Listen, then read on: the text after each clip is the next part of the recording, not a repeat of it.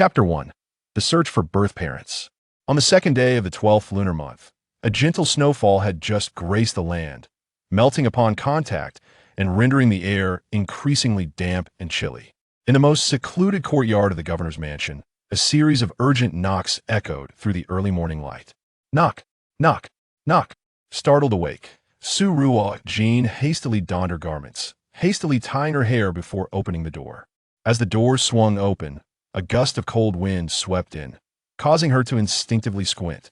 Before she could utter a word, Zhang Mama, standing at the threshold, seized her and propelled her towards the mansion's entrance. "Miss Su, your biological parents have been found. They bear the surname Su and are villagers from Shirley Village in the eastern outskirts of the city.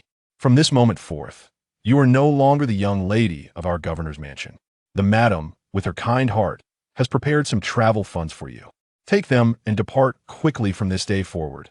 You shall have no ties to our household." A shadow flickered across Su Ruojin's eyes, yet she remained motionless, allowing Zhang Mama to drag her along. That day had inevitably arrived. She had given the Lin family a chance since they chose not to cherish it. So be it. Upon exiting the mansion, Zhang Mama rudely thrust a coarse bundle into Su Ruojin's arms. The package slipped from her grasp and tumbled to the ground, its contents spilling forth. Inside lay several sets of worn clothing and a few books that Su Ruojin often perused, now tainted by the snow's moisture, causing the pages to dampen. Alongside these, 2 taels of silver rolled out. As Su Ruojin bent down to gather the fallen books, her heart ached at the sight of the water-stained pages. A small beggar, no more than 7 or 8 years old, happened by, noticing the commotion and eagerly approaching in hopes of receiving alms. "Madam, kind lady, I have not eaten in 3 days. Please, I beg you, grant me some food." The barefoot child stood in the snow, hair tousled and face smeared with dirt, clad in what could barely be called rags, shivering as he held out a half-broken bowl, eyes shimmering with anticipation directed at Zhang Mama and Su Ruojin.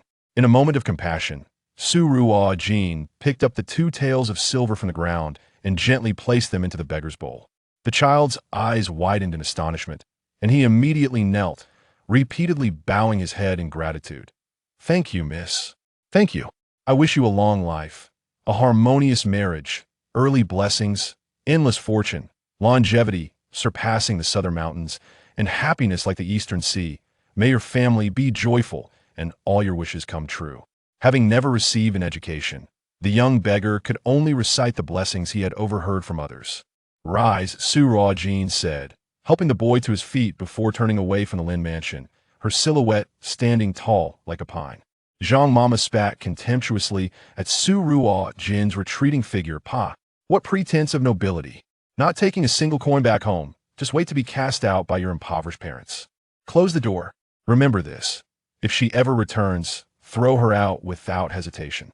Do not provoke the young lady's ire. It took considerable effort for the master and madam to bring her back." Zhang Mama's voice was deliberately loud, ensuring that Su Ruojin could hear her, warning her not to seek affiliation with the Lin family again. "Understood," came the guard's response at the door.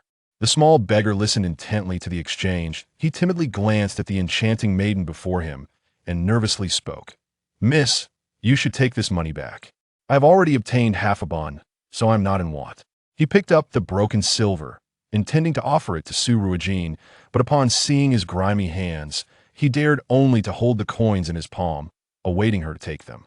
Su Ruojin smiled gently and reached out to pat his head, saying, "Keep it, but make sure to hide it well so that no one sees." For a small beggar, 2 taels of silver was indeed a substantial sum if others caught sight of it. It could even cost him his life. The little beggar was about to kneel and bow in gratitude, but Su Ruojin stopped him. After parting ways with the small beggar, Su Ruojin took out a white cloth bag embroidered with blue flowers. She retrieved a piece of dried apricot and popped it in her mouth, the sweet and sour flavor instantly flooding her palate, awakening her senses. Indeed, the dried apricots must come from Yueji. Savoring the dried fruit, Su Ruojin strolled slowly towards the outskirts of the city. "The Lin familio, how I hope they do not come to regret their decisions." The young girl, with her inky black hair and a porcelain complexion, bore a face as delicate as a willow leaf, her almond-shaped eyes sparkling like autumn waters. Perhaps it was the chill in the air that gave her cheeks a rosy hue, her ruby lips revealing pearly teeth. As she walked, many turned to gaze at her, speculating about the origins of such beauty and why she wandered alone. Among the crowd, 3 men exchanged glances and stealthily followed Su Ruojin. Upon exiting the city, instead of heading towards Shirley Village, she ventured in the opposite direction. The 3 men had intended to confirm that she was alone before making their move, believing that a girl of such beauty would fetch a high price. Strangely, despite her proximity, no matter how briskly they pursued, they could not catch up to her. Determined not to relinquish their prize, they trailed her for over an hour. At last, they came upon a stone tablet inscribed with 3 prominent characters, Muin Village. As they passed the monument, Su Ruojin slowed her pace and retrieved another piece of dried apricot from her bag, a smirk gracing her lips, her eyes glinting with mockery as she continued onward. The 3 men, encouraged by her apparent solitude, quickened their steps to keep up, crossing the stone marker behind her. In her mind, Su Ruojin began a countdown. 3, 2, 1. As the countdown concluded, the sounds of muffled groans and dragging noises erupted behind her, followed by a profound silence. On the tranquil village road, only the silhouette of the young girl remained. Upon entering the village, she was greeted by familiar faces. "Ah, Dr. Su, you've returned. Dr. Su, my mother has been asking for you to come for dinner. Thank you for curing her headaches. Dr. Su, my father's old leg ailment has returned. Might I trouble you to take a look? Dr. Su, here are 2 fish I just caught today. Please take them to make a broth. The fish from Little River Pond are exceptionally fresh," Wang Dazhuang said, his face flushed as he handed her the 2 large fish. Su Ruojin accepted graciously. "Thank you, Brother Dazhuang. Ergo, I will be at the usual place for consultations shortly. Please ask Uncle Fu to come by." "Ah, thank you, Dr. Su. You truly have the heart of a bodhisattva." Meanwhile, within the Grand General's residence in the capital, a shadowy guard knelt before General Su, stating, "General, we have news of the 6th Mississippi." She was spotted in the village of Shirley, east of Anyang. In an instant, Su Yunfeng rose from his mount, exclaiming with fervor, "Quickly, prepare the horses. Father, we shall accompany you." As the new year approached, the children of the Su family had returned home early, and upon hearing news of their sister, excitement and guilt sparkled in the eyes of the 5 Su brothers. Each of the 5 brothers, when mentioned, could stir the very foundations of the capital. 14 years prior, during the Lantern Festival, they had taken their younger sister out to enjoy the festivities and lost her at the tender age of just over 1. In the years that followed, the brothers scoured the expanse of the great Chu kingdom, even venturing into neighboring nations, yet they found not a whisper of their sister. As long as she remained missing, the 5 brothers could not ease their troubled hearts. Now, upon hearing of her potential whereabouts, how could they refrain from pursuing this lead? "I shall join as well," announced the venerable patriarch, entering the room, supported by a young maiden clad in a gentle yellow silk robe, her delicate features radiating grace. In the village of Muin, Su Ruojin approached an inconspicuous wooden house nestled in the western corner.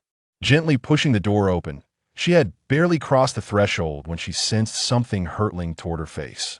With a slight raise of her brow, she deftly sidestepped and caught the object hurtling toward her. In her palm lay 3 silver needles, each glimmering with an eerie green luminescence. The needles bore the names Qinji-in, Heron's Top Red, and Heartbreak Grass. 3 needles, 3 poisons. They certainly held her in high regard. Chapter 2. Muin Village. Su Ruojin smiled faintly, casually tucking the silver needles into her bosom, and called out, "Master, are you plotting to murder your beloved disciple? If I were to be poisoned, who would care for you in your old age? Bah, how did I end up with such a rebellious disciple? One who curses her master day in and day out?" A voice, aged yet vigorous, emanated from within the house, its owner remaining unseen. "Master, I distinctly remember that it was you who wept and pleaded to take me as your disciple," Su Ruojin teased. "You incorrigible disciple, you infuriate me." The elder's voice echoed once more. "Brother, you never managed to outwit Jin yet you insist on engaging in this verbal sparring. Jin what delectable treats have you brought back?" A middle-aged man, clad in coarse blue-gray linen, resembling a farmer, stepped forth. "Second master, this fish was gifted by Brother Dazhuang. I shall prepare fish soup for you all shortly." "Ah, never mind, Jin "Allow me to handle the fish," Huang Jian interjected, his complexion slightly pale. When Su Ruojin was 9, she once attempted to cook fish soup, resulting in the four of them suffering from severe gastrointestinal distress, confined to their beds for 3 whole days. Had it not been for the elder brother's medical expertise, Huang Jian believed their lives would have been forfeited that day. Since then, they forbade Su Ruojin from entering the kitchen, despite the undeniable deliciousness of her fish soup. Su Ruojin discerned the underlying intentions of her second master. She smirked slightly, realizing that he still held a grudge from when she tested her newly concocted medicine on them. That potion, notorious for inducing both vomiting and diarrhea, was intended for detoxification, enduring it would ultimately bolster one's health. She harbored no concern that her 4 masters would succumb to it. "Little Jin, have you been cast out by the Lin family? I always said they were ungrateful wretches, but you refused to listen, even aiding that individual from the Lin family in their treatments. Look what you've brought upon yourself." A woman adorned in a resplendent crimson gown, embellished with golden floral patterns, emerged, her makeup accentuating a peach blossom between her brows, exuding an enchanting allure, her waist slim as a willow, age indiscernible. With a sharp gaze, she quickly spotted the burden on Su Ruojin's back and deduced the situation. Su Ruojin chuckled nonchalantly, "Third master. The old matriarch of the Lin family is different from the rest of them. Uffed. To me, they all share the same character. It's just that our little Jin possesses a kind heart," Luo Mainyang dismissed with indifference. Only upon returning to Muin village could Su Ruojin fully lower her guard and be her true self. She understood that none of her masters were ordinary individuals. Yet they never spoke of their pasts, and she never inquired. All she needed was to know that her 4 masters cared for her, and that sufficed. At that moment, a voice rang out from outside. "Ah, my little Jin has returned. Where is she?" Upon hearing that voice, Su Ruojin's lips twitched. Among her 4 masters, she held the deepest trepidation for the 4th master. In an instant, and Xiao's voice, though previously distant, materialized within the room as he dashed over upon spotting Su Ruojin. "Little Jin, come quickly. Enter the house and listen to the new melody I have composed." 4th master and Xiao was a fervent lover of music. Whenever Su Ruojin returned, he would insist on having her listen to his compositions for several hours. Although the music played by the 4th master is indeed pleasant, no matter how melodious a tune may be, listening to it day after day, month after month, and year after year for nearly a decade would drive anyone to the brink of despair. Luo Mainyang exclaimed, "What music is there to listen to? Jin has been cast out by the Lin family. I have no heart for your melodies." And Xiao, taken aback momentarily, then nonchalantly waved his hand, saying, "Brother, why not just poison the entire Lin family to avenge Jin?" Su Ruojin interjected, "4th master, that is entirely unnecessary."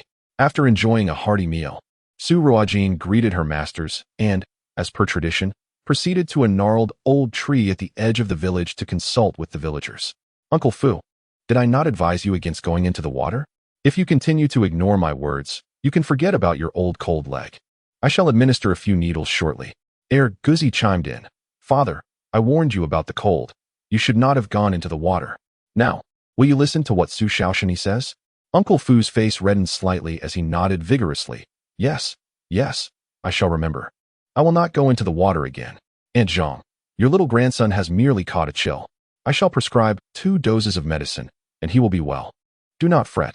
Brother Ma, I will mend your leg, and in 2 months, you will be as lively as ever. Do take care when heading into the mountains henceforth." After a long day of attending to the villagers, Su Ruojin began to pack her medical supplies while glancing toward the woods outside the village.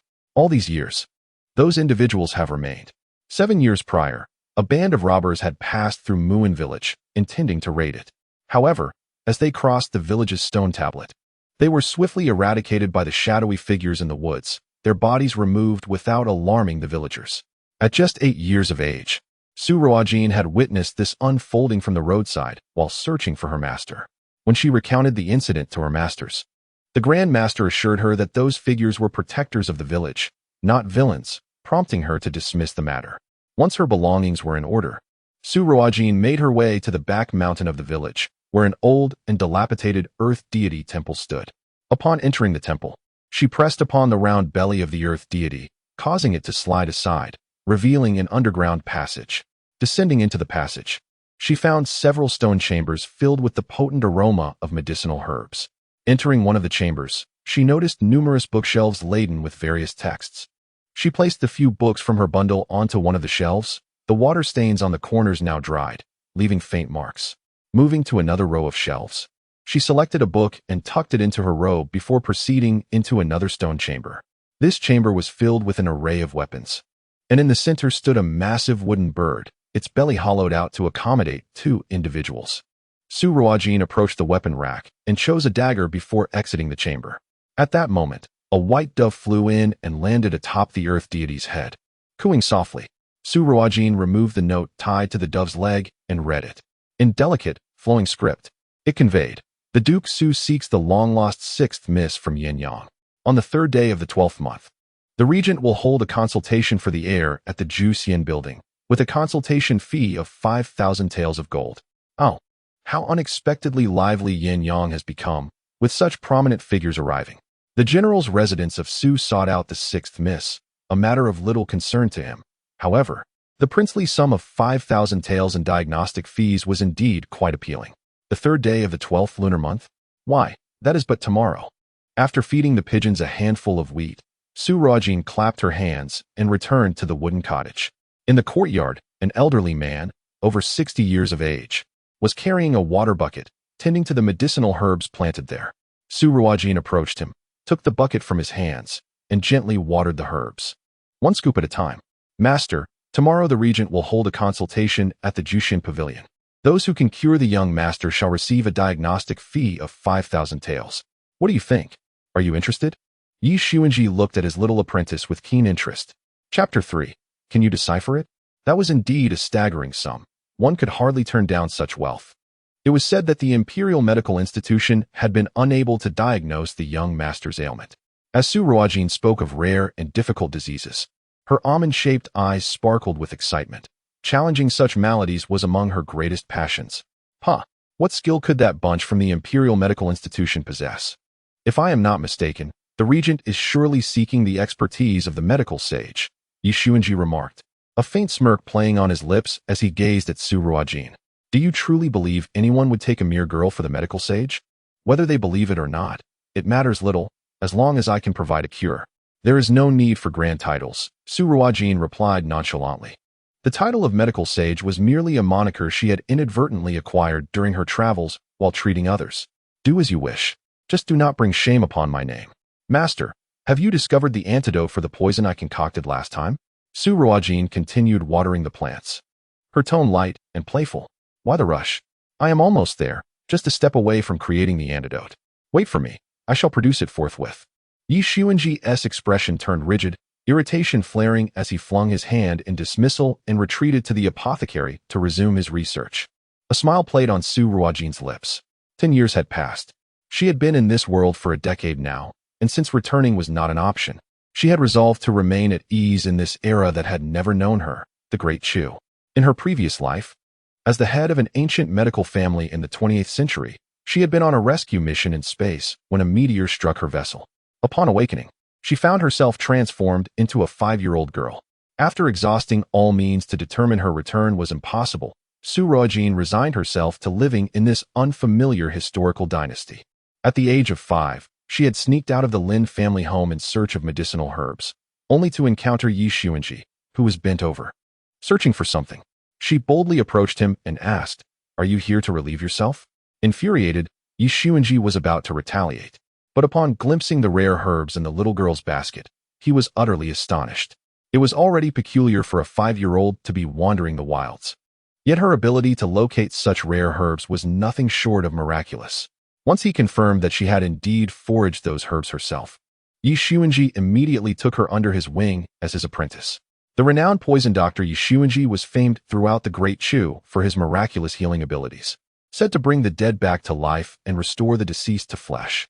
However, his peculiar temperament meant he would only treat those he deemed worthy, and his fees for a single consultation were calculated in thousands of taels of gold, leaving many noble families yearning for his services, yet unable to find him.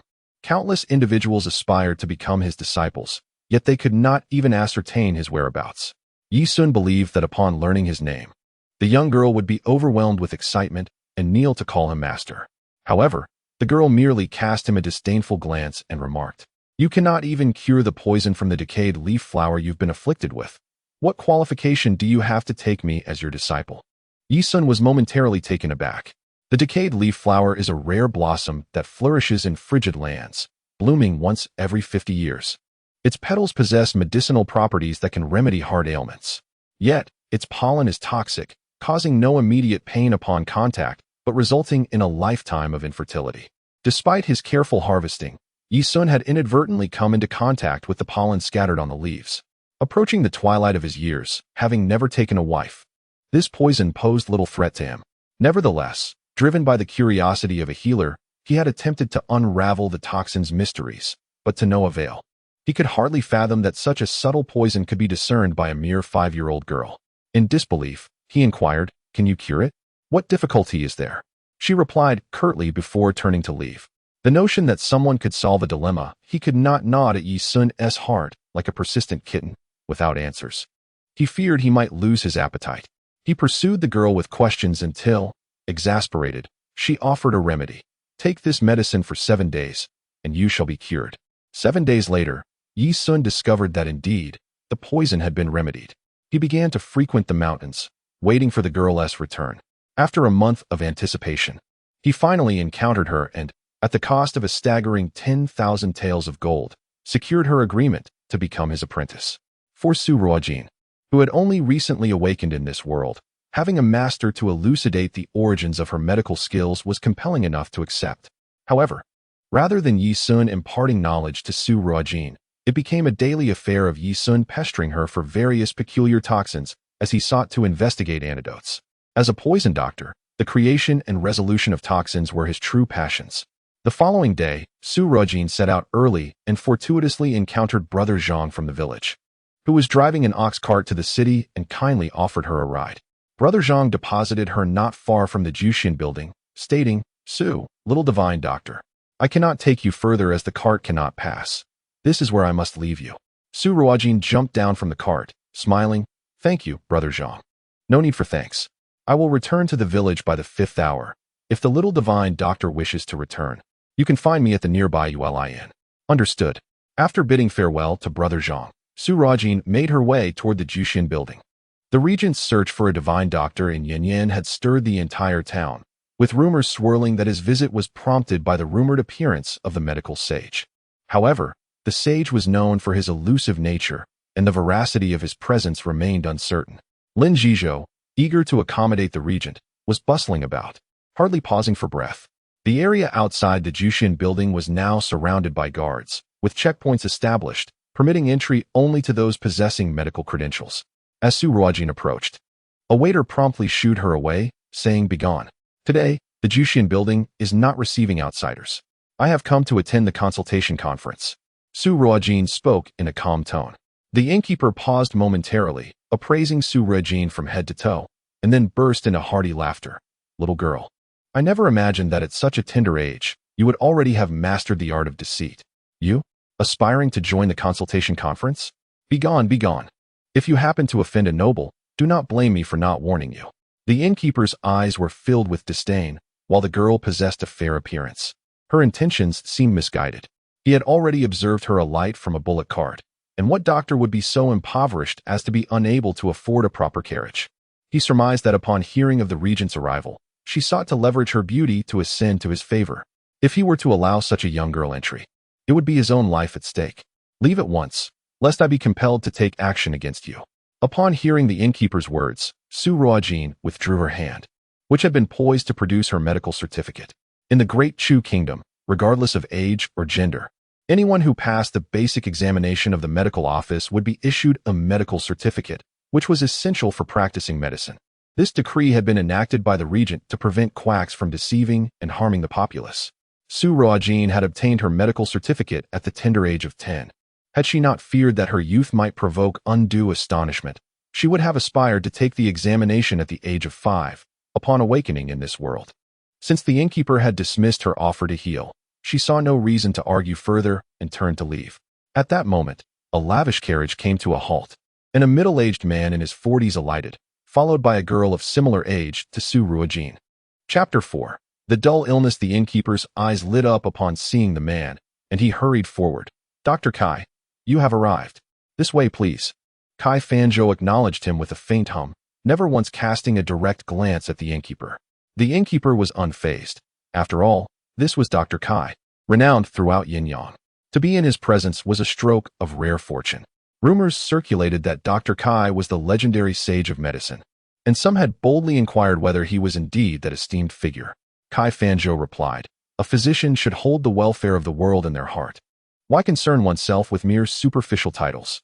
This statement, though not an outright admission of his identity as the sage of medicine, garnered him immense respect for his integrity and refusal to be burdened by fame, leading many to believe even more fervently in his legendary status.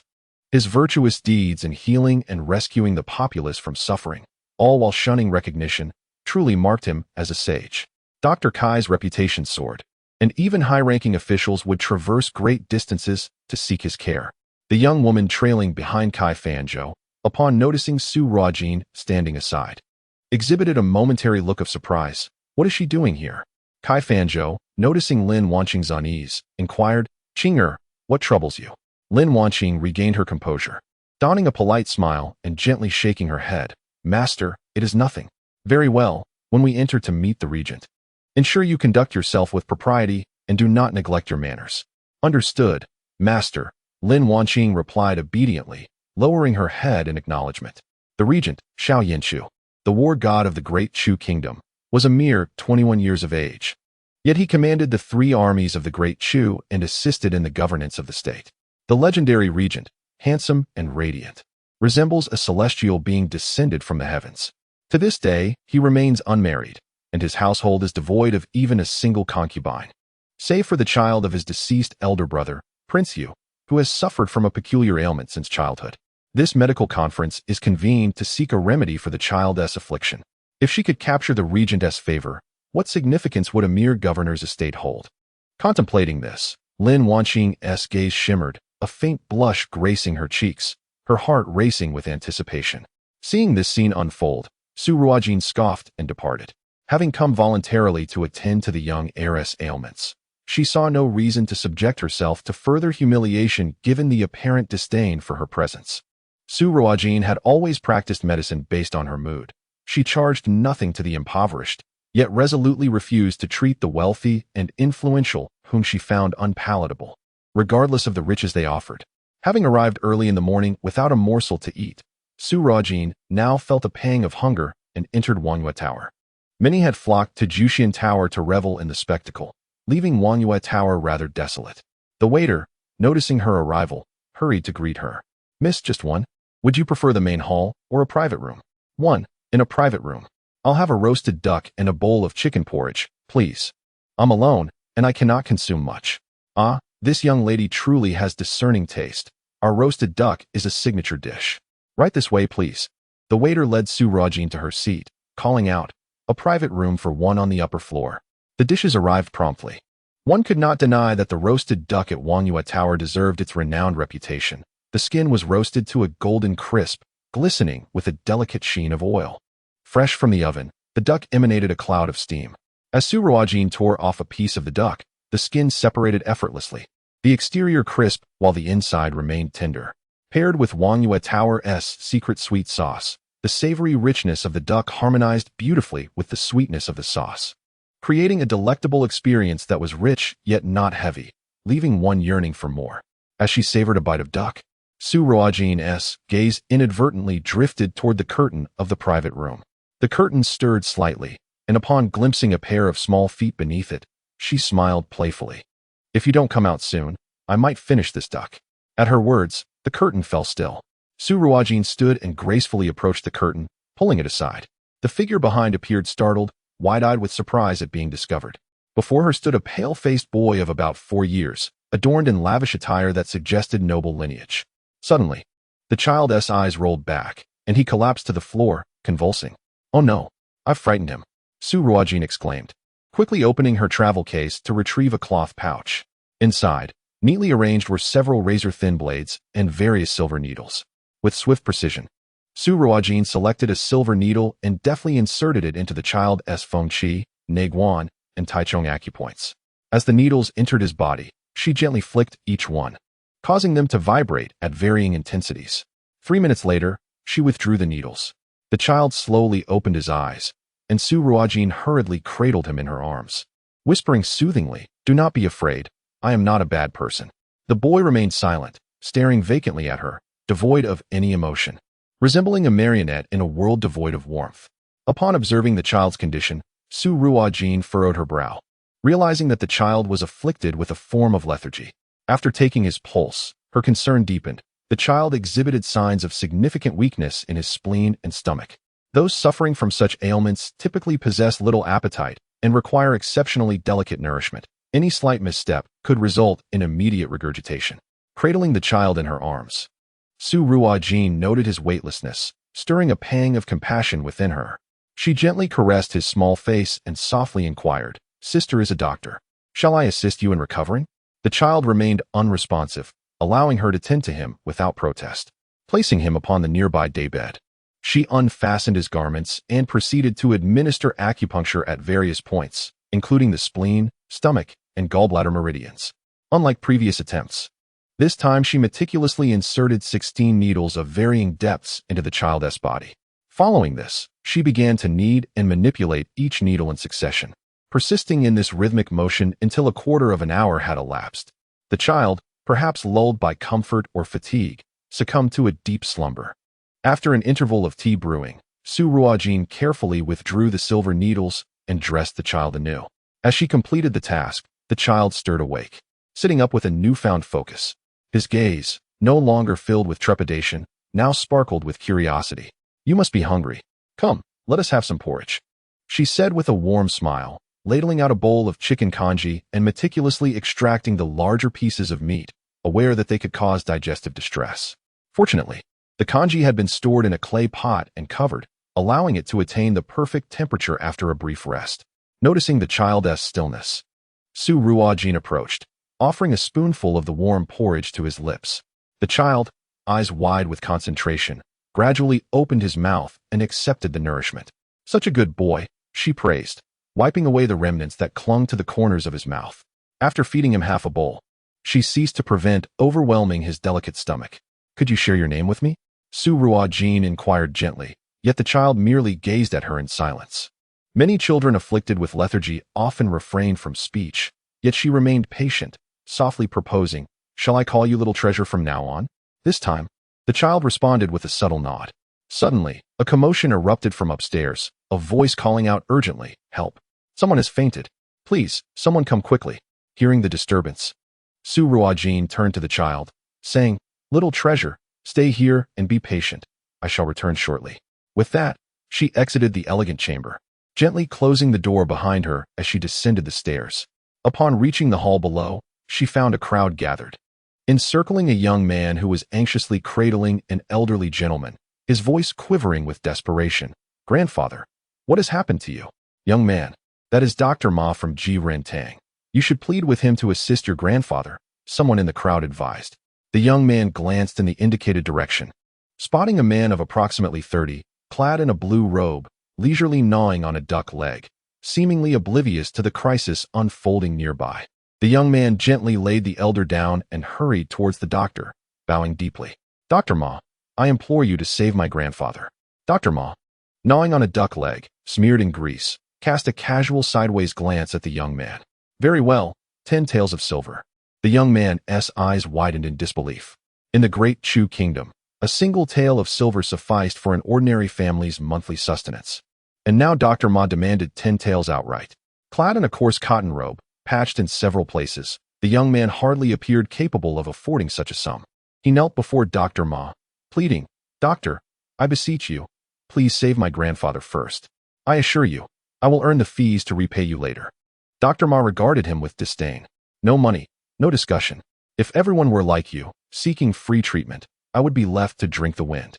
Furthermore, I, my Yunin, do not attend to just anyone." The young man continued to bow his head, imploring, "Dr. Ma, I beg you, save my grandfather. I will surely pay you back. If you doubt my word, I can provide an IOU. I suggest you cease your pleas and instead seek another physician who might treat you for free." Dr. Ma raised his wine cup to his lips, taking a sip, before returning to his duck leg, disregarding the young man entirely. Su Ruojin pushed through the crowd, observing the elder's condition. Her voice was cold and urgent, carrying an unmistakable authority. He can still be saved. Everyone, please step back. The patient requires air. The onlookers instinctively took a few steps back, creating some space. Noticing the commotion, the young man hurried back, only to find a young girl at the center. A flicker of disappointment crossing his features. Unfazed, Su Ruojin extended her fingers to assess the elder's neck, subsequently taking his pulse. A nearby woman could not restrain herself. Little girl, do you really know what you're doing? Don't delay the treatment. Another elder chimed in. Do you have confidence? If something goes awry, they might hold you accountable. Indeed, young man, you should seek another doctor, advised a concerned elder. Doubt lingered among the crowd regarding the girl's capabilities. Heeding their advice, the young man prepared to leave in search of another physician when Su Ruojin interjected. I possess a medical certificate. Upon seeing the medical certificate issued by the authorities, the crowd fell silent. Hope rekindled in the young man's eyes. Su Ruojin unwrapped her cloth bag, retrieving silver needles, ready to administer treatment to the elder. Suddenly, Dr. Ma shouted, Stop! What do you know about acupuncture, you little girl? How do we know your certificate isn't forged? Today, the gathering of talents was taking place, where all certified physicians in Yanyang had gathered. No one wished to miss the opportunity. If they could cure the young lord, they might secure favor with the regent. Dr. Ma was confident that the young man would find no other doctor besides himself. He had previously erred in a diagnosis, administering overly potent medicine that nearly cost a life, resulting in a 6-month ban from treating patients imposed by his master. Thus, he had chosen to partake in roasted duck alone instead of attending the medical conference. Ma Yunin had been discreetly observing the situation, his prior refusal merely a fade. He intended to wait until the young ones found themselves in dire straits before extending his hand to save them, thereby showcasing his remarkable medical skills and noble ethics, while also earning a tidy sum of silver. The regent's medical consultation event was set to last 3 days, and he thought that perhaps he could leverage this situation to restore his own consulting privileges, all while keeping pace with the proceedings. However, he had not anticipated the sudden emergence of a young girl who disrupted his plans. Su Ruojin withdrew her hand and coldly regarded Ma Yunin, prompting him to take action. Ma Yunin was momentarily at a loss for words. Having just dismissed her, it would be unbecoming to rush forward and offer treatment. An idea crossed his mind. Perhaps he could wait for the girl to falter in her treatment, after which he could step in and demonstrate his prowess. You treat him. If he dies, do not blame me for reporting you to the authorities, he said, crossing his arms defiantly as he gazed at Su Ruojin. The young man, caught in Ma Yunin's provocations, felt a swell of uncertainty and glanced anxiously at Su Ruojin. The primary concern was Su Ruojin's youth. Could a mere girl truly manage such a grave task? Yet, without further ado, Su Ruojin deftly grasped her silver needles and skillfully began to administer acupuncture, targeting the Shinshin, Shaohai, Suza, Naguan, and other critical points. A flicker of astonishment crossed Ma Yunin's eyes. The expertise displayed by the girl was far beyond that of an amateur. Her technique was fluid and graceful, even more refined than his own master's. No, it cannot be. His master was a renowned physician in Yanyang. Far beyond the capabilities of this mere girl. A wave of unease washed over him. Could she truly possess the ability to heal? However, upon observing the specific points she chose, he felt a sense of relief, his lips curling into a smirk. He had assessed the elderly man's condition as a sudden fainting spell, which should have warranted needling at the Baihui, Shuego, and Fengfu points, rather than the random selections she had made. With a scoff, Ma Yunin remarked, This elder is suffering from a sudden fainting spell. Your choice of acupuncture points is utterly nonsensical, young lady. Do you not value a person's life? Upon hearing this, Su Ruojin cast a frosty glance at Ma Yunin, her gaze icy and piercing. He was taken aback, swallowing the remainder of his words. This young girl, though not yet of age and possessing a striking appearance, bore an unexpectedly fierce demeanor. The elderly gentleman suffers from a heart condition. What need is there for Baihui, Shuego, and Fengfu points? You are the real quack. Su Ruojin continued her task undeterred. Ma Yunin, incensed by her words, felt the heat of indignation rise within him. How could a mere girl label him, a respected physician of Jiren Hall, as a charlatan? How would he continue to navigate his reputation in Yanyang after such an affront? Explain yourself. Who is the true quack here? Do you even know who my master is? He was certain that if Su Ruojin were aware of his master's identity, she would cower in apology. Chapter 6. Kneel. Su Ruojin did not even spare Ma Yunin a glance. I care not for your master's identity. A person who cannot distinguish between a sudden fainting spell and a heart condition is nothing but a quack. If I were your master, I would have expelled you from the school long ago. In cases of sudden fainting, symptoms such as dizziness and vomiting can typically manifest. However, observing the elderly gentleman, surrounded by a pristine environment devoid of any signs of vomiting, one cannot dismiss the evident purplish hue of his lips, the barely detectable pulse, and the almost non-existent breath. This condition is far from a mere fainting spell. The young man, initially troubled by the words of Dr. Ma Yunin, cast a worried glance at Su Ruojin. What if, as Dr. Ma suggested, she had misapplied the needle and something dire befell his grandfather? Yet, witnessing Su Ruojin's calm demeanor and her adept technique, though beyond his comprehension, instilled a burgeoning sense of trust within him. He then spoke up in defense of the young woman. Dr. Ma, if you are unwilling to assist, please do not hinder this physician from treating my grandfather. Ma Yunin, taken aback by this retort, felt his face flush with indignation. He shouted in anger, I am a direct disciple of the esteemed physician Kai. How could she, an unknown country doctor, possibly compare? If you choose to believe her, prepare to collect your grandfather's remains shortly. His status as a disciple of the revered physician Kai meant that even the governor would show him respect in Yanyang. Being questioned about his competence felt like an affront to his dignity, igniting a fiery rage within him. Nearby, a woman scoffed. To stand by and do nothing in the face of death, yet still voice derision. This so-called disciple of physician Kai is hardly impressive.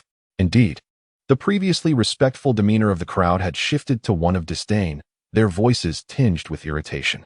Fine, place your faith in her, he retorted, his voice almost distorted with anger. But when things go awry, do not come seeking my help. I shall not clean up the mess. If she succeeds, I will kneel before her. You, who lack skill, should refrain from obstructing my efforts to save a life. Step aside, if you desire to kneel. There will be ample opportunity for that later. Su Ruojin's expression was one of disdain, her eyes smoldering with suppressed fury. Should Ma Yunin continue his tirade, she would not hesitate to silence him, sparing herself further annoyance. The young man stepped forward, positioning himself before Ma Yunin. Please take a few steps back. Do not impede the physician in her efforts. Just moments before, he had knelt in supplication, yet now he stood a head taller than the seated doctor. Having labored on the farm, he possessed a robust physique, a stark contrast to the fragile, ineffectual doctor. Ma Yunin found himself instinctively retreating a few paces, shaking his sleeves in exasperation. I shall witness how you manage to endanger a life. With no further interruptions, Su Ruojin completed her final needle insertion. The elderly man's brow furrowed momentarily, and his eyelids fluttered slightly. Gasps of astonishment erupted from the onlookers. He has awakened. Ma Yunin's expression shifted dramatically as he stepped forward to observe, witnessing the elderly gentleman slowly opening his eyes. He pondered how, under such circumstances, even he could not have achieved such swift results. It typically required 3 consecutive days of acupuncture, complemented by herbal remedies, to elicit consciousness in a patient. How had this young woman accomplished such a feat with a single treatment? The frail elder, iron pillar, managed to utter a weak sound. Taiju stepped forward and grasped the elder's hand. Grandfather, I am here. The onlooking woman expressed disbelief. Little girl, you are truly remarkable. After that round of acupuncture, the elder has awakened. Merely a stroke of luck, young man. I advise you to take your grandfather to the clinic for a thorough examination. Just because he appears better on the surface does not mean he hasn't developed some peculiar ailment. Ma Yunin scoffed derisively from the side. The woman was incensed by his words. Dr. Ma, when that young man bowed to you to save a life, you refused. Now that this young lady has succeeded, why do you still mock? Are you trying to evade your responsibility and deny the girl's merits? The crowd echoed her sentiments. Indeed, one must acknowledge defeat. You should bow to the young lady.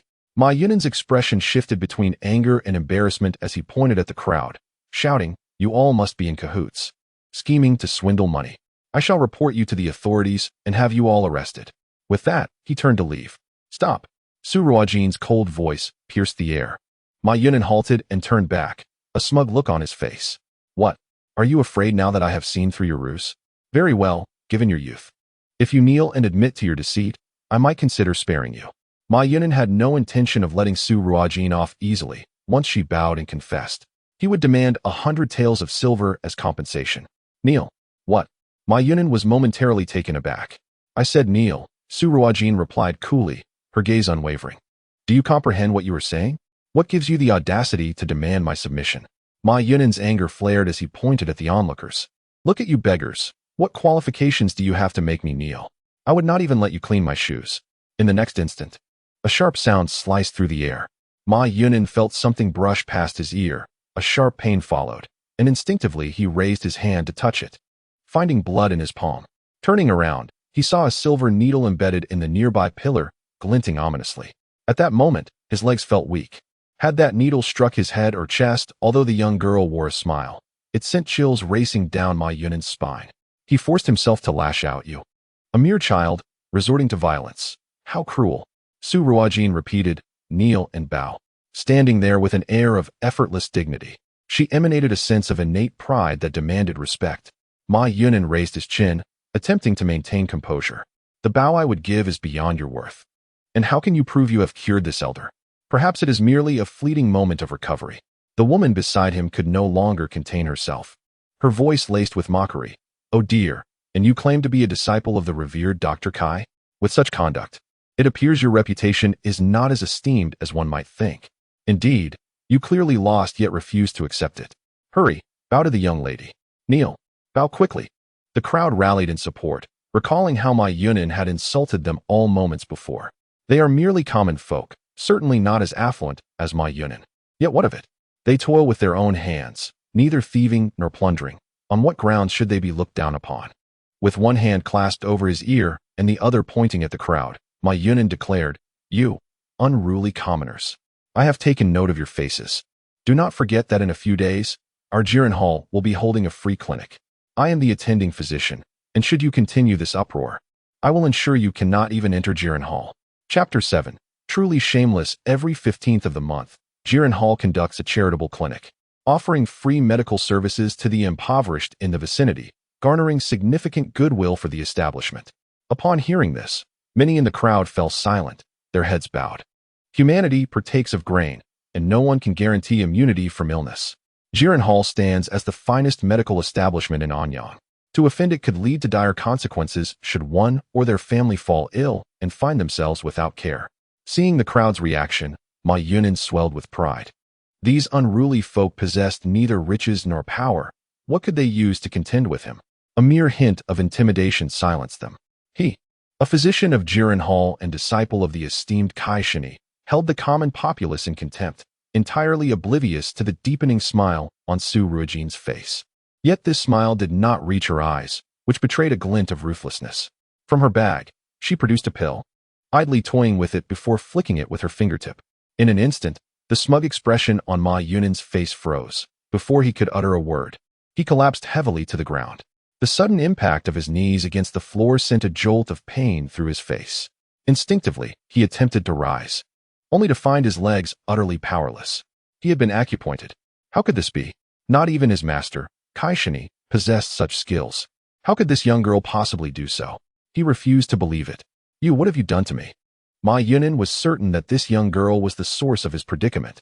I advise you to release me quickly, should you wish to practice medicine in Anyang. You cannot afford to offend Jiren Hall. Recognizing Su Ruojin's medical credentials and her appearance at this location, he surmised she intended to practice in Anyang. The Great Chu Kingdom treats male and female physicians equally, and due to the scarcity of female practitioners, they often enjoy greater favor than their male counterparts. However, regardless of gender, to earn a living as a physician in Anyang, one must not provoke Jiren Hall. Everyone is aware that Jiren Hall is the domain of Kai Shini, who, through his medical prowess, has befriended numerous dignitaries. To offend him is tantamount to offending those highborn individuals. A concerned matron spoke to Su Ruojin. My dear, perhaps it would be wise to let this go. Do not cross Jiren Hall. Others echoed her sentiment, urging her to relent. Yes, young lady, let it be. It is not worth it. Su Ruojin surveyed the crowd and reassured them. It is quite all right. She approached Ma Yunin, towering above him, and stated, A physician should take pride in alleviating the suffering of the world, treating all patients, rich or poor, with impartiality. As a physician, you not only failed to save a life, but did not even perform the most fundamental assessments before hastily concluding. Upon witnessing another's distress and then emerging to slander, What right do you have to call yourself a physician? Today, kneel before me until you gain clarity. Consider this a lesson from your master for your unfilial behavior. Release me at once, or I shall report you to the authorities, and you shall reap the consequences. Ma Yunan glared fiercely at Su Ruojin, secretly attempting to release her pressure points, but to no avail. Su Ruojin merely smiled lightly, glancing back at the crowd. Who among you saw me compel Dr. Ma to kneel? It is evident that he chose to wager and lost, thus kneeling of his own volition, correct? The pill she had flicked away had long since rolled out of sight. And who would believe that a mere girl could wield a pill as a concealed weapon, even if it were discovered? Who could reproach a doctor for accidentally dropping a pill? The onlookers had long since grown weary of Ma Yunan's actions, and now, they were even less inclined to side with him. Taiju slowly helped his awakened grandfather to his feet and spoke first. Indeed, we only witnessed Dr. Ma kneeling. It has nothing to do with the young lady. Exactly, others chimed in. We all saw that when you knelt, the young lady was quite far from you. At your age, are you attempting to extort this young girl? How shameless. You bring disgrace upon Jiren Hall. If I were your master, I would expel you from the sect without hesitation. The crowd echoed in agreement, their gazes towards Ma Yunan filled with disdain. The commotion grew louder, attracting not only those dining in the tavern, but even passers-by who gathered at the entrance to observe. Seeing the crowd swell, an older sister called out, "Come quickly, everyone. A doctor from Jiren Hall is trying to extort a young girl." The mention of Jiren Hall sparked murmurs among the crowd, pointing fingers at the kneeling Ma Yunan. At that moment, all remnants of his earlier arrogance had vanished. He wished for nothing more than to disappear into a hole in the ground. Should this incident reach his master's ears, he dreaded to think of the consequences. He could only glare daggers at Su Ruojin, wishing with all his might that his glare could slay her 1,000 times over. In his heart, he swore that as long as this girl remained in Yanyang, he would make her life miserable. However, Su Ruojin paid no heed to his thoughts. She was not particularly harsh. She merely wished for him to kneel for 2 hours. Even if he were to discover her intent, she would not care. If he behaved himself, all would be well, but if he dared to act out, she would not hesitate to ensure he spent his life in servitude. She approached Taiju and cautioned, "The elder has a weak heart. Do not let him rush about, and avoid provoking his emotions. I have a few pills here. Should he show signs of fainting, administer them immediately."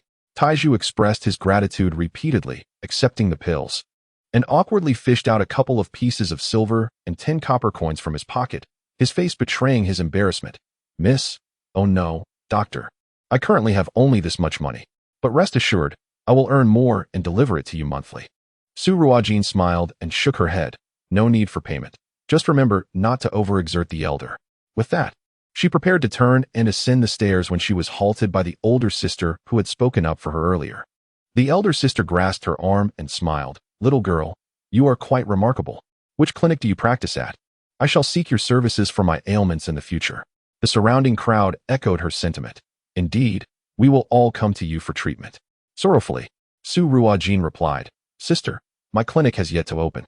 Upon hearing this, the elder sister felt a pang of disappointment. However, she quickly seized upon the pivotal aspect of the girl's words. Her clinic was not yet operational, hinting at her intention to establish one. She eagerly inquired, "When will your clinic open, and what will it be called?" "I will certainly make an appointment." Su Ruojin pondered for a moment. "It will be named Ren Ai Tang, and it will open in due time." "Wonderful. I shall await its inauguration," the elder sister exclaimed, with others chiming in, "Yes. We will all wait for you to open your clinic." They had witnessed the young girl's medical skills firsthand, and her selflessness in treating the elderly without charge was commendable. Who would not admire a doctor with such talent and virtue? Ma Yunan, however, smirked coldly, his gaze fixed menacingly on Su Ruojin. "Renee Tang, this girl will never get it off the ground," he thought with disdain. Concerned for Xiao Bao, Su Ruojin hastened upstairs as soon as the matter was resolved. As she approached the private room, she noticed the door she had previously closed now ajar, causing her heart to race. She quickened her pace towards it. Upon reaching the doorway, Su Ruojin exhaled in relief. Behind the crack, Xiao Bao peered out with wide eyes. Upon spotting Su Ruojin's return, he instinctively retreated a few steps. Gently, Su Ruojin opened the door, crouched down, and softly asked, "Xiao Bao, sister is back. Do you feel any better now?" Xiao Bao nodded slightly, his gaze no longer filled with fear, but rather curiosity. Observing the child's demeanor, Su Ruojin felt a sense of ease. It appeared that Xiao Bao's ailment was not as grave as she had feared, seeming more a result of psychological distress than a physical one. What could such a young child have endured? Su Ruojin smiled. Shall I take you home now? Can you tell me where your home is? Xiao Bao shook his head, reaching out to grasp the hem of her skirt. A twinge of frustration washed over Su Ruojin. Could the child truly not remember where his home was? The garment he wore was crafted from brocade, known for its exquisite quality. A child dressed in such finery could not possibly hail from an ordinary background. With a sigh, she thought, she could not simply abandon the child. Very well, I shall take you with me for now. Later, I can have the dark pavilion assist in locating your family. It will not pose a great challenge. Are you willing to accompany sister home? Once I find your family, I will return you to them. Xiao Bao's eyes brightened slightly, and he nodded. Su Ruojin took his hand and led him out of Wangyue Tower. Today's medical consultation event at the Gathering of Talents Pavilion was of great significance to Yanyang City. Numerous vendors, drawn by the buzz, set up stalls along the street, transforming it into a lively marketplace filled with various wares. As they walked, Xiao Bao suddenly halted, staring vacantly at something in the distance. Following his gaze, Su Ruojin saw a vendor selling cotton candy, surrounded by a throng of children. Do you wish to have some cotton candy? Su Ruojin inquired softly. Little Bao remained silent, his eyes fixed intently on the vendors selling cotton candy. Su Ruojin took Little Bao's hand and approached the stall. Sir, may I have one cotton candy? Of course, the vendor replied, accepting a coin and handing a rabbit-shaped cotton candy to Su Ruojin. She bent down to offer it to Little Bao, who merely gazed at the treat without reaching for it. Take it. You can eat it, Su Ruojin gently encouraged. The cotton candy was delicate and would not harm the child's stomach. Still, Little Bao did not move. Su Ruojin patiently encouraged him with her gaze. After a while, Little Bao slowly raised his hand to accept the cotton candy, then presented it back to Su Ruojin, his big, watery eyes fixed on her with a hint of determination. Was he intending for her to eat first? Understanding his intention warmed Su Ruojin's heart. She reached out and affectionately stroked Little Bao's head, saying, You eat, sister won't. Only then did Little Bao lightly lick the cotton candy. It was sweet. His beautiful eyes squinted in delight, a smile forming on his face. At that moment, a woman in a traditional outfit rushed towards them, seizing Little Bao's arm. Oh dear, my young master. At last, I found you. Come back with me at once. How can you eat such things? It's dirty. Throw it away. With that, she knocked the cotton candy from Little Bao's hand and attempted to drag him away. Little Bao looked at the fallen candy, his eyes instantly reddening. He struggled to free himself from the woman's grip, leaning closer to Su Ruojin. Su Ruojin could clearly sense Little Bao trembling, evidently frightened by the woman.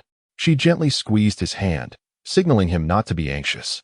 Stepping forward, she positioned herself between the woman and Little Bao, her tone laced with anger. Who are you? Only then did Li Mama notice Su Ruojin. She scrutinized the girl before her. With her cloud-like hairstyle, dressed in a pale yellow skirt and a soft silver floral coat, it was apparent that she was an unmarried woman. Her small face, adorned with bright apricot eyes, exuded a vibrant charm and elegant demeanor, suggesting that her attire was not typical of a commoner's daughter. Even though Li Mama had encountered countless daughters from aristocratic families in the capital, she had to admit that this young lady surpassed them in both beauty and grace. However, regardless of her allure, she was merely from a small place like Yanyang and could not be compared to those from the capital, merely a lowly figure unworthy of mention.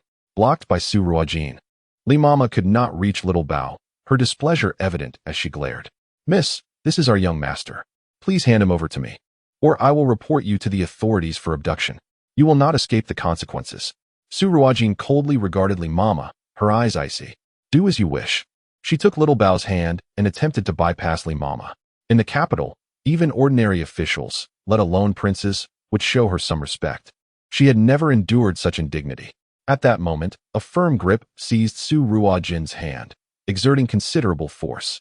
Young lady, I advise you to obediently hand over the child to me.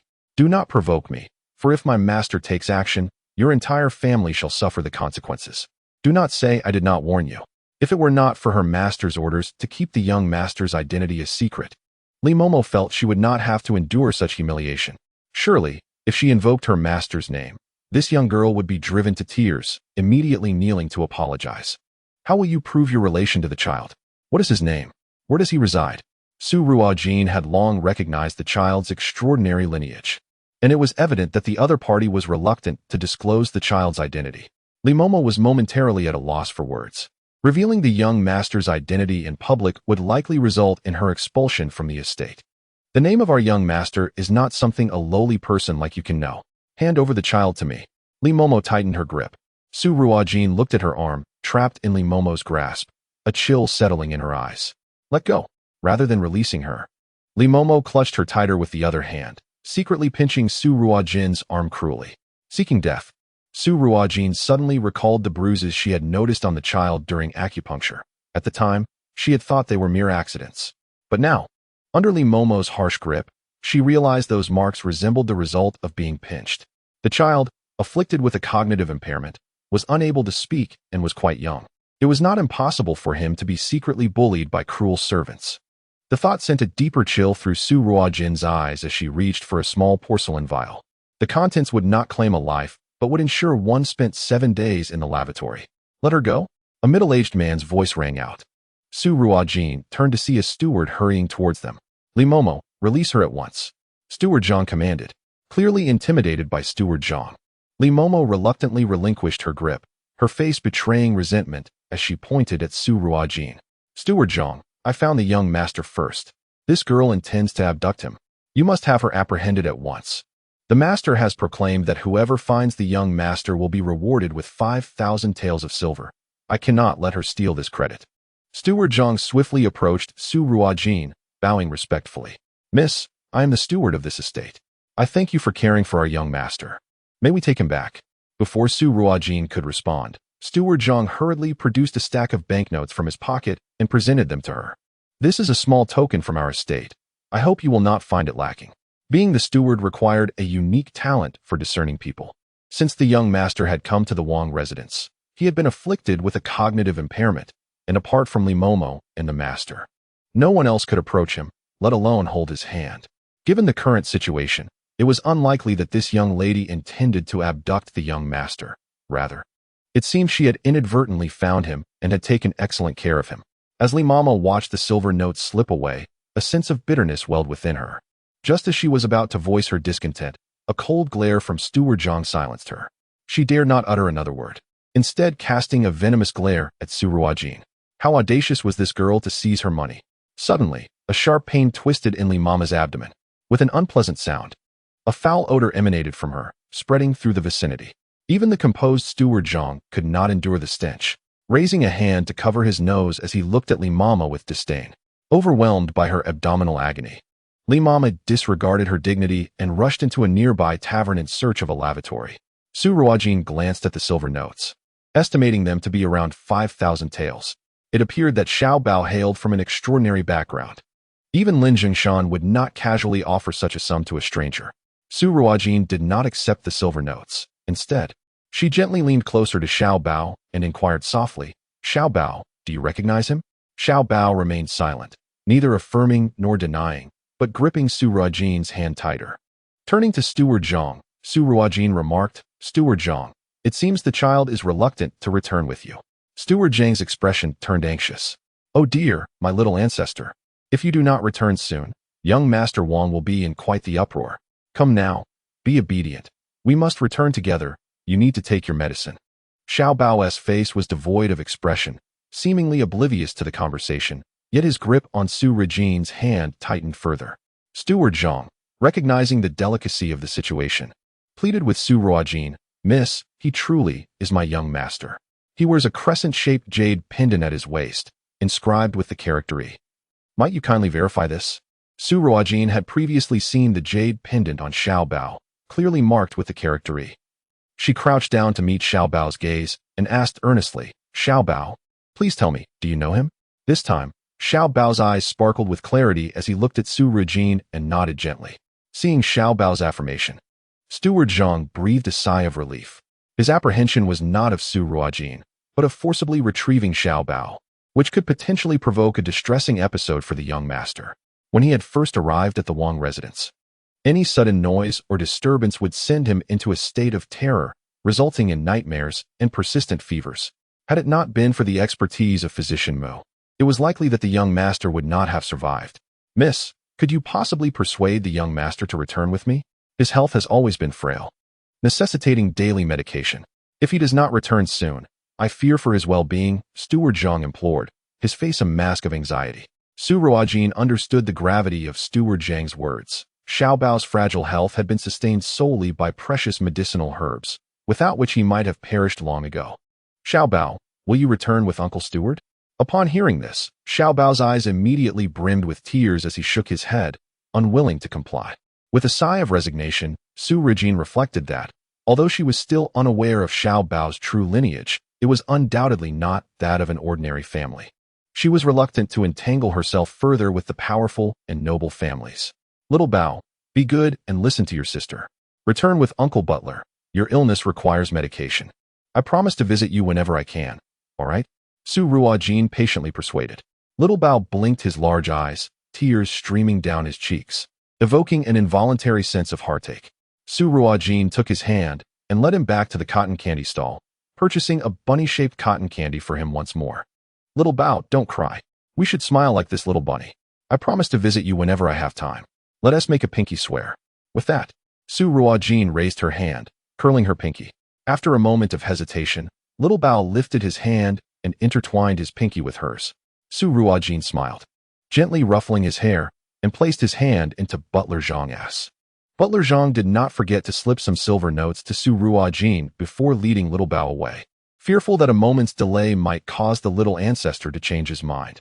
Little Bao followed closely behind Butler Zhang, occasionally glancing back at Su Ruojin. She continued to smile at him, waving goodbye until they vanished around the corner, at which point she turned to leave. Meanwhile, a strikingly handsome man clad in dark attire, with sharp brows and starry eyes, stood at a nearby street corner, observing this scene. Hu Qing whispered beside him, Your Highness, should I inquire about this young lady? Xiao Yanchu pondered for a moment and replied, No need. Today, a servant reported the young master missing. I have dispatched everyone in the residence to search for him. I cannot allow my elder brother's only bloodline to encounter further mishaps.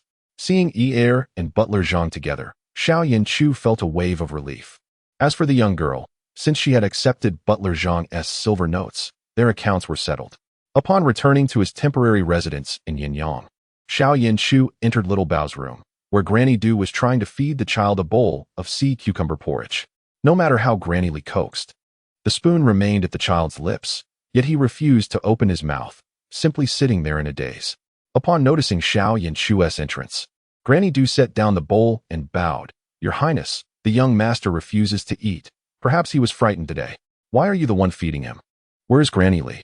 Since the young master arrived at the palace, Granny Li had been his primary caretaker, as he would not eat for anyone else. Granny Du hurriedly replied, Granny Li has an upset stomach and is unable to attend to the young master. She felt it inappropriate to disclose in front of the prince that Granny Li had been indisposed since their return and had been largely confined to the lavatory.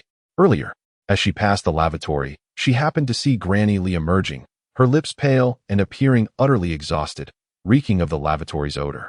How could she possibly serve the master in such a state? Granny Du had intended to greet Granny Li and inquire about her condition.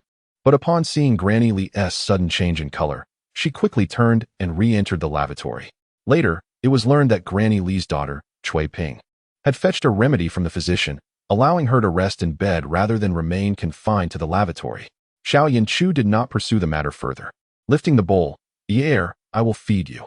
The child still refused to open his mouth, merely turning his head, fixating on a distant spot. Chapter 10. Unconcerned about taking her to the capital, Xiao Yanchu followed Yi's gaze and noticed a half-eaten cotton candy not far away. He recalled that it was the little girl who had purchased it for Yi, though now only remnants remained, the rabbit ears long gone.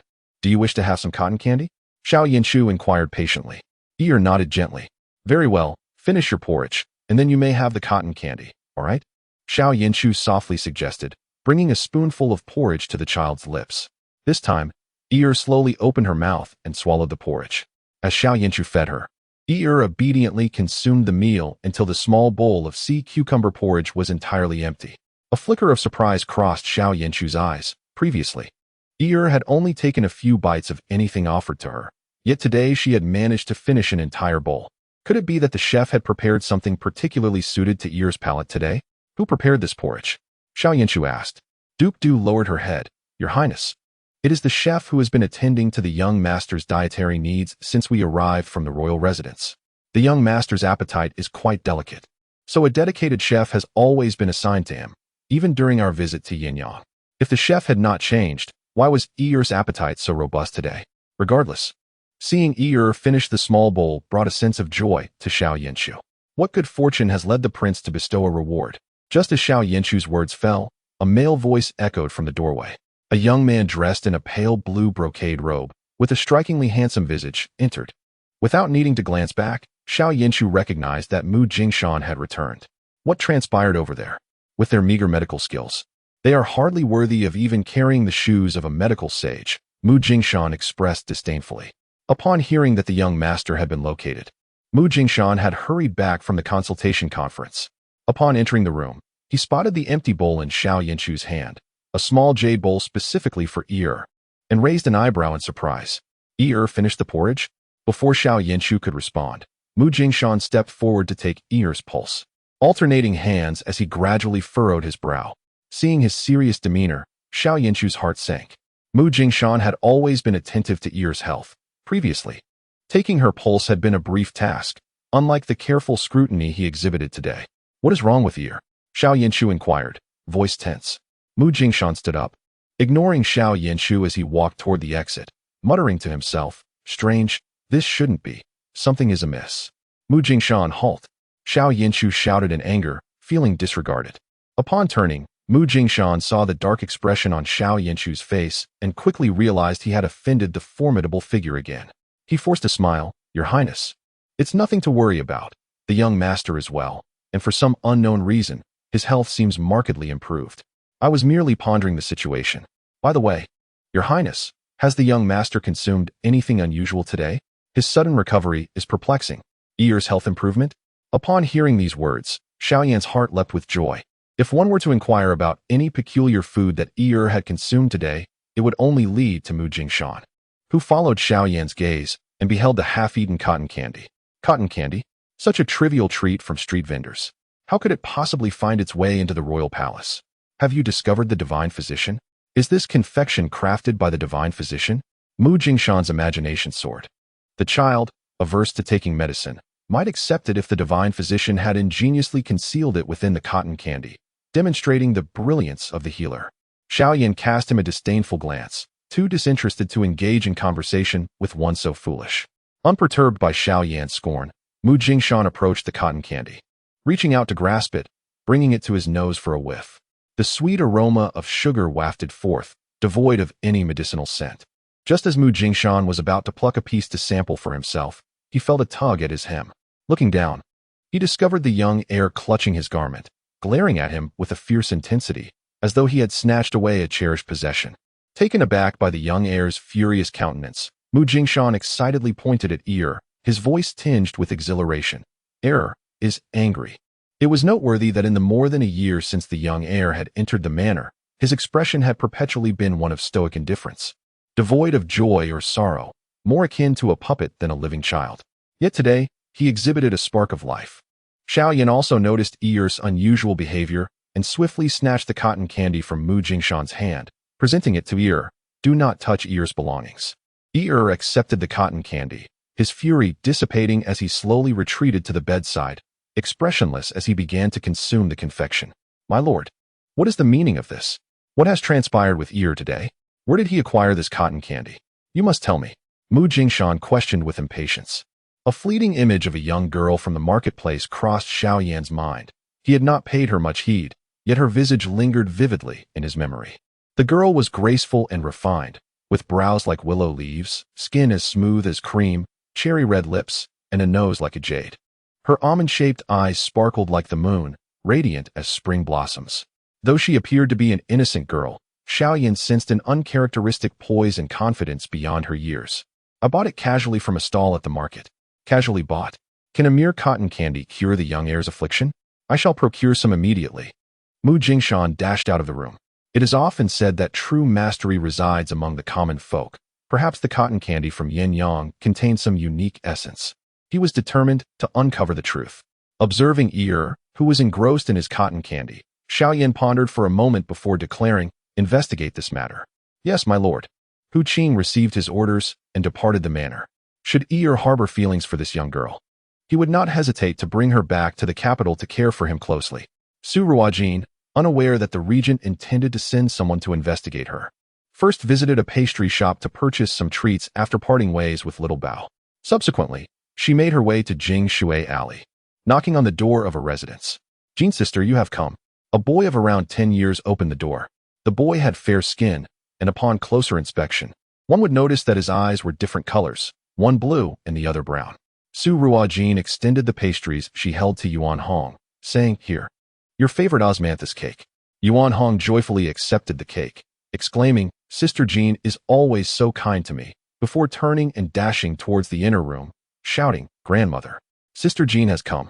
Upon hearing Yuan Hong's voice, old Madame Lin quickly exited the room. The matriarch, over 50 years of age with graying hair, beamed with affection upon seeing Su Ruojin's smiling face. "Little Jean, you've arrived. It's cold. Come inside quickly." "Grandmother," Su Ruojin called out, following old Madame Lin into the house. Once inside, she urged the elderly lady to sit, gently taking her pulse to ensure her cold ailment had not flared up, which brought her relief. "Grandmother, it's chilly. You mustn't touch cold water again. Your condition has only just begun to improve," she cautioned, presenting a small porcelain vial to old Madame Lin. "This medicine is the same as before. Take one each day, and I shall bring more once you finish." Old Madame Lin accepted the vial with a smile, replying, I know. You, little girl, are more nagging than this old woman. Yuan Hong, go fetch the plum blossom wine I brewed for your sister.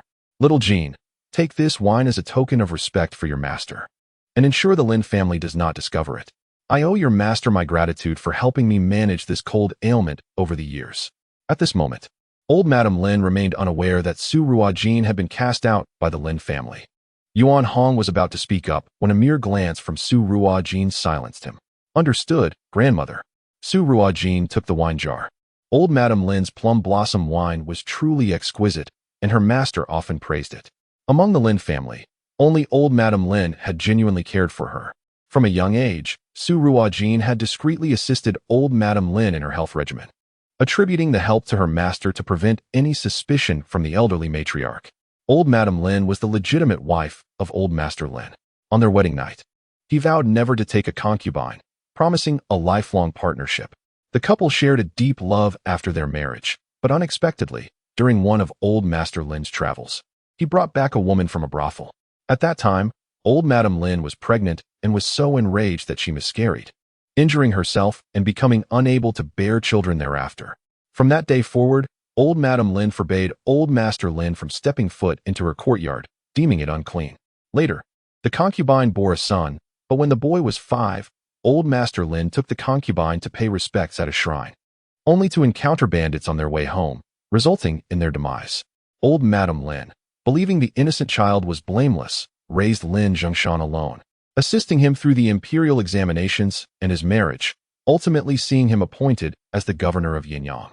However, Lin Zhongshan harbored resentment towards old Madame Lin, feeling she had usurped his mother's rightful position as the legitimate wife. He believed that had it not been for her, his mother would not have died, and he would not have become an orphan, subject to mockery. After being promoted to governor, Lin Zhongshan relegated old Madame Lin to the most remote quarters of the household, providing her no servants, leaving her to fend for herself.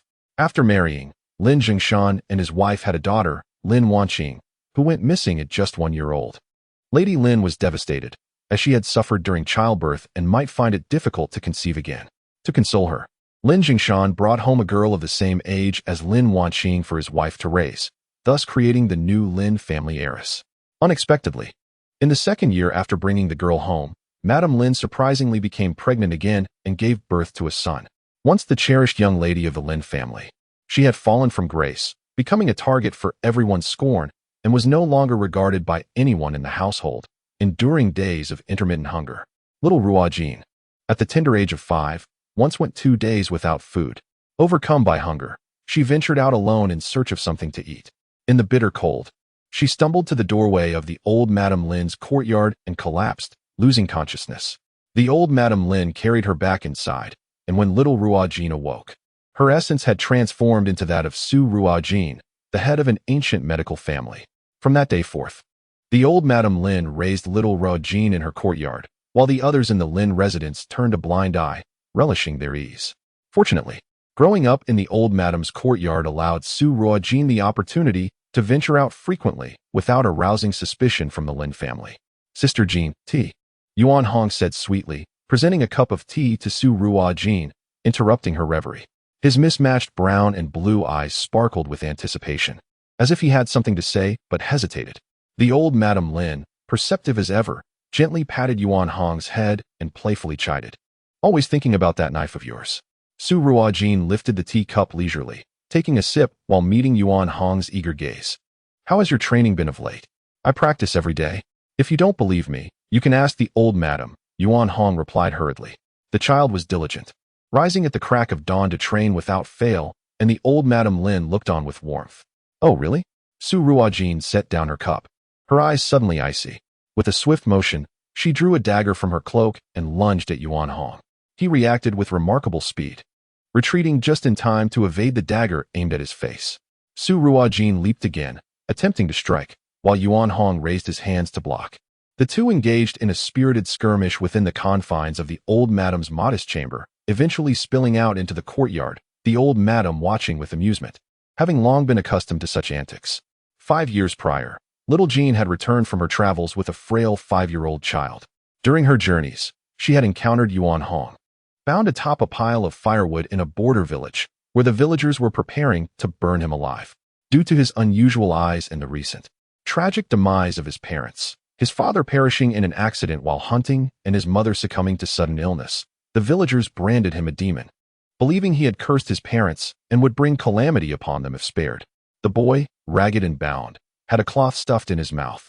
There was no fear or tears on his face, only a fierce, crimson glare directed at the man holding the torch, poised to ignite the flames. Yuan de Zhuang stood before the boy, sneering, Yuan Hong, do not blame your uncle for his harshness. Should I show mercy and let you live? It would spell doom for our entire village. Blame your ill fate for the death of your parents. Just as Yuan de Zhuang was about to cast the torch into the pyre, he felt a sudden numbness in his hand, causing the torch to drop to the ground. Panic surged as he realized his hand had lost all mobility. He looked around frantically, shouting, Who is it? Subsequently, Yuan de Zhuang felt not only his hands immobilized, but his entire body paralyzed, collapsing straight to the ground. His wife let out a heart-wrenching cry, rushing towards him. Darling, what has happened to you? The sudden upheaval captured the attention of all present. As they regained their composure, they discovered that Yuan Hong, bound to the pile of firewood, had vanished. Thus, Yuan Hong was taken back to Yanyang by Su Ruojin, sheltered in the courtyard of the elderly Lady Lin. From the day he returned, Su Ruojin began teaching him calligraphy and martial arts. Yuan Hong, a diligent child, adhered closely to her instructions, executing every task with meticulous care and devoid of any laziness. After a brief interval, the duo engaged in a spirited practice, sweat beading on their foreheads as they returned indoors. Lady Lin hurriedly presented them with 2 handkerchiefs. Quickly wipe your faces, be cautious not to catch cold. Su Ruojin accepted the handkerchief, wiped her brow, and handed the dagger in her possession to Yuan Hong. Your practice has improved remarkably. If you continue at this pace, I shall soon find it challenging to contend with you. Here, take this as a reward. In due time, you shall accompany me to Muin village for further guidance from your second master. Ah, thank you, Sister Jean, Yuan Hong exclaimed with excitement as he carefully accepted the dagger. Lady Lin, unfamiliar with weaponry, merely perceived the dagger as small and sharp, cautioning him, handle it with care, lest you harm yourself. Had an expert in weaponry beheld this dagger, they would surely have gasped in astonishment, for it was none other than the renowned Shu Yue, ranked 10th on the weaponry list. Still sought after by noble families with a bounty of 10,000 taels of gold for its procurement in the Dark Alliance. I shall be cautious, lady, Yuan Hong assured, tucking the dagger into his boot. When he first arrived, Lady Lin had encouraged him to address her as grandmother, just as he did with Su Ruojin. However, Yuan Hong was reluctant, believing he was to serve the elderly lady and felt unworthy of such a title. Unable to sway him, Lady Lin dismissed the matter, yet continued to regard him as her own grandson, no different from Su Ruojin. This book, you should take some time to read thoroughly, Su Ruojin said, producing another volume and handing it to Yuan Hong. Upon receiving it, his eyes widened in astonishment. Chapter 12. I want to open a medical clinic. It was an ordinary blue-covered book, its pages slightly yellowed, indicative of its age. The cover bore the three bold characters Wu Tao Jing. The Wu Tao Jing, one of the legendary four military treatises, was authored by a general 3 centuries ago. It was said that the book was buried alongside the general upon his death, leading to its subsequent disappearance. Yuan Hong had encountered references to this book in other texts. Previously, Sister Jean had provided him with manuals on martial techniques, and he had never anticipated being gifted a military strategy tome, especially one as rare as this. His hands trembled slightly as he held the book. Sister Jean, how did you come to possess this volume? Su Ruojin smiled and replied, "It is for you to learn. There is no need for so many questions. I shall be reviewing your progress shortly. Any uncertainties can be noted down for you to inquire with your second master later." "All right, Sister Jean, I will certainly study diligently," he promised. After Yuan Hong was rescued by Su Ruojin, he exhibited an immense fascination with martial arts and military strategy. Upon receiving the introductory manual on martial arts from Su Ruojin, he spent the entire night engrossed in its contents, even memorizing everything within it and skillfully demonstrating his newfound knowledge, exuberantly declaring his ambition to become a great general. Given the child's enthusiasm for learning, Su Ruojin encouraged him, often taking Yuan Hong to receive guidance from her second master. "Grandmother, I wish to open a medical clinic," suddenly declared Su Ruojin, shifting the conversation. Lady Lin was momentarily taken aback. "You want to open a medical clinic?" "Yes," Su Ruojin replied, as she approached Lady Lin and began to massage her shoulders. "Grandmother, you know I possess a medical certificate and have studied for several years with my master. I wish to open a clinic not only to help others, but also to generate some income for us." Lady Lin sighed, her eyes glistening with unshed tears. "It is my failure as a grandmother that has prevented you and Hong from living a good life." In previous years, while living with the Lin family, Lady Lin had relied on cultivating vegetables in her garden and embroidering handkerchiefs to sell at the market to make ends meet. Since Su Ruojin's arrival, she had begun foraging for medicinal herbs to sell, and while their circumstances were far from opulent, they had never been plagued by financial woes. 2 years prior, when Lady Lin's adoption of Yuan Hong was discovered by Lady Lin, she was forced to either expel him or have him sign a contract binding him as a servant of the Lin family. Refusing to comply, Lady Lin, in a fit of anger, left the Lin household with Yuan Hong and rented a modest courtyard in Jing Shui Alley to sustain themselves. Initially, Lady Lin had intended to bring Su Ruojin with her, but she hesitated, pondering the implications for Su Ruojin's future marriage prospects. Ultimately, she deemed it better for Su Ruojin to remain within the Lin residence, as she was still a Lin family miss, and her marital prospects would likely not suffer. "Grandmother, do not say that. Without you, Yuan Hong, and I might not have survived. Now we are both living well, and that is enough," Su Ruojin reassured her, gently massaging Lady Lin's temples. Yuan Hong, with thoughtful intent, poured a cup of warm water and offered a pill for Lady Lin to take. "Grandmother, it is a good thing that sister is opening a clinic. I can help at the clinic, serving as a guard to ensure no one dares to bully her." "You little rascal, always finding mischief," Lady Lin chuckled through her tears. Turning to Su Ruojin, she continued, "Thank goodness you have learned such medical skills from your master. These past years, my old bones have depended on these pills for support, and I have not felt pain since." "Very well. Opening a medical clinic is indeed a noble endeavor. With your skills, you can benefit many, and I fully support you." Lady Lin had always believed she was merely consuming the herbal remedies that Su Ruojin had gathered from the mountains, completely unaware that the warming pills she now took were crafted from rare ingredients such as ginseng, reishi, and Tianshan snow lotus. One particular ingredient, the fire herb, could only be harvested at the foot of a volcano, making it exceedingly rare. Even with these precious herbs, not everyone could concoct them. The cost of a single pill reached hundreds of taels of silver, often unavailable even to those with wealth. The cold-repelling pill was custom-made by Su Ruojin for the venerable matriarch of the Lin family. It not only alleviated the chilling ailment caused by the matriarch's long vigil in the snow after the late Master Lin brought a concubine home, resulting in a miscarriage, but it also served to regulate her overall bodily functions. The matriarch collected her thoughts and slowly rose to her feet, walking over to the bedside where she retrieved a wooden box. Inside lay a resplendent white jade hairpin, glistening with a translucent sheen. She extended the pin to Su Ruojin, stating, "Establishing a clinic requires a significant amount of capital. Little Jean, you may sell this hairpin, it should fetch a decent sum. Su Ruojin was aware that this white jade hairpin was a cherished heirloom of the matriarch, one that she had never pawned even during the most trying times of raising Lin Jingshan. It held profound significance for her, and thus, Su Ruojin could not bring herself to part with it. "Grandmother, please keep the hairpin. Over the years, I have saved a considerable amount from selling herbs. It is sufficient for opening a clinic," she insisted, promptly placing the pin back into the box. The matriarch remained resolute, but Su Ruojin urged, "Grandmother, do you not recall that I once unearthed a century-old ginseng and sold it for several hundred taels? That should suffice for the clinic. You can keep the hairpin for now, and if I truly require funds, I will come to you." After a moment of contemplation, the matriarch retracted her hand, conceding, very well. I know you are capable, so I shall retain this hairpin for your dowry when you marry." "Marry?" Su Ruojin smiled silently. Having been given a second chance at life, the thought of marriage had never crossed her mind. Exiting the matriarch's courtyard, she hurried to the Yulai Inn, where she boarded Brother Zhang's ox cart back to Muan village. Meanwhile, Kai Fanzhou and Lin Wanqing spent the entire day at the Jushin building without catching sight of the regent.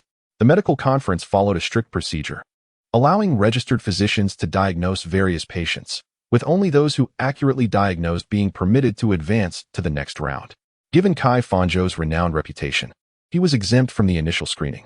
Upon his arrival at Jushin building, he was respectfully escorted to a private room to await his turn to consult the young master.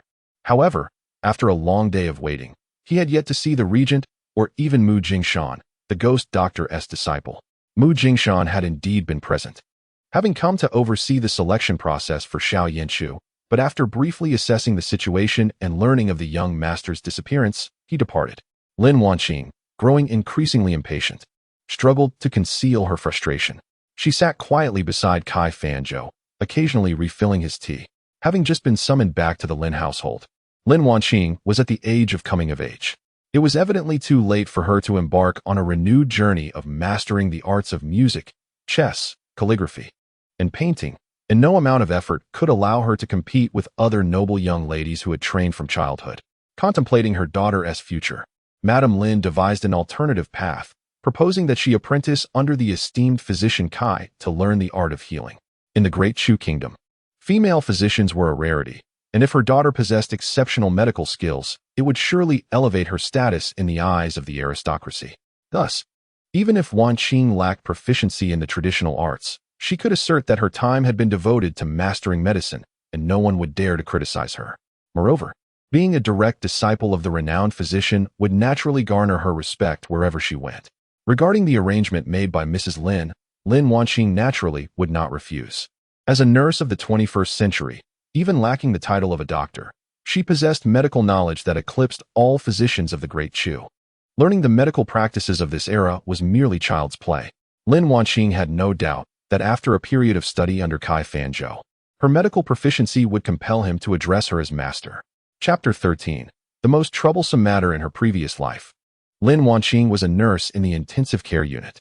During night shifts, she would indulge in games, neglecting her duties to conduct timely rounds, which resulted in her failure to notice a patient's deteriorating condition and notify the doctor in time, leading to the patient's demise. When the family came to the hospital seeking answers, Lin Wanqing adamantly refused to acknowledge any wrongdoing. "It is clearly the fault of the frail body that could not endure. Yet you seek to shift the blame onto me. This is extortion. My forbearance in not suing you is a testament to my kindness." Her words incensed the patient's family, culminating in the spouse violently colliding with her. The impact threw Lin Wanqing off balance, and as she fell, her temple struck the corner of a metal cabinet. When she regained consciousness, she found herself reincarnated as a neglected 3-year-old girl in Bali village. She poured another cup of tea for Kai Fanzhou, her tone gentle. "Master, it is already the hour of you, 5 p.m. Shall we continue to wait?" Kai Fanzhou, having consumed a considerable amount of tea himself, harbored some dissatisfaction. Numerous dignitaries had previously sought his medical expertise with utmost respect, arriving well in advance. Unlike today when he had been made to wait an entire day without sight of the individual. However, considering that the other party was the regent, a figure no one dared offend in the Great Chu, he suppressed his grievances. At that moment, the door to the elegant chamber was knocked upon, and a young attendant entered, bowing respectfully. "Divine physician Kai, the prince will not be coming today. please return tomorrow?" Without waiting for Kai Fanzhou to inquire further, the attendant excused himself and departed. Kai Fanzhou rose, his face a mask of displeasure. "We shall leave." Lin Wanqing felt a twinge of regret for not having met the legendary war god of the Great Chu. However, it mattered not.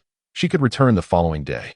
If the regent truly possessed the striking features rumored, she was confident that with her modern wisdom and unique charm, she would surely capture his attention. Securing his heart and ensuring his promise to marry her alone in this lifetime was merely a matter of time. Hadn't the novels she read in her past life always portrayed such tales? A lifetime together as a couple, as a living being.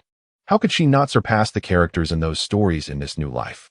In her previous existence, she had been an ordinary nurse, subsisting on a meager salary that rendered her unable to afford even her beloved Hermes handbags, while attending to the most arduous tasks for critically ill patients, enduring the most exhausting commutes on the crowded subway, and residing in a windowless small room. In this life, should she attain the status of the regent's consort, not only would Hermes be within her grasp, but the entirety of the Great Chu would be hers. With this thought, Lin Wanqing felt a surge of excitement. Envisioning herself standing atop a pinnacle, with all subjects of the Great Chu kneeling in submission to her as the regent's wife. "Qing'er, we shall return tomorrow," Kai Fanzhou remarked, oblivious to Lin Wanqing's thoughts, merely offering a simple reminder. His decision to take Lin Wanqing, the only daughter of the governor, as his apprentice was primarily motivated by the governor's status. He held no expectations that she would genuinely learn anything of substance. "Of course, master," Lin Wanqing replied gently, obediently following as they departed. Tomorrow, she was determined to meet the regent. Upon returning to Muin village, Su Ruojin presented the peach blossom wine from the elder Lin to her master before departing the wooden cabin and heading eastward. Arriving at a courtyard where she knocked on the door. Before long, a robust middle-aged man opened the door. Initially, wearing a cautious expression, he brightened upon seeing Su Ruojin. "Miss Su, you have come. Please, step inside. My master has been thinking of you." Su Ruojin offered the bottle of liquor she held. "Uncle Wang, this is some fine liquor I brought from Zhang's wine shop, your favorite." Wang received the liquor with delight. "Thank you, Miss Su. You always remember my tastes. Come now, do not linger at the door."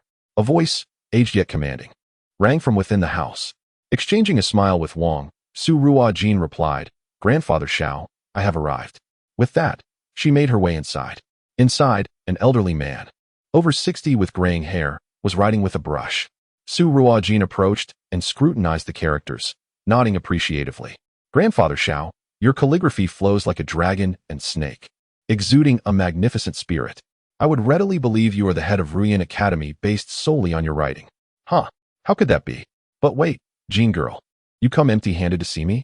Xiao Jiyuan paused and looked at Su Ruojin. She quickly raised the items she had been holding, smiling sweetly. "How could I?" "Grandfather Shao, I brought you some lotus pastries from Zhou's. Do try them." Xiao Jiyuan set down his brush, his demeanor turning grave as he extended his hand. "You know I am not referring to this. Hand it over." In an instant, Su Ruojin's cheerful expression transformed into one of dismay. "Oh dear, Grandfather Shao. You know I have been quite busy lately, so I haven't practiced my writing. Next time, I promise to bring my practice characters for your review." To affirm her honesty, she stood upright, fingers together, swearing an oath. If one were to inquire what troubled Su Ruojin most in this world, it would undoubtedly be the task of practicing calligraphy. In the 20th century, few bothered with penmanship. All matters were resolved through voice commands, while the more traditional among them utilized computers for input. As the new head of a family renowned for its ancient medical practices, Su Ruojin had adhered to familial customs, practicing calligraphy since childhood. In her previous era, her handwriting was commendable. However, upon arriving in this world, where everyone wrote with brushes, her skills paled in comparison to the elegant calligraphy of learned individuals. Since the day she and her master encountered Xiao Jiyuan in Muin village at the age of 5, he had insisted she hone her writing skills after catching a glimpse of her handwriting. In the words of Xiao Jiyuan, he could hardly endure the sight of such a beautiful young lady whose handwriting resembled that of a dog's paw prints. Just one glance at Su Ruojin's script could age him a year. Su Ruojin once attempted to refuse the practice of calligraphy by invoking the notion that a woman's lack of talent is a virtue, only to be met with a scathing reprimand from Xiao Jiyuan, who declared that such beliefs were the folly of ignorant rustic folk. If that were truly the case, Then why were the daughters of the nobility required to study and practice their writing from a tender age? Su Ruojin was not one to overlook the good intentions of her elder. She understood that Xiao Jiuan had her best interests at heart, and thus steeled herself to diligently practice her calligraphy. Yet, she sought every possible excuse to be lazy. As was the case this time, the last visit to Xiao Jiuan had been a month prior, during which she had promised to bring her practice sheets for his review. But upon returning home, she had forgotten entirely and was now caught red-handed. Xiao Jiuan cast a skeptical glance at the earnest little girl. Did you truly swear to the heavens using 4 fingers? Su Ruojin chuckled and withdrew her fingers. It's all the same. As long as the intention is genuine, the heavens will surely hear. She then playfully approached Xiao Jiuan from behind to massage his back. Grandfather Xiao, do not be upset. Let me rub your back. Next time, I promise to bring them for your inspection. After only a few moments of massaging, Xiao Jiuan began to cough, prompting Su Ruojin to furrow her brow in concern. Chapter 14. A gift from the lady grandfather Xiao. The weather has grown increasingly cold. You must keep warm. Please lie down while I prepare some acupuncture for you. Su Ruojin assisted Xiao Jiuan to the couch, and he did not refuse, allowing her to proceed with the treatment. After half an hour, Su Ruojin withdrew all the silver needles, wiped the sweat from her brow with a handkerchief handed to her by Wang Xing, and quietly expressed her gratitude. Thank you, Uncle Wang. Finding Xiao Jiuan fast asleep, she gestured for silence and stepped outside with Wang Xing. Uncle Wang, has Grandfather Xiao been coughing severely lately? Thanks to your care. Miss Su, the old master's chronic illness has not recurred in years. His recent cough may be attributed to the cold weather. That is good to hear. I will write a prescription shortly. After 3 days of treatment, his cough should improve. That would be wonderful. Thank you, Miss Su. We are fortunate to have you here, Wang Xing remarked, expressing his relief that without Su, the little divine physician, the old master would have endured much greater suffering. After bidding farewell to Wang Xing, Su Ruojin returned to the wooden cottage where Huang Jian called out, Little Jean, come and eat. I'm coming, second master. At the dining table, Su Ruojin served fish to her 4 masters and slowly spoke. Master, I wish to open a medical clinic. Hearing this, Yi Xuanji set down his chopsticks and regarded Su Ruojin intently. Have you made up your mind? Yes. Previously preoccupied with various matters, she had not found the time to oversee a clinic, but now that her affairs were in order and having departed from the Lin family, she envisioned establishing a small clinic to accompany her masters, the Lin matriarch and grandfather Xiao, cherishing a tranquil life in this world. Very well. Your medical skills should not remain hidden from the world, Yi Xuanji remarked with a sense of appreciation. From the moment he met Su Ruojin, he discerned that she was extraordinary. He had conducted discreet inquiries and confirmed that she was indeed the adopted child of the Lin family, with nothing particularly remarkable about her background. However, if there is nothing particularly remarkable, how could a 5-year-old girl unravel the toxin of the decayed leaf pollen that even a skilled poisoner could not?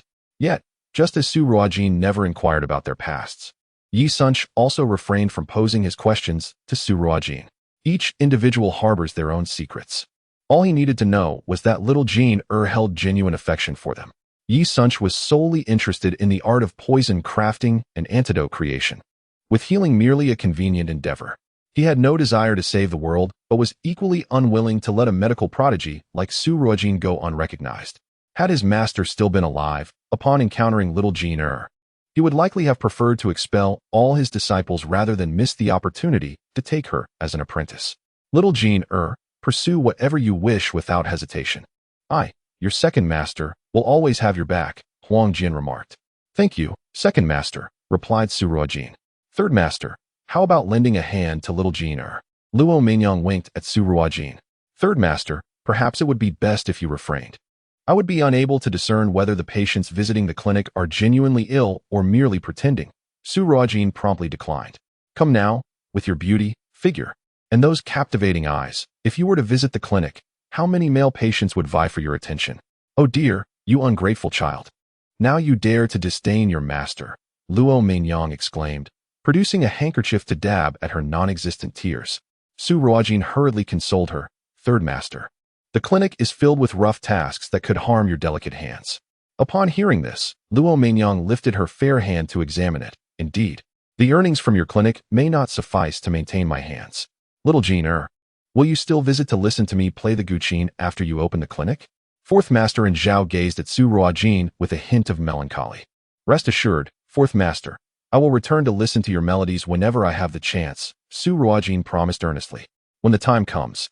Whether or not she has the time is merely a matter of her own words. And Zhao's spirits lifted. Ah, my little Jean is the most considerate. Unlike the three of you heartless ones, listening to my music seems akin to a matter of life and death. Luo Manyang shot him a sidelong glance. Your pieces have worn my ears thin. If I listen any longer, I might be compelled to retch. Others would pay handsomely to hear a piece from me. And yet you take it for granted. You are the one benefiting, and Zhao retorted. Forget it. Let others enjoy your generosity. Luo Manyang waved her hand dismissively. Before Zhao could voice another thought, Su Ruojin swiftly placed a piece of braised pork into his bowl. Fourth Master, do savor this braised pork. Second Master prepared it exceptionally well today. Oh, how thoughtful of you, little Jean. The following day, Su Ruojin rode into the city on Zhang Dage's ox cart. To establish her clinic, she first needed to find a suitable shop. After bidding farewell to Zhang Dage, she began her search along the streets. The medical consultation event at Juxian Tower was still in full swing, with many nearby physicians gathered outside, some arriving only that day due to the distance, awaiting verification of their medical credentials before entering. As Su Ruojin glanced around, preparing to leave, a familiar voice called out from behind her. Su Ruojin, did you know we would be coming to Juxian Tower today, waiting here for us? I must inform you, you are no longer the eldest daughter of the Lin family. No matter how you plead, it is of no use. Su Ruojin turned around to behold a woman clad in a rose-red brocade jacket adorned with intricate butterfly patterns. Her expression tinged with disdain as she gazed upon her. It was none other than her former foster mother, Zhao Jiao, the wife of Lin Jizhou. Beside Zhao Jiao stood Lin Zhongshan, Lin Wanqing, and the physician Kai, accompanied by a considerable retinue, the scene far grander than the previous day. Noticing Su Ruojin's glance directed at Lin Wanqing, Zhao Jiao instinctively positioned herself in front of Lin Wanqing. Her tone laced with caution. What are your intentions towards Wanqing? She is the eldest daughter of the Lin family. Should you dare to harm her, I shall not spare you. Zhao Jiao feared that Su Ruojin, envious of Lin Wanqing's status as the Lin family's eldest daughter, might lose her composure and inflict harm upon Lin Wanqing. These impoverished wretches are often despicable, their hearts tainted. If they cannot possess something, they will strive to ruin it for others. As a mother, she was resolute in safeguarding Wanqing. I just heard from Xiao Cui that you alighted from an ox cart. I understand your current circumstances are far from what they once were. Yet one must recognize their own station and refrain from coveting what does not belong to them, Zhao Jiao continued. Seeing this unfolding spectacle, Kai Fanzhou inquired with curiosity. Madame Lin, who is this?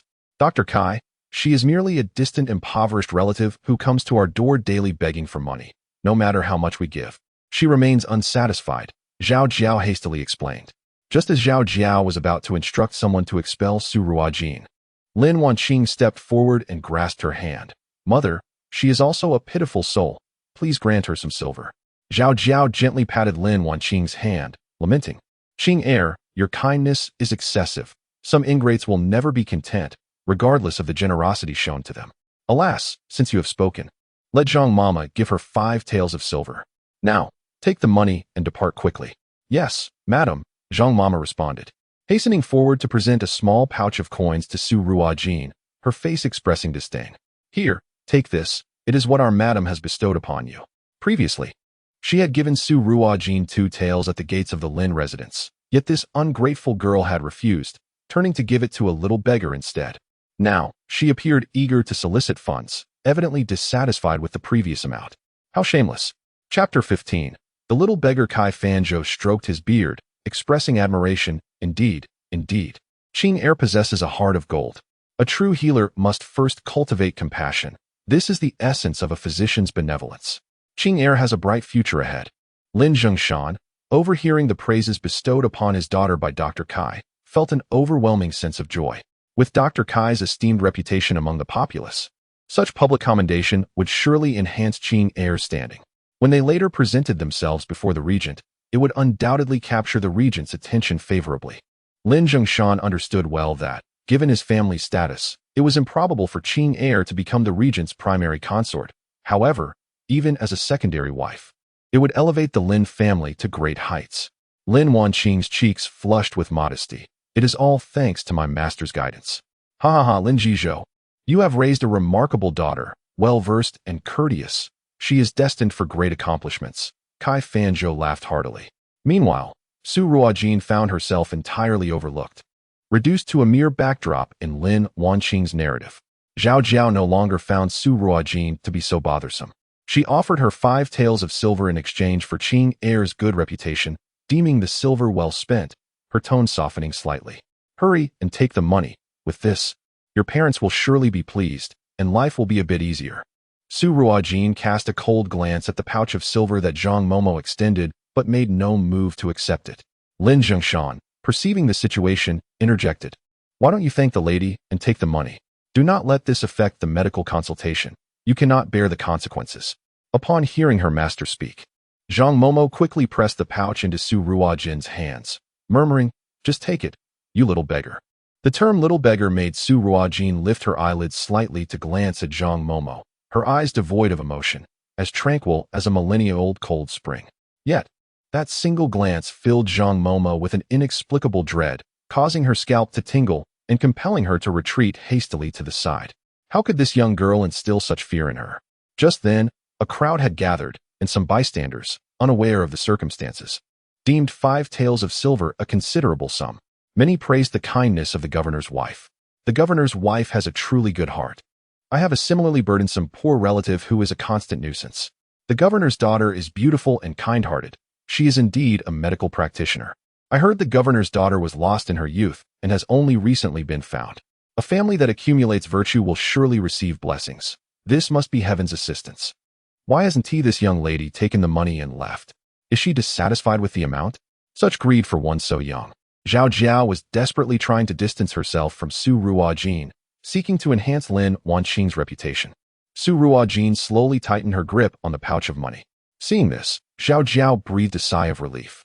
As long as this little wretch took the money and departed, her avaricious nature would be exposed, enhancing Qing Heir's reputation for kindness and generosity. However, in the next moment, Su Ruojin raised her brows slightly and flung the pouch back at Zhao Jiao. Instinctively, Zhao Jiao raised her hands to shield herself, but alas, she could not evade it. The pouch struck her face, turning one side of her face crimson. Feeling the stinging pain on her cheek and realizing it was the pouch thrown by Su Ruojin, Zhao Jiao could no longer suppress her disdain for her, shouting, "How dare you hit me? Su Ruojin, do not overstep your bounds. Qing Heir kindly helped you, yet you push your luck. 5 taels is certainly not a small amount." Her insinuation was that Su Ruojin's actions were motivated by the sum being insufficient. The onlookers regarded Su Ruojin with increasing disdain, gossiping among themselves, most accusing her of being excessively greedy.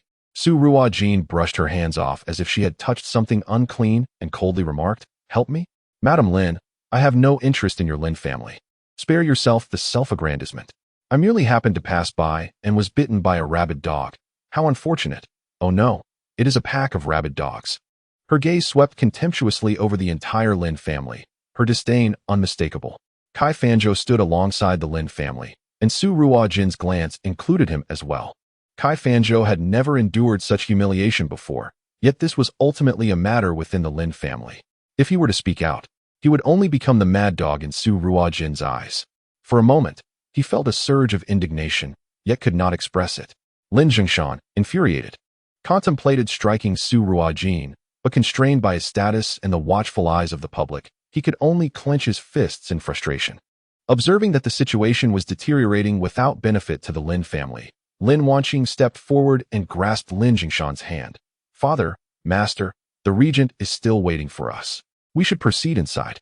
Her words promptly diffused the tension surrounding the Lin family and elevated their standing. To be awaited personally by the regent was indeed a remarkable honor. Kai Fanzhou comprehended Lin Wanqing's intent instantly. His expression softened, recognizing the wisdom of his disciple, in stark contrast to the ungrateful girl before him. He turned to Lin Zhengshan and stated, "Lin Governor, let us enter.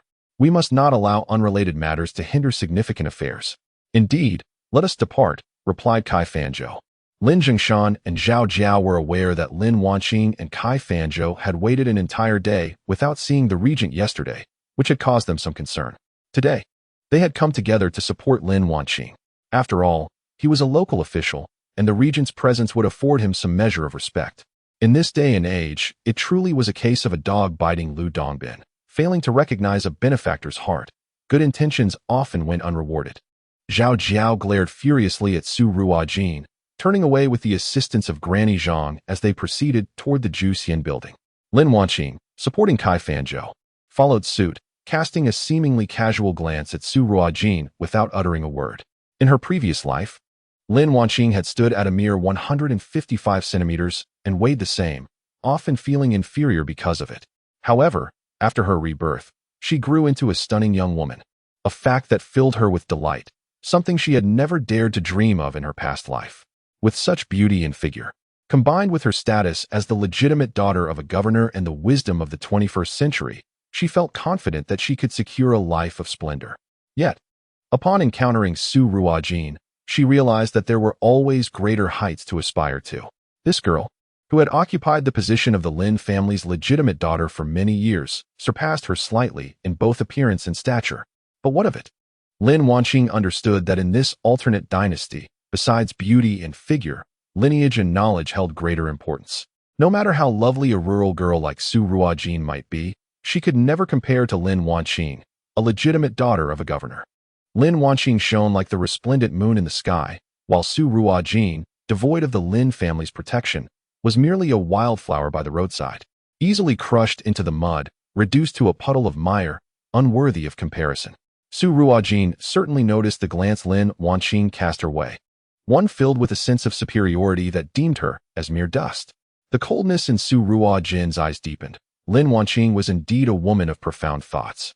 However, as long as Lin Wanqing did not provoke her, Su Ruojin wished to have no ties with her. From this point forward, their paths would diverge entirely. Just as Kai Fanzhou and the Lin family prepared to enter the Juxian building, a sudden commotion arose from the crowd. Chapter 16, The Benevolent Healer, Dr. Kai, a woman cradling a child of 5 or 6 years, pushed her way through the crowd to kneel before Dr. Kai Fanzhou. Great healer, I implore you, please save my son. I promise I will find a way to pay the consultation fee, she cried, tears streaming down her face as she bowed in desperation. Dr. Kai, observing the woman, revealed a hint of impatience in his eyes. Yet again, it was her. The woman, known as Qin Yang, had lost her husband shortly after their son was born. Now, she bore the burden of raising her child and caring for her mother-in-law alone. Her son had become her sole beacon of hope. Recently, the boy had fallen gravely ill, his body swollen, his belly distended, his complexion a ghastly yellow.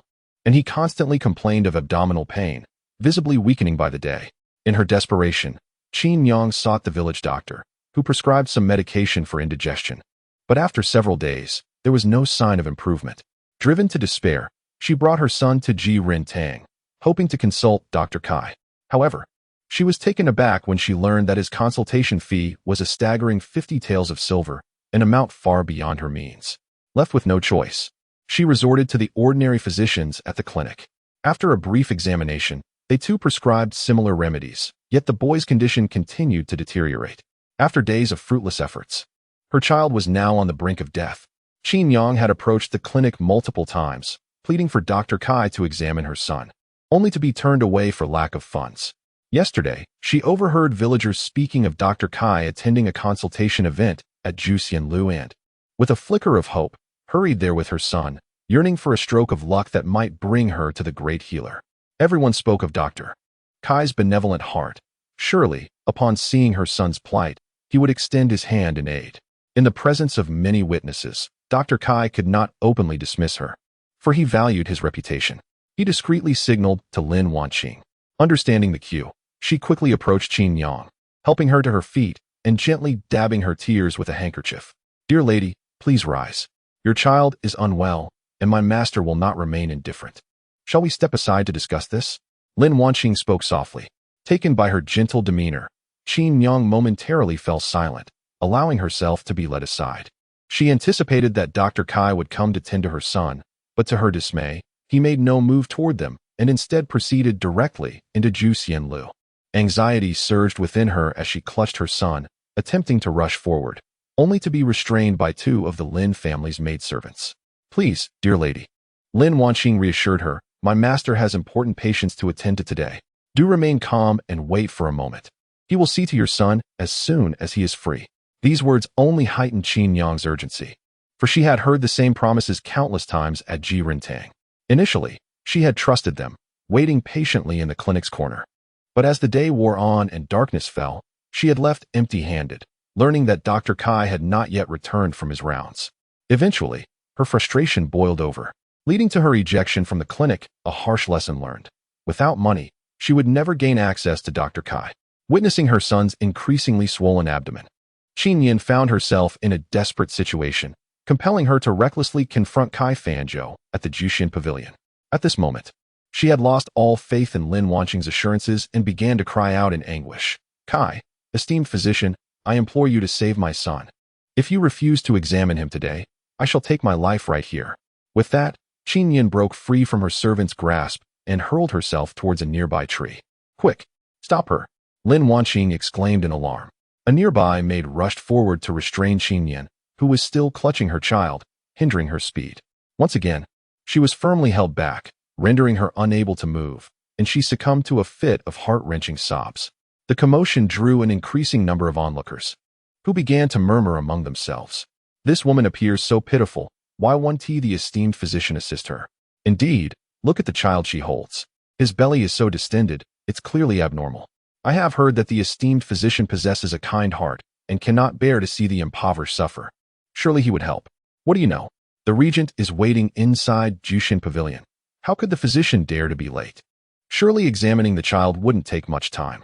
Isn't it said that a healer has the heart of a parent? That child looks so wretched, swollen to such an extent."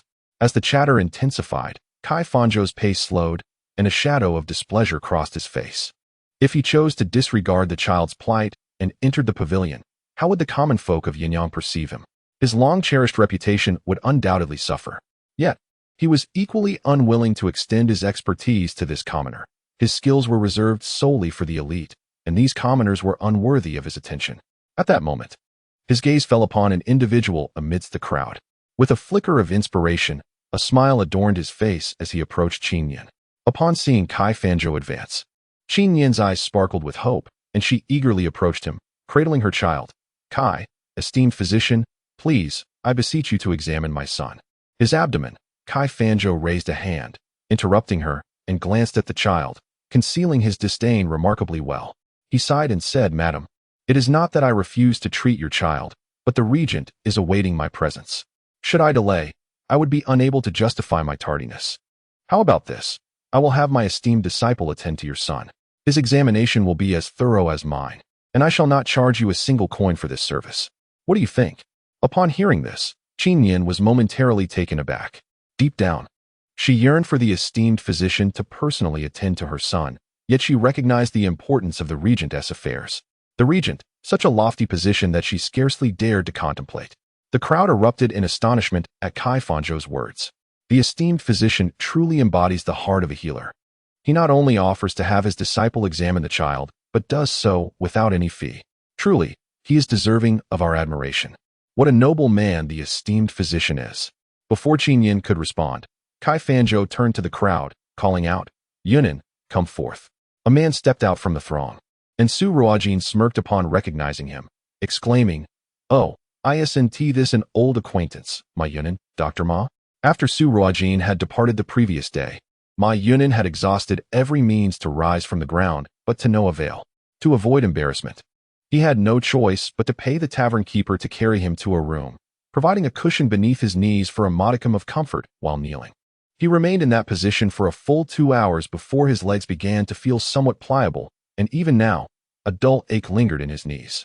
With a free day ahead, he had come to the gathering of worthies to partake in the lively atmosphere, only to witness the Lin family humiliating Su Ruojin, which alleviated some of his pent-up frustration. However, he was unexpectedly summoned by his master to attend to the child of Qin Yang. Although he had never personally diagnosed the child's ailment, he had heard from others in the medical hall that it was merely a case of infantile indigestion, a common affliction. Yet they insisted on consulting his master and were unable to afford the consultation fee. In the past, he would have disregarded such impoverished individuals, but being singled out by his master now stirred a sense of excitement within him. Infantile indigestion was a trivial ailment, almost effortless for him to address. In such a public setting, successfully employing his medical skills to heal a patient would surely elevate his reputation. Moreover, being at the entrance of the gathering of worthies, there was a possibility of attracting the attention of the regent, leading to an opportunity to treat the young heir. In that fleeting moment, Ma Yunin's thoughts wandered far and wide, and an uncontrollable smile graced his face. Chapter 17. You can only choose one. Ma Yunin hastily approached Kai Fanzhou, bowing respectfully. Master. Yes, Yunin. I find myself unable to attend to this matter, so I entrust you with the care of this child. All expenses shall be borne by Jiren Hall, Kai Fanzhou instructed. Understood, Master, Ma Yunin replied, bowing once more in deference. Kai Fanzhou kindly addressed Qin Yang. Madam, allow my young disciple to examine your child. Rest assured, his medical skills are well regarded in our clinic. At that moment, Kai Fanzhou conveniently overlooked the recent incident where Ma Yunin had nearly caused a patient's demise due to a reckless prescription, leading to his abrupt cessation of practice. As long as he managed the situation now, even if Ma Yunin were to inadvertently harm the peasant's child, they could simply claim that the child had been brought in too late for treatment, rendering the matter inconsequential. Lin Wanqing seized the opportunity to speak. You need not worry. My senior brother is quite skilled in medicine. After saying this, she gently patted Qin Yang's hand to reassure her. Qin Yang stood momentarily bewildered, having intended to seek out the esteemed Kai Shini for treatment, only to find herself with a different physician. However, she was not one to be ungrateful. Although she was unaware of Ma Yunin's capabilities, knowing he was a direct disciple of Kai Shini eased her anxiety. With Kai Shini offering free treatment for her child, she felt profoundly grateful, realizing she had previously misjudged Jiren Hall, believing they were solely motivated by profit. Thank you, Kai Shini, and I appreciate your effort, Dr. Ma, Qin Yang said, slightly bowing while cradling her child. Qing'er, let us proceed.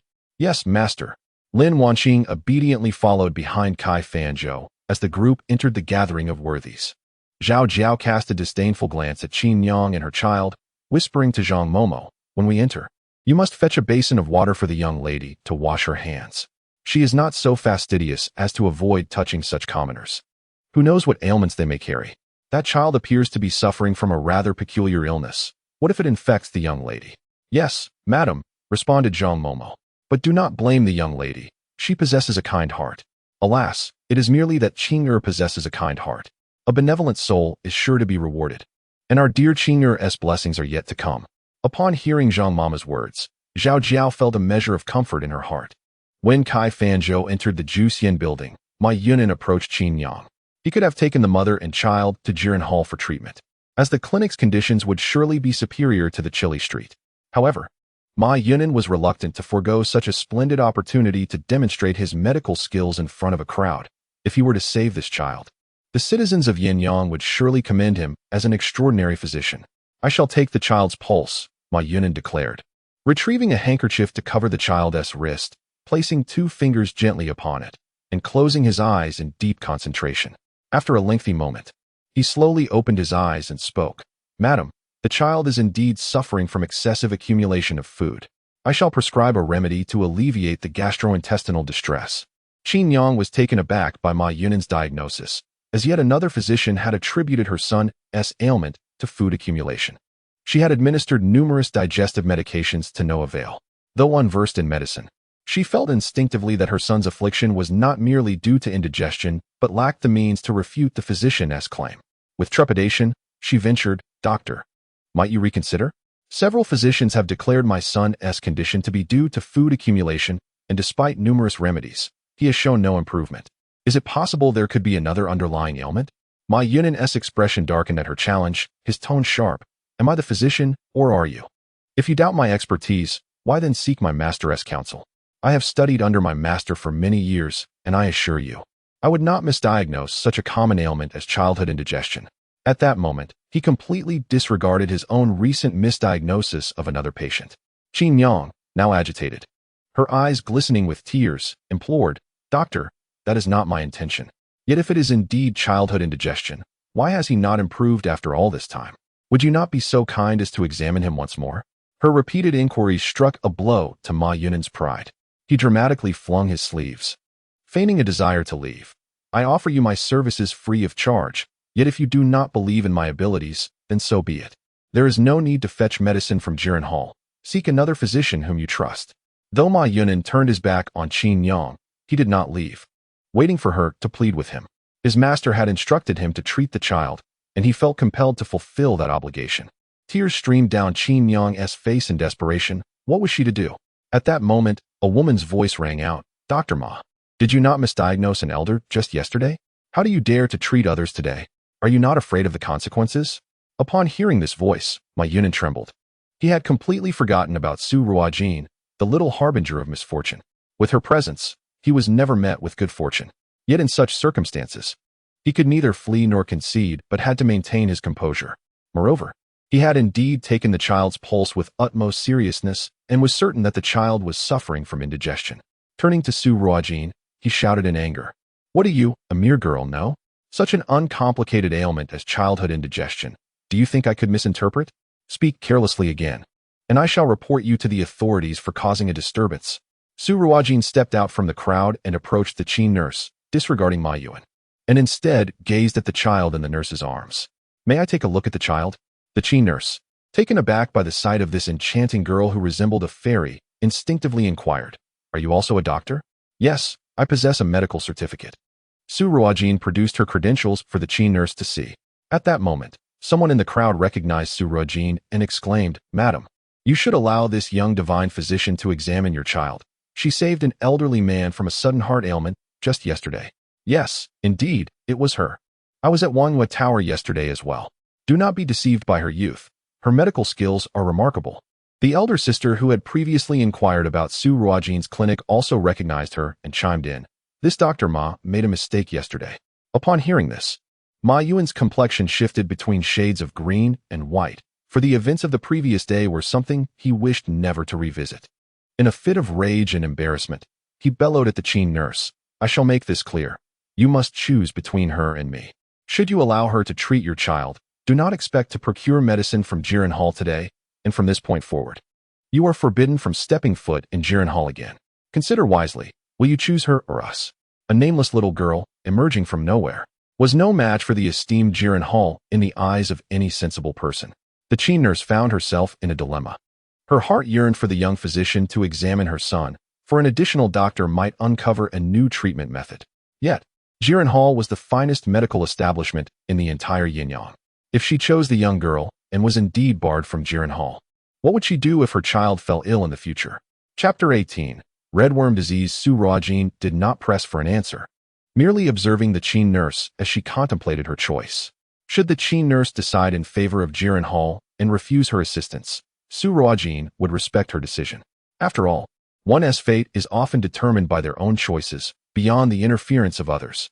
Furthermore, in matters of health, if a patient resists and is unwilling to cooperate, no physician can effectuate a cure. Perceiving the Qin nurse's hesitation, the elder sister grew anxious, pushing through the throng to stand beside her. Sister, heed my words. This young lady possesses far superior medical skills than Dr. Ma. Quickly allow her to examine your child. Do not delay in addressing the child's condition. Ma Yuan scoffed. I advise you to be cautious. Who knows whether they are in cahoots? Be wary of being deceived. The elder sister, incensed at being labeled a swindler, knew the young girl had mentioned plans to establish her own clinic soon, after which she would no longer visit Jiren Hall and would not fear offending this quack doctor. The elder sister placed her hands on her hips and retorted, Who are you calling a swindler? Dr. Ma, yesterday you were reluctant to assist the elderly man with a heart ailment. Where is your medical ethics? When the young lady stepped in to help, you claimed she misdiagnosed. Yet it was you who erred. How dare you accuse me of being a fraud? At this moment, the elder sister raised her voice even louder, calling out, Come, come, everyone come and see. This doctor from Jiren Hall is the one who was punished to kneel at Wangyue Tower yesterday for a misdiagnosis. Ma Yunan's expression could no longer be described as merely dark. He felt an overwhelming urge to kick this loudmouth woman into the distance. Trembling, he pointed at her, exclaiming, You shameless woman. Utter nonsense, creating trouble. I will report you to the authorities for defaming my reputation. The elder sister shot him a disdainful glance, retorting, You claim to be a disciple of Master Kai. If I were Master Kai, I would have long since expelled you, a disciple who tarnishes the name of the school. Su Ruojin silently gave a thumbs up to the elder sister in her heart, taking note of her appearance, vowing that when her medical clinic opened, she would certainly offer the elder sister a discount, a lifelong one at that. At this moment, Taiju squeezed through the crowd and approached Su Ruojin, deeply bowing. Little divine doctor, thank you. My grandfather took your medicine and feels much better. He said he has never felt so at ease in years and insisted that I find you to express his gratitude in person.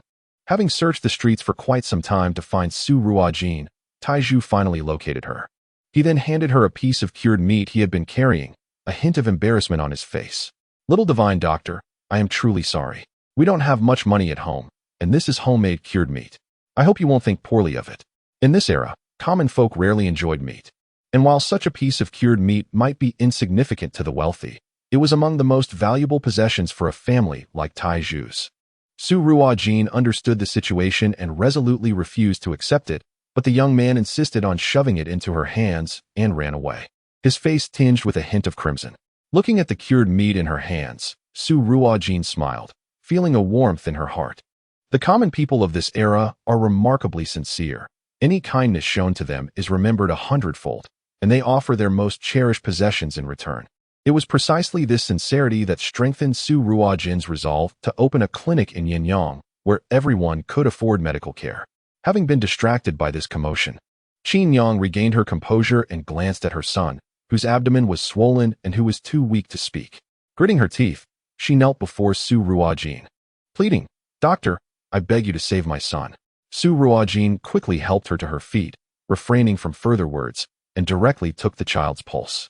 Upon seeing that Qin Yang had indeed chosen Su Ruojin, disregarding his own dignity, Ma Yunin was infuriated and snorted, "I want to see what she can diagnose. If she cannot cure him, do not expect Jiren Hall to assist you again." Ma Yunin felt confident this time, as the newly appointed doctors in the clinic had all diagnosed the child with indigestion. With so many opinions already given, he could hardly believe that this young girl could discover anything different. If she too diagnosed indigestion, it would only serve to prove that Qin Yang had no discernment.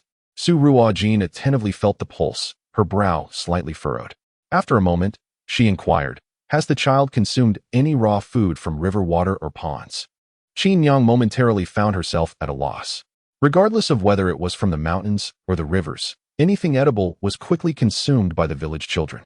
However, after a brief recollection, she hesitantly replied, "Does water chestnut count? Our village has plenty of it in the rice paddies and ponds. Not long ago, Danhua often went with the village children to forage for water chestnuts. For the children in the village, with limited food options, water chestnuts had become the finest fruit." Water chestnuts? Precisely, Su Ruojin retracted her hand and remarked, "It is not merely indigestion. Rather, he has contracted a disease known as the red worm disease. This condition, referred to by this name in this era, was termed the ginger slice worm disease in Su Ruojin's previous life. The larvae of the red worm typically inhabit water, and when children inadvertently consume aquatic plants harboring these larvae, they enter the human body and parasitize the small intestine, resulting in symptoms such as bloating, indigestion, an inflated abdomen, and pallor. What is red worm disease? Qin Yang could not help but voice her confusion. The gathered crowd gazed at Su Ruojin, eager for an explanation. In simple terms, it is the affliction caused when your child consumes water chestnuts contaminated with red worm larvae, leading to internal complications. Upon hearing this, Qin Yang's complexion paled, and she exclaimed, "What should we do? Will my son die? The thought of worms in his belly is terrifying." Ma Yunin, hearing of this disease for the first time, scoffed, "Young lady, if you can't diagnose it, just say so. No one will blame you.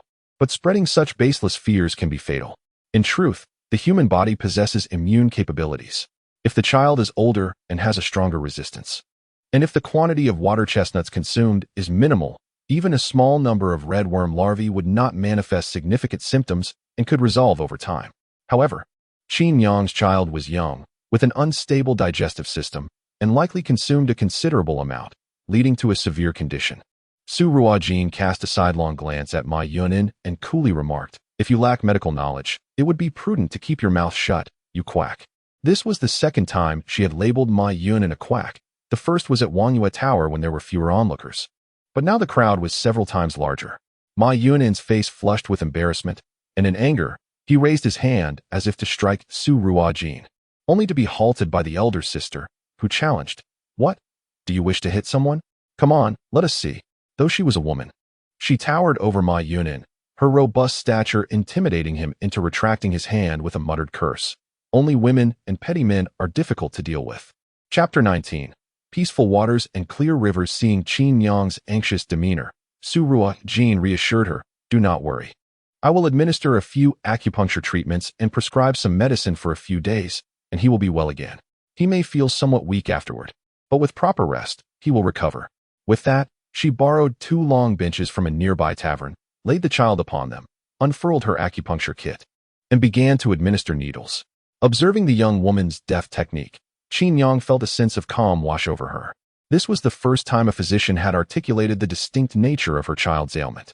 Though she did not fully comprehend these medical conditions, she instinctively believed this young healer was correct. After all, why had the physicians who merely attributed it to indigestion been unable to cure her son's illness? In her desperation to treat her son, she had even sold the family's only cow. After Su Ruojin removed the silver needles from the child one by one, the weak child, who had been keeping his eyes closed, finally opened them and said, "Mother, I need to relieve myself." "What?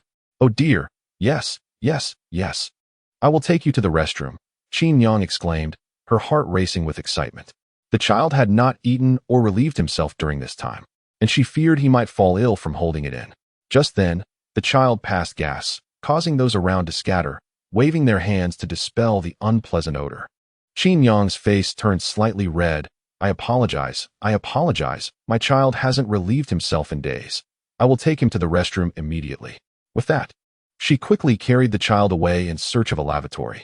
Meanwhile, Su Ruojin entered a nearby bookshop, purchasing paper and ink, and settled down to write a prescription. Sunlight streamed through the window, casting a gentle halo around the young girl as she diligently focused on her writing, piquing the curiosity of the shopkeeper. "Do you?" Though he felt it inappropriate to stand beside her and observe, he could not resist the urge to casually glance over. Upon seeing her work, Du gasped in astonishment. The girl's calligraphy flowed like dragons and snakes, with strokes as bold as iron and silver. It rivaled the artworks displayed in his shop. Had he not witnessed it himself, he would never have believed that such exquisite writing could belong to a young girl. He pondered whether she would agree to create a few pieces for sale in his shop. With his years of experience in selling calligraphy, he was certain her work would be a commercial success. As he hesitated on how to approach her with this proposition, Su Ruojin had already completed her prescription. Gathering her materials to leave, Du hurriedly stepped in front of her and bowed. "Esteemed young lady, I am Du, the owner of this bookshop. I happened to see your writing just now and was utterly amazed. Might I request you to create a few pieces for sale in my shop? Based on my extensive experience, your work is bound to sell well. We could split the profits." "Oh, no, let us do 60-40, with you receiving the larger share. What do you think?" As he spoke, he extended a handful of copper coins to Su Ruojin. "This is the payment for the paper and ink you just purchased." Su Ruojin glanced at the coins in his hand, hesitating to accept them, her eyes widening in surprise. For 10 years, she had been compelled by old Master Xiao to practice her calligraphy, often finding ways to shirk her duties, and she had no true understanding of her skill level. Each time she presented her work for his review, she was met with harsh criticism, being told she had written poorly and needed to practice 100 more times.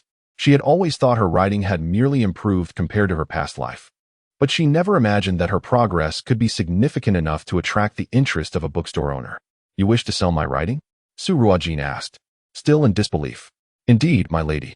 This way, you can also earn some income," Du replied, his gaze hopeful as he awaited her response. Su Ruojin turned her head to observe the various calligraphies and paintings displayed in the shop. Each piece, regardless of style, paled in comparison to old Master Zhao's exceptional work. Gratitude is extended to Boss Du for his kind regard. The young lady humbly acknowledges her mediocre calligraphy and refrains from displaying it to avoid embarrassment. Su Ruojin tactfully declines. Jokingly, she reflects that if Grandfather Xiao were to witness her writing, he would scold her incessantly. Should she dare to present it for sale, his reprimand would be even harsher.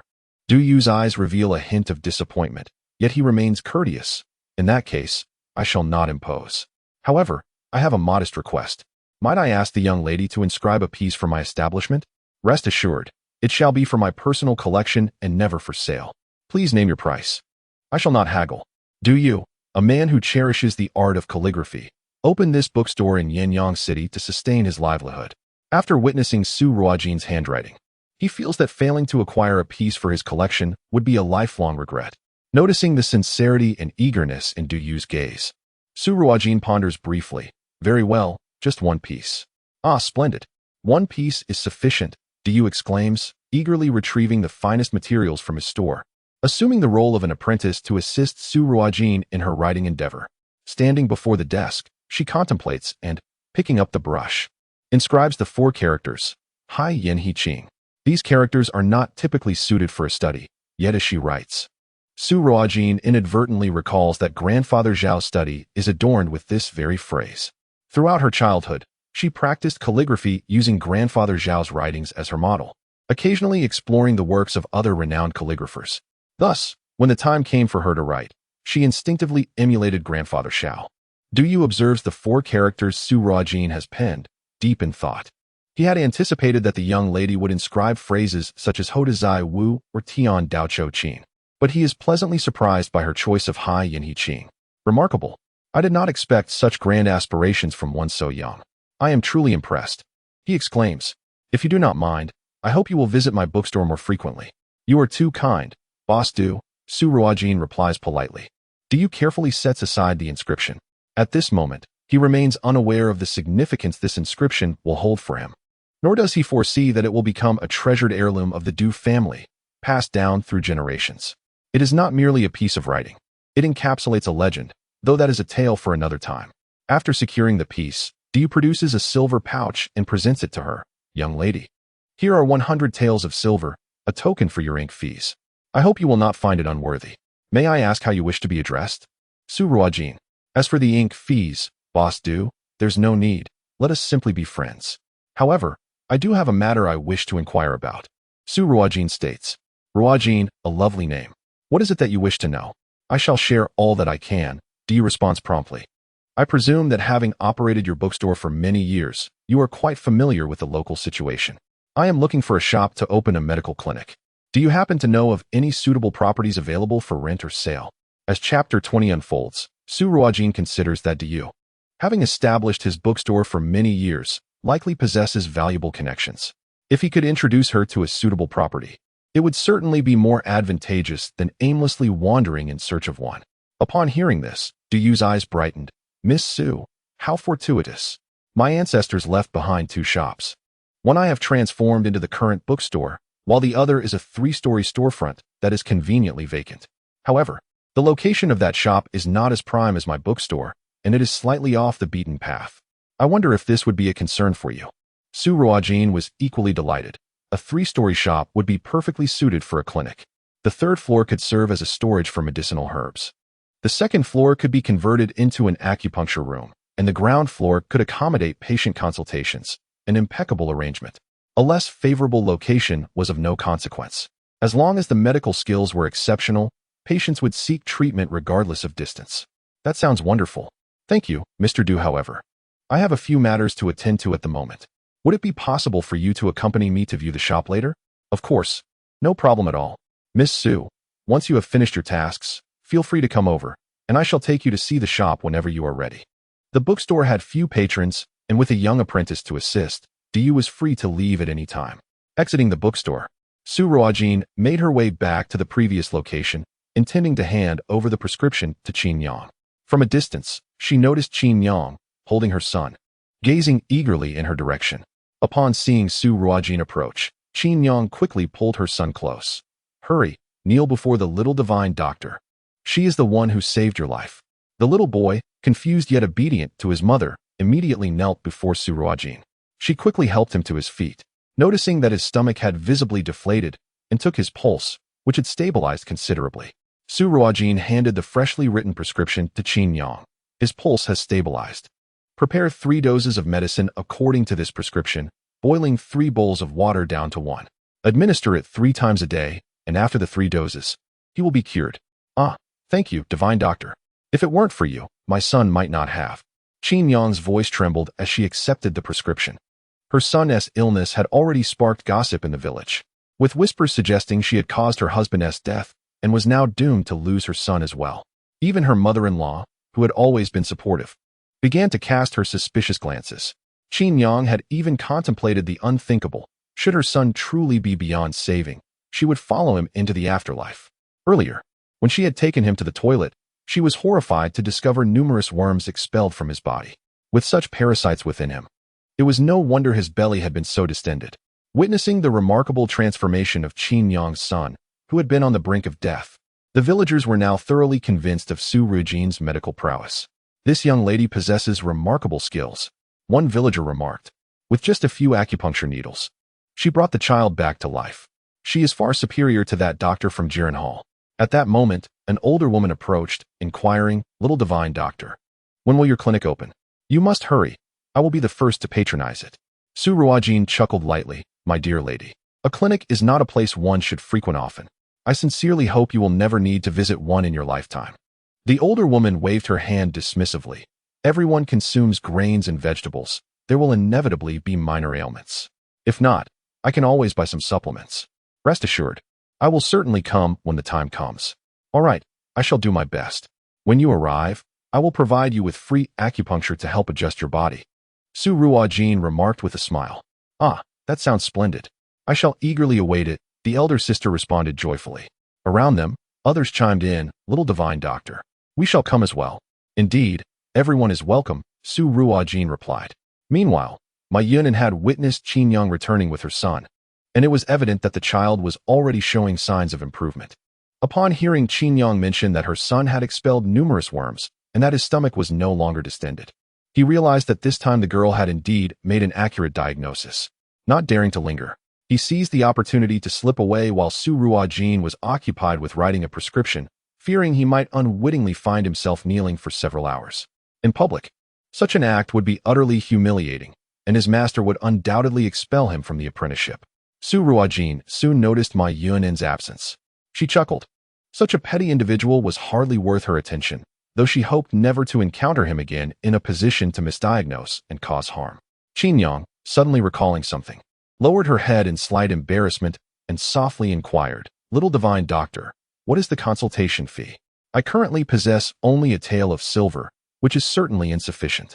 However, please rest assured, regardless of the cost, I shall find a way to compensate you. Our funds for treating Xiaobo are nearly depleted, and I hope you might grant me a little more time." She felt a pang of guilt. The young divine doctor had saved her son's life, yet she could not provide the fee. Su Ruojin waved her hand dismissively. "It is not a grave ailment, and I have yet to establish a clinic. There is no need for a consultation fee. The prescription I have prepared utilizes only common medicinal ingredients. A single tael of silver will suffice to remedy the child. Please take him home now, and remember to wash all consumables thoroughly before giving them to him." Qin Yang readily agreed, attempting to kneel in gratitude. But Su Ruojin firmly held her back. After expressing her heartfelt thanks, she departed with her child. As the matter concluded, the crowd began to disperse. Yet discussions about the sudden appearance of this little divine doctor continued to circulate. Among them, a middle-aged man observed the scene before turning to leave. Having resolved Qin Yang's issue, Su Ruojin returned to Duyu's bookstore. Duyu instructed the bookkeeper to oversee the shop's affairs while he escorted Su Ruojin to the establishment. The shop was situated at the end of the street, somewhat secluded. However, Su Ruojin was pleasantly surprised to discover that it was larger than she had anticipated. For a clinic, ample space was advantageous, providing greater room for practice. Moreover, the shop included a backyard, which housed a two-story building comprising 8 rooms in total. Adjacent to the small building was a separate storage room and a spacious courtyard. Thus, she would not need to find additional housing and could reside directly in the clinic's backyard. She could eventually bring her grandmother to live with her, and the courtyard could be cultivated with medicinal herbs, far exceeding her expectations. Su Ruojin decisively declared, "Boss Du, I shall rent this establishment. Pray tell, what is the rent?" Though the shop was at the street's end and somewhat out of the way, it was still situated on the main thoroughfare and was quite spacious. Typically, such a property would command an annual rent of no less than 300 taels of silver. Just moments ago, Miss Su had graciously composed a couplet for herself, without receiving a single coin in return. Naturally, Duyu remembered this act of kindness and remarked, "Miss Su, the rent is 200 taels of silver per year, which can be paid at the end of the year on an annual basis." Considering that the young lady would undoubtedly need to invest significantly in her clinic during its initial phase, he deliberately set the rental payment timeline to year-end, effectively allowing her to utilize the shop without charge for a year, enabling her to pay the rent once she had earned her income. Miss Su had previously gathered some knowledge regarding the rental prices of shops in Yanyang City, and it was evident that Du's rent was below market value. Moreover, the arrangement of paying after use provided her with immense convenience. Although she was not short on funds and even entertained the thought of purchasing the shop one day, she deemed it unnecessary to rush, planning to address it after the clinic was established. Without hesitation, she promptly signed the contract with Du, securing the premises. However, she etched his kindness in her heart, intending to repay him when the opportunity arose. Chapter 21. Mistaken Identity. Lin Zhongshan, Kai Fanzhou, and their companions entered the Gathering of Heroes Tower with great momentum. The first floor was still bustling with numerous individuals queuing for the initial round of assessments. Upon spotting them, Su Ruojin approached and bowed, saying, "Governor Lin, Divine Dr. Kai has arrived." Su Ruojin, an esteemed housekeeper of the Regent Prince's residence, had witnessed the regent's growth, and even in the capital, none dared to belittle him. It is said that even a 7th-rank official would find it difficult to stand before a prime minister, let alone in the presence of the Regent Prince. Having served as an official for many years, Lin Zhongshan was well-versed in the nuances of such interactions and responded respectfully, "Thank you, Su Ruojin," a hint of pride gracing his expression. Just yesterday, when Kai Fanzhou had come with Qing'er, neither the Regent Prince nor even Su Ruojin had received him. Today, however, Zhang had personally come to greet him, indicating that his status had indeed elevated.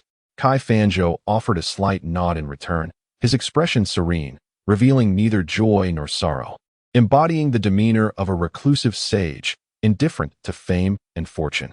Su Ruojin, unperturbed, recognized that if Kai Fanzhou was indeed the legendary medical sage capable of curing his young master's ailment, he would gladly serve him. Lin Wanqing stepped forward, slightly bending her knees in greeting. "May you have longevity, Su Ruojin." Su Ruojin gazed at the charming young woman before him, a hint of puzzlement crossing his features. "And who might this be?" Lin Zhongshan hurriedly introduced, "This is my daughter, Lin Wanqing. She is now a disciple of Divine Dr. Kai, studying medicine." Su Ruojin smiled faintly. Governor Lin is indeed fortunate. Miss Lin possesses an elegant demeanor and an intelligent mind, destined for great achievements in the future. Upon hearing Su Ruojin's praise, Lin Wanqing felt a flush of warmth rise to her cheeks. "Your flattery is too generous, Su Ruojin." Having learned that Zhang commanded respect even from the Regent Prince, she believed that his commendation would surely reflect well when she met the regent himself.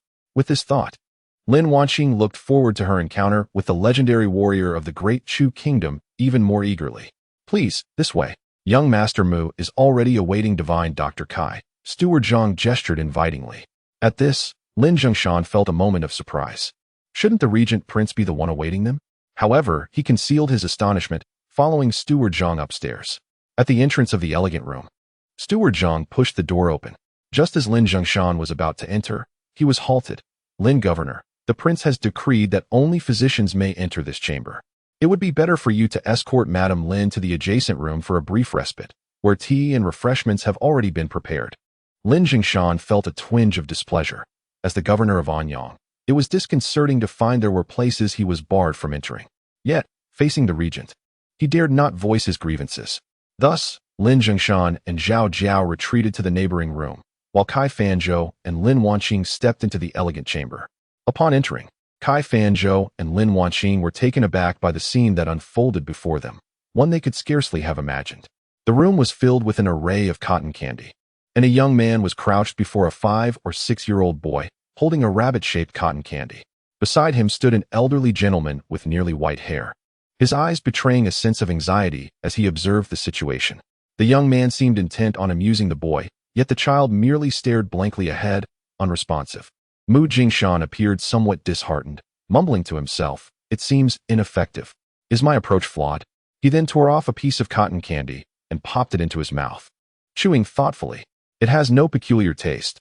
It's just ordinary cotton candy." Where could the problem lie? Having treated the young heir for many years without success, the prospect that something as simple as cotton candy could bring about change intrigued him. Despite the implausibility of the idea, he felt compelled to uncover the reason behind it. After all, in the myriad relations of the world, sometimes seemingly trivial matters could hold the key to resolution. Kai Fanzhou and Lin Wanqing exchanged glances, each perceiving the other's confusion. The young man appeared oblivious to their presence, lost in his own world. Kai Fanzhou cleared his throat and approached the elderly gentleman, bowing respectfully. I pay my respects to Physician Mu. Physician Mu Jingshan, the resident doctor of the regent's estate, was a disciple of the renowned ghost doctor. The current emperor had once sought to invite him to the Imperial Medical Academy, but he declined, citing a desire for freedom beyond the palace walls, preferring to remain a humble physician within the regent's household. Yet, despite his modest position, no one dared underestimate him due to his lineage as a disciple of the ghost doctor. Even court physicians occasionally sought his counsel on medical matters. No matter how lofty his own ideals, Kai Fanzhou dared not boast before Mu Jingshan.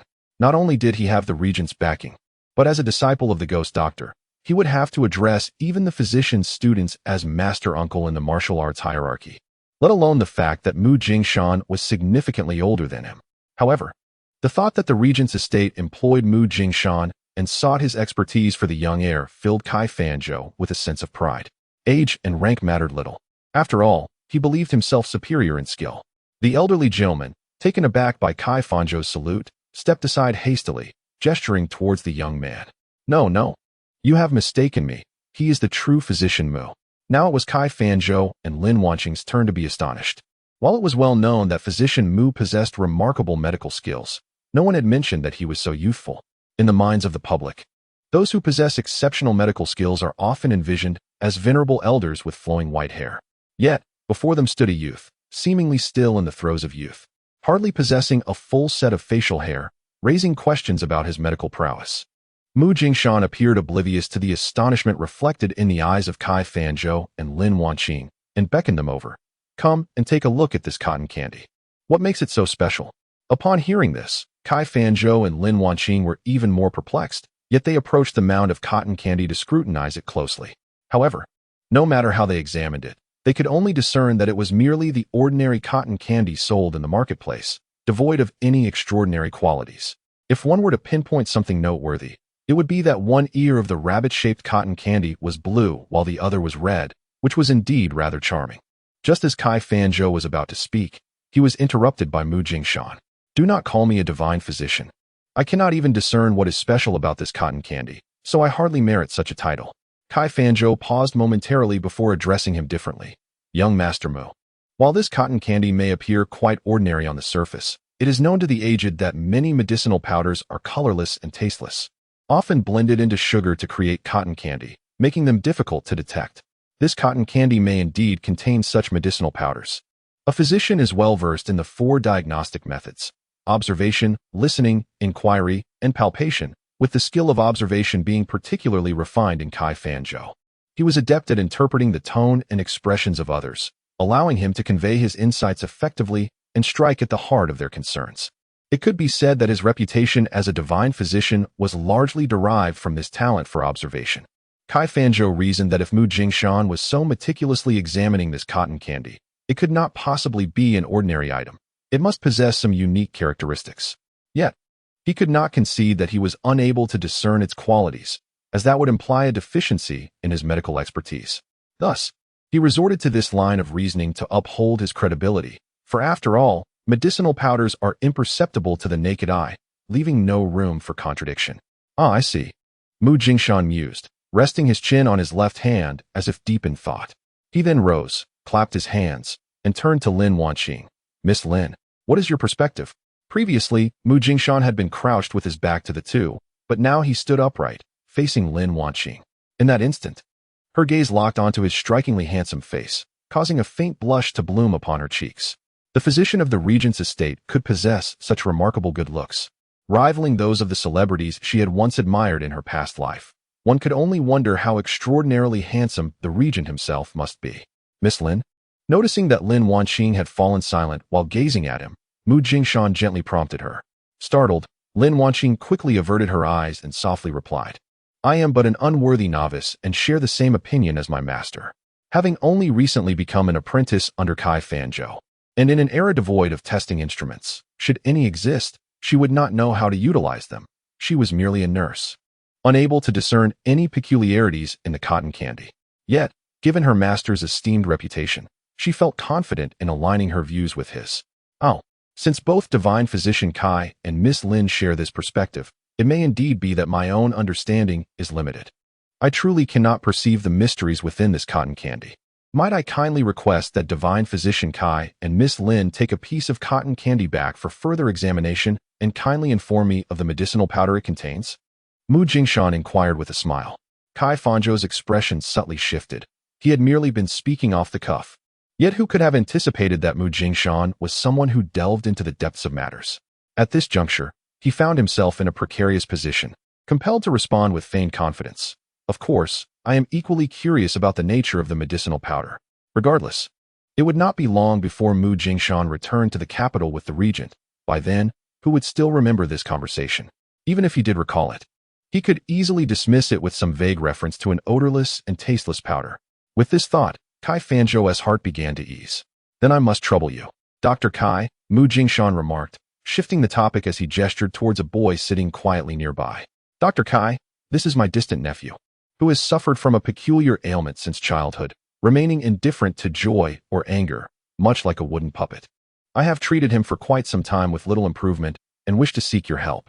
Kai Fanzhou turned his gaze to the boy, whose eyes were devoid of spirit and whose frail form seemed ready to be swept away by a mere gust of wind. Could this truly be the young heir? Yet, judging by the child's attire and demeanor, it hardly seemed fitting. After years of practice, Kai Fanzhou recognized the situation unfolding before him. This was evidently a test imposed by the regent. A flicker of discontent stirred within him, for as a reputable physician, he was accustomed to others beseeching him for aid. Yet here he was, being subjected to scrutiny by the regent.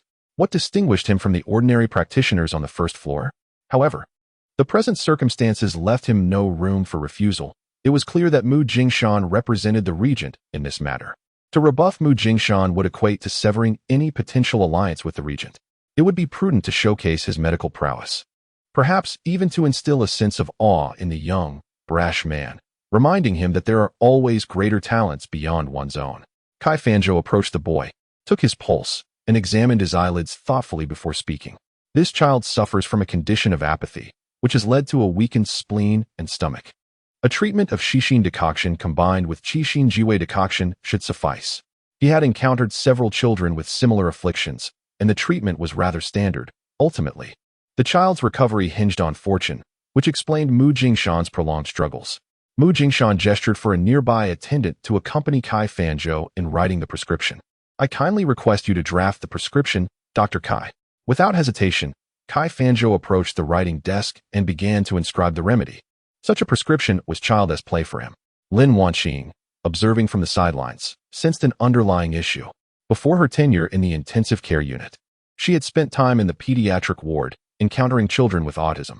The symptoms exhibited by the boy before her bore a striking resemblance to autism. In the hospitals where she had worked, some autistic children were treated with transcranial direct current stimulation, yet such practices were evidently unattainable in the current era of Dechu. Additionally, some autistic children might experience seizures, but she could not ascertain whether this child was afflicted in such a manner. Nor did she feel comfortable voicing her concerns to Kai Fanzhou. Lin Wanqing understood well that in this age, a disciple questioning their master could be deemed profoundly disrespectful, and she herself was not entirely certain. Before long, Kai Fanzhou completed the prescription and handed it to Mu Jingshan, a hint of pride gracing his features. Such a trivial ailment posed no challenge to him. Mu Jingshan examined the prescription with an enduring, gentle smile. Thank you for your efforts, Dr. Kai. With that, he passed the prescription to the attendant beside him. At that moment, the elder suddenly exclaimed, "Young Master Mu, Qing'er has fallen ill again." The child, who had been sitting obediently just moments ago, now lay on the ground, convulsing and frothing at the mouth. This was dire. Mu Jingshan swiftly yanked the tablecloth from the table and rushed towards the boy. The abrupt removal of the cloth sent the teapot and cups crashing to the floor, shattering into countless pieces. However, Mu Jingshan paid no heed to the chaos. He stuffed the tablecloth into the boy's mouth and instructed the elder to support him while he began administering acupuncture. After a series of deft maneuvers, the boy finally ceased convulsing and gradually regained his breath. "Uncle Lu, please take the child back home. I will have someone deliver the medicine shortly. If he takes it on time, Qing'er will be fine," Mu Jingshan assured. Uncle Lu, cradling his grandson, expressed his gratitude with teary eyes. "Thank you, young Master Mu. If it weren't for you, Qing'er might not have." Once Uncle Lu departed, Kai Fanzhou felt a flush of heat rising to his face. He had failed to recognize that the child suffered from epilepsy, prescribing a remedy that did not address this condition. While ordinary people might overlook such details, Mu Jingshan, being a fellow physician, could easily discern the truth. Kai Fanzhou attempted to speak, but Mu Jingshan raised his hand to silence him, saying, "Divine Dr. Kai, the child's sudden affliction was unforeseen. The regent has urgent matters to attend to and cannot come at this time. You should return for now, rest assured. The prince will send someone to notify you." Kai Fanzhou could hardly believe that after 2 days at the Jushin Pavilion, he had yet to see even a glimpse of the regent or the young prince, and now he was being dismissed. If outsiders were to learn of this, he would be utterly humiliated. Yet, with Mu Jingshan having spoken, he could not protest further, and could only maintain a semblance of dignity. "I may not be in my residence for the next few days due to patients requiring my attention. If necessary, young Master Mu, you may send my servants to find me at the patients' homes." "Very well," Mu Jingshan nodded, choosing not to elaborate further. Upon exiting the private room, Lin Jingshan and Zhao Jiao, hearing a commotion from next door, hurried out and were taken aback to see the small rabbit cotton candy in Kai Fanzhou's hand. What could this mean? Could it be that the young prince favored divine Dr. Kai, sharing his cotton candy with him? Yes, that must be it. With this thought, Lin Jingshan felt a surge of joy and smiled. "Divine Dr. Kai, have you had the opportunity to meet the regent and the young prince? Surely, for a skilled physician like yourself, the young prince's ailment must be a mere trifle. We will rely on your expertise in the future." Kai Fanzhou maintained a composed demeanor. "The regent has sent someone to inform me to wait a moment. He will come once his pressing matters are resolved. However, I have patients in urgent need of my attention. In the eyes of a healer, treating the sick takes precedence. I cannot delay care for others merely to await the regent. I shall visit him another day when my schedule permits." His words rang with righteous conviction, and those passing by nodded in agreement, quietly commending the integrity of divine Dr. Kai. Lin Wangqing chimed in, "Master, you truly embody the heart of a healer. I admire you greatly." Kai Fanzhou cast a grateful glance at Lin Wangqing, recognizing her potential as a promising disciple. Chapter 23. Those who seek fame and recognition. After Kai Fanzhou and Lin Wangqing departed, a hidden door in the private room suddenly swung open, revealing Xiao Yanchu, who emerged, hand in hand with Ear. "How did it go?" Mu Jingshan let out a bitter smile and shook his head. Those who seek fame and accolades, like Lu Bo's grandson, were unable to diagnose his condition, which is compounded by epilepsy. At this rate, when will Ear recover? The prince's ailment is even more concerning. Mu Jingshan sighed inwardly. This journey to Yanyang ostensibly aimed to treat the young master, yet his primary intention was to seek out the esteemed physician to examine the prince's health. It was uncertain how much longer the prince's body could endure. However, after encountering Kai Fanzhou, who was most likely the revered physician, Mu Jingshan felt a profound sense of disappointment. Setting aside Kai's medical skills, when Lu Bo's grandson suddenly fell ill, any physician should have instinctively rushed to assist. Yet, Kai Fanzhou merely stood by, devoid of any compassion in his gaze. What merit does such a healer possess to be deemed a saint? Xiao Yanchu seemed to perceive Mu Jingshan's concern and casually remarked, "There's no need to rush, we still have time." Mu Jingshan was compelled to temporarily set aside his worries and handed a cotton candy to Ear. "Ear, here you go. This is your favorite cotton candy." However, Xiao Bingyi appeared oblivious, his gaze drifting past the cotton candy in Mu Jingshan's hand, lost in distant thoughts. Feeling a twinge of defeat, Mu Jingshan retracted the cotton candy. "Your Highness, what on earth is happening?" He pondered. "Why won't Ear eat the cotton candy I offered?" Xiao Yanchu did not respond. As his mind flickered to the visage of a girl, perhaps she held the answer. Su Ruojin was unaware of the events unfolding in the Jushin building. After securing a shop, she turned towards Jingshui Alley. Upon seeing Su Ruojin arrive, old Madame Lin was filled with joy. "Little Jean is here. Quickly, Yuan Hong, go buy a chicken. Today I shall prepare spicy chicken for us." Hailing from Jiushu, old Madame Lin had a particular fondness for spicy food, and her spicy chicken was renowned for its delectable flavor. Ever since childhood, whenever old Madame Lin cooked spicy chicken, Su Ruojin would invariably eat an extra bowl of rice. "All right, old madam." Yuan Hong took the purse from old Madame Lin and hurried out, eager to savor the old madam's spicy chicken once more. Su Ruojin did not hinder him.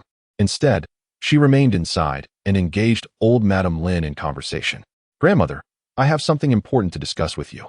Noticing Su Ruojin's serious demeanor, old Madame Lin settled down and regarded the young girl earnestly. "Little Jean, what is it?" After a moment of contemplation, Su Ruojin spoke candidly. "The Lin family has reclaimed Lin Wanqing. I am no longer a member of the Lin family. I now go by Su Ruojin." Old Madame Lin, well aware of the implications of this statement, felt her voice tremble. "Has Lin Zhongshan cast you out?" Old Madame Lin understood that Lin Zhongshan had sought out his biological daughter, Lin Wanqing. However, for a magistrate of Yanyang, raising one daughter or two was of little consequence. She could hardly fathom that her own illegitimate son would act so ruthlessly, casting out a young girl who had just reached maturity. If it were an ordinary girl, abandoned without parents, how would she survive? Su Ruojin nodded in affirmation. "I am going to confront Lin Zhongshan," Old Madame Lin exclaimed, slamming her hand on the table, rising to leave, but was halted by Su Ruojin's grip.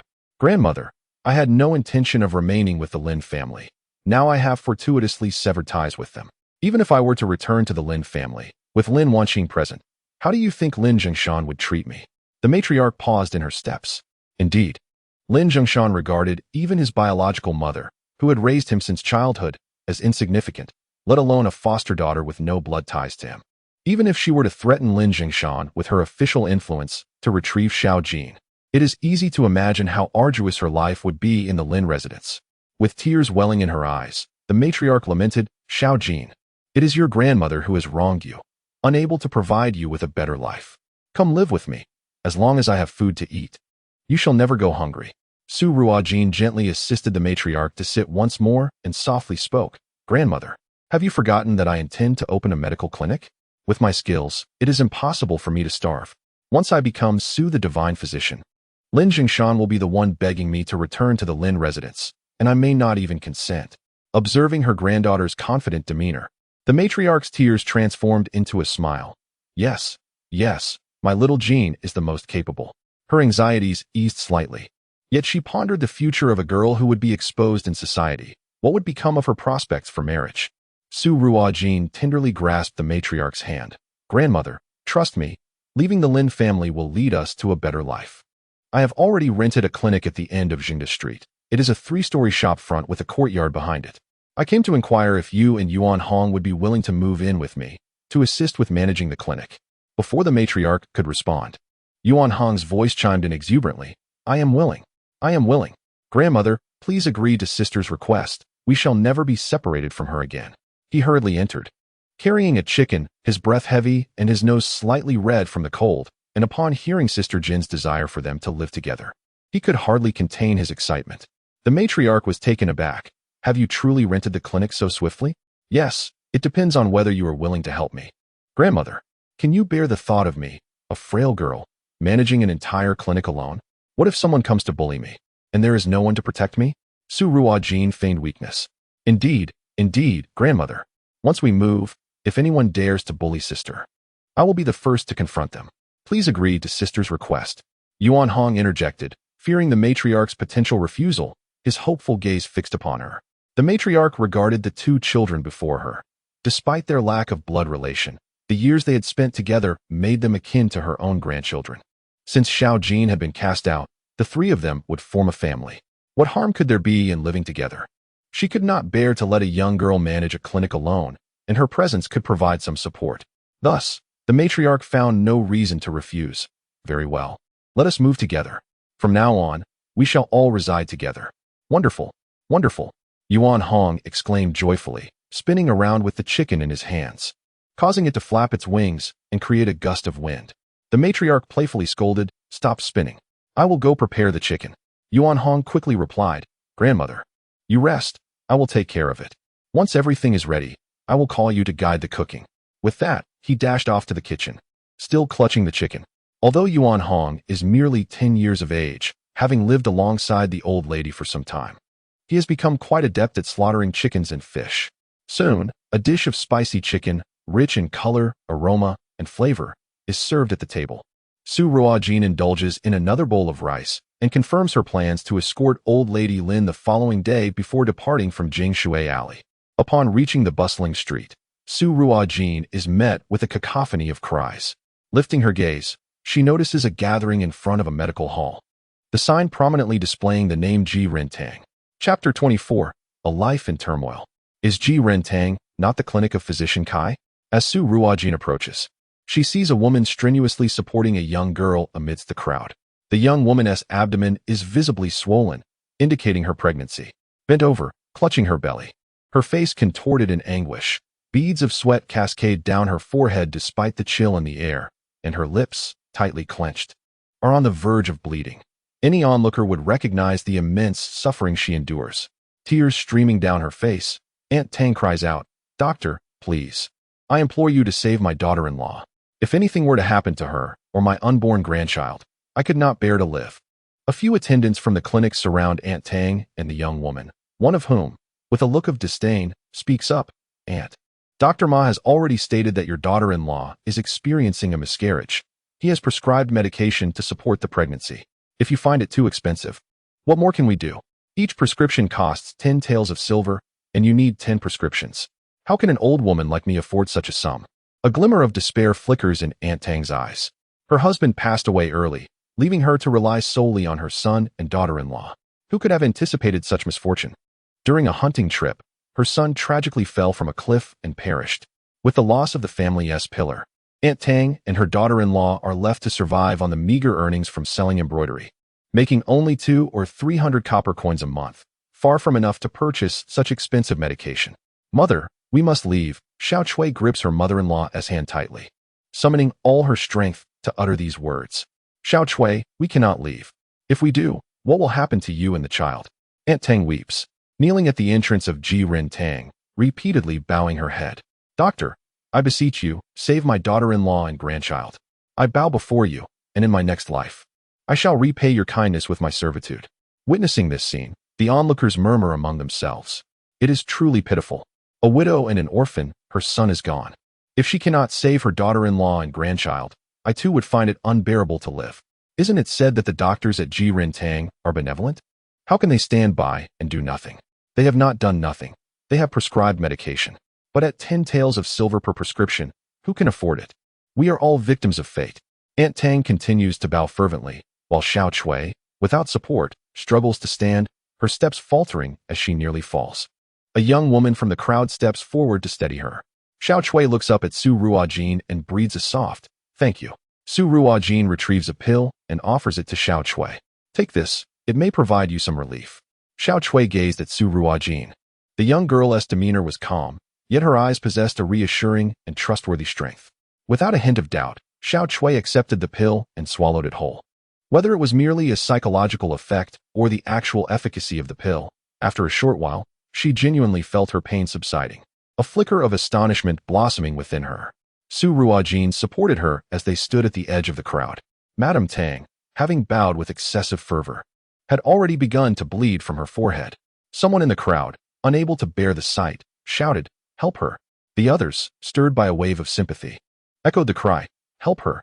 Help her! Help her!" With public ire mounting. Ji Rin Tang had long been regarded as a benevolent establishment in the eyes of the citizens of Yanyang. A few young attendants, witnessing the commotion, began to panic. The one who had initially spoken hurriedly declared, "Wait here, I shall fetch the doctor," and rushed into the clinic. Before long, a figure emerged from the clinic. Upon sighting this person, Su Ruojin's eyes instantly glimmered with a cold light. Indeed, one who neglects the paths of heaven and chooses to trespass into hell.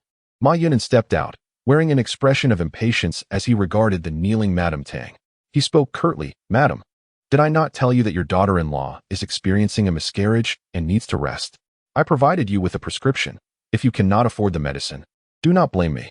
Madame Tang lifted her head, pleading, "Dr. Ma, I implore you, can you not prescribe a more affordable medication or perhaps administer some acupuncture?" Ma Yunan rolled his eyes. "Madam, have you not heard the adage that cheap goods are of poor quality? You can see for yourself how much pain your daughter-in-law is in. Can substandard medicine truly remedy her condition? I am trying to assist you. Yet your ruckus makes it seem as though I am the one oppressing you. I advise you, instead of causing a scene here, to quickly borrow money to purchase medicine for your daughter-in-law. If this drags on, not only the child but perhaps even the mother may be lost." Just as Madame Tang prepared to respond, a voice imbued with authority rang out, "What is the matter here?" The crowd parted, creating a path. Kai Fanzhou approached, and upon witnessing the scene, a flicker of displeasure crossed his features. "Yunan, what is going on?" Upon realizing it was Kai Fanzhou, Ma Yunan quickly bent forward and hastened to meet him, bowing and saying, "Master, it is nothing serious. A patient lacks the funds for medicine and seeks to impose upon our clinic. You have just returned and must be tired. Please, go rest inside. I will handle this matter." Kai Fanzhou cast a glance at the still kneeling Madame Tang, then turned to Ma Yunan, his voice icy. "You nearly caused a calamity last time. If it were not for the influx of patients recently visiting Yanyang, I would not have permitted you to attend to cases. If you incite trouble again, I shall expel you from Jirintang." Ma Yunan forced a smile. "Master, rest assured, there will not be a second occurrence." "That is for the best," Kai Fanzhou replied as he prepared to enter the clinic when a clear, melodic female voice called out to him. "Are you the renowned Kai Shini of Yanyang?" Kai Fanzhou turned towards the voice and beheld Su Ruojin. He furrowed his brows. Recognizing the individual as a distant, impoverished relative who had attempted to extort money from the Lin family the other day. What was he doing here at Jiren Hall? Having witnessed his close association with the Lin family, had he come to seek his fortune through deceit? These paupers resembled a swarm of leeches, ready to latch onto any opportunity. "Dr. Kai, how would you address the situation if the physicians at your clinic repeatedly misdiagnosed patients?" Without waiting for Kai Fanzhou to respond, Su Ruojin posed her question directly. Ma Yunan had been fixated on Madame Tang and had not noticed Su Ruojin until now. Upon seeing her, an icy shiver coursed from his spine to his brain. A sense of foreboding arose within him. He could not shake the feeling that his fate was somehow intertwined with this insufferable girl. Every encounter with her seemed to herald misfortune. Chapter 25. The butcher under the scrutiny of the crowd. Kai Fanzhou had no choice but to respond to Su Ruojin's inquiry. Otherwise, the reputation of Jiren Hall would be at stake. "My dear lady, all our physicians at Jiren Hall have undergone rigorous evaluations before they are permitted to practice. How could they misdiagnose?" Ma Yunan felt the sweat beginning to bead on his back. Kai Fanzhou was oblivious. Yet he himself was acutely aware that he had erred in diagnosis before Su Ruojin on 2 occasions. Could it be that he had erred yet again? Impossible, absolutely impossible. This woman was over 6 months pregnant, suffering from significant abdominal pain, her pulse erratic and fetal movements unstable. She undoubtedly exhibited signs of a potential miscarriage. He had prescribed her the finest medication for maintaining pregnancy. Although it was the most expensive treatment, he could not concede to the idea of having made a mistake. His choice of such costly medicine was also in consideration of Jiren Hall. The pricier the medication, the greater the profit for the clinic. A principle instilled in him by his master: always prescribe the most expensive remedies. Whether the patients could afford them was not a concern of the clinic. Some individuals feigned poverty to elicit sympathy and take advantage of the clinic's generosity. Yet, they invariably found a way to scrape together the funds for the expensive prescriptions. His master would certainly not admonish him upon discovering this. Rather, he would commend his cleverness. With this thought, Ma Yunan felt reassured and cast a somewhat smug glance at Su Ruojin. After all, this was Jiren Hall's domain. Let us see what mischief she could conjure here. "Dr. Kai, I am merely asking if you are hesitant to answer my question." Su Ruojin provocatively gazed at Kai Fanzhou. From Kai Fanzhou's disdainful glance at Madame Tang, coupled with the fact that he could produce a disciple like Ma Yunan, it appeared that the master was not much better. Kai Fanzhou inhaled deeply, beginning to understand Mrs. Lin's disdain for this impoverished relative, truly a vexatious individual. If such a physician does exist, we at Jiren Hall shall certainly expel him and report to the medical council to revoke his medical license, ensuring he cannot practice medicine for life. What if that individual is a disciple of Dr. Kai? Su Ruojin pressed on relentlessly. Upon hearing this, Ma Yunan's unease intensified, and he instinctively urged, "Master, you should go inside quickly and ignore these troublemakers." Kai Fanzhou shot a glare at Ma Yunan. His disciple truly lacked awareness. Given the gravity of the inquiry, if he were to leave now, the onlookers would assume he was intimidated. "If he were my disciple, I would cast him out of the school and banish him from Yanyang City." Kai Fanzhou's voice resonated powerfully, eliciting applause from the crowd. "Well said. Truly, he is the esteemed physician Kai." Upon hearing the cheers, the tension that had been constricting Kai Fanzhou's chest eased somewhat. Su Ruojin subtly curled her lips, revealing a hint of a cold smile. "Then I implore physician Kai to expel this Dr. Ma from his apprenticeship, to remove him from Jirintang, revoke his medical license, and banish him from Yanyang City." With Su Ruojin's declaration, the crowd erupted in astonishment. What was transpiring? Had this doctor indeed made a misdiagnosis? That seemed improbable, for the physicians of Jirintang had never been known to err in their diagnoses. At that moment, Xiao Chui, having regained some strength, looked at Su Ruojin in bewilderment, unsure of the girl's intentions. Ma Yunan's complexion instantly turned ashen, while Kai Fanzhou's expression darkened. Young lady, do you comprehend the gravity of your words? I assert that Dr. Ma Yunan, has misdiagnosed. Su Ruojin articulated each word with precision. Ma Yunan exploded in indignation, exclaiming, You are simply spouting nonsense. What evidence do you possess? I suspect you are in cahoots with them, attempting to defraud Ji Rintang.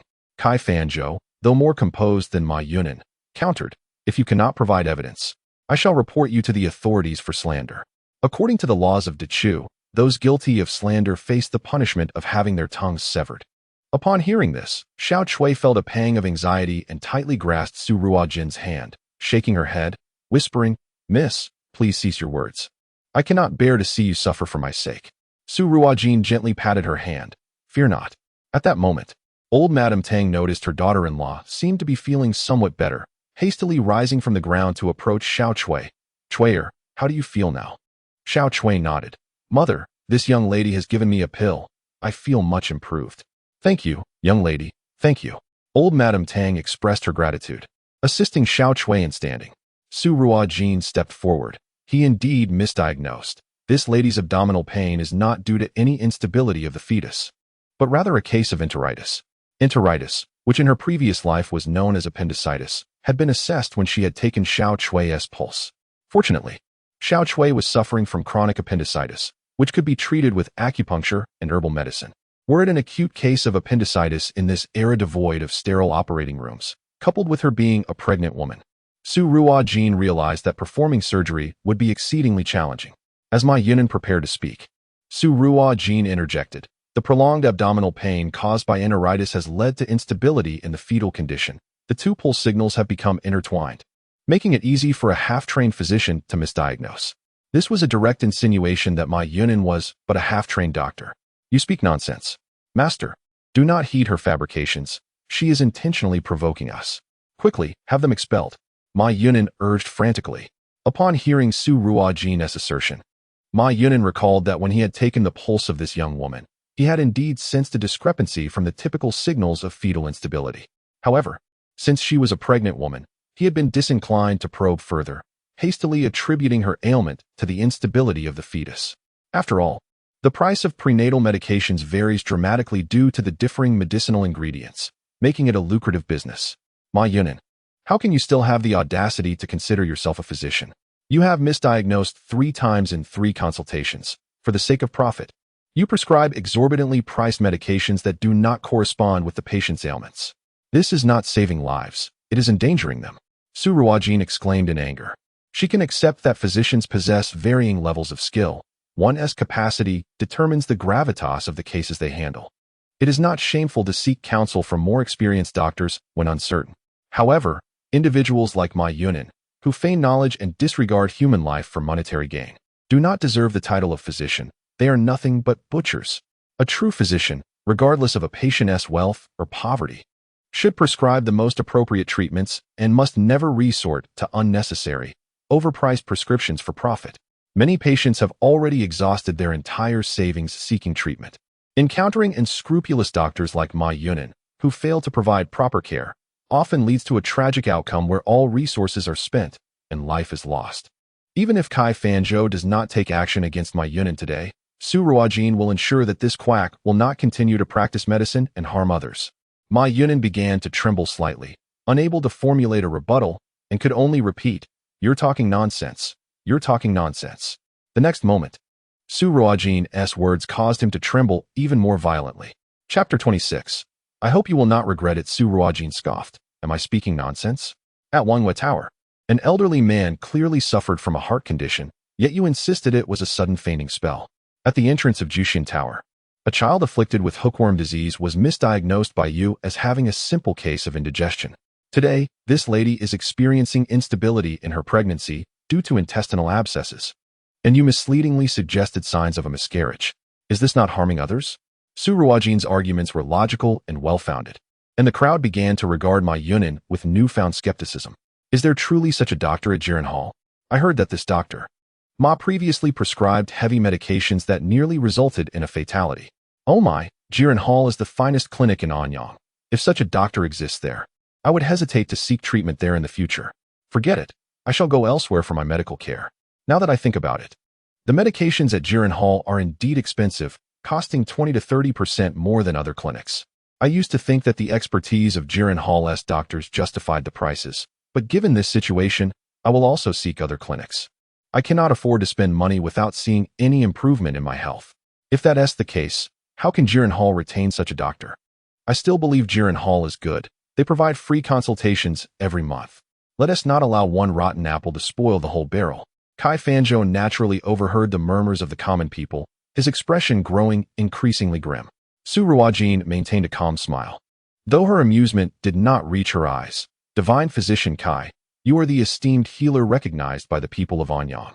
Diagnosing an intestinal abscess should be well within your capabilities. Whether I speak the truth or not, you shall ascertain with one examination. Master, silence. Ma Yunan attempted to interject, but was silenced by Kai Fanzhou.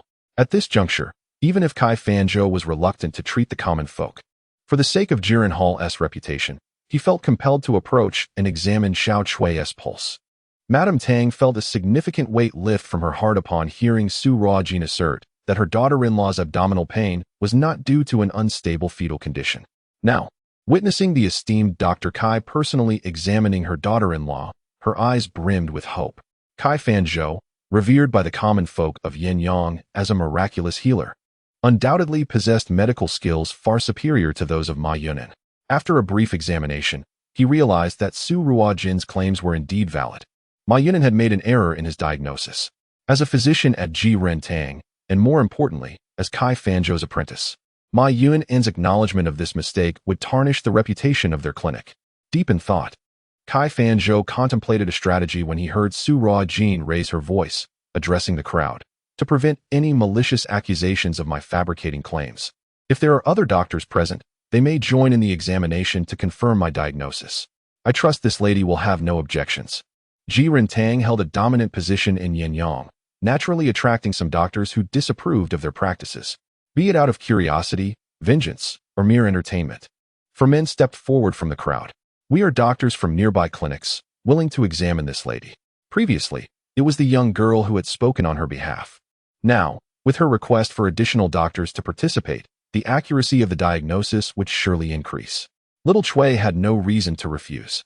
With Su Ruojin's preliminary diagnosis in mind, the four doctors had a clear target, making their assessment and confirmation more straightforward. Upon completion of their examination, all four concurred that the lady was afflicted with intestinal abscess. At this juncture, Ma Yunan dared not utter another word. Collapsing before Kai Fanzhou and repeatedly bowing his head, Master, I was wrong. Grant me another chance, and I shall diligently study medicine. Kai Fanzhou glared at Ma Yunan, not out of anger at his lack of knowledge or erroneous diagnosis, but rather due to the embarrassment he had caused, sullying both his and Ji Rentang's reputation. Should this matter reach the family head, how would he explain it? With all eyes upon him, awaiting his response, Kai Fanzhou took a deep breath and coldly pronounced, Ma Yunan, your ignorance has led to the misfortune of others. Henceforth, you are expelled from my tutelage. Your medical credentials are revoked, and you are to leave Yanyang immediately. Ma Yunan crumpled to the ground. Despairing, it was all over. A round of applause erupted from the crowd. Hearing this, Kai Fanzhou felt a sense of relief, realizing he had salvaged the situation. Then, his gaze shifted gently towards the frail little Chui standing nearby. With a soft demeanor, he addressed her, My lady, regardless of our clinic's prior missteps, I shall personally treat your ailment free of charge until you are fully recovered. How does that sound? Intestinal abscess, provided it is not acute, is not overly difficult to treat. Su Ruojin regarded Kai Fanzhou, acknowledging his cleverness in seeking to restore his reputation. Madame Tang, upon hearing that Dr. Kai was willing to treat her daughter-in-law at no cost, was ecstatic, repeatedly expressing her gratitude. Thank you, Dr. Kai. Thank you. You are truly a living bodhisattva. However, little Chui remained silent, turning to Su Ruojin. May I inquire if you are a doctor? Su Ruojin nodded, confirming her qualifications. Then may I request your assistance in my treatment? At this, Kai Fanzhou's expression froze, as little Chui's words struck him like a slap in the face. He, the esteemed physician Yanyang, offered his medical services free of charge, yet his patients turned away, seeking a nameless young girl with golden hair instead. Kai Fanzhou's expression darkened. Madam, you must consider carefully. This is your only opportunity. Xiao Zui did not respond to Kai Fanzhou but timidly inquired. May I repay you by selling my embroidery slowly? Su Ruojin was taken aback by Xiao Zui's choice. In the hearts of the common folk of Yanyang, the status of Kai Fanzhou as a physician remained unchallenged. With a faint smile, Su Ruojin replied, If you choose to place your trust in me, I shall not charge you. Upon hearing this, Xiao Zui's eyes sparkled with hope. I believe. Thank you, doctor, thank you. However, Mrs. Tang expressed her concern in hushed tones. Chui'er, this young lady is even younger than you. Can she truly help? Mother, I have faith in her.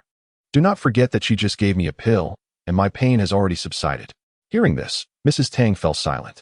Kai Fanzhou snorted dismissively, sweeping his sleeve as he departed, leaving behind a warning. I hope you do not come to regret your decision. His gaze flickered over Su Ruojin, tinged with resentment. Indeed, it was true that dire circumstances often bred cunning individuals. These impoverished souls were adept at employing underhanded tactics. Given the situation, Su Ruojin could not administer acupuncture to Xiao Zui, but she provided her with 2 more pills. Take one after dinner and another upon rising tomorrow. They will alleviate your pain. Come find me at the 3-story shop at the end of the street tomorrow morning, and I shall treat you then. Thank you, doctor. May I ask your surname? I am surnamed Su. Thank you, Dr. Su. I shall arrive punctually tomorrow. With that, Xiao Zui and Mrs. Tang departed, and the crowd dispersed. Su Ruojin prepared to leave the city for Muin village, but not long into her journey, she sensed someone trailing her. She refrained from looking back, maintaining a steady pace. Should this individual dare to follow her to Muin village, others would surely intervene. She was disinclined to act unless absolutely necessary. However, after a short while, she felt the presence behind her vanish. Who could it be? Chapter 27. I am curious to see if she can rise to the occasion. Upon returning to Muin village, Su Ruojin visited the land deity temple on the back mountain, where a pigeon cooed atop the statue of the deity. She retrieved a note from the bird's leg. The Su family from the capital has arrived at Shirley Village. Shirley Village? Wasn't he that the very place the Lin family claimed to be the residence of her biological parents? What a coincidence! Su Ruojin paid it little mind and affixed a small note to the pigeon's leg. Quickly inform Yan Luo and Ji Hua to come to Yanyang, bringing medicinal materials. After feeding the pigeon a handful of millet, she released it into the sky. Managing such a large medical establishment alongside her grandmother and Yuan Hong was indeed quite taxing. She needed to recruit some assistants. Arriving at Grandpa Xiao's courtyard, Su Ruojin proudly announced, Today, someone offered 100 taels of silver for my calligraphy. Grandpa Xiao, who was practicing his writing, cast a casual glance at the exuberant girl whose tail seemed to be lifted skyward. The owner of that bookshop must be seeking to ascertain whether your eyes are functioning properly. Instantly, Su Ruojin's enthusiasm waned. Grandpa Xiao, there's no need to be so disheartening. Have you brought your practice sheets? Grandpa Xiao resumed his customary inquiry. Su Ruojin hurriedly handed over 2 hastily written notes to Grandpa Xiao, saying, Grandpa Xiao, I'm going to open a medical clinic soon. I've been a bit busy lately, so I've only practiced this much. However, I assure you, I will diligently practice my calligraphy every day at the clinic. After all, operating a clinic means I will be writing prescriptions daily, which, in a sense, also counts as practicing my writing and isn't deceitful. Xiao Jiyuan set down his pen and inquired, Have you found a place? Yes, I found one. I'll be moving into the clinic tomorrow. But don't worry, Grandpa Xiao. I will visit you often. At least you have some conscience, he replied. After Su Ruojin departed, Xiao Jiyuan said to Wang Xing, Keep an eye on her. Assist her if she needs help. Yes, sir. In the backyard of Jiren Hall, Kai Fanzhou had just returned home when a servant reported, Sir, the head of the family requests your presence. Kai Fanzhou furrowed his brow, wondering if his elder brother had learned about the recent events. His elder brother, whose medical skills were inferior to his own, only held the position of family head due to his status as the eldest son. Upon arriving at Kai Jirong's room, he slightly bowed and said, Elder brother, you summoned me? Yes, come in and sit. What is going on today? Kai Jirong was seated at the tea table, brewing kung fu tea, and poured a cup for Kai Fanzhou. Try this, it's a 500-year-old pu'er from Yunnan. Kai Fanzhou sat down and took a delicate sip from the cup. There's nothing major. I just cleaned up the place a bit to prevent any mediocre disciples from tarnishing our Jiren Hall's reputation. Yes, we should indeed pay attention to that. I don't oppose you taking on disciples. The Kai family's medical skills need to be promoted, but you should also be more mindful and discipline your apprentices. Kai Jirong remarked leisurely. This implied that Kai Fanzhou was lax in his discipline. Although Kai Fanzhou felt displeased, he dared not retort and could only respond affirmatively. What's the situation with the regent? How confident are you about the young master's illness? Kai Jirong was unconcerned about the presence of an inconsequential disciple. Given the reputation of Jiren Hall, they were not short on doctors. He was more interested in whether they could gain favor with the regent. I have yet to meet the regent and the young master, so the situation remains unclear, Kai Fanzhou replied honestly. Kai Jirong raised his teacup and took a slow sip, saying, "You need to be mindful of this matter. The young master's illness must be treated by our Jiren Hall." Understood. Then, Kai Jirong shifted the topic. I heard that a young girl provoked our Jiren Hall today. When did such people become so audacious? Upon hearing Su Ruojin's name, Kai Fanzhou became irritated. She is a distant and impoverished relative of Lin Zhizhou, here to ask for money from him. She probably didn't get much and now wants to extort our Jiren Hall. You know what to do. Understood. Anyone who dares to offend Jiren Hall must not be allowed to appear in Yanyang City again. Returning to his own room, a servant entered and whispered in his ear. She has left the city. I didn't follow her. Kai Fanzhou sneered. Indeed, just a pauper living outside the city. Keep watching her. Yes, sir. Early the next morning, Su Ruojin first went to the market to purchase several maids and servants responsible for the daily chores of the clinic. She then sought out a carpenter to order specialized medicine cabinets, a consultation table, and a diagnosis bed for the clinic. Upon her return to the shop, she was greeted by the sight of old lady Lin and Yuan Hong standing at the entrance. Swiftly, she approached and took the burden from old lady Lin's back. "Grandmother, why did you come here on your own? Wasn't it agreed that I would come to fetch you?" Su Ruojin was well aware of old lady Lin's restless nature. She had anticipated that her grandmother would want to assist in tidying up the medical clinic. Concerned for her well-being, she had specifically instructed old lady Lin to wait for her arrival, yet here she was, having come ahead. "I merely thought that the new shop required some attention, so I came to lend a hand," old lady Lin replied. "Grandmother, I have hired a few maidservants and attendants. They will handle the cleaning. You should rest for now. There is no need for you to exert yourself." "Very well," old lady Lin acquiesced. However, despite her agreement, she soon found herself assisting with the chores. Before long, the clinic was spotless. Previously, this establishment had been a ready-made clothing shop, and some of the cabinets, tables, chairs, and beds were still usable. "Is Dr. Su in?" At that moment, a woman's voice called from the entrance. It was Xiao Chui and Aunt Tang. Xiao Chui, having set out early with Aunt Tang for the city, had only just arrived due to the distance from their village. "Xiao Chui, come in. Have you experienced any abdominal pain?" Su Ruojin invited Xiao Chui to sit and proceeded to take her pulse. "No, I haven't experienced any pain at all," Xiao Chui replied eagerly. She found it remarkable that after taking Dr. Su's medicine, her stomach had ceased to ache. Had it not been for Dr. Su's instructions to come for acupuncture, she might have believed her ailment had fully healed. "Please lie down on the bed upstairs. I will perform the acupuncture," Su Ruojin said as she ascended the stairs to treat Xiao Chui and prepared a prescription. The clinic had yet to officially open, and there were currently no medicinal herbs available. "Take this prescription to the pharmacy to procure your medicine. It consists of inexpensive herbs, so it will not be costly. For the next 6 days, come here daily for your treatment. After 10 days of medication, your condition will improve significantly. Rest assured, your baby is doing well. There is no need for concern." "Thank you, Dr. Su." Xiao Chui expressed her heartfelt gratitude. She was acutely aware of her own body, and after the acupuncture, she felt a remarkable lightness in her abdomen. The intermittent discomfort completely dissipated. As she escorted Xiao Chui to the door, Su Ruojin cast a glance to the side, where a shadow swiftly vanished. That figure hurried towards the rear courtyard of Jiren Hall, entering Kai Fanzhou's room. "Master, Su Ruojin intends to open a medical clinic. She has rented Duyu's shop." "What? That little girl truly believes she can establish a clinic in Yanyang? I shall see whether she can succeed," Kai Fanzhou exclaimed. Slamming his book onto the table, his expression darkened with malice. "Let us go to the Lin residence." Lin Zhengshan was not at home, and upon hearing of Kai Fanzhou's visit, Zhao Jiao hurriedly brought Lin Wanqing to greet him. "Dr. Kai, is there any news from the regent?" Zhao Jiao asked anxiously. Having not seen her daughter in 2 days, she was understandably distressed. Kai Fanzhou's countenance soured at her inquiry.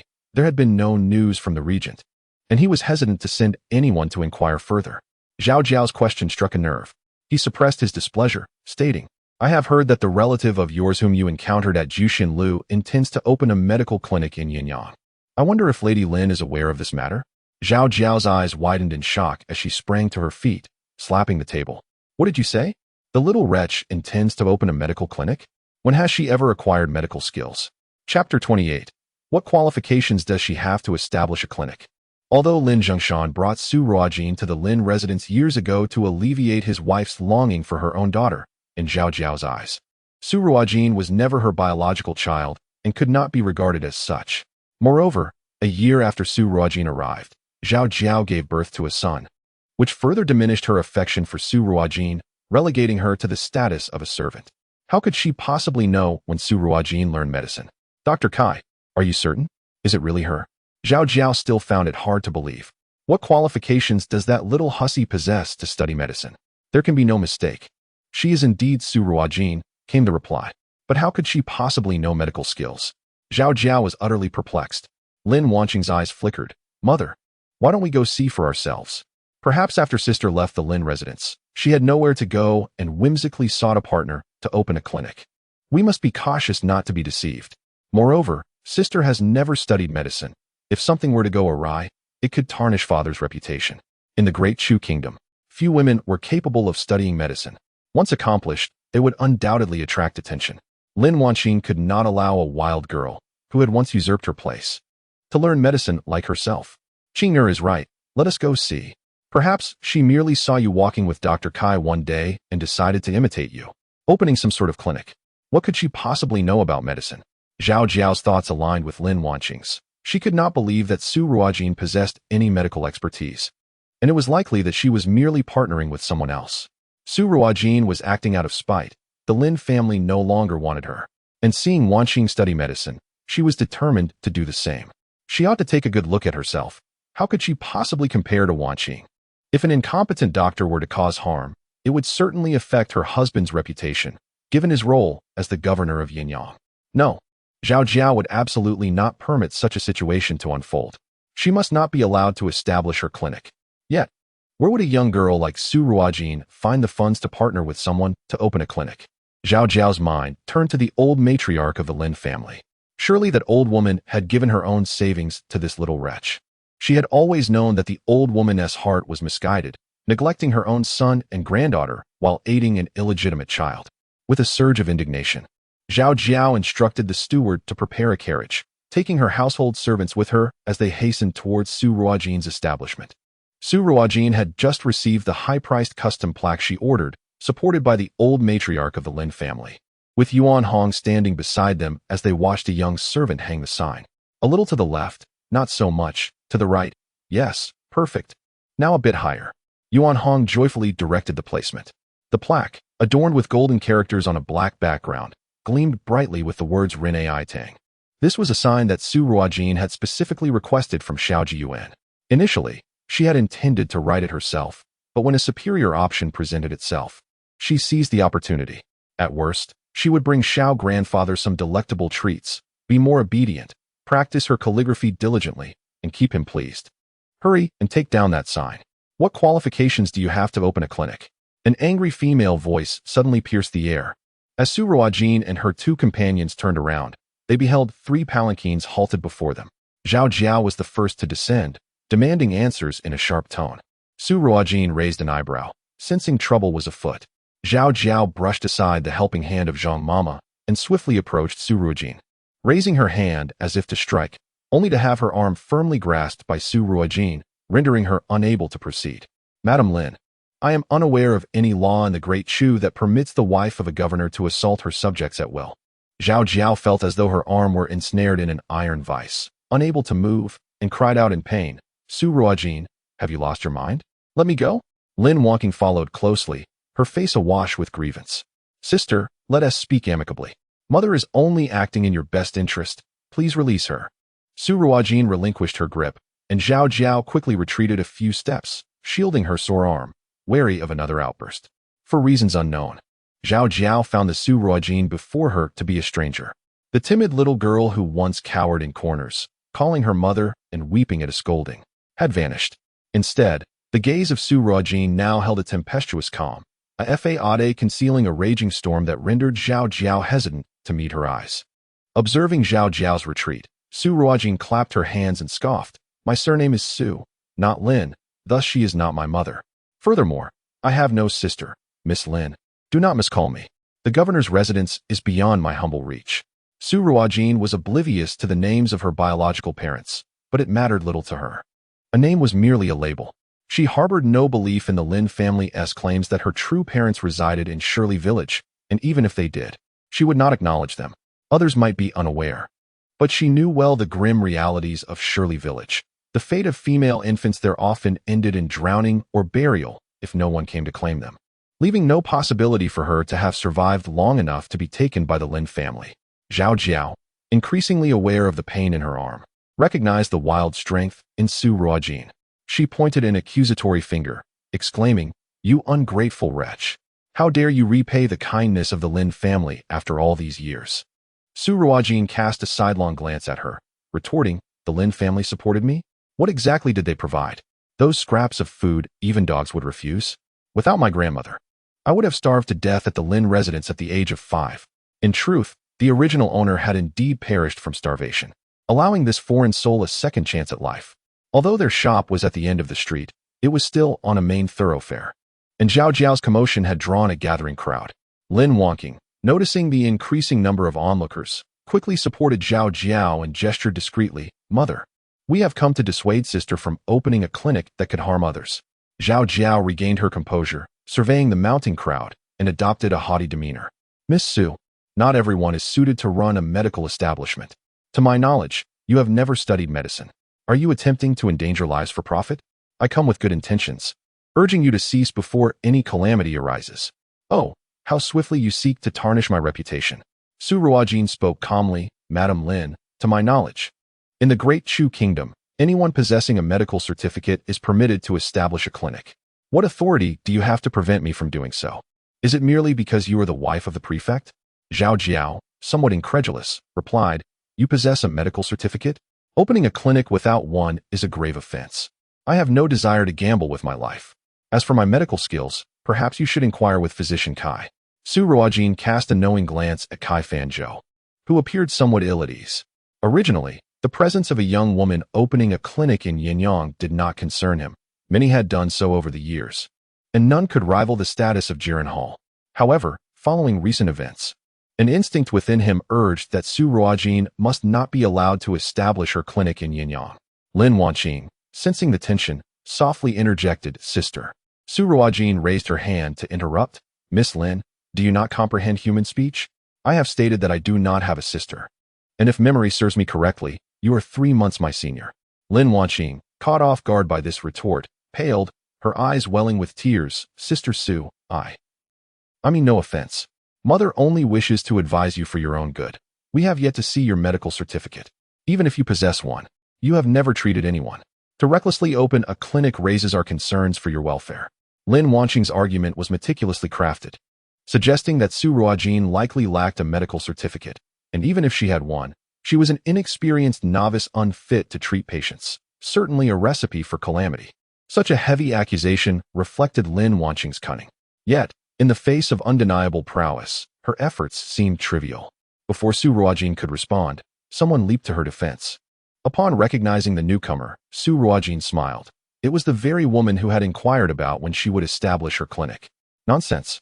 I, Chen Sanyang, have yet to encounter a physician as formidable as Su Zhaisheniai. I have witnessed her save 2 patients whom even the esteemed physicians of Jiren Hall could not rescue. Her skills surpass those of certain so-called divine doctors." Chen Sanyang, having grown up in the village and lacking formal education, was unwavering in her beliefs. To her, Su Ruojin was a paragon of medical excellence, and anyone daring to dispute that would face her wrath. Lin Wangqing, taken aback by the sudden defense, had not anticipated such fervor for Su Ruojin. Indeed, Dr. Su was a miraculous healer, while other doctors charged 20 taels of silver for a prescription. Hers cost merely 21, yet proved exceedingly effective. At that moment, Xiao Chui and Madame Tang also arrived. Madame Tang, having sensed the recent changes in her daughter-in-law's health, was astonished that Dr. Su could cure her with such affordable medicine. Having just arrived at the shop, She could no longer contain her voice upon hearing Lin Wanqing disparage Dr. Su. Kai Fanzhou's expression grew increasingly grim.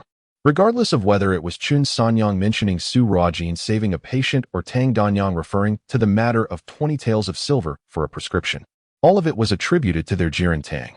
At that moment, Kai Fanzhou deeply regretted taking Ma Yunin as his apprentice, feeling that expelling him from Yanyang was far too lenient. Just then, a commanding voice resonated. In our great Chu kingdom, as long as one possesses a medical certificate, one may establish a clinic. I challenge anyone to contest this. The crowd turned towards the source of the voice, and there appeared a man clad in official garb. The common folk hastily knelt, exclaiming, "We pay our respects to the governor." In the great Chu kingdom, scholars and physicians have the right not to kneel before officials of the fourth rank and below. Su Ruojin performed a respectful salute to Governor Zhong. Zhongli raised his hand slightly. "Everyone, please rise." Zhao Jiao was naturally quite familiar with the authority of her lord. Rumors had it that Zhongli was affiliated with the regent and, at 35, was soon to return to the capital for a new appointment, leaving the position of governor vacant. This urgency on Lin Zhongshan and Zhao Jiao's part to elevate Lin Wanqing's status with the regent was evident. Securing a connection with the regent would render the governor's position within reach. Upon seeing Zhongli's arrival, Zhao Jiao promptly led Lin Wanqing forward to pay her respects. "Lord Zhong." Zhongli recognized Zhao Jiao and cast a casual glance her way. "Madame Lin, what brings you here today?" Zhao Jiao forced a smile. "Oh, a distant relative of mine wishes to open a clinic, so I came to oversee things." Fearing the child might be inexperienced and cause some trouble, Zhongli did not respond to her but approached Su Ruojin. "Dr. Su, I have heard of your commendable medical skills. May I request your assistance in nurturing my wife's health on a future occasion? Rest assured, in Yanyang, with your medical certificate, you may establish as many clinics as you desire. The more clinics you open, the more benefit it brings to our Yanyang populace." Su Ruojin was momentarily taken aback. Zhongli's words were evidently intended to bolster her standing. A clinic that even the governor would endorse holds immense significance in the hearts of the Yanyang people. Without a doubt, with Zhongli's endorsement, she would not have to worry about attracting clientele once her clinic opened. Yet, she pondered why Zhongli would go to such lengths to support her, given that this was their first meeting. Nevertheless, she continued her actions, adhering to the principle of not striking a smiling face, especially since he was clearly there to assist her. She expressed her gratitude with a bow. "It is an honor for me that you place your trust in a humble girl. I shall certainly visit your esteemed residence to attend to your wife's health in due course." Zhongli laughed heartily. "Excellent. Our Yanyang is indeed in need of a skilled female physician like you." Kai Fanzhou could no longer contain himself. Previously, those from the governor's manor sought treatment at Jiren Tang, and now, before the clinic had even officially opened, it seemed to be usurping his business. Whether or not it would indeed encroach upon his clientele was one matter, but the fact remained that whenever someone fell ill in either the governor's or the county magistrate's household, they would invariably turn to Jiren Tang. This was also a significant reason why Jiren Tang had become the premier clinic in Yanyang. Providing care for the governor's wife was a long-term strategy to foster a favorable relationship with the governor's estate, and Kai Fanzhou was determined not to let it slip away. He stepped forward and bowed beside Zhongli, softly stating, "My lord, Madame Zhong's health has been under our care at Jiren Hall. If we hastily change caregivers, she may not be familiar with her condition, and I fear the treatment may not be effective." Zhongli waved his hand dismissively. "It matters not. She will become accustomed in due time. My wife is a woman, and it just so happens that Dr. Su is also a woman, which will facilitate the treatment." Kai Fanzhou wished to say more, but Zhongli did not afford him the opportunity, merely instructing Su Ruojin, "Then we shall await Dr. Su." After speaking, he departed with several constables. What could anyone contest against a medical hall endorsed by the governor? Zhao Jiao had no choice but to escort Lin Wanqing away, casting a fierce glare at Su Ruojin and softly warning, "If anything goes awry, do not involve our Lin family." Throughout the encounter, Zhao Jiao and Lin Wanqing had not once acknowledged the elder matriarch Lin Laofuren, nor expressed concern for her well-being. As the crowd dispersed, Su Ruojin, feeling a surge of concern for Lin Laofuren, hurried to her side. "Grandmother, please do not take it to heart." Lin Laofuren understood Su Ruojin's intent. Smiling as she replied, "Rest assured, I have long regarded these members of the Lin family as strangers. You and Yuan Hong are sufficient for me." Having no blood ties to Lin Zhongshan, she had merely raised him out of pity for the child, only to nurture an ingrate. Yet, She found solace in the companionship of Su Ruojin and Yuan Hong, feeling that heaven had not treated her unjustly. As for the Lin family, she had long since let go. After leaving the medical hall, Governor Zhong quietly instructed, "Go convey the message." Yes, a constable answered and departed. Chapter 30. We will certainly find Xiao Lu in Muan village. Wang Xing entered Xiao Jiyuan's study, holding a cup of tea. "Master, Governor Zhong has sent word that everything is well with Miss Su." Xiao Jiyuan continued writing. Not pausing his pen, "Nothing has transpired? It is said that Madame Lin and Kai Fanzhou came by, attempting to impede Miss Su from opening her medical hall." Huh, mere clowns. They pose no real threat. We need not concern ourselves. But what if they conspire against Miss Su behind the scenes? Wang Xing expressed his worries. For in his eyes, Su Ruojin, no matter how talented, was merely a young girl, inexperienced in the darker aspects of life. Fear not. They are no match for Xiao Jin. If anything does occur, Xiao Jiyuan concluded his final stroke and put down his brush. They will be dealt with. A trivial Jiren Hall and Yanyang's governor are beneath my consideration. I hope they remain docile. Should they dare to harm my Xiao Jin, they must be prepared to face the consequences. With the plaque of the medical hall now hung, Chen Sanyao did not leave, but instead grasped Su Ruojin's hand. "Dr. Su, is there anything I can assist you with? I may not know many characters, but I can certainly handle some rough work." Su Ruojin expressed her gratitude for Chen Sanyao's repeated straightforwardness. "Sanyao, the medical hall is nearly prepared. We just await the arrival of other supplies and herbs. Thank you for today." Chen Sanyao waved her hand dismissively. "Oh, there is no need for thanks. I merely speak the truth. It seems the medical hall will be ready to open by tomorrow. The items ordered from the carpenter would arrive today. And now it was merely a matter of when Yin Luo and Ji Hua would arrive. Considering the time, they should be here later in the day." "Certainly, Senyang. In the future, you and your family are welcome to my clinic for consultations without charge, and medications will be offered at half price," Su Ruojin stated. Chen Senyang's eyes widened in disbelief. "Dr. Su, are you truly serious?" Su Ruojin nodded affirmatively. "Indeed, if you doubt my word, I can draft a written agreement for you at this very moment." Chen Senyang quickly waved her hands in protest. No, there's no need for that. I believe you, Dr. Su. I trust everything you say. This is wonderful. I must express my gratitude to you. After all, who among us does not encounter illness throughout our lives?" For Chen Senyang, Su Ruojin's promise meant that as long as Renai Hall remained open, she and her family could afford medical care for a lifetime. Overwhelmed with joy, she began to spread the word about Renai Hall and the miraculous Dr. Su. Meanwhile, Kai Fanzhou, seated in his palanquin, felt a tightness in his chest.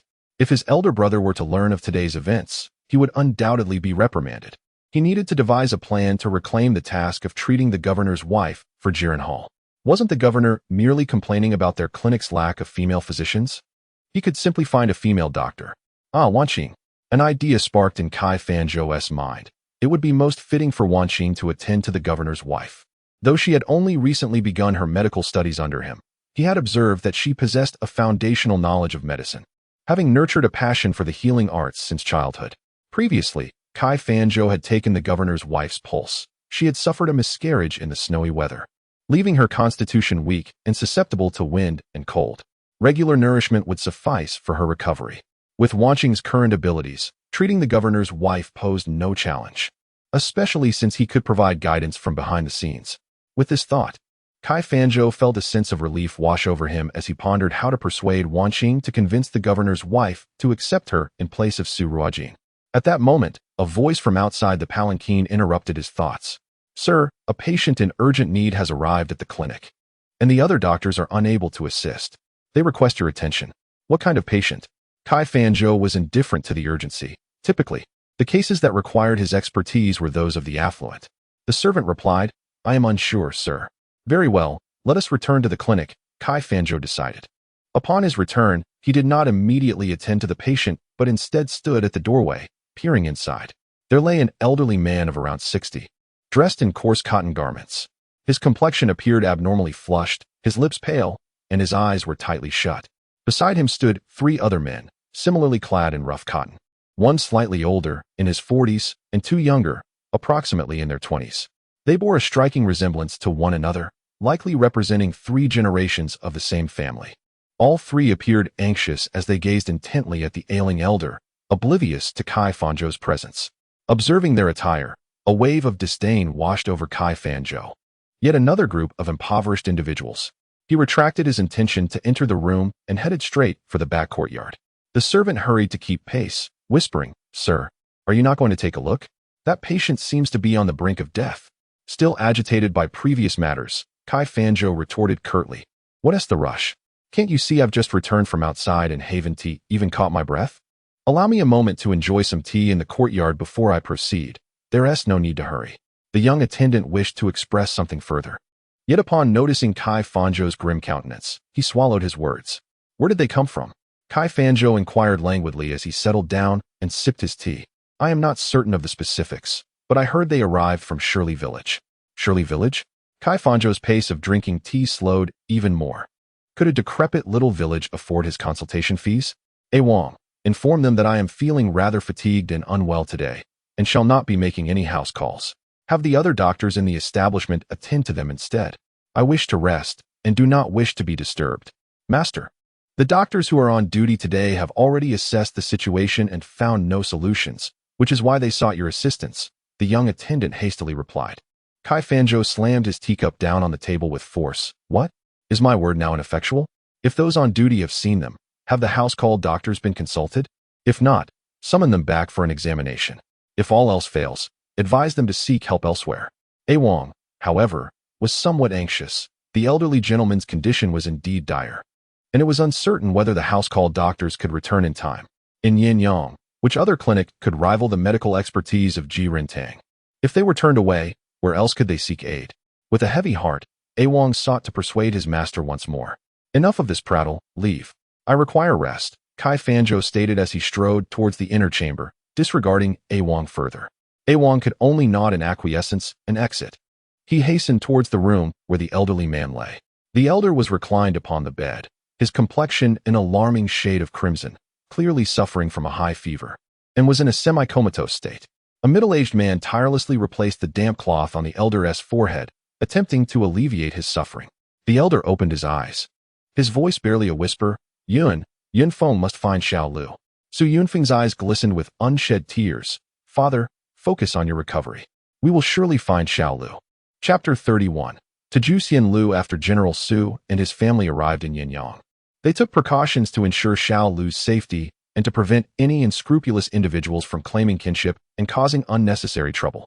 General Su Yunfeng, the eldest of the Su family, Su Jian, and the third son, Su Ruojin, exchanged their opulent attire for the humble cotton garb of ordinary folk, discreetly making their way to Shirley Village. They arrived at the home of those suspected of having taken in Xiao Lu. The young girl bore a resemblance to General Su, and her age was consistent. However, the blood test for kinship proved inconclusive. Upon witnessing the incompatible blood results, General Su staggered, fainting instantly, and was promptly taken to Jirentang by Su Yunfeng and his son. Su Yunfeng, having heard tales of the esteemed physician Kai at Jirentang, renowned for his benevolence and exceptional medical skills, patiently awaited his return to attend to his father. When Wang entered, Su Jian hurried forward. How is it? Has Dr. Kai returned? Wang cast a glance at the elderly man, whose breaths were shallow, and inwardly sighed. Within Jirentang, the most skilled physician was undoubtedly their second master. If he refused to assist, the other doctors in the clinic were even less likely to provide any hope. However, the master of the house was unwilling to lend a helping hand, and as a mere servant, there was little that he could do. Mustering his courage, he spoke up. I sincerely apologize, but Dr. Kai is unwell today and is unable to attend to patients. I shall fetch a few doctors to assist. Upon hearing this, Su Ruojin's eyes widened in disbelief as he exclaimed, What did you say? Having spent years in the military, Su Ruojin was no stranger to the battlefield, where he had taken countless lives, exuding an aura of intimidation.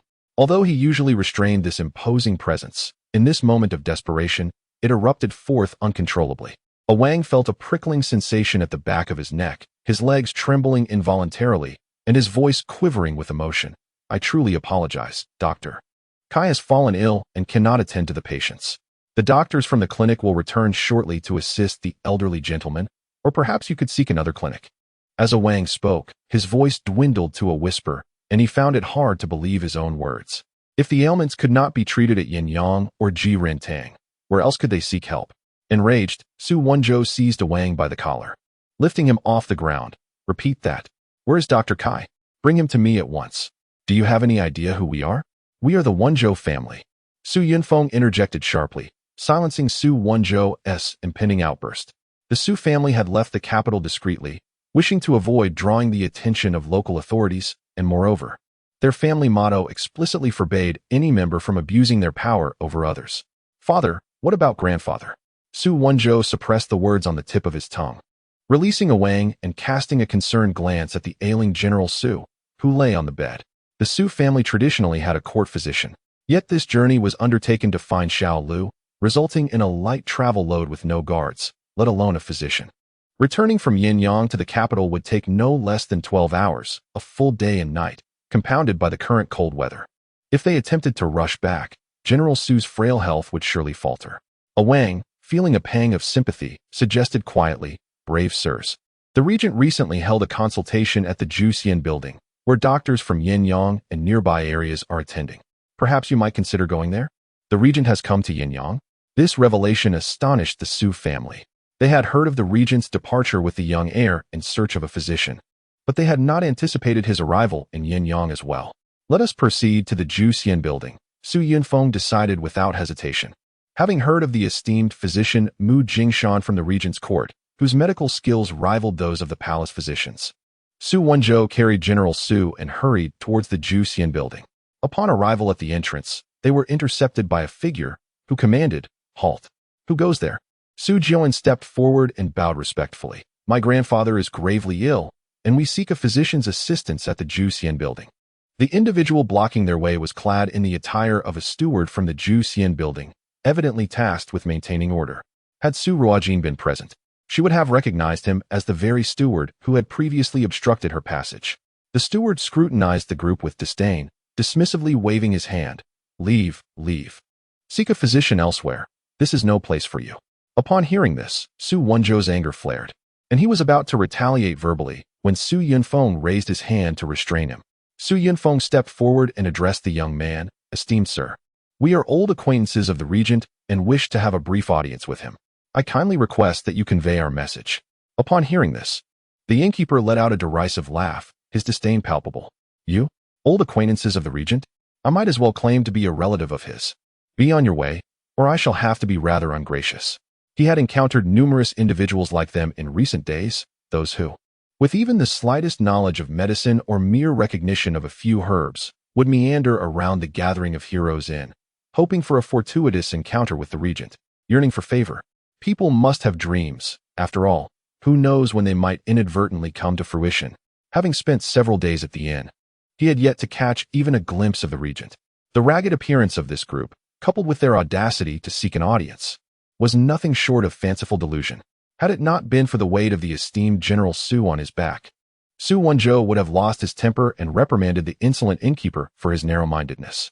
Observing the general's increasing frailty, Su Yunfeng set aside his reservations and reached into his robe to retrieve the general's insignia. Just then, a woman's voice rang out. "It is said that the regent is diligent and benevolent. However, he does not appear so impressive. How dare you slander the regent?" The innkeeper barked, turning around in anger. Su Yunfeng and his companions also turned to see a young girl assisting an elderly lady towards them. The innkeeper scowled at Su Ruojin. "What are you doing here again? Do you intend to sneak in once more? Let me assure you, while I am here, that will not happen." Su Ruojin and the elderly Lady Lin had come to purchase some small necessities for the inn. Passing by the gathering of heroes inn, she noticed Su Ruojin carrying an elderly person. Her medical instincts piqued. She surmised that the elder might be suffering from a sudden ailment and approached out of concern. Ignoring the innkeeper's provocations, she released her hold on Lady Lin and stepped directly to Su Ruojin's side. "I am a physician. May I examine this elderly gentleman?" The sight of the young girl bearing a striking resemblance to Su Madame in her youth momentarily stunned the Su family trio. They exchanged glances, each reflecting a flicker of excitement. Could she be Xiao Lu? Yet, over the years, the Su family had encountered countless young women resembling Su Madame, including a girl from Shirley Village who bore a 6- or 7-fold likeness to Su Yunfeng, ultimately leading to nothing more than disappointment. They decided to suppress their hopes. Often, the greater the desire, the deeper the disillusionment. A new thought arose. Could this young lady truly possess medical knowledge at such a tender age? Chapter 32. Who is being carried? Seemingly perceptive of their doubts, Su Ruojin remained unfazed and continued. Does this elderly gentleman frequently experience shortness of breath, chest pain, persistent coughing, and restless nights? The trio fell silent. The general, now in a semi-conscious state, rested heavily against Su Ruojin's shoulder, revealing only his face. The young girl had merely glanced at the elder and was able to articulate his symptoms. Su Ruojin stepped forward and bowed respectfully. Esteemed physician, my grandfather indeed suffers from the symptoms you described. How did you come to know this? His lips were tinged with purple, his complexion an ashen hue. In such frigid weather, beads of sweat adorned his forehead, clearly indicative of a cardiac episode. If he were not treated swiftly, the prognosis appeared grim. The innkeeper, standing nearby, laughed mockingly. I kindly advise you to be wary of deceit. She is no doctor, merely a distant relative of Lin Zhizhou, a good-for-nothing. Su Ruojin cast a cold glance at the innkeeper, her brows arching slightly, her beautiful almond-shaped eyes narrowing, radiating an icy glare. The innkeeper felt an immediate drop in the already frigid temperature, pulled his coat tighter around himself, and silenced his tongue, sulking as he stood by. Without waiting for his elders to speak, Su Ruojin interjected, Doctor, please examine my grandfather. Having witnessed countless life-and-death situations on the battlefield, he knew that in times of excessive casualties, any individual with even a modicum of medical knowledge would be summoned to assist. This young lady, having merely glanced at his grandfather, had already discerned the ailment. Instinctively, he felt she was reliable. Su Yunfeng and Su Ruojin exchanged glances, neither of them deterred. Both somewhat astonished that the girl could identify the general's condition with such ease, allowing her to proceed, seemed reasonable. Su Ruojin approached to check Su Ruojin's pulse, examined his eyelids, and her expression darkened. Speaking rapidly, she declared, My clinic is just ahead. Carry the elder there swiftly. He has a history of heart issues, and due to recent exertion, he has encountered a stimulus that has exacerbated his old ailment. If we do not administer acupuncture immediately, it may be too late. Upon hearing this, Su Ruojin hesitated no longer, swiftly carrying Su Ruojin in the direction pointed by Su Ruojin, with the others hastily following suit. In a private room on the third floor of Yaoxing Tower, Xiao Yanchu was savoring tea with Mu Jingshan. Today marked the final day of the gathering of talents, and it seemed that the revered physician they sought would not appear. Mu Jingshan sipped his tea, a hint of worry etched upon his brow. Although heiress' condition rendered him somewhat daft, it posed no mortal threat. At worst, the Wang family could support him for a lifetime without issue. However, the prince was nearing the age of 25. Xiao Yanchu stood and gazed out the window toward the gathering tower. There is no rush. We still have 4 years. You are quite carefree, but what if? Mu Jingshan's thought was abruptly interrupted by Xiao Yanchu's voice, tinged with curiosity. Is that not Su Ruojin? Following Xiao Yanchu's gaze, Mu Jingshan observed Su Ruojin sprinting while carrying someone, a group trailing closely behind. Not only was it Su Ruojin, but also General Su and Su Ruojin. What was happening? Why were they dressed thus? Mu Jingshan was equally astonished. When had the Su family arrived in Yanyang, and why were they unaware? Who was Su Ruojin carrying? And why the urgency? Suddenly, Xiao Yanchu spotted the young girl closely following the Su family and, without a moment's hesitation, turned to descend the stairs. Jingshan, follow me. Mu Jingshan, bewildered by the unfolding events, hastily set down his teacup and pursued. Hey, Your Highness, wait for me. Su Ruojin, the adopted daughter of Lin Zhizhou, had just reached her coming-of-age ceremony. Not long ago, after Lin Zhizhou found his biological daughter, he had cast her out. According to the Lin family, her biological parents hailed from Shirley Village, and she was currently preparing to establish a clinic on Zhengde Street with the elderly matriarch of the Lin family. This is the report from the spy of the Wangfu to Xiao Yanchu. If she can run a medical clinic, she must possess a medical license. It turns out she is a doctor. After meeting her, Ear's health has improved significantly. Could she have done something to aid him? However, Xiao Yanchu recalled Su Ruojin's age. Although she had yet to uncover the identity of her mentor, considering her youth, it was likely that her medical skills were not exceptionally advanced. Now, reflecting on the elderly man Su Ruojin was carrying, Xiao Yanchu quickened his pace. Although the man's head rested on Su Ruojin's back, obscuring his features, the fact that the Su family appeared so anxious suggested it was highly probable that he was General Su. Was Su Ruojin to treat General Su? Years ago, General Su had suffered a spear wound to the chest on the battlefield, injuring his heart. The emperor had summoned renowned physicians from across the realm and emptied the palace of its precious medicinal materials to snatch him back from the clutches of death.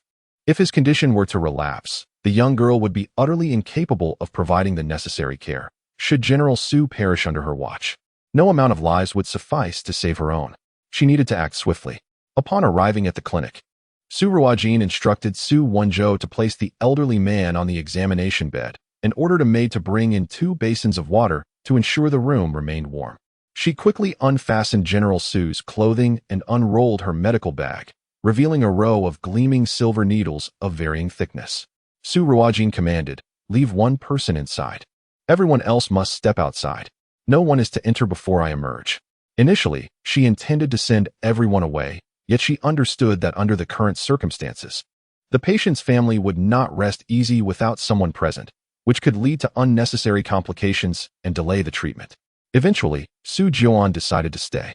Su Ruojin was indifferent to who remained.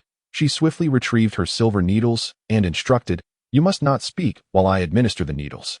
Su Ruojin ceased his inquiries, nodding slightly to indicate his understanding, and stepped back to allow Su Ruojin space.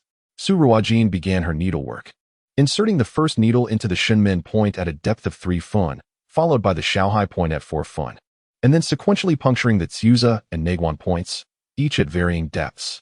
By the time she completed these placements, a thin sheen of perspiration had formed upon her forehead. Just when Su Ruojin thought she had finished, Su Ruojin began to twist, flick, and knead each needle, causing them to vibrate in diverse manners. Some trembled rapidly, while others quivered gently. Su Ruojin's hands remained in constant motion, adjusting the depth and positioning of each needle along with their vibrating frequencies. Witnessing this scene, Su Ruojin's expression transformed from initial skepticism to profound astonishment. As the Grand Tutor of the Crown Prince, he frequently traversed the palace and had encountered numerous imperial physicians. Yet he had never witnessed anyone with such swiftness in needle administration, nor such peculiar techniques. Suddenly, he recalled having seen references to the long-lost 13 needles of the underworld in ancient texts. Yet, the young girl was employing 16 needles, not 13, creating a dissonance in his thoughts. Su Ruojin was eager to inquire, yet upon seeing the young girl focused on administering acupuncture and recalling Su Ruojin's prior instructions, he suppressed his curiosity and patiently stood by. If he had harbored doubts regarding Su Ruojin's medical skills before, he now held her in complete trust. He even harbored a faint belief that within the borders of the Great Chu Kingdom, this young lady was the only one capable of curing his grandfather's ailment. After the passage of a short while, Su Ruojin withdrew the needle. In the next moment, Su Lao Jiangjun suddenly erupted into a violent cough, ejecting a spout of black blood that stained his entire garment. Su Ruojin's expression shifted dramatically as he rushed forward, disregarding Su Ruojin's instructions, and cried out in alarm, "Grandfather!" Chapter 33, Poisoning. Meanwhile, as Su Yinfeng and his companions had just exited the room following Su Ruojin's arrangements to grant her space for treatment, they heard someone calling out to him, "General Su, what brings you to Yanyang?" It was Xiao Yinshu, standing outside the door. Su Yinfeng and Su Ruojin were taken aback by Xiao Yinshu's voice and hastily clasped their fists in greeting. "We pay our respects to His Highness." Xiao Yinshu waved his hand dismissively. "No need for such formalities while out and about." "What is the matter?" Su Yinfeng replied. "My father has fallen ill suddenly and is currently receiving treatment inside." Xiao Yinshu's complexion shifted slightly, confirming his suspicions. Su Lao Jiangjun was an esteemed general who had made significant contributions to the Great Chu Kingdom. Xiao Yinshu would not allow any mishaps to befall him. "Jing Shan, go and take a look." The door remained tightly shut, indicating that the treatment was still ongoing. For reasons unknown to him, Xiao Yinshu felt a wave of relief. There was still time. As long as Mu Jingshan intervened, the likelihood of Su Lao Jiangjun's recovery was substantial. Even if something were to go awry, it could hardly be blamed on the young girl. "Yes, Your Highness." Mu Jingshan acknowledged the order and prepared to push the door open. "Wait," Su Yinfeng called out, halting him. Mu Jingshan paused, looking at Su Yinfeng with a hint of confusion. His assistance would certainly be beneficial, yet Su Yinfeng recalled the young girl's instructions. "Doubt those you do not trust, but trust those you employ," was one of Su Yunfeng's guiding principles as a commander. He had already promised Su Daifu that no one was to enter until she emerged, especially with Jiuan watching over the situation inside. Surely, there would be no issues. "Is General Su expressing distrust in Jingshan?" Xiao Yinshu questioned, intrigued. Su Yunfeng quickly clasped his fists, his expression filled with contrition. Your Highness, Mu Daifu's medical prowess is renowned throughout the capital. I would not dare to doubt it. However, I have already promised Su Daifu that no one may enter until she has completed her work. I hope for your understanding. Upon hearing this, a glimmer of amusement flickered in Xiao Yanchu's eyes. Just how capable was this young lady to earn the steadfast trust of the esteemed General Su, such that he would prefer to rely on her rather than allow Mu Jingshan to assist? Very well then, let us wait here for Su Daifu to emerge. Xiao Yanchu replied, not pressing the matter further, and took a seat nearby, patiently awaiting Su Ruojin's return. As a healer, Mu Jingshan understood well that a physician must not be disturbed while saving lives, and he held no significant grievance. He simply found himself curious about what sort of doctor could inspire such unwavering trust from General Su. Within the confines of the room, the needle was threaded with a swiftness akin to the wind, while outside, an eerie silence enveloped the air, with the sound of the falling needle audible. Everyone's gaze was fixated on the door, awaiting its eventual opening. At that moment, Steward Zhang rushed in, his face etched with anxiety. Your Highness, the young master has gone missing again. He lamented his own folly, for after the last escapade of the young master that had caused quite a ruckus, he had taken measures to assign 2 nurses to attend to him, yet here they were again, facing the same predicament. Xiao Yanchu immediately set down his teacup and rose to leave. Su Yunfeng, well aware of Xiao Yanchu's concern for the young master, hurried forward. Your Highness, I am willing to assist in the search for the young master. Xiao Yanchu waved his hand dismissively. There is no need. You all stay here and watch over General Su. I will leave Mu Jingshan behind. Should any needs arise, feel free to direct him. Thank you, Your Highness. Su Yunfeng expressed his heartfelt gratitude. The presence of Mu Jingshan assured Xiao Yanchu, for if Dr. Su encountered any issues, having the skilled healer nearby would certainly alleviate concerns. No sooner had Xiao Yanchu departed than a startled cry from Su Jiuan echoed from within the room. Everyone's hearts raced, yet none dared to enter. Su Wenzhou, in a fit of urgency, shouted. As soon as my elder brother spoke, he was met with a sharp reprimand from Su Yunfeng. Silence. Keep your voice down. What if you disturb Dr. Su? Su Yunfeng admonished in a hushed tone. Su Wenzhou promptly fell silent, anxiously pacing before the closed door. Su Yunfeng lamented his decision to bring the elder to Yanyang. His father's frail health was already compromised, and this journey had yielded nothing but distress, aggravating his old ailments. He resolved that henceforth, any news regarding the young master must be concealed from his father until verified. Su Ruojin retrieved a handkerchief to wipe her hands and spoke to the distressed Su Jiuan, who had collapsed by the bedside.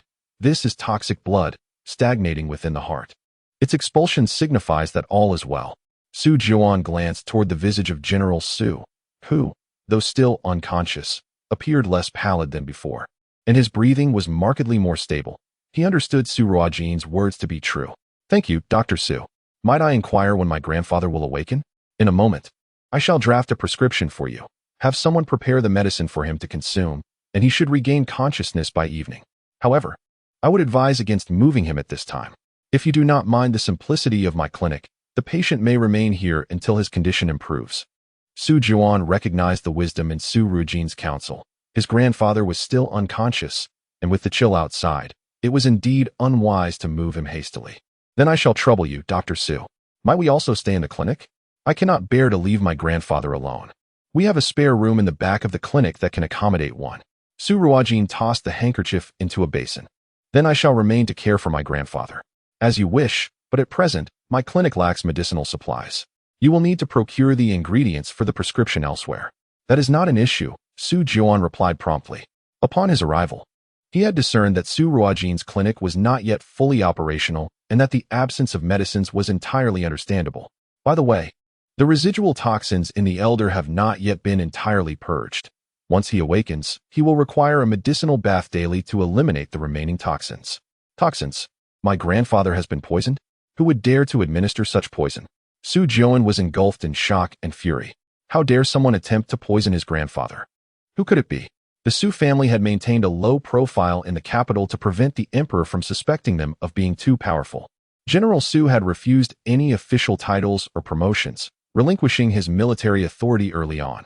It was precisely for this reason that the emperor felt secure allowing his father and third brother to command the troops stationed at the distant borders of the southern and northern regions of the Great Chu. Was this not enough to spare his grandfather from harm?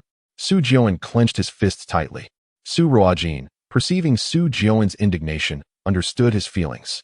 Who would not be enraged to hear of their grandfather being poisoned? She continued, the poison was administered today. It would not typically be fatal. However, due to your grandfather's pre-existing ailment and advanced age, it has resulted in this situation. There is no need for concern. A few medicinal baths will suffice. In truth, the small amount of poison in General Su's system could be expelled without bathing, but given the severity of his old ailment, a medicinal bath would yield more effective results.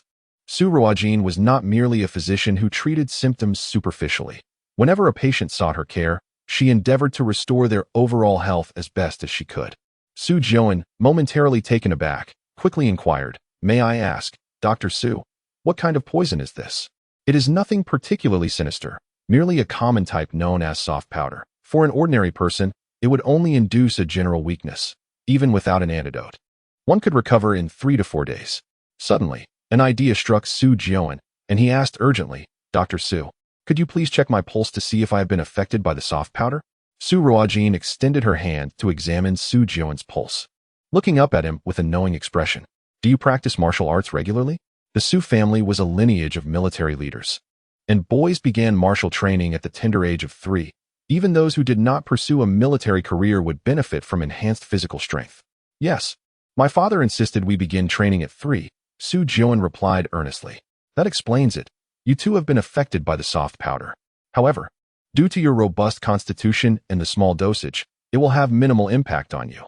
Su Ruojin fell silent. They had only visited Shirley Village today, stopping at the home of those suspected of adopting the 6th child, sipping a few cups of water. Could it be that family had poisoned them? Yet, that household bore no ill will towards the Su family. They seemed quite honest and had even been left with 50 taels of silver as a token of gratitude. It was hard to see any motive for poisoning. "We only went to Shirley Village today. We haven't been anywhere else," Su Ruojin murmured, almost to himself. "Shirley Village? No wonder," Su Ruojin remarked, studying Su Ruojin with a contemplative gaze. "What business did you have there?" "Some personal matters," since others were unwilling to divulge. Su Ruojin refrained from pressing further. The villagers of Shirley are known for their fierce disposition. They only keep male children and often deceive or purchase older girls to serve as wives. Outsiders must leave something behind to exit the village.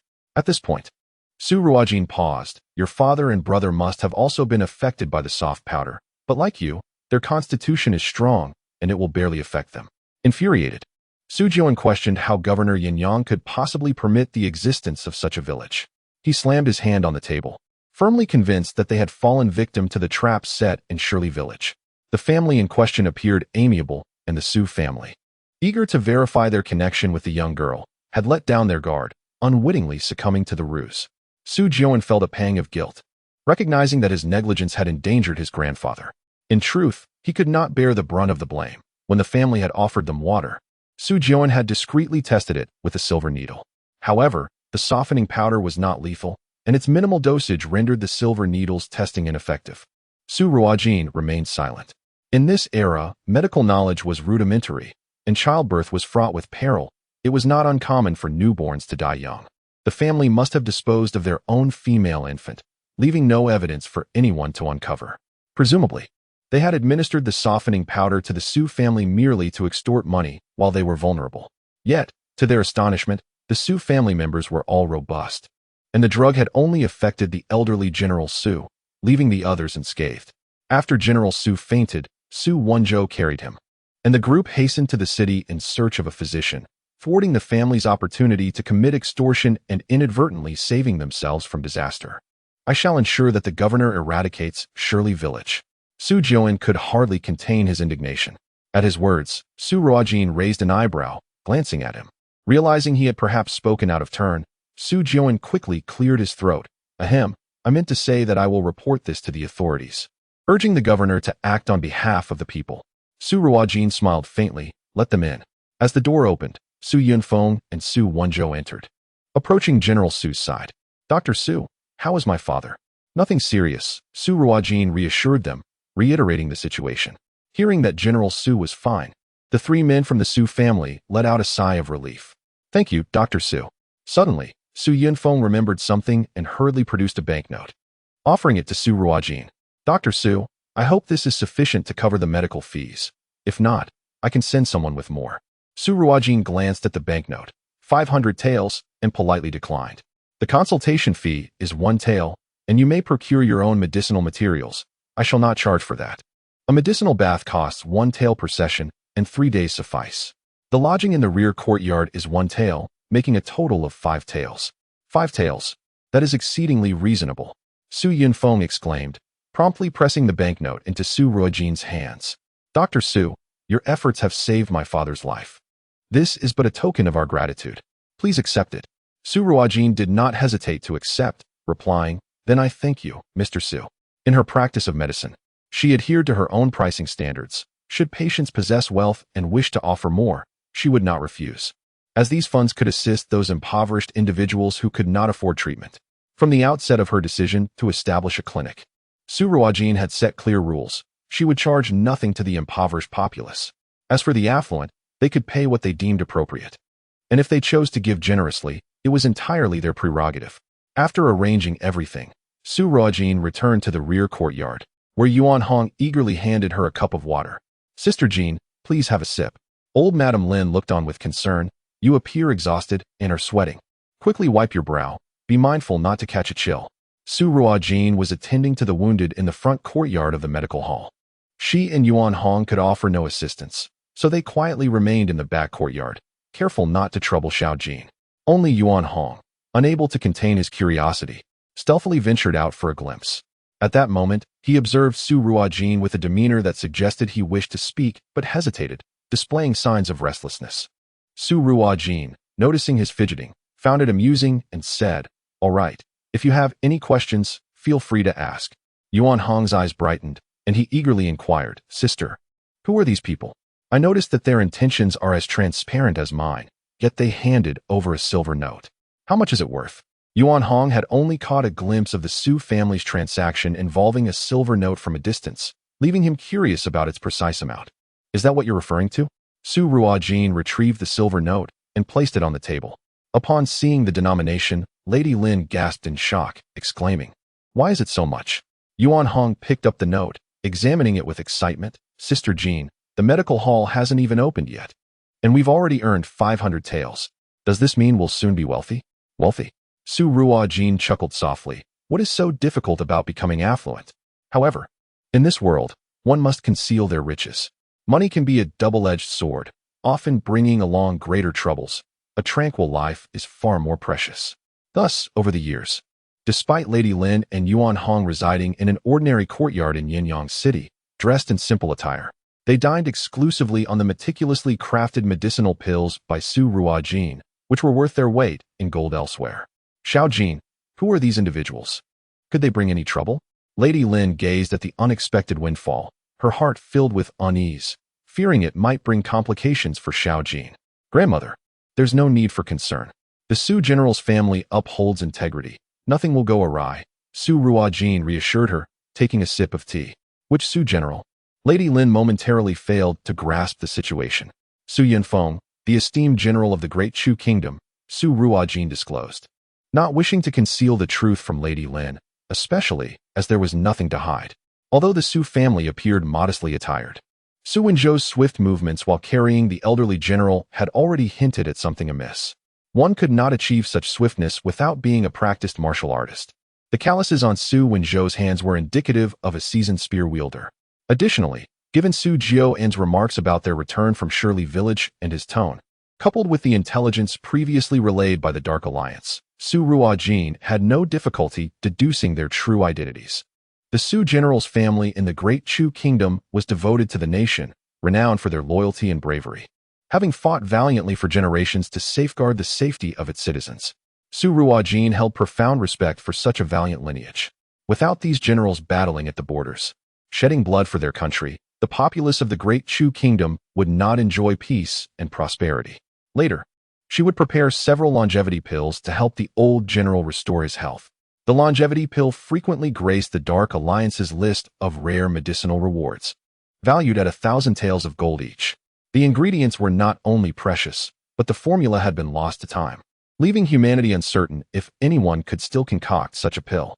Nonetheless, some chose to cling to hope, believing in the possibility of its existence, thus offering a bounty in case a true master might arise. In the realm of popular belief, a single longevity pill is said to extend one's life by 5 years. A mere 1,000 taels of gold exchanged for such an extension seems undeniably worthwhile. Yet, only Su Ruojin comprehends that the longevity pill does not confer an immediate 5-year extension upon ingestion. Rather, it optimizes physiological functions and delays the aging of the body's organs. Thus, in a certain sense, it effectively prolongs life. This formula, discovered in the ancient medical texts during Su Ruojin's previous existence, was, in that era, rendered somewhat obsolete by advanced technologies that already mitigated human aging. The formula merely existed as a relic of historical literature, lacking substantial practicality.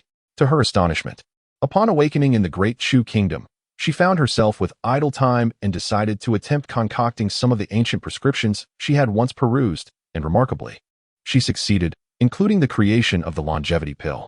Meanwhile, as Su Ruojin departed, General Su's pulse was eagerly awaited by Mu Jingshan, who could no longer contain his anticipation. The moment Su Ruojin had opened the door, Mu Jingshan had yearned to take the pulse, yet he restrained himself.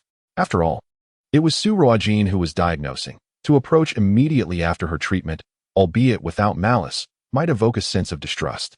Thus, he waited until she had left, allowing only the Su family to take action. Dr. Mu, what is your assessment? Su Yinfeng inquired softly. His apprehension was not rooted in a lack of faith in Su Ruojin, but rather a cautious approach regarding the health of his father. As Mu Jingshan examined the pulse, his eyes began to gleam with increasing brightness. Upon completion, he gently returned General Su's hand beneath the covers and rose to signal for a conversation outside, mindful not to disturb the elder. Once outside, Mu Jingshan, brimming with excitement, turned to Su Ruojin. Ruojin, did you witness the young lady? Oh, I mean, Dr. Su administer the needles? Su Ruojin nodded affirmatively. Indeed, Dr. Mu, but what ailment does my grandfather possess? The fervor in Mu Jingshan's demeanor sparked concern within Su Ruojin. No. Everything is quite stable. General Su's pulse is calm, and there are even signs of alleviation of long-standing ailments. It is truly remarkable. I dare say, my own skills could not surpass those of Dr. Su, Mu Jingshan proclaimed. Upon hearing this, the Su family felt a wave of relief wash over them. Such excellent news. Indeed. Ruojin, please recount the details of Dr. Su's treatment process. Su Ruojin meticulously described the procedure to Mu Jingshan. The more Mu Jingshan listened, the more astonished he became. The 13 ghostly needles, while he had never witnessed their application firsthand, he was aware through ancient texts that they constituted a complete set of 13 needles. However, what startled him was Su Ruojin's revelation that the young lady had employed more than just 13 needles, which left him utterly amazed. It is well understood that the more needles employed, the greater the challenge to the physician's skill. A proficient doctor does not merely insert the needles, rather, they must deftly manage each one within a brief span, adjusting for varying symptoms. The greater the number of needles, the more adjustments required, thus testing the practitioner's abilities. Typically, an ordinary doctor might administer around 6 needles. A skilled one could manage 10, but beyond that, it becomes exceedingly difficult. In cases where patients necessitate multiple needles, physicians often opt to administer them in stages. Otherwise, managing an excessive number becomes unmanageable. A slight misstep could render the treatment ineffective, causing the patient unnecessary suffering, or, in severe cases, exacerbate their condition. Mu Jingshan reflected that his own limit was 12 needles. Beyond that, he would falter. To his astonishment, Dr. Su was indeed capable of controlling 16 needles.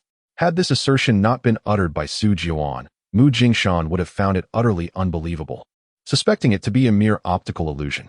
An incredible thought flickered through Mu Jingshan's mind, yet he swiftly dismissed it. Impossible, absolutely impossible. The legendary sage of medicine was said to be a venerable elder. How could it possibly be a delicate young maiden? Nevertheless, he harbored a desire to seek guidance from Dr. Su regarding the art of healing. Mu Jingshan was not one to cling to pride. In his eyes, regardless of age, the accomplished were worthy of being mentors. Consulting someone more proficient than oneself was not a matter of shame, whether they be a child or a young lady. What value is there in mere age without the skill of healing?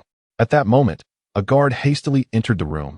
Young Master Mu, the prince requests your immediate return to the residence. The young heir has returned but is running a high fever. Mu Jingshan hurriedly bid farewell to Su Yunfeng and the others, swiftly departing from the medical hall. Once he had left, Su Yunfeng's expression darkened. Wenzhou, inform your second brother to ascertain whether that Dr. Kai is truly ill or merely feigning illness. Also, let your fourth brother investigate the situation in Shirley Village and send some commonly used medicinal herbs to Renai Hall. As a great general of the nation, how could Su Yunfeng fail to perceive that Jiren Hall looked down upon them for their coarse garments? How could such a medical establishment ever aspire to be the foremost in Yanyang?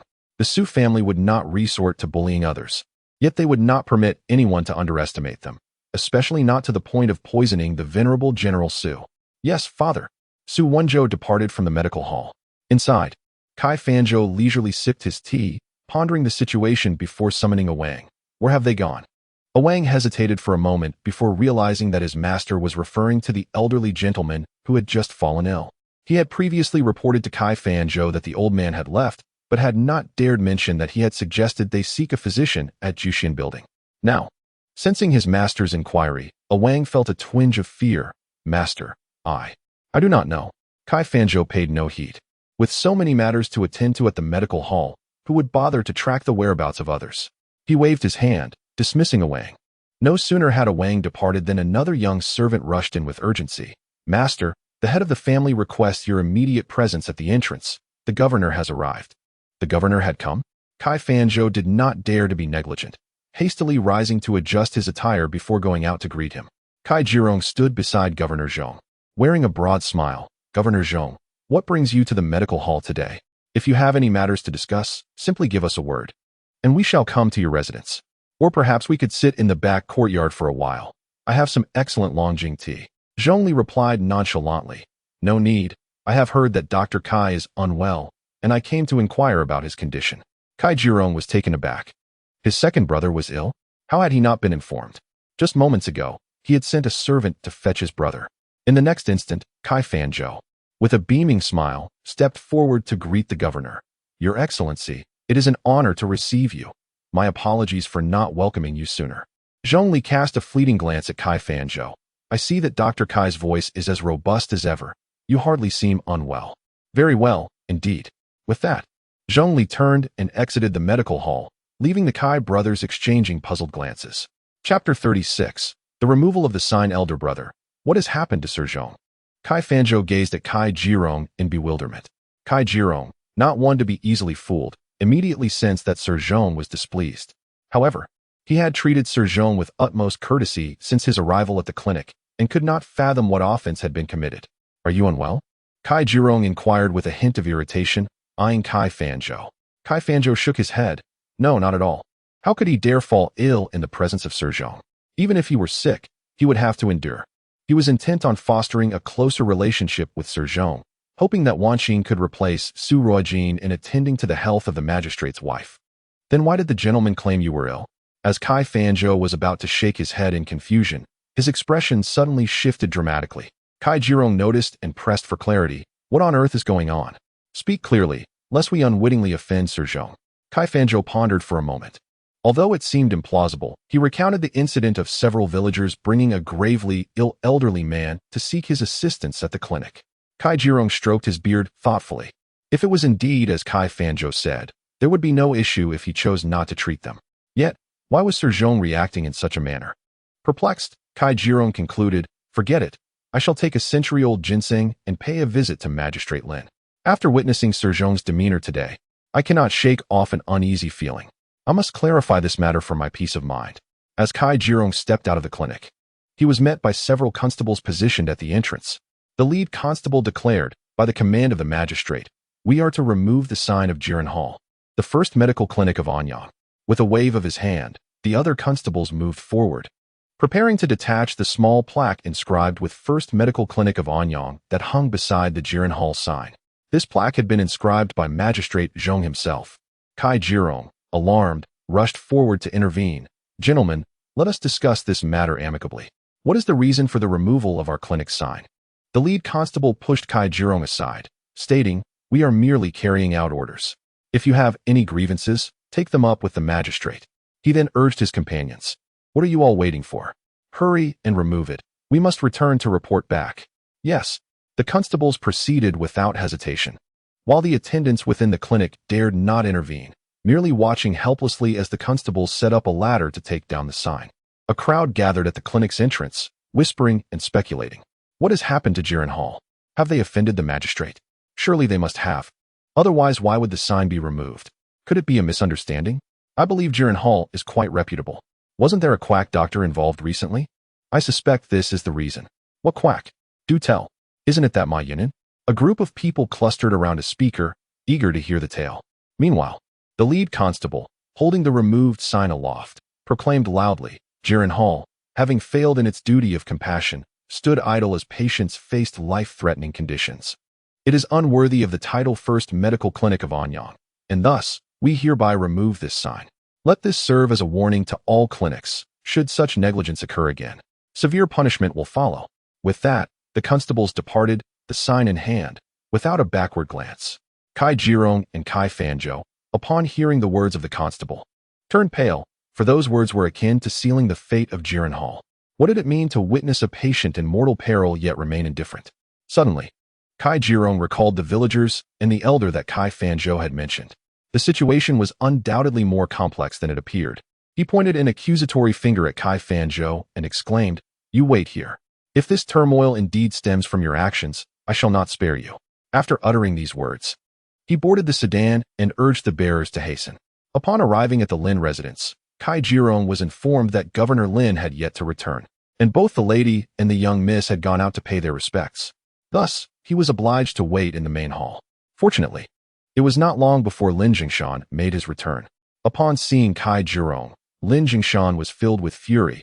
He initially intended to unleash a tirade, but recalling that his daughter was under the tutelage of Kai Fanzhou, he managed to restrain his anger. He had previously been summoned by Prefect Zhong, who had reprimanded him regarding Jiren Hall, for it was under his jurisdiction.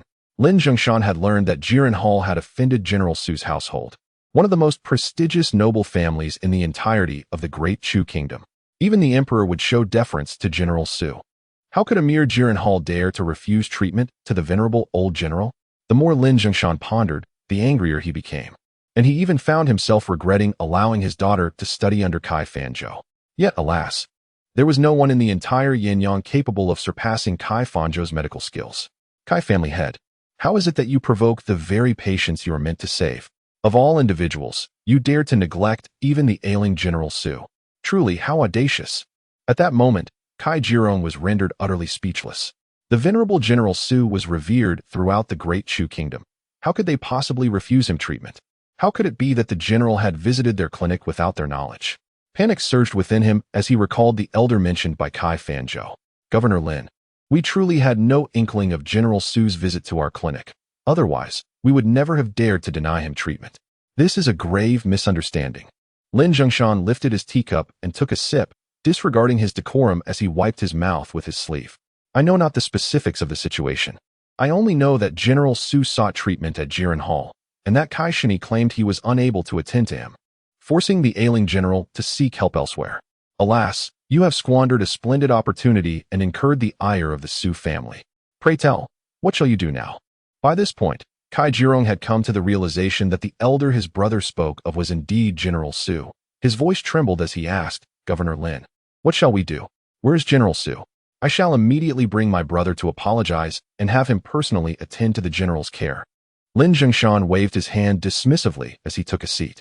No need. Someone is already attending to General Su's ailment. Moreover, how could we possibly know the whereabouts of General Su? You should consider yourselves fortunate that this incident has only cost you a nameplate. Let Kai Shini be more cautious in the future. Should a similar situation arise again, I cannot guarantee that Jiren Hall will continue to operate. With unsteady steps, Kai Jirong returned to Jiren Hall, and in a fit of rage, he struck Kai Fanzhou across the face. You fool! How could you not recognize General Su? To feign illness and refuse treatment. Truly, you are incorrigible. I perceive your reluctance to see our Jiren Hall extinguished, a sentiment of discontent indeed. Go, kneel at the ancestral hall, and do not emerge without my command. What? General Su? That old farmer is General Su. Kai Fanzhou covered his face, utterly astonished, momentarily oblivious to the pain radiating from his visage. Brother, I truly had no inkling he was General Su. It was not my intention at all. Not your intention? A healer who is so particular with patience. How can you face the ancestors of the Kai family? What tormented Kai Jirong the most was the golden opportunity to connect with the illustrious Su family, now slipping through his fingers. Should Jirenhal manage to cure General Su's ailment, their reputation would soar to the capital, potentially elevating Jirenhal from the first medical institution in Yanyang to the foremost in the Great Chu. The more Kai Jirong contemplated, the more his anger festered, leaving him breathless and speechless, his entire being numb and immobile, his gaze fixed ahead. Kai Fanzhou perceived his brother's distress and hurriedly supported him. "Brother, what ails you?" Chapter 37. Syncope. Kai Fanzhou hastily laid Kai Jirong upon the bed and took his pulse. Alas, his brother was afflicted with syncope, cerebral infarction. He urgently summoned a Wang to prepare medicine while he administered acupuncture to his elder sibling. After a flurry of activity, the condition finally stabilized, yet Kai Jirong's face became crooked, his body unresponsive, making it arduous for him to articulate even a single coherent sentence. Clearly, he could no longer oversee the affairs of the Kai family. From initial concern, Kai Fanzhou's heart began to swell with unbidden joy. His eyes darted, and he promptly gathered the clan leaders of the Kai family at Jirenhal to discuss the matter, proposing the election of a new head to manage the affairs. The incident regarding the removal of the plaque from Jirenhal he attributed to Kai Jirong having offended esteemed guests from the capital. Though the Kai family engaged in various enterprises throughout the Great Chu, their ancestors primarily practiced medicine. Thus, Jirenhal constituted the core of the Kai family's legacy, and the head must possess medical knowledge. While Kai Jirong's fame did not rival that of Kai Fanzhou, he was still versed in the healing arts. With Jirong now incapacitated, the mantle of leadership naturally fell upon Kai Fanzhou. Consequently, he seamlessly ascended to the position of the new head of the Kai family, and there was no need for kneeling at the ancestral hall. Once the transition of leadership was settled, Kai Fanzhou summoned the steward, Wang De, into the chamber. "You are to dispatch someone to monitor Renai Hall and report immediately should anything arise." "Yes, my lord." Wang De departed to fulfill his duty. The news of the plaque's removal from Jirenhal reverberated throughout the city. Yuan Hong, out for supplies, found himself drawn to the commotion at Jirenhal's entrance. Unable to enter the courtyard, he lingered at the threshold before hurrying back to Renai Hall. Sister Jean, the plaque from Jirenhal has been taken down." With her pen poised, Su Ruojin continued writing her prescription. "Oh, why is that? I heard from the constables that it was due to the patient's being in dire straits while remaining indifferent." Upon finishing her last stroke, she set down her pen, and after a moment of contemplation, the rationale became apparent. Given the renown of physician Kai, how could the Su family remain oblivious? General Su undoubtedly first visited Jirenhal, and Kai Fanzhou, having witnessed the indifference to suffering, reluctantly sought out a physician at Jushin Tower. Such a lack of medical ethics from Kai Fanzhou has inevitably produced a mediocre doctor like Ma Yuanan.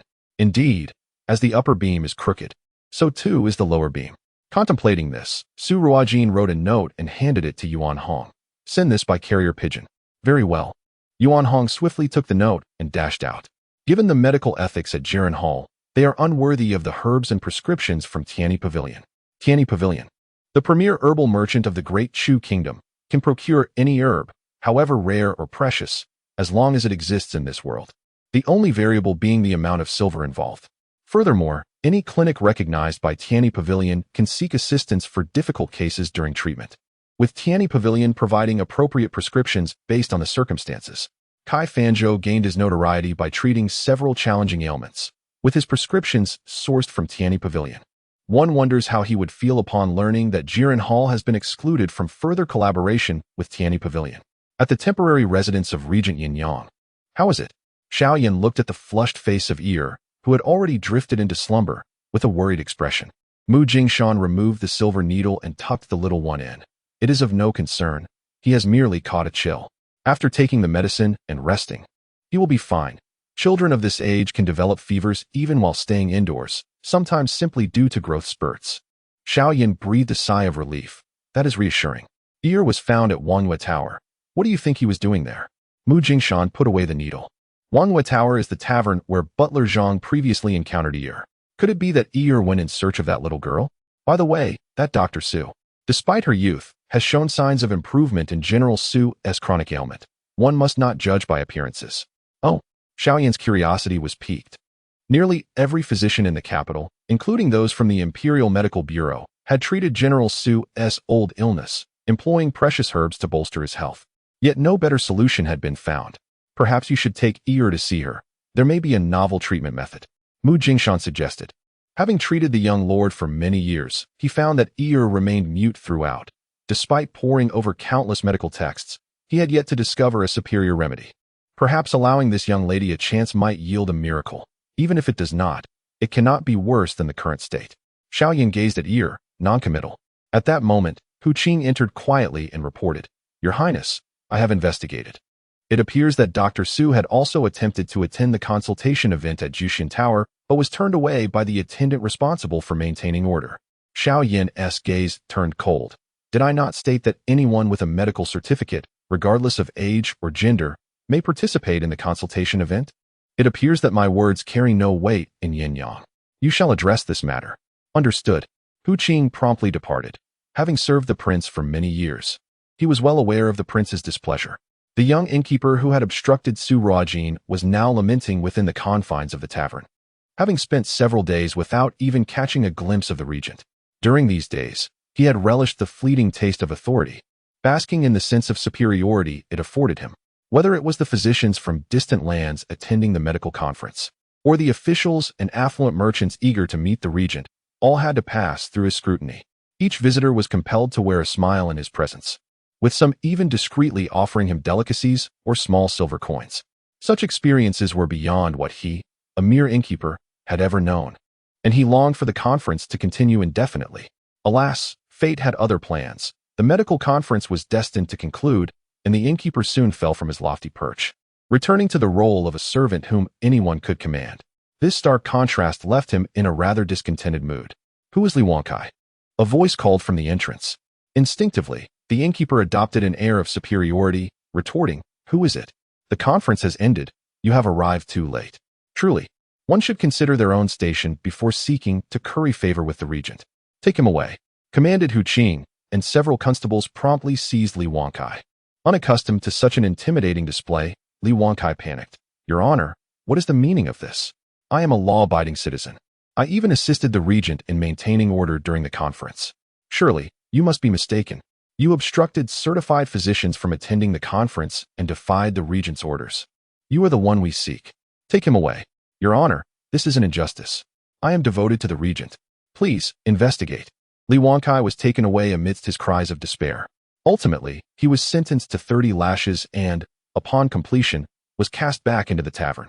Naturally, the establishment dared not retain anyone who had offended the regent, and the tavern keeper instructed the staff to escort Li Wankai back to his home.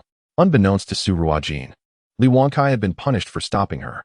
At that moment, she found herself in a rather helpless situation, tightly embraced by a young maid who was nearly drowning her in tears and snot. "Miss, I missed you so much. You finally allowed me to serve you. You cannot imagine how thrilled I was when I received the news via carrier pigeon. I couldn't sleep a wink all night." As tears and mucus threatened to soil Su Ruojin further, Jihua intervened, pulling the young maid aside and offering her a handkerchief. "Yin Luo, the elder instructed you to compose yourself. If the elder sees you in such a state, you will be punished." Yin Luo took the handkerchief to dab her eyes, feeling slightly embarrassed. "I am simply overwhelmed with joy. I have not seen Miss in 2 years, yet I have thought of her every day." Jihua then formally greeted Su Ruojin. "Jihua pays her respects to the Mississippi." Su Ruojin smiled. "Yet Yin Luo is a year older than you. Yet you seem more like the elder sister." Realizing her oversight, Yin Luo quickly joined in the greeting. "I pay my respects to the Mississippi." Jihua and Yin Luo were both companions Su Ruojin had rescued during her travels. Jihua had been afflicted with a grave illness, and with her family unable to afford treatment, she had been left wrapped in a straw mat and discarded in a mass grave. With her last breath, she crawled from the mass grave to the roadside, where she fainted, fortuitously encountered by Su Ruojin, who healed her ailments and brought her to the Heavenly Medicine Pavilion for training. Yin Luo, an orphan, was bound by her brother and sister-in-law, preparing to sell her to a brothel. Upon witnessing this, Su Ruojin spent 10 taels of silver to rescue her and also brought her to the Heavenly Medicine Pavilion. Jihua and Su Ruojin were of the same age, while Yin Luo was a year older than them. In their hearts, they always regarded Su Ruojin as their master. though Su Ruojin never permitted them to refer to themselves as servants. Observing the weary expressions on the two, Su Ruojin smiled and said, "Enough. I have told you not to be overly formal. You have traveled far. Go and rest early. Miss, we are not tired, truly. How could we feel fatigued when we are able to see you?" Yin Luo inquired cautiously, "Miss, how long will you allow us to stay by your side this time?" Both she and Jihua had longed to serve the miss, yet she always found having company troublesome and had never consented to their presence. Now, having finally come, Yin Luo feared that Su Ruojin would only require them to deliver herbs and soon send them back to the heavenly medicine pavilion. Su Ruojin, perceiving Yin Luo's apprehensions, chuckled. "This time I am opening a medical clinic. I cannot manage alone, which is why I requested your assistance. As long as the clinic is operational, you shall remain by my side." "Wonderful!" Yin Luo exclaimed, leaping in excitement. She almost rushed to embrace Su Ruojin, only to be halted by a glare from Jihua. Realizing her presumption, Yin Luo quickly chuckled, "Then I shall go organize the herbs." With that, she turned and headed towards the cart. Jihua then bowed, "Miss, there are too many herbs to deliver in one go. This batch consists of merely some common ones, while the rest will arrive in 2 days. I shall now assist Yin Luo in sorting the herbs." Su Ruojin nodded. "Go ahead." The two young ladies had learned some medical skills at the Heavenly Medicine Pavilion, and their assistance would certainly lighten her load. By the time they finished their tasks, it was already the 8th hour of the night. Su Ruojin entered the room of General Su, who had awakened. Upon seeing Su Ruojin, the old general reached out, grasping her hand, tears streaming down his face. "Xiao Lu.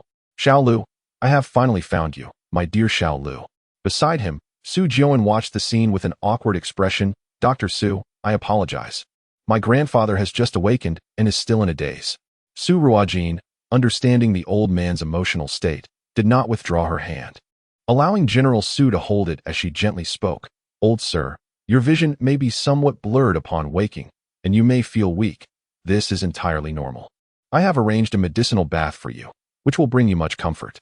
Upon hearing this, the old general gradually regained his composure, turning to Su Jian. "Is she truly not Xiao Lu?" Su Jian shook his head. "Grandfather, she is Dr. Su. You were poisoned by a nefarious individual in Shirley Village, which aggravated your old ailments. It was Dr. Su who saved you. He could not allow his grandfather to hold on to false hopes any longer, at his age. The weight of disappointment was unbearable, and it was better to not instill any expectations from the start." The light in General Su's eyes dimmed, and he retracted his hand. "I apologize, Dr. Su. It was I who was discourteous." Su Ruojin smiled gently. "It's all right. You may take a medicinal bath first." After instructing the young servant at the door to bring in the medicinal tub, she left the room after giving her directives. By the time old Master Su was ready, it was nearly the end of the high hour, around 10 o'clock at night. Having exhausted herself throughout the day and needing to prepare for the opening tomorrow, Su Ruojin decided to bathe and lay down. In her dreams, she saw the little boy from that day, his back turned to her as he cried, searching for her and calling out "Sister." Her heart softened, and she hurried towards him, ready to call out, but was abruptly awakened by a cacophony of voices. "Water's coming in. Quick, put out the fire. Water. Hurry, fetch water." Su Ruojin sat up abruptly, donned her outer garment, and swiftly opened the door to step outside. To her astonishment, flames flickered beside the courtyard wall, where Jihua, Ruyin, and other maids and young servants were laboriously carrying water to extinguish the fire, with Yuan Hong among them. Fortunately, it was discovered early and the flames were not severe. They were soon quelled. Upon spotting Su Ruojin, Jihua hurried over, her face filled with guilt. "Miss, I am so sorry. It is my fault for not watching over the storeroom. Please punish me. Punishments can be discussed later. First, tell me what happened. How did the fire start?" Su Ruojin briskly approached the storeroom. Xiao Luan's small face was smudged with soot, her eyes reddened. "Miss, we are not sure. Everything was in order. Jihua and I inspected it thoroughly before resting. We do not know how it caught fire in the middle of the night." Old Madame Lin arrived, her face marked with fear and anxiety. "Xiao Jin, what has happened?" "The storeroom is filled with thick smoke, and the medicinal herbs that just arrived today have been nearly destroyed, the walls blackened by smoke and fire." Su Ruojin reassured old Madame Lin, "Grandmother, it's all right." But upon seeing the condition inside the storeroom, old Madame Lin began to weep. "Xiao Jin, the clinic is opening tomorrow, and all the medicinal herbs are gone. What shall we do?" Su Ruojin gestured for Jihua to support old Madame Lin. While she stepped into the storeroom, taking her time to survey the scene. Soon, her gaze sharpened as she discovered a small piece of fire starter submerged in a puddle of water in the corner. It must have been doused inadvertently during the frantic efforts to extinguish the flames. She glanced up at the vented window on the wall, a hint of amusement flickering in her eyes. It appeared that someone was not keen on her clinic's successful opening. Chapter 39. The grand opening. This fire starter was easily obtainable in the market, lacking any distinctive markings, making it improbable to trace the arsonist through it. However, it was clear that within Yanyang, there were individuals who did not wish for her clinic to thrive. One could surmise that it could be the Lin family or Kai Fanzhou, or perhaps both. "What shall we do, miss?" Xiao Luan cried while wiping her tears, her small face even darker with despair. Su Ruojin rose to her feet. "Jihua, you and Xiao Luan gather everyone to tidy up the storeroom. Let us salvage any usable medicinal herbs. We will still open tomorrow." The essence of a successful clinic lies in having a good doctor. As long as we can prescribe effective remedies, we can temporarily procure herbs from other pharmacies. General Su's chamber was situated a distance away from the storeroom. When Su Jiuan rushed out upon hearing the commotion, the flames had already been extinguished. He noticed Su Ruojin emerging from the storeroom with a small piece of firewood and instantly grasped the situation. "Dr. Su, do you require assistance?" inquired Su Jiuan. "It is no trouble for you, young Master Su. I shall manage on my own," replied Su Ruojin, her gaze as tranquil as a deep pool, revealing nothing of her thoughts. If her conjecture was correct, the fire in the storeroom was merely the beginning. Those who dared provoke Su Ruojin would have to reckon with the consequences. Su Jiuan's eyes flickered slightly, and he chose not to press further. Some matters are best dealt with through action rather than words. At the Kai residence, Kai Fanzhou was embracing his concubine, relishing in his recent bravado, oblivious to the disdain that danced in her shy, downcast eyes. Each time she attended to him, she feigned admiration, exclaiming how impressive he was, which often irked her. At times, she wished Kai Fanzhou would procure some medicine for her. Just then, Wang De's voice called from outside, "Master." Upon hearing Wang De, Kai Fanzhou donned his attire and led him into the study. "Speak," he commanded. Wang De lowered his voice. "I saw a shipment of medicinal herbs arrive today and stored in the back courtyard. I tossed a firecracker into the storeroom and left when the flames ignited. Those herbs are surely ruined." Kai Fanzhou erupted in laughter. "Excellent. Well done. Go to the treasury and collect your reward. Without those herbs, let us see how she opens her clinic tomorrow. This impoverished girl dares to try her luck in Yanyang? Dream on. It's time you learned who the true master of the Yanyang clinic is. Leave crying from this place. Wang De, accompany me tomorrow to congratulate Dr. Su on her opening. Remember to invite the other doctors from the clinics." On the 8th day of the 12th lunar month in the second year of Sheng'an, all auspicious signs were present. Early in the morning, Yuan Hong awaited at the entrance with a string of firecrackers.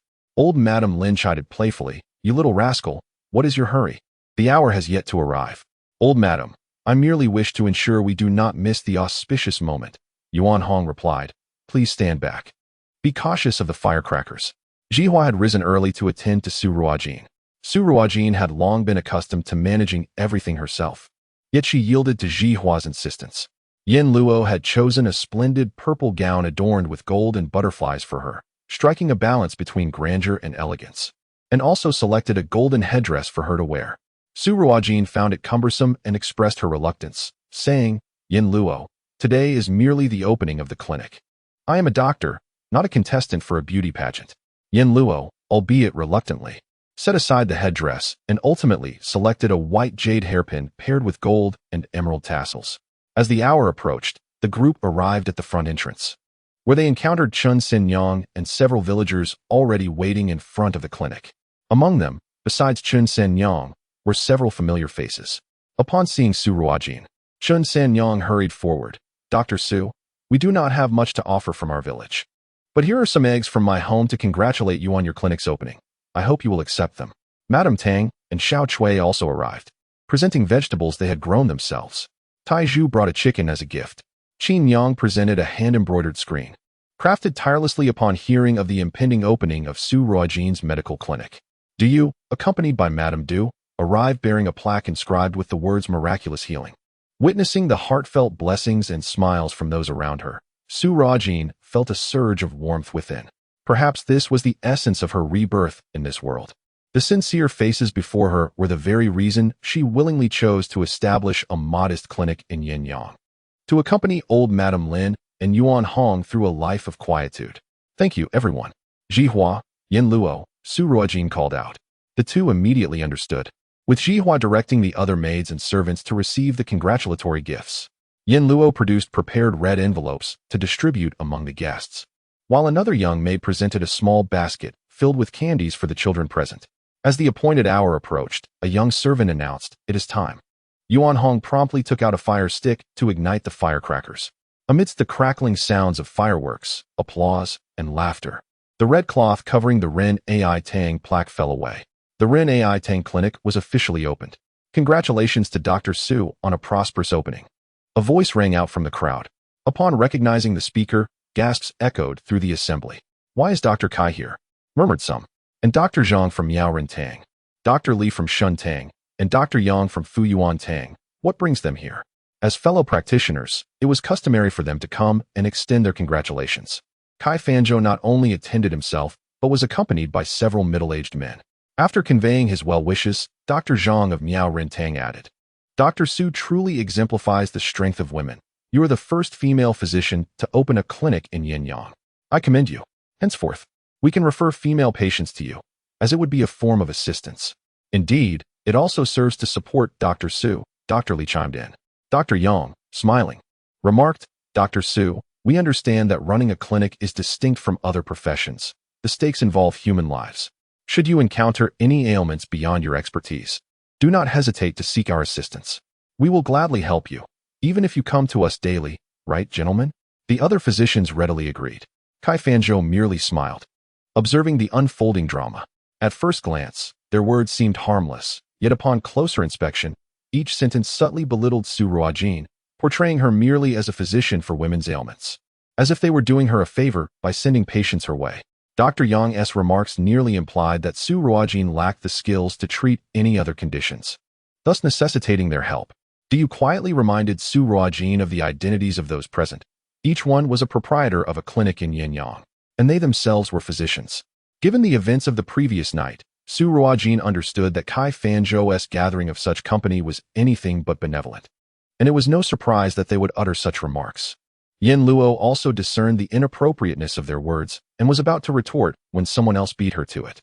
Chapter 40. A request. Chen Sanyang cast a fleeting glance at the gathered physicians and spoke, "Ah, I have yet to witness anyone arriving empty-handed to extend congratulations on an opening. Those aware of your purpose might think you come to offer felicitations, while those unaware might presume you are here to take advantage of the occasion. The customary practice upon the inauguration of a medical establishment is to distribute red envelopes to the attendees as a means of inviting good fortune. To arrive without a gift and merely request a red envelope, would that not be akin to seeking alms?"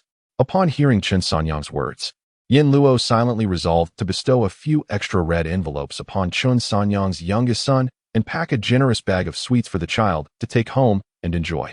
Indeed, it is quite shameless of the esteemed physicians from Yanyang. Mrs. Tang chimed in, expressing her disdain for Jiren Hall and the so-called Dr. Kai. She had clearly observed Kai Fanzhou's disdainful demeanor towards herself and her daughter-in-law that day. As soon as this sentiment was voiced, the expressions on Kai Fanzhou and the other physicians' faces grew awkward. Their intention was not genuine congratulations, and thus they had not brought any gifts. In their perspective, merely attending the opening was already a favor to Su Ruojin. Yet, under the leadership of Chen Sanyang and Mrs. Tang, the majority present were filled with gratitude towards Su Ruojin and rallied in support of her. Su Ruojin remained silent, observing the group led by Kai Fanzhou without uttering a word. Kai Fanzhou internally chastised Su Ruojin for her lack of decorum. Had she but spoken up, she could have alleviated their predicament. However, seeing her unwillingness to engage, the onlookers continued to point and whisper, guided by Chen Sanyang's lead. Kai Fanzhou and his associates were indeed prominent figures in Yanyang City, and while they felt the weight of their social standing, they had come without gifts, leaving only silver coins as their recourse. Presenting mere fragments of silver would only invite ridicule, compelling them to grit their teeth and produce silver notes instead. In the Great Chu Kingdom, the minimum denomination for a silver note is 50 taels, while Kai Fanzhou only possessed 100 tael notes, which he reluctantly extended with a forced smile. "Dr. Su, a token of my regard, I wish you great success in your opening. He uttered the phrase great success through clenched teeth. Yin Luo stepped forward to accept the note, and in that moment, Kai Fanzhou hoped Su Ruojin would demonstrate some understanding and promptly decline the offering, thus allowing him to retract the note. He tightly gripped the silver note, unwilling to release it. Yin Luo tugged at it, unable to free it from his grasp, and raised an eyebrow. What is it, Dr. Kai? Are you reluctant to part with it? If so, we shall let it be. Her words struck at Kai Fanzhou's pride, prompting him to relinquish his hold. You little girl, what nonsense are you spouting? Yin Luo seized the silver note and proclaimed, Dr. Kai. A gift of 100 taels in congratulatory silver. Thank you, Dr. Kai. Upon hearing this, several physicians who had intended to offer 50 tael notes hesitated. Kai Fanzhou had already set the precedent with his 100 tael gift, making it impossible for them to offer any less without losing face. Reluctantly, one by one, they extracted 50 tael notes, casting resentful glances at Kai Fanzhou for leading the way with such a substantial amount. Kai Fanzhou discerned the resentment reflected in the gazes of those around him, and he felt a surge of frustration within, a silent lament that he could not articulate. It was hardly his fault. He merely sought a pretext for confrontation, yet before he could even find one, he was compelled to part with 100 taels of silver. A painful loss indeed. After collecting the silver notes, Yin Luo respectfully presented them to Su Ruojin. Hope flickered once more in the hearts of Kai Fanzhou and his companions, urging her silently, please refuse, please refuse, please refuse. How could a mere junior accept such a lavish gift from her elders? Each tael represented a significant sum. Did she not fear the repercussions of her actions in Yanyang? To their dismay, Su Ruojin accepted the notes with grace, tucking them into her sleeve as she beamed at the group, saying, I am grateful for the kindness extended by all the esteemed doctors here. I would like to invite you to join me for a drink at Wanghua Tower shortly. It was merely a few tables of food. How much could it possibly cost? Even if they indulged in the finest fare and drink available, it would hardly exceed 10 taels. 10 taels exchanged for 500 was a profitable trade. The last flicker of hope for Kai Fanzhou and his companions was extinguished, and they inwardly chastised Su Ruojin once more. Several doctors exchanged knowing glances with Kai Fanzhou, who cleared his throat and spoke. There's no need for a drink, but we do have a request. We hope that Dr. Su can lend her assistance. Having just received 500 taels, Su Ruojin would certainly not decline. She inquired, what is it? If I can be of help, I shall certainly oblige. Her words ignited excitement among the group. The bait had been set. It was now Su Ruojin who would face an uncomfortable situation. Kai Fanzhou continued. It has come to our attention that the city of Qingyang in the northern region of Dechu has been ravaged by a snow disaster, leaving its citizens in dire straits. With the frigid weather exacerbating their suffering, illnesses are rampant. We at Jirentang, in collaboration with various medical establishments in Yanyang, have decided to donate a total of 7,000 taels of silver to Qingyang. Today, we wish to inquire if Renai Tang will participate in this charitable endeavor to assist the victims of the calamity. Upon hearing this, the local populace regarded Kai Fanzhou and his companions with newfound respect. Truly, Jirentang embodied the essence of a healer's benevolence. 7,000 taels was no trifling sum. My cousin, who recently married into Qingyang, returned with tales of the devastation.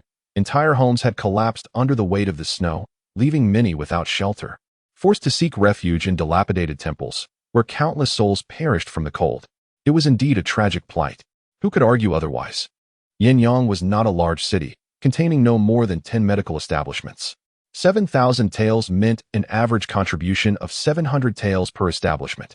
This would require Su Ruojin not only to forfeit the silver she had just received, but also to contribute an additional 200 taels.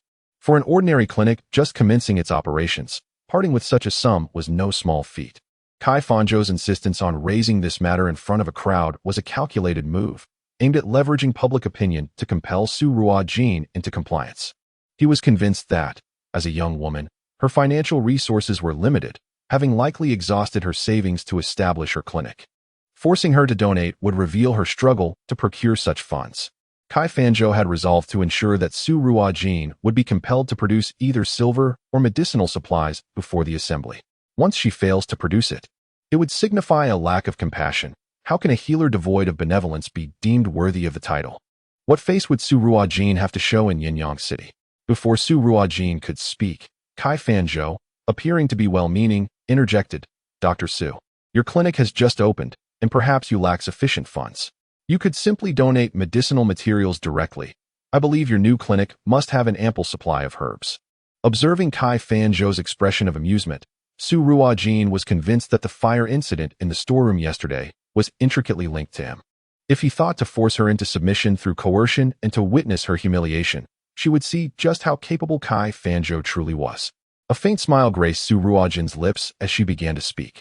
Chapter 41. Fire Spirit Ginseng. Dr. Kai is indeed correct. With the calamity befalling Qingyang City, it is our duty as citizens of the Great Chu to extend a helping hand. I am willing to donate a 500-year-old Fire Spirit Ginseng for sale, and all proceeds from its sale will be contributed to the disaster relief efforts in Qingyang City. Upon uttering these words, a collective gasp echoed throughout the room. Kai Fanzhou and the 4 doctors accompanying him instantly turned pale. As healers, they understood far better than ordinary citizens the significance of a 500-year-old Fire Spirit Ginseng. Unlike ordinary ginseng, Fire Spirit Ginseng possesses potent medicinal properties, offering remarkable efficacy against certain extreme cold ailments. A well-utilized 500-year-old Fire Spirit Ginseng could snatch a dying person from the clutches of the netherworld at a critical moment. Countless noble families have sought to procure a century-old Fire Spirit Ginseng at exorbitant prices, let alone a 500-year-old specimen. Any clinic fortunate enough to possess such a treasure would surely treat it as a family heirloom. It would be a challenge for others even to catch a glimpse, much less to part with it. Now, Su Ruojin's audacious offer of a 500-year-old Fire Spirit Ginseng was nothing short of monumental. A century-old Fire Spirit Ginseng could command a price of 1,000 taels of silver, while the starting price for a 500-year-old specimen would be at least 7,000 taels, often with no market available. In the event of an urgent need from a wealthy family, it would not be unusual for someone to pay not just 7,000, but even 10,000 taels for such a rarity. Su Ruojin's donation equated to a minimum of 7,000 taels of silver, matching the combined contributions of the entire Yanyang clinic. Should she manage to sell it for an even higher price, her individual donation would surpass that of Kai Fanzhou and his companions. Kai Fanzhou and his associates quickly recovered from their shock, with Dr. Zhang regarding Su Ruojin with derision. Dr. Su, you are quite young. Might you be deceived? I have heard that many individuals now adeptly use shorter-aged Fire Spirit Ginseng to masquerade as century-old specimens. This insinuation was tantamount to accusing Su Ruojin of deceit, suggesting that she could not possibly produce a 500-year-old Fire Spirit Ginseng. Ying Luo, incensed, was on the verge of rebuking them. For the Tian-E Pavilion storeroom contained an entire box of 500-year-old Fire Spirit Ginseng and a plethora of century-old specimens. Even a single discarded piece could provoke a sensation throughout the Great Chu. In the Tian-E Pavilion, the physicians utilized the rare century-old Fire Spirit Ginseng merely as materials for drug formulation research. To outsiders, the century-old Fire Spirit Ginseng appeared extraordinary. Yet within the Tian-E Pavilion, it was merely a commonplace ingredient for developing prescriptions. How dare they question the integrity of the young lady? Just as Ying Luo was about to speak, Zhihua restrained her. Zhihua shook her head at her, and Yin Luo swallowed the words that were about to escape her lips. Given Yin Luo's temperament, she would inevitably reveal the young lady's identity if she spoke, and the young lady preferred to remain inconspicuous. Otherwise, she would not have chosen to stay in Yanyang City all these years. Kai Fanzhou chuckled lightly. Dr. Su, the 500-year-old Fire Spirit Ginseng is indeed a rarity. Why not present it for everyone to behold? It was peculiar that Su Ruojin chose to boast about possessing such a treasure, seemingly to assert dominance over them. But now it remained to be seen if she could actually produce it. Su Ruojin let out a soft laugh. Dr. Kai, as a fellow physician, you should know that the Fire Spirit Ginseng is most susceptible to cold. At this temperature, if I were to take it out, it would blacken and lose its efficacy within a minute. Of course, should Dr. Kai be willing to bear the consequences of any potential loss, I would not mind displaying it now. Kai Fanzhou was momentarily taken aback, realizing his oversight. The Fire Spirit Ginseng thrives in the hottest environments and is particularly averse to cold. Any owner must maintain a fire burning continuously beside it to preserve its medicinal properties. Even during transport, pressured by Su Ruojin's words, Kai Fanzhou's expression soured. Who said I was unaware? I was merely concerned for your well-being, wishing to prevent you from being deceived. How do you plan to sell the Fire Spirit Ginseng? Quite simply, Su Ruojin replied. Interested buyers may come to the store to register and receive their unique code. I will post a blank sheet at the entrance of the clinic. where potential buyers can write down their codes and bids at any time. The bidding will conclude at midnight 3 days hence, with the highest bidder winning. The starting price will be 5,000 taels of silver, with each increment no less than 100 taels, to ensure fairness. The prospect of a 500-year-old fire spirit ginseng, a prized rarity, now starting at a mere 5,000 taels, was indeed enticing. Not only others, but even Kai Fanzhou felt tempted. Possessing such a ginseng would certainly elevate the prestige of Jiren Hall. However, without seeing the actual item, who would dare to purchase it? What if they discovered it was a counterfeit after the bid? Dr. Yang questioned, his interest piqued just like Kai Fanzhou's. If he could acquire a fire spirit ginseng for his clinic, it might surpass Jiren Hall and become the finest in Yanyang. I can establish a contract stating that if what I present at auction is not the 500-year-old fire spirit ginseng, I shall compensate double, Su Ruojin declared. Observing her calm demeanor, Kai Fanzhou and the others exchanged glances, incredulous. Did she truly possess the ginseng? How could a young lady come by such a treasure? Su Ruojin paid no heed to their thoughts, instructing, Jihua, prepare the contract and post it at the shop entrance. Yes, Mississippi. Though Jihua was unsure of the young lady's motives, she had always executed Su Ruojin's commands without question. Once Jihua completed the contract, Su Ruojin affixed her handprint and posted it alongside the bidding sheet at the clinic's entrance. She glanced at Kai Fanzhou. Dr. Kai, is this acceptable? In the Great Chu Kingdom, those who fail to adhere to a contract may face the penalty of exile imposed by the authorities. Su Ruojin had already achieved so much, and Kai Fanzhou could say nothing but offer a sheepish smile, remarking, it is still Dr. Su who has considered everything thoroughly. The surrounding townsfolk began to applaud fervently. Dr. Su is a paragon of virtue. From now on, I shall seek my medical care at Renai Tang, though I wonder if the consultation fees and medicines are exorbitant. A doctor capable of donating 500 years' worth of fire spirit ginseng to aid the disaster victims, I shall certainly visit, no matter the cost. Hearing the praises of the people directed at Su Ruojin, Kai Fanzhou's mind began to whirl, and he spoke again. Dr. Su, I heard that the storeroom of your clinic caught fire last night, and that the medicinal herbs were nearly all consumed. Even if one were to receive a consultation, it would be inconvenient to procure the necessary remedies. Why not come and practice at our Jiren Tang for the time being? Once you have replenished your supplies, you can return. This way, your patients will find it much easier to obtain their medicines, won't they? It was clear that he intended to make Su Ruojin a resident physician at Jiren Tang, while simultaneously selling medicines for them. Kai Fanzhou had calculated this scheme quite astutely. Oh, Dr. Kai, you are quite well informed. You even know about the considerable loss of my medicinal herbs. Su Ruojin replied, her gaze at Kai Fanzhou a mixture of amusement and skepticism. The girl's eyes were devoid of warmth, resembling an icy blade that could pierce through one's facade and chill one's spine. Regardless, since Su Ruojin could not find anything to hold against him, Kai Fanzhou steadied himself. I merely heard that someone had called for water last night, and I caught a whiff of the burnt herbs. Herbs are prone to catching fire. If water was involved, it stands to reason that they would have been consumed in the flames. I merely wished to extend a helping hand. Su Ruojin let out a chilling laugh. It seemed Kai Fanzhou had abandoned all pretense. Was he so certain that she could not find fault with him? If he was courting disaster, she had no reason to show mercy. Who says Renai Tang lacks medicinal herbs? At that moment, a male voice echoed. Chapter 42. A meeting with Xiao Bao. A horse-drawn carriage arrived and halted at the entrance of the clinic. The driver jumped down, setting down a stool and opening the curtain of the carriage. A young man, adorned in a light blue brocade robe, stepped out. Tall and graceful, with striking features and an air of noble elegance, he appeared to be around 17 or 18 years of age, resembling General Su to some extent upon closer inspection.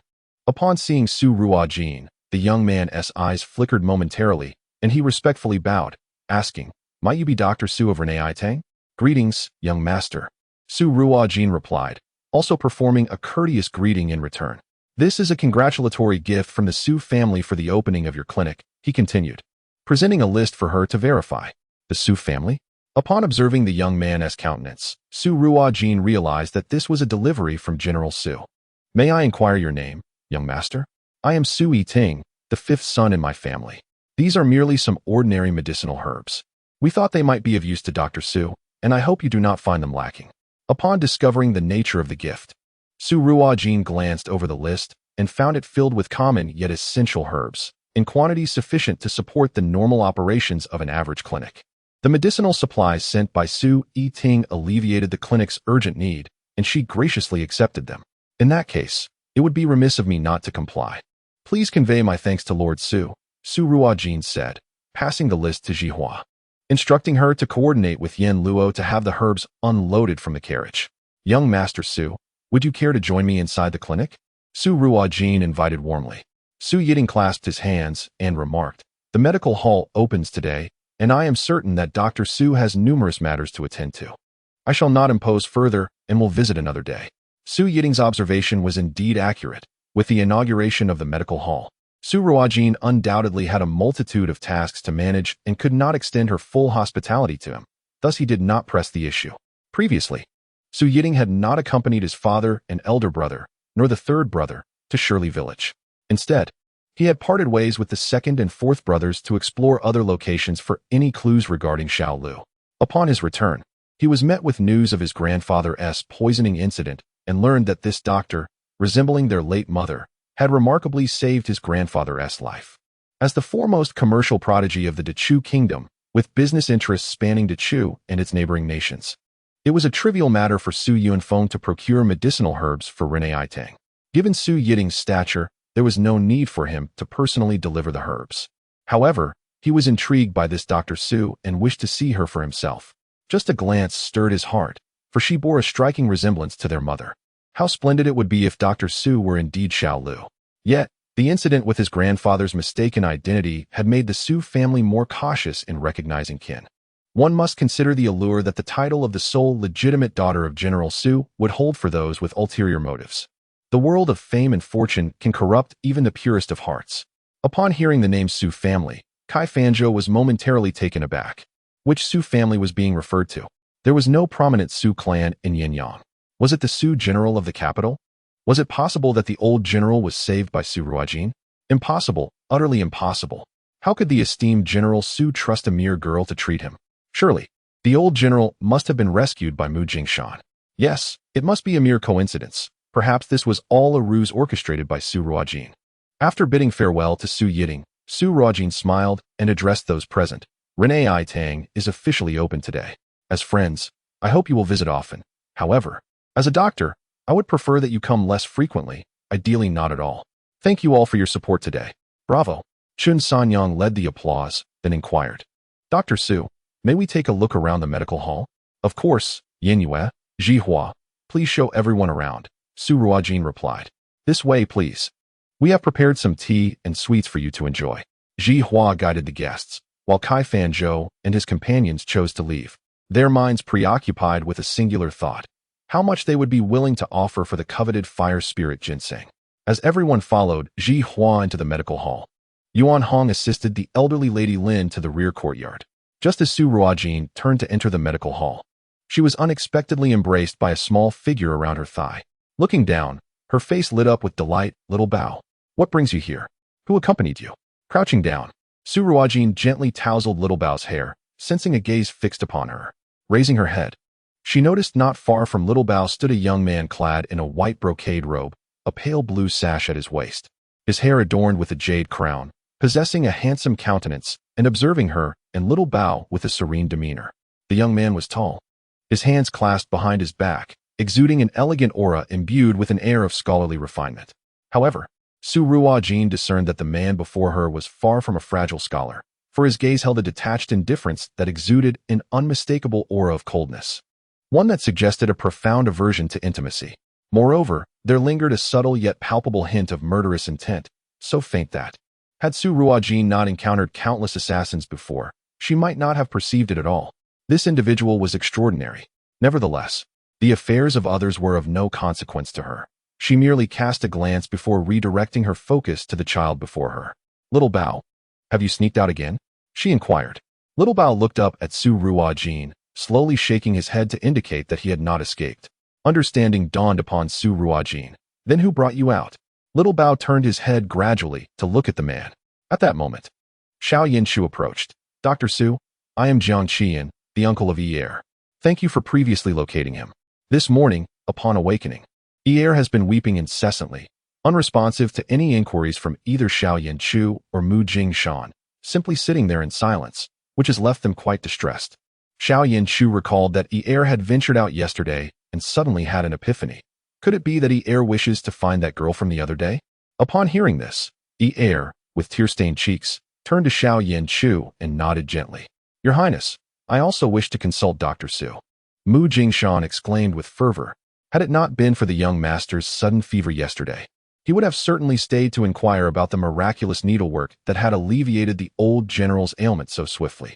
Xiao Yanchu raised his eyelids slightly and remarked coolly, It is time for you to return to the capital. I have received word that the Empress Dowager is unwell. Mu Jingshan could utter no more, for who could challenge Xiao Yanchu, a prince?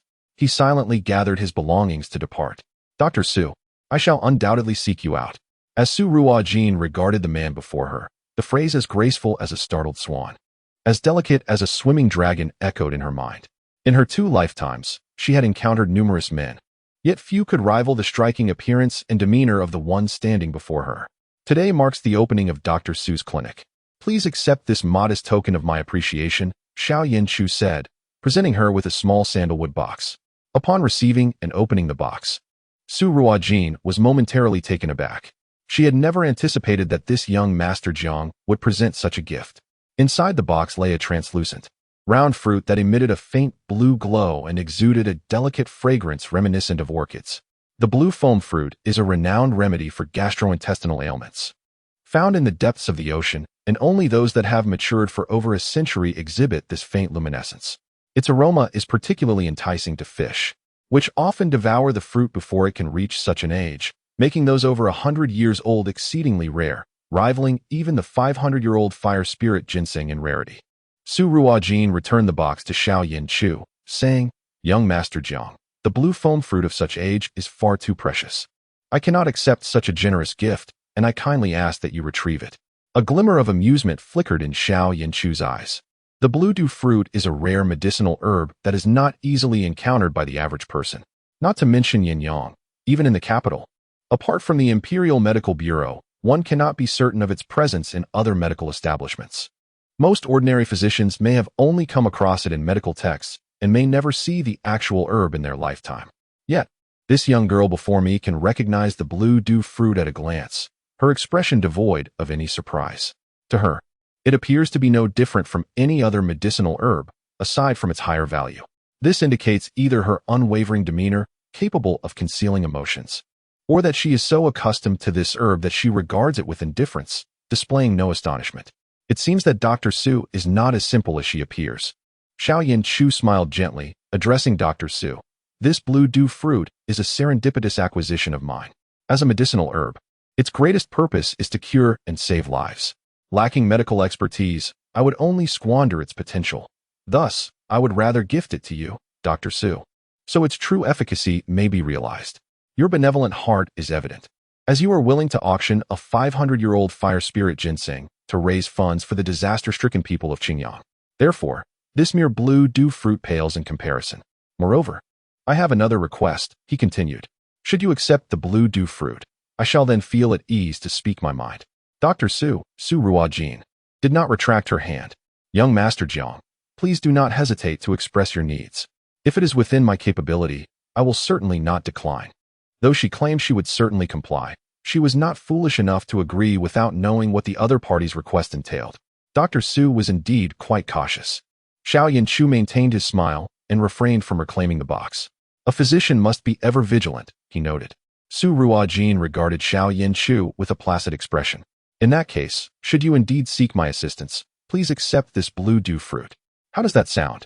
With her brow slightly arched, she ceased to speak further, silently urging him to articulate his request succinctly. Xiao Yanchu rubbed his nose, noting that in the present day of the Great Chu Kingdom, it was the first time someone had openly displayed impatience towards him. Dr. Su, I wish to ask you to examine Heir. He has been reticent since childhood, never engaging in conversation or communicating with others. Despite numerous physicians attempting treatment, none have yielded results. Might I implore you to take a look at him? I assure you, the consultation fee will be separate. As for treating the little one, Su Ruojin glanced down at the young child clinging to her foot, reluctant to let go, his large, watery eyes gazing up at her. She was well aware of the child's condition. To properly nurture his health would require him to be by her side for at least 3 months, not to mention the longer time needed for psychological guidance. Illness may manifest both physiologically and psychologically. The physiological aspect can be treated more easily, while the psychological requires unraveling the root causes and addressing the underlying issues. A person who can readily present a blue dew fruit as a gift is likely from a prestigious family. Would such a family trust her with their child? As far as Su Ruojin knew, there indeed existed a Jiang family in the Great Chu Kingdom, reputed to have produced both empresses and consorts in the past, with even the current royal grandmother hailing from the Jiang lineage. Could this man before her be related to the Jiang family? If he truly belonged to them, it would not be surprising for him to possess the blue dew fruit. Young Master Jiang, I have previously examined Xiao Bao's pulse. If my intuition serves me right, he was once capable of speech but has since retreated into silence due to some form of emotional trauma. Moreover, his digestive system is considerably weaker than that of an ordinary child. To restore his health, he must remain in my care for at least 3 months, during which we will address his condition through a comprehensive regimen of diet, medicinal soups, therapeutic baths, and acupuncture. As for the emotional barriers he faces, overcoming them will largely depend on his own willingness and the support of those he trusts. Su Ruojin candidly conveyed her findings. If the other party was unwilling to allow Xiao Bao to stay with her, she could offer no further assistance. If I were to offer a substantial sum, would Dr. Su consider putting her clinic on hold to accompany until he fully recovers? As anticipated by Su Ruojin, Xiao Yanchu could not remain in Yanyang for an extended period, nor could he bear to leave there unattended. Given Er's background, should certain individuals take notice, not only would he be in peril, but his presence could also endanger the young lady before him and everyone associated with the clinic. Noticing his hesitation, Su Ruojin did not press the matter further. Young Master Jiang, if Xiao Bao cannot receive treatment in my presence, then I must reluctantly admit my inability to assist him. A skilled artisan cannot work without materials. Similarly, a physician cannot provide care from a distance. Merely prescribing medication will not suffice to fully restore Xiao Bao's health. At best, it would merely sustain his life and allow him to grow, akin to his previous condition. Regarding Xiao Yanchu's suggestion for her to set aside her clinic to focus solely on treating Xiao Bao, Su Ruojin found that impossible. If she were inclined to treat only the privileged, she would not have remained in the small town of Yanyang. A healer must extend their care beyond the elite. Common folk possess an equal right to receive quality medical attention. This principle underpinned her establishment of the Tianyi Pavilion, aimed at assisting various medical institutions across the Great Chu Kingdom in developing effective medicinal formulas. Once effective remedies are devised, their dissemination through clinics will alleviate the suffering of countless individuals. Once again, Su Ruojin knelt to gently stroke Xiao Bingyi's small head. Little Bao, your sister promised to visit you, but I have been quite occupied lately and must apologize for my broken promise. How about you and your uncle return home, and I will come to see you once I finish this busy period? Xiao Bingyi remained silent, merely gazing at Su Ruojin, clinging tightly to her arm and shaking his head, tears streaming down his cheeks. Su Ruojin sighed inwardly, wishing she had something to cheer the child, but she was wholly unprepared. Aside from a stack of banknotes, she possessed nothing of interest. Offering banknotes to a child seemed rather futile. It was not that she was unwilling, but for such a small child, a pile of banknotes held far less allure than a simple glass marble, an item that, moreover, did not exist in this era. Judging by young Master Zhang's demeanor, his family was certainly not lacking in wealth. She could only look to Xiao Yanchu, hoping he might console the child, as he was the boy's uncle, and surely, the child would be more inclined to heed his words. Xiao Yanchu was taken aback.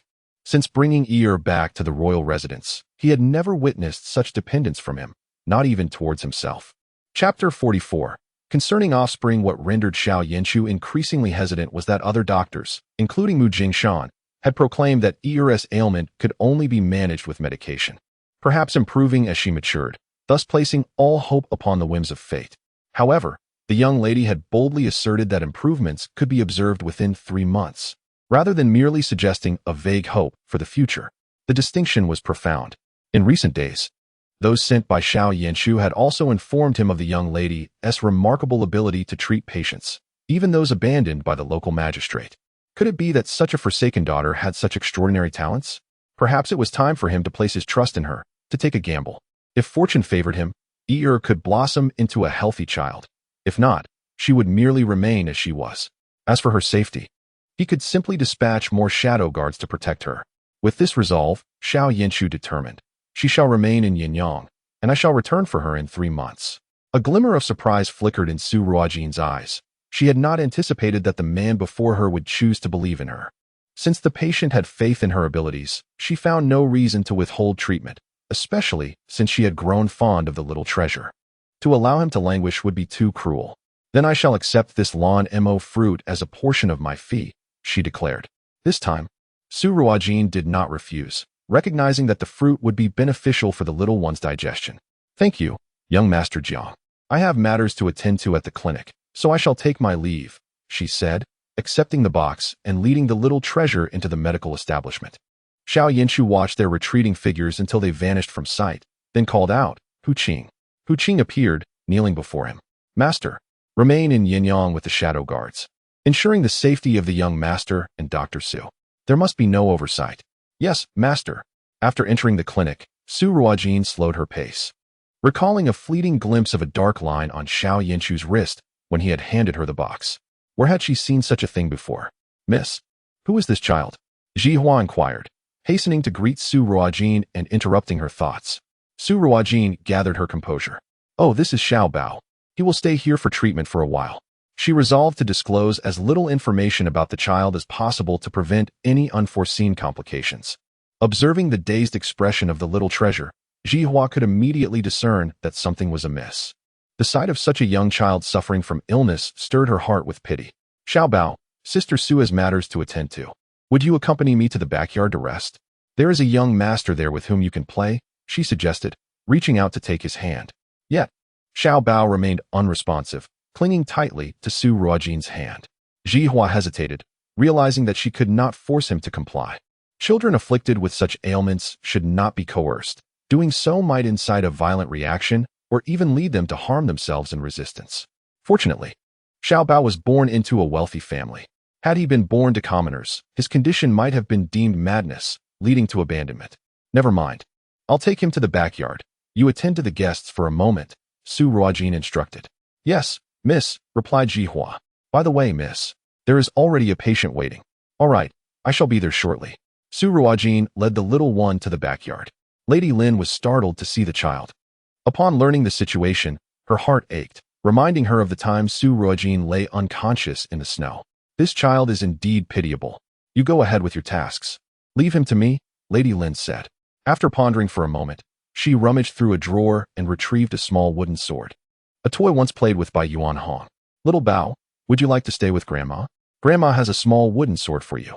Brother, let me play with you, Yuan Hong chimed in from the side. Little Bao's eyes flickered as he gazed at the wooden sword, releasing Su Ruojin's hand and approaching Lady Lin. Su Ruojin exhaled in relief. It was fortunate that little Bao was willing to accept Lady Lin. Otherwise, he would cling to her, and she would be at a loss for what to do, as she needed to attend to patients at the clinic. Bringing little Bao along at all times would be problematic, especially given his frail condition. It could lead to complications if he were to contract an illness from other patients. With little Bao settled, Su Ruojin proceeded to the consultation room to begin her appointments for the day. On the inaugural day of the new clinic, many came to observe, but few sought treatment. After seeing off the second patient suffering from a cold, Diu arrived with his wife to bid farewell to Su Ruojin. As the host, he lingered a bit longer. Dr. Su, we shall take our leave. Should you require anything, do not hesitate to inform me. Mrs. Du, perhaps of a more reserved nature, smiled gently and nodded slightly towards Su Ruojin. Just as Diu was about to depart, Su Ruojin called out, Mr. Du, please wait. Turning back with a hint of confusion, Diu inquired, Dr. Su, is there something else? Su Ruojin glanced at Mrs. Du and continued, might you both accompany me for a moment to discuss matters pertaining to offspring? Upon hearing the term offspring, both Du and his wife visibly shifted in demeanor. Very well. Du replied without hesitation, leading his wife into the room. Su Ruojin gestured for Ji Hua to close the door before speaking slowly. Mr. Du, forgive my bluntness, but if I am not mistaken, you have been married for many years without any children. Du sighed deeply, while Mrs. Du's eyes glistened with unshed tears as she dabbed at the corners of her eyes with a handkerchief. Dr. Su, to be candid, my wife and I have been married for 6 years without issue. We have consulted numerous doctors, all stating that my wife is too frail to conceive. I had even considered adopting a child from my hometown during the new year. Previously, Diyu had contemplated asking Dr. Su for assistance. But recalling the many doctors they had consulted, including the renowned physician Kai, without success, and considering that Dr. Su was an unmarried young woman, he dismissed the thought. However, with Su Ruojin broaching the subject, Diyu felt emboldened to speak openly, a flicker of hope igniting within him. Other physicians had required them to seek them out. While Dr. Su had discerned their plight with merely a glance at his wife, perhaps indicating that she possessed genuine skill. The bond between Diyu and his wife was strong, and despite the societal pressure to take a concubine, due to Mrs. Du's inability to bear children, he steadfastly refused. Madame Du, overwhelmed by pressure, took the initiative to seek a virtuous woman for her husband, only to have Diyu promptly return her with a sum of money. Now, upon hearing Dr. Su mention this matter, Madame Du is filled with remorse, silently wiping away her tears. It is her own inadequacy that has led to the absence of heirs for the Du family. She even contemplated that if she were to die, her husband could remarry and bear children without being burdened by her. Yet, she cannot bear the thought of losing such a wonderful man. Dr. Su, choosing not to elaborate, first checked Madame Du's pulse, then instructed Diyu to place his hand on the pulse pillow. Though it is said that a physician does not knock at the door, Diyu had aided her considerably, and Dr. Su wished to repay his kindness. Diyu was taken aback. Dr. Su, why must I also have my pulse checked? As a man, I cannot conceive, so what need do I have for this? Childbearing is a shared responsibility between both genders. Thus, both should be examined, Dr. Su indicated, urging him to rest his hand on the pulse pillow. Despite his skepticism, Diyu complied, though he felt a tinge of disappointment. Indeed, Dr. Su was still quite young. The act of bearing children is inherently a woman's domain. What need had he, a man, to have his pulse checked? Moreover, numerous physicians had already stated that his wife was in a fragile state, making conception challenging. Though such thoughts crossed his mind, Diyu still cooperated with Dr. Su, unwilling to undermine her reputation. After taking his pulse, Dr. Su remained silent and began to write prescriptions. Upon completing 2 prescriptions, she handed them to Diyu. Boss Du. This prescription is for your wife. Take it 3 times a day and return for a follow-up in 7 days. This one is for you, also 3 times a day, with a follow-up in 7 days. Diyu was astounded. Dr. Su, why must I take medicine as well? Indeed, Madame Du was physically weak, making conception more difficult than for ordinary women. However, the primary reason for their childlessness lay with him. His kidney yang was weak, hindering the nourishment of kidney essence, thus complicating the possibility of offspring. Fortunately, there remains a chance for conception, as the deficiency in kidney essence is not total. Dr. Su patiently explained, if you both adhere to this treatment for 2 months, you will surely conceive. Exchanging glances, both Diyu and his wife were taken aback, astonished that the challenges of childbearing were partly attributable to Diyu, yet elated at the prospect that, according to Dr. Su, they could conceive after 2 months of treatment. After 5 long years, this was the first time a physician had suggested that they still had a chance to bear a child. For them, the importance of whose fault it was faded in the light of this newfound hope. Madame Du, still in disbelief, asked, Dr. Su, can I truly conceive? With proper treatment, it is certainly possible. However, your body tends to be cold. I recommend acupuncture once every 7 days and a medicinal bath to expel the cold from your system. Ensuring that childbirth does not pose difficulties, Dr. Su advised. Madame Du nodded eagerly, filled with excitement. Yes, I will definitely come. Over the years, she had endured countless hardships for the sake of having a child. She would willingly endure any treatment, even if it meant rolling on needles, if it could lead to the miracle of motherhood.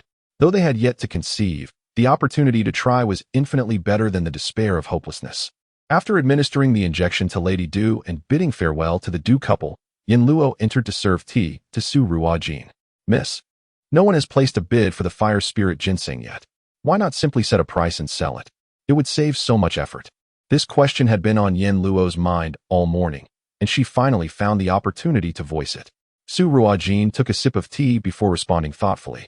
What does our newly opened clinic lack? Lack of what? Yin Luo pondered. With medicines and doctors in place, she believed there was no better physician in the Great Chu than her own mistress. Thus, it seemed their clinic lacked nothing.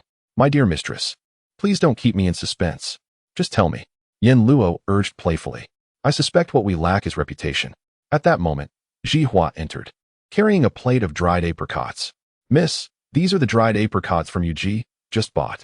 Su Ruojin popped one into her mouth, savoring its perfect balance of sweetness and tartness, which alleviated much of the busyness surrounding the opening. She turned to Jihua, complimenting her. Clever. Yin Luo still seemed perplexed, her expression one of confusion. Su Ruojin continued, for a clinic to thrive, it must have a reputation.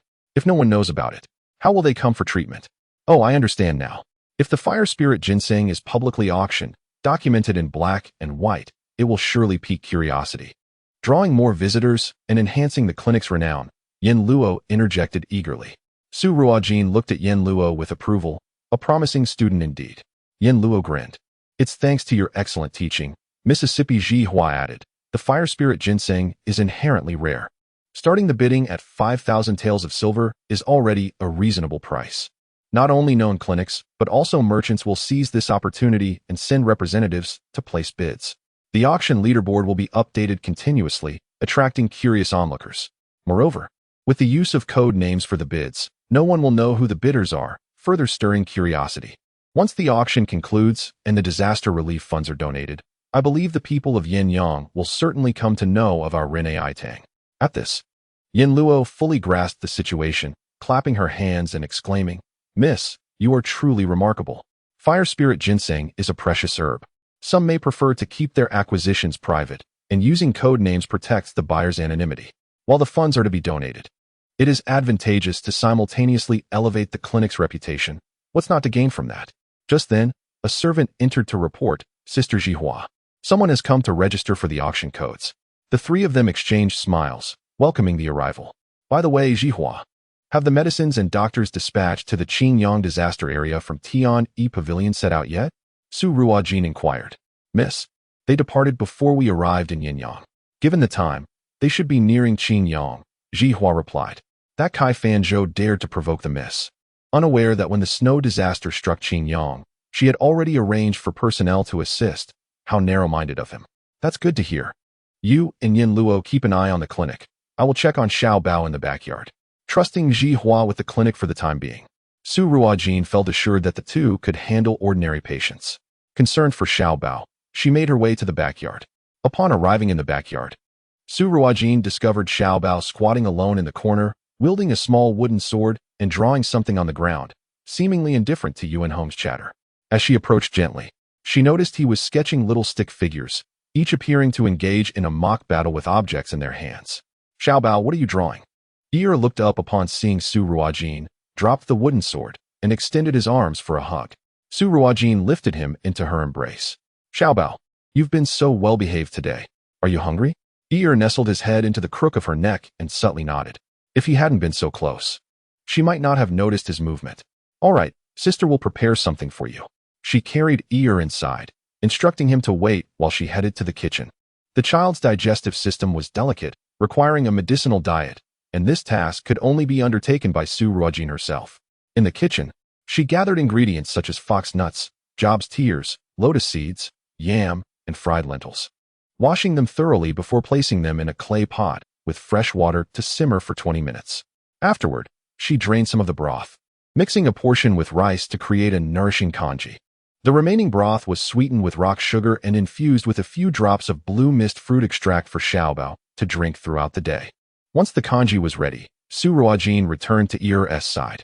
Xiao Bao, come, sister will feed you. Yuan Hong, witnessing this, hurried over to take the bowl from her. Sister Jean, let me feed him. He felt a pang of sympathy for Su Ruojin, who had been busy all morning, and wished to share her burden. However, Xiao Bao reached out and grasped Su Ruojin's hand, gazing at her intently. The unambiguous message was clear to anyone. Su Ruojin smiled gently. Very well, sister will feed Xiao Bao.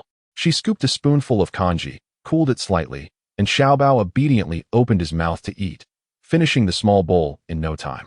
Afterward, Su Ruojin managed to eat a little herself before attending to Xiao Bao with acupuncture. Once the procedure was completed, Xiao Bao had already drifted into a deep slumber. She tucked him in snugly before settling down beside him for a brief rest. Just then, Yin Luo hurried into the room. Miss, the wife of the prefect has arrived. She mentioned seeing you with your eyes closed and lowered her voice. Chapter 46. Zhao Jiao comes knocking. Upon hearing the commotion, Su Ruojin opened her eyes, sitting up with a sharp gaze. What did she say? She claims you stole the fire spirit ginseng from the prefect's estate and demands that we surrender it. Zhao Jiao accused her of pilfering the fire spirit ginseng? Humph, Zhao Jiao truly never learns. Let us go. Zhao Jiao was currently seated in the clinic with Lin Wanqing. As a servant brought them tea. After taking a sip, Zhao Jiao spat it out in disgust. What a shabby clinic. There isn't even a decent tea here. What is this foul concoction? Are you trying to poison me with something? Su Ruojin, accompanied by Yin Luo, quickly emerged from the backyard. When visiting a clinic, one naturally expects medicinal tea. This is Eastern Perilla tea, sourced from the Yunnan region of the Great Chu Kingdom, known for its cooling and detoxifying properties, as well as its ability to ward off wind and cold. With the recent chill in the air, cases of wind cold have surged, and all who visit my clinic may enjoy a cup to prevent illness. If Madame Lin finds it unpalatable, she need not drink it. Come, remove the tea. Beside her, the young maid, upon hearing the words, swiftly seized the teacup from Zhao Jiao's hands and decisively removed the tea, realizing that it could prevent wind and cold. And recalling that several esteemed ladies nearby had recently succumbed to such ailments, Zhao Jiao had initially desired to sip a few more drops. However, with the tea now taken away, she felt too embarrassed to request its return, her complexion oscillating between shades of anger and embarrassment. Gazing upon the woman before her, clad in a delicate lavender silk gown adorned with golden threads and crowned with a gilded hairpin featuring cloud motifs, Zhao Jiao was struck by the transformation. This was no longer the wild girl who had languished in the Lin family's secluded quarters, overlooked and unappreciated. In just a few days since departing the Lin estate, how could she have undergone such a striking change? Yet, that hairpin was indeed rather modest, as if only one could be afforded, truly. A mountain chicken could never become a phoenix. This thought brought Zhao Jiao a measure of solace. Previously, when Kai Fanzhou had arrived at the Lin residence to inform Zhao Jiao that Su Ruojin intended to sell a 500-year-old fire spirit ginseng, Zhao Jiao, despite her reclusive existence, was aware of the rarity of such a treasure, especially one of that age. She could only surmise that the impoverished girl had somehow acquired such an expensive item, likely the result of some hidden stash from that old scoundrel who must have gifted it to her. It was probable that other treasures had also found their way to Su Ruojin. Otherwise, how could she afford to run a medical establishment and don such fine attire? Zhao Jiao recalled Lin Zhongshan mentioning that the matriarch of the Lin family had once hailed from a wealthy merchant lineage, but had severed ties with her family for the sake of marrying her husband. Thus, it was not surprising that the old matriarch possessed valuable items. That old wretch had disguised himself well over the years in the Lin household, managing to conceal these treasures without detection. However, as a member of the Lin family, these riches ought to belong to Qing and Yang. Why should the baseborn Su Ruojin benefit from them? Today, she had come to reclaim what rightfully belonged to the Lin family. Is there something amiss with either Madame Lin or Miss Lin? You seem quite eager to visit our medical establishment. Out of courtesy for our acquaintance, I shall ensure Yin Luo examines you thoroughly, Su Ruojin remarked calmly as she took her seat. Furious, Zhao Jiao retorted, Su Ruojin, what nonsense are you spouting? Who is ill? You are the one who is sick. This wretched girl was cursing her and Qing. If they were truly unwell, they would naturally seek out the esteemed physician Kai for treatment, not come to this humble clinic. Oh, Su Ruojin was in no haste. After sipping a cup of Eastern Perilla tea, she inquired, if there are no ailments, then may I ask what brings Madame Lin to our clinic? Su Ruojin, do not feign ignorance. Surrender the fire spirit ginseng at once. That belongs to the Lin family. Zhao Jiao was incensed by Su Ruojin's calm demeanor, feeling as though a thief dared to play innocent before her. Madame Lin, when did the fire spirit ginseng become the property of your Lin family? Su Ruojin replied unperturbed, her expression devoid of emotion as she regarded Zhao Jiao. Confronted by Su Ruojin's tranquil yet piercing gaze, Zhao Jiao was momentarily taken aback. Though Su Ruojin's tone remained neutral, she could discern the smoldering anger hidden within those depths, as if an unchecked fury could erupt at any moment, threatening to engulf her entirely. Zhao Jiao momentarily faltered in her speech, prompting Lin Wanqing to gently interject, Sister Su, this fire spirit ginseng must have been bestowed upon you by my grandmother. You are no longer the young lady of the Lin family, and ought to return what belongs to the Lin household. As Lin Wanqing gazed upon the increasingly enchanting visage of Su Ruojin, a flicker of jealousy glimmered in her eyes. This wretched girl, Su Ruojin, should be suffering at the hands of her parents in Shirley Village after being cast out from the Lin estate. That couple had been meticulously chosen, having already driven 3 daughters-in-law to despair. However, to Lin Wanqing's surprise, Su Ruojin had deviated from her expected course, choosing not to return to her biological parents in Shirley Village, but instead utilizing the funds from the old matriarch to establish a medical practice. This thought only deepened Lin Wanqing's disdain for the old matriarch, who, despite being her own grandmother, had turned her back to assist an unknown girl. Previously, within the Lin residence, it was undoubtedly the old matriarch who had secretly provided funds for this girl to learn the healing arts. Zhao Jiao and Lin Wanqing overlooked the reality that after the death of the Lin patriarch, the old matriarch had single-handedly raised Lin Zhongshan, leaving her with little financial means. Su Ruojin scoffed, "Miss Lin, I wonder from where you acquired the notion that the fire spirit ginseng is a gift from my grandmother? Even if it were, what of it? It is hers to bestow upon whomever she pleases. Who are you to question that?" Upon hearing this, Lin Wanqing felt a surge of excitement. If the fire spirit ginseng indeed belonged to the old matriarch, it would bolster her confidence in reclaiming it. Presenting it to the regent would surely win her favor. The fire spirit ginseng was a prize she must obtain.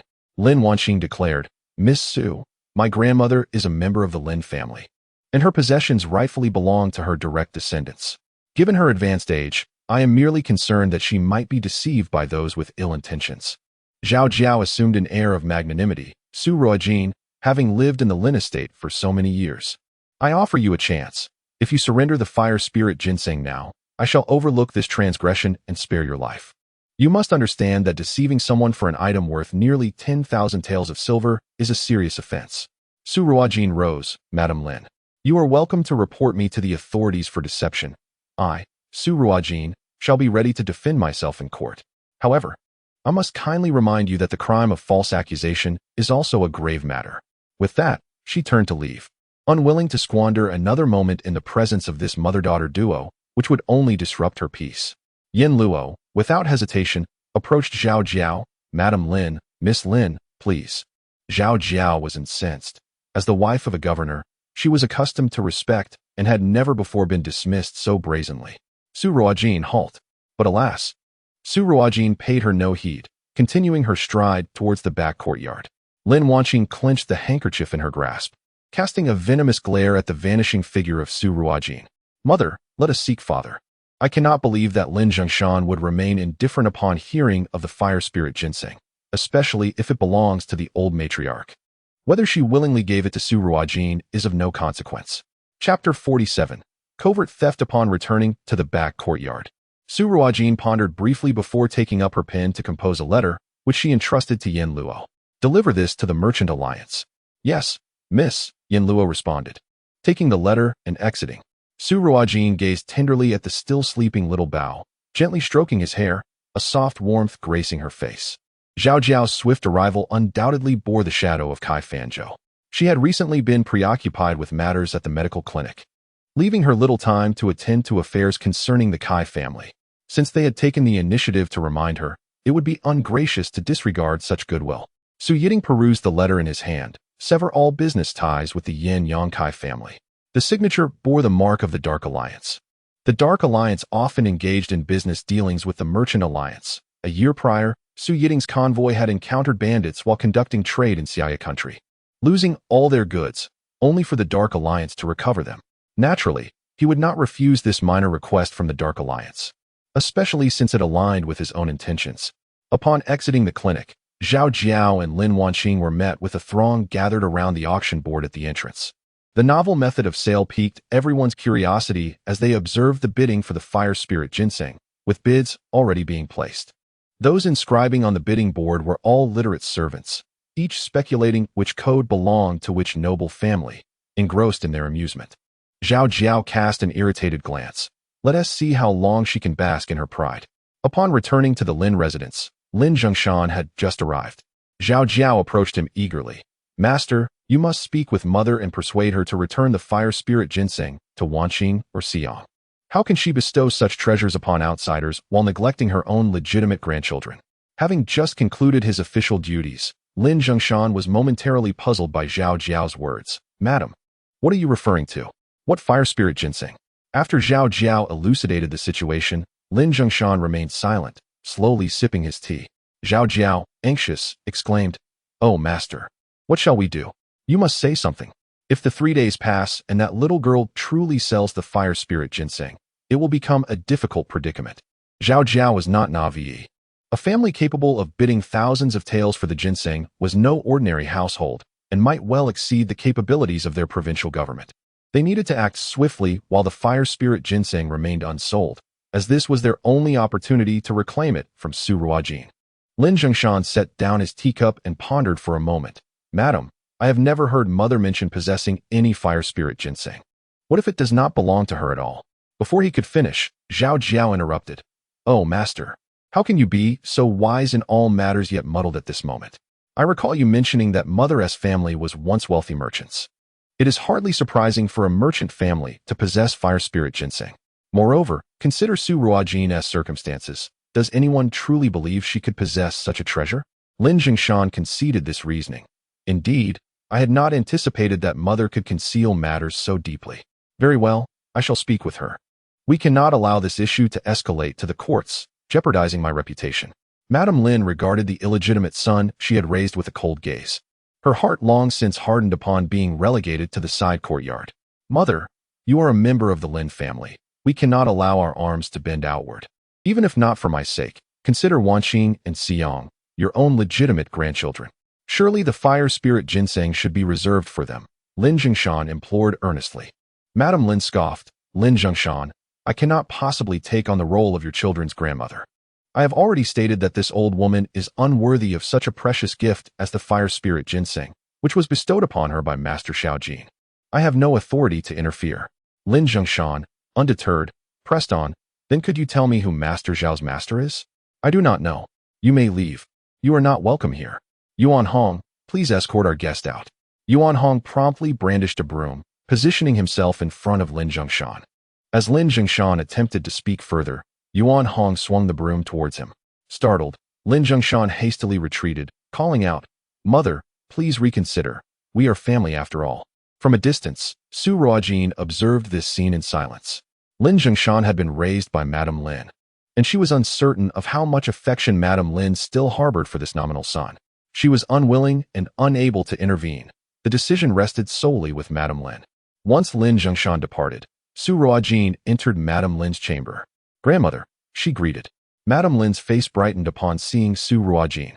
Xiaojin, are you not busy? Not at all. With Yin Luo and Zhihua watching over things, I came to check on you, grandmother. Madame Lin was well aware that Su Ruojin was concerned about her emotional state after the encounter with Lin Zhengshan and had come to offer comfort. A warmth enveloped her heart as she replied, Xiaojin, I know you possess great capabilities, but do not let your grandmother's burdens weigh you down. Rest assured, I am no longer connected to the Lin family. Regrettably, Lin Jingyi had passed away, preventing her from obtaining a divorce and liberating herself from the Lin surname. Noting that Madame Lin's spirits seemed relatively unaffected, Su Ruojin felt a sense of relief. Grandmother would never burden me. I rely on you for assistance. Otherwise, I could hardly manage on my own. Therefore, do take good care of your health, for I cannot do without you. Madame Lin chuckled. Very well. I shall ensure I remain in good health. After all, I must help my little Jean with her children. Thank you, grandmother. In this new life, Su Ruojin had never envisioned marriage or childbirth. She found no objection to living a simple life alongside Madame Lin and Yuan Hong. As night descended, Xiao Bao, reluctant to part from Su Ruojin, joined her in bed. In the early hours, Su Ruojin abruptly awakened, alerted by faint noises and muffled groans from outside. The sounds were subtle and soon faded into silence, returning the surroundings to tranquility. A slight smile graced Su Ruojin's lips as she tucked Xiao Bao in before drifting back to sleep. With Xiao Bao by her side, the courtyard was as secure as a fortress. Any ordinary miscreant daring to target the medical clinic would be courting disaster. The following morning, Yin Luo attended to Su Ruojin and Xiao Bao's rising, complaining, Miss, it seems a wild cat entered the courtyard last night, knocking over the herbs that Zhihua and I had laid out. Su Ruojin's eyes flickered at the mention of a wild cat. A wild cat, you say? Perhaps. Meanwhile, Lin Zhengshan and Zhao Jiao awaited news at home, having spent the night in anxious anticipation. As dawn approached, their scouts had yet to return. Master, do you think something might have gone awry? It is already this late, and there is still no sign of them, Zhao Jiao fretted, pacing the room. I dispatched someone to investigate. The medical clinic is merely staffed by the elderly, the weak, and women, with a few young servants who lack martial prowess. Zhang Ren and his companions should encounter no difficulties, Lin Zhongshan remarked. After a fruitless visit to the venerable matriarch Lin to request the fire spirit ginseng, he returned to confer with Zhao Jiao. Since a direct approach proved futile, they resolved to resort to stealthy thievery. After all, Lin Zhongshan held the position of governor. Should anything truly amiss occur at the medical clinic, the matter would first be reported to him, and he could then suppress it, allowing it to fade away. Could a group of frail and elderly individuals truly cause an uproar? At that moment, a flustered young servant rushed in. Master, something terrible has happened. You must hurry to the entrance of the magistrate's office. Chapter 48. Has the plan been uncovered? Lin Zhongshan exchanged glances with Zhao Jiao, a sense of foreboding washing over them. He hastily donned his clothing and made his way to the magistrate's office entrance. A crowd had gathered, murmuring and gesturing. There, on the ground, lay three men, their faces bruised and battered, mouths gagged with cloth, bound together and discarded at the entrance. One of the men slowly opened his swollen eyes and, upon spotting Lin Zhongshan, widened them in terror, emitting muffled sounds as if pleading for help. Lin Zhongshan was taken aback. This was none other than Zhang Ren and his companions, whom he had sent. He quickly instructed the constables, "Hurry, bring them inside." Once in the inner courtyard, Lin Zhongshan removed the cloth from Zhang Ren's mouth. "Speak quickly, what transpired?" "My lord, we had just scaled the wall into the medical clinic's courtyard when we were ambushed by unknown assailants. Before we could even discern their faces, we were knocked unconscious," Zhang Ren reported. Lin Zhongshan was momentarily stunned. Could it be that their plan had been compromised? He had thoroughly investigated and found no signs of hired guards at the clinic. Who could have possibly attacked Zhang Ren and the others? However, since the adversary had taken precautions, they could no longer proceed with their scheme. Zhao Jiao grew anxious. "My lord, what shall we do now? Must we simply abandon the fire spirit ginseng? It is worth a fortune." Lin Zhongshan, equally vexed, retorted, "What more can I do? It is not as though I can report Su Ruojin, for they possess no evidence against her. Now that our covert operation has failed, what options remain?" As the anticipated prize slipped from their grasp, Zhao Jiao vented her frustration. "It is all due to that wretched girl. Had I known, I would never have brought her back.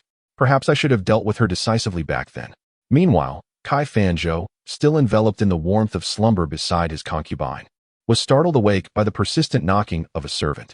"Master, master, the clan elders insist you come to the council hall at once." Having been roused from his dreams, Kai Fanzhou grumbled, "Those old geezers, do they not allow anyone a moment's peace?" Upon arriving at the council hall, he was met with the furious glare of the eldest clan elder of the Kai family. "Kai Fanzhou, what trouble have you stirred?"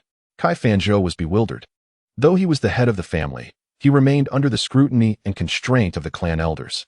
Should he act against the family's interests, they possessed the authority to depose him from his position. "Elder, what is the matter? What has occurred?" Kai Fanzhou, you have merely been the head of the family for a few days, yet our Kai family's enterprises have already been adversely affected. I have just received news from various regions that the Merchant Alliance has officially notified all its affiliated chambers of commerce to terminate any cooperation with the Kai family. The Merchant Alliance wields immense influence over the majority of industries in the Great Chu Kingdom. Severing ties with them is tantamount to forsaking our business. Although the Kai family has a legacy in medicine, it is unreasonable to expect all descendants to pursue this path, particularly among the collateral branches, many of whom engage in commerce. The actions of the Merchant Alliance have essentially obliterated the livelihoods of a significant portion of the Kai family. Kai Fanzhou was bewildered. "Elder of the clan, you are aware that I have dedicated myself to the practice of medicine, entirely detached from other business matters. How can this be laid at my feet?" The elder replied, "As the head of the family, you must naturally manage our clan's affairs. You have 7 days to negotiate a resolution with the Merchant Alliance. Otherwise, you may as well relinquish your position." With a swish of his sleeve, the elder departed with the others. In a fit of rage, Kai Fanzhou shattered a teacup. Seething at these old men who merely consumed resources and shifted blame onto him whenever trouble arose. He had no inkling as to why the Merchant Alliance had ceased collaboration with the Kai family. Suddenly, a thought struck him. Could it be related to General Su? Was this a form of retribution for not treating the old general? Plummeting into despair, he collapsed into a chair, realizing the dire straits the Kai family faced in contending with the Su family. At that moment, a flustered servant rushed in. "Master, master, A multitude of officials and soldiers have arrived at the gate. Kai Fanzhou felt a wave of anxiety wash over him. What calamity had now befallen them? He hastily made his way outside. Upon seeing a line of officials, his heart sank, and he forced a smile. Esteemed officials, what brings you here? The leading constable, Zhang, glanced at Kai Fanzhou and stated, by order of the governor, we are here to apprehend the arsonist Wang De. Dr. Kai. Will you voluntarily surrender the individual? Or shall we proceed to seize him ourselves? The mention of arsonist Wang De made Kai Fanzhou break into a cold sweat. Hadn't Wang De claimed to have executed his plans flawlessly? How could the authorities have arrived so swiftly? Having previously treated Constable Zhang's ailing mother, Kai Fanzhou seized the opportunity to pull Zhang aside, discreetly offering a pouch of coins, a small token of appreciation for you, and your men to enjoy some tea. Constable Zhang, what exactly is happening? Zhang weighed the pouch and discreetly pocketed it, glancing around before whispering, Dr. Kai, not long ago, the storeroom of Renai Hall was set ablaze, and the case is currently being investigated personally by the Deputy Minister of Justice. The officials have been quite busy, but they eventually found a night watchman who claimed to have seen Wang De sneaking away from the back of the medical clinic on the night of the fire, tossing something inside. It was indeed that incident. How could a small clinic's storeroom fire escalate to the attention of the Deputy Minister of Justice? Kai Fanzhou was utterly perplexed.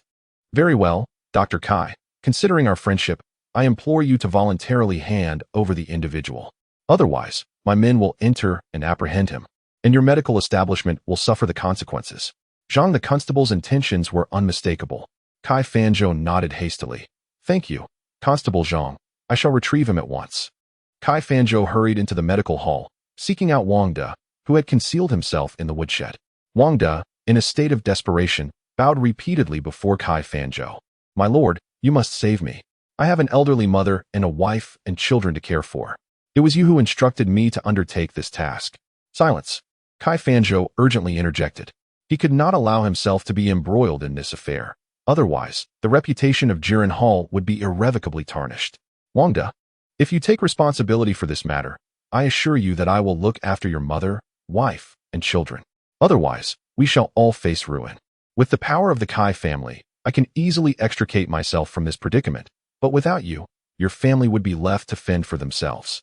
After a blend of coercion and persuasion, Wang De lowered his head and bowed once more to Kai Fanzhou. My lord, I implore you to take care of my family. Rest assured, Kai Fanzhou replied, patting Wang De's shoulder, feeling a sense of relief. Once Wang De was apprehended, the fate of his family would rest in Kai Fanzhou's hands. Wang De was taken away, accepting all blame. The Great Chu Kingdom imposed severe penalties for arson. Fortunately, there were no casualties this time. And Wang De was sentenced to 30 strokes and banished 1,000 miles away. Upon learning of these events, Su Ruojin was somewhat astonished. After all, the losses from the fire at Renai Hall were not significant, and typically, the authorities would not expend effort on such trivial matters. Yet, it was remarkable how swiftly they had identified the arsonist and rendered a verdict. Furthermore, the governor dispatched officers to Shirley Village, apprehending the family responsible for poisoning General Su, and uncovered the village's involvement in infanticide, leading to the exile of the entire community. Piecing these events together, Su Ruojin could hardly doubt that General Su was behind it all. Punishing the wicked was ultimately a noble endeavor, and she did not dwell on it further. At that moment, Yin Luo burst into the room with great enthusiasm. Miss, it's here, it's here. Su Ruojin set down her pen. What has arrived? The second batch of medicinal herbs. Yin Luo exclaimed, visibly excited. You mentioned donating the fire spirit ginseng, which is included in this shipment. If any mishap were to occur en route, it would be troublesome if the ginseng did not arrive on time, but thankfully, it has arrived punctually. A faint smile graced Su Ruojin's lips. The timing is perfect. Let us go and take a look. At the entrance of the medical hall, a young man, around 17 or 18 years of age, was assisting the driver with the cargo. Upon noticing Su Ruojin's approach, he quickly stepped forward to pay his respects. Greetings, Mississippi. Feng Ying, what brings you here to deliver the goods? Su Ruojin inquired, taken aback. My grandfather is concerned for your safety and has sent me to protect you. Feng Ying lowered his head, his cheeks tinged with a hint of crimson. Yin Luo and Ji Hua exchanged glances. It was no secret in Tianyi Pavilion that Feng Ying harbored feelings for the young lady. Alas, it seemed that unrequited love was a bitter reality. The young lady appeared entirely oblivious to matters of the heart, and it seemed the Grand Elder was aiding his grandson in this endeavor. Su Ruojin felt a sense of helplessness. She was well aware of Feng Ying's affections. However, as someone who had lived a second life, her feelings for this 18-year-old youth were limited to that of an elder sister. Nevertheless, considering the situation with Wang De, she did not oppose Feng Ying's presence. While she could ensure her own safety, there were still others in the courtyard, including the elderly Lady Lin, Yin Luo, Ji Hua, and various maids and young servants, none of whom possessed martial skills. It was certainly better to have someone to protect them. Yet, with the increasing number of people, the courtyard was becoming overcrowded, and it seemed necessary to seek out a new residence. Not far away, Hu Qing observed this scene and turned to pen a letter. The young master as well. A young man has arrived at the medical clinic. When Xiao Yanchu received the letter, he was engaged in a game of chess with the Duke of Ngua's son, Xinyu. He unfolded the missive delivered by the guard, his brow furrowing slightly. Oh, a young man has arrived. Xinyu felt the atmosphere shift, a chill creeping in as he looked up at Xiao Yanchu in confusion. But there is turmoil at the border, is there not? It should not be so. The neighboring territories had remained peaceful under the might of the war god of Chu. And with the new year approaching, it was unlikely they would stir trouble. If there were no issues at the border, what could possibly disturb the present tranquility? Xiao Yanchu held his black chess piece, having hesitated to make a move for some time. It is merely a message from Yanyang, stating that heir is safe. Finally, Xiao Yanchu placed his piece on the board. That is indeed good news. However, I remain uneasy. I shall leave the capital in your hands while I visit Yanyang to check on heir. No sooner had he spoken than he vanished. Xinyu reflected on the myriad of responsibilities awaiting him. Various generals and princes would soon return to the capital to report on their duties.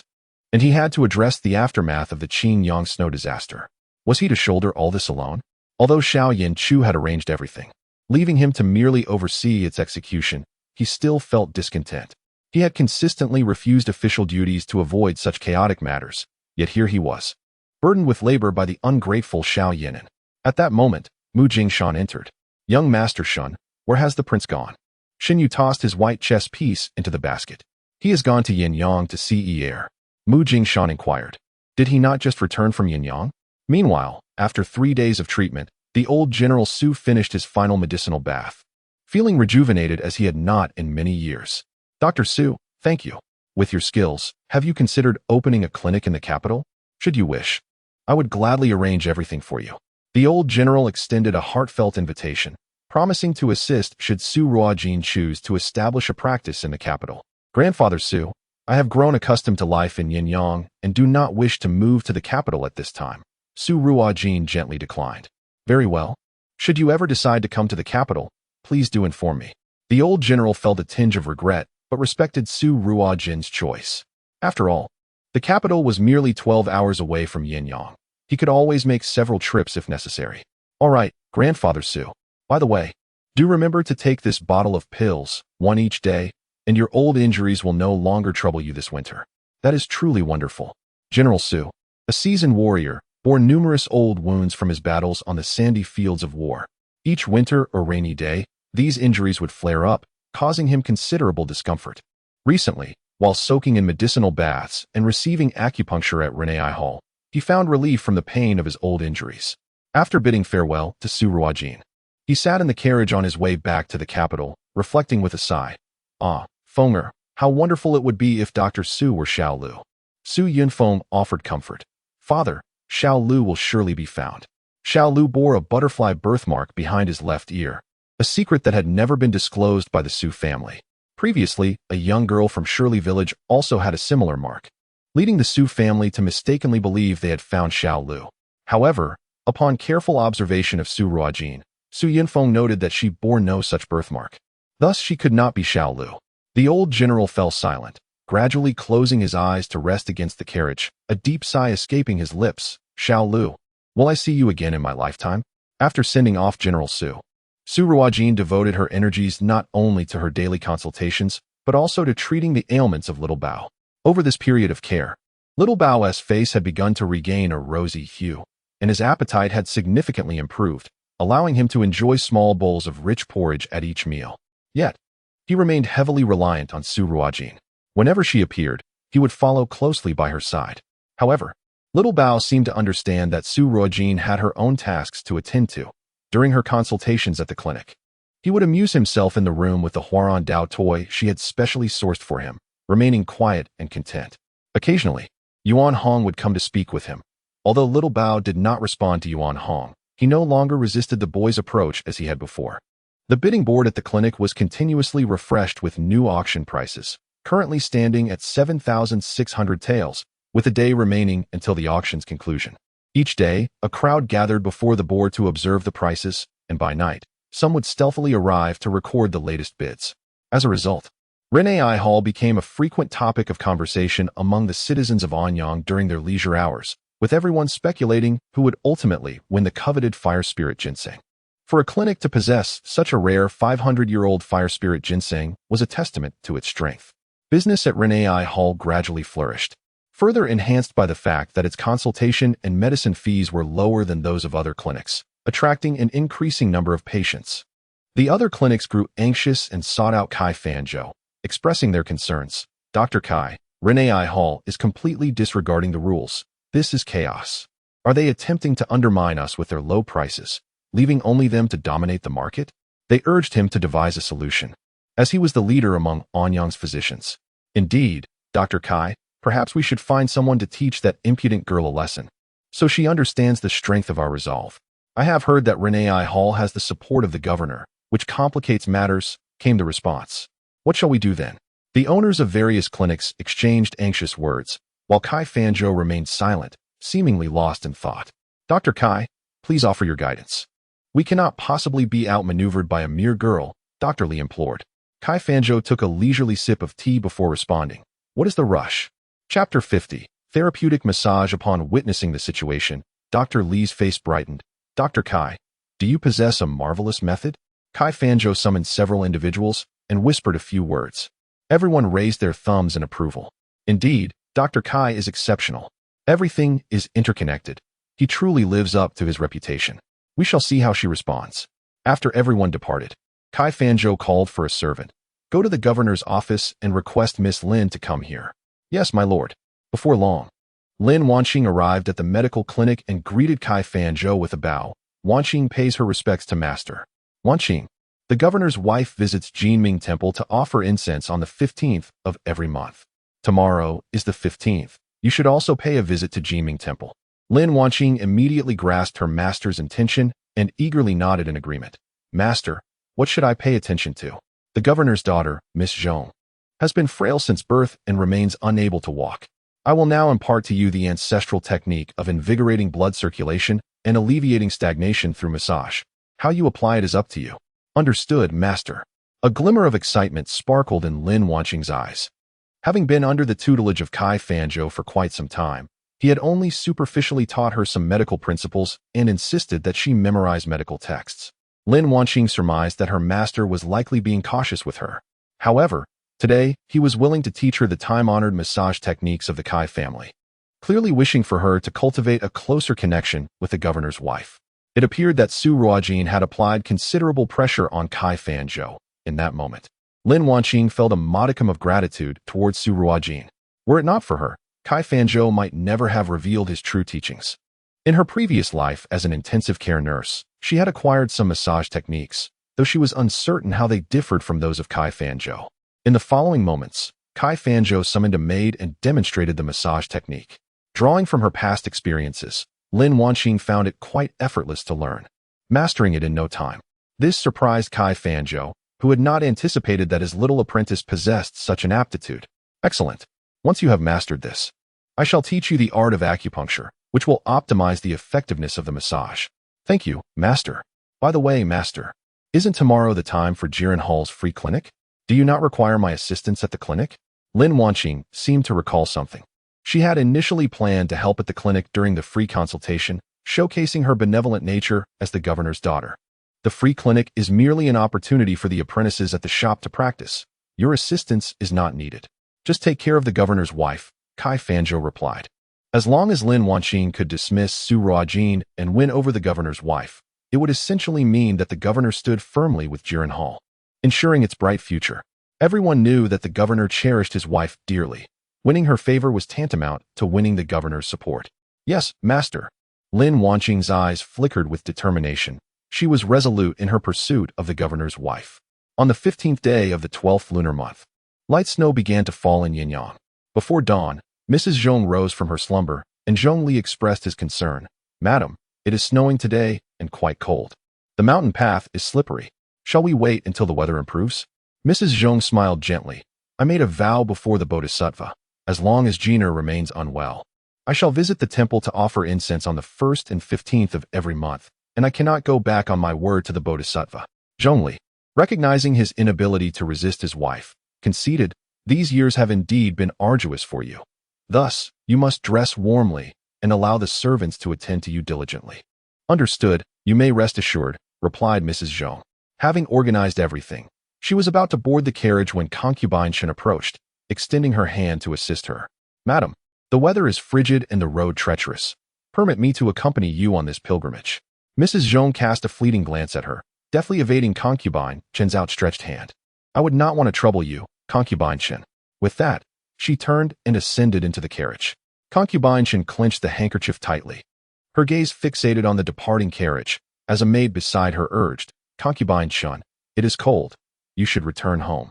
13 years had passed, 13 long years, since Mrs. Zhong had acknowledged her even once.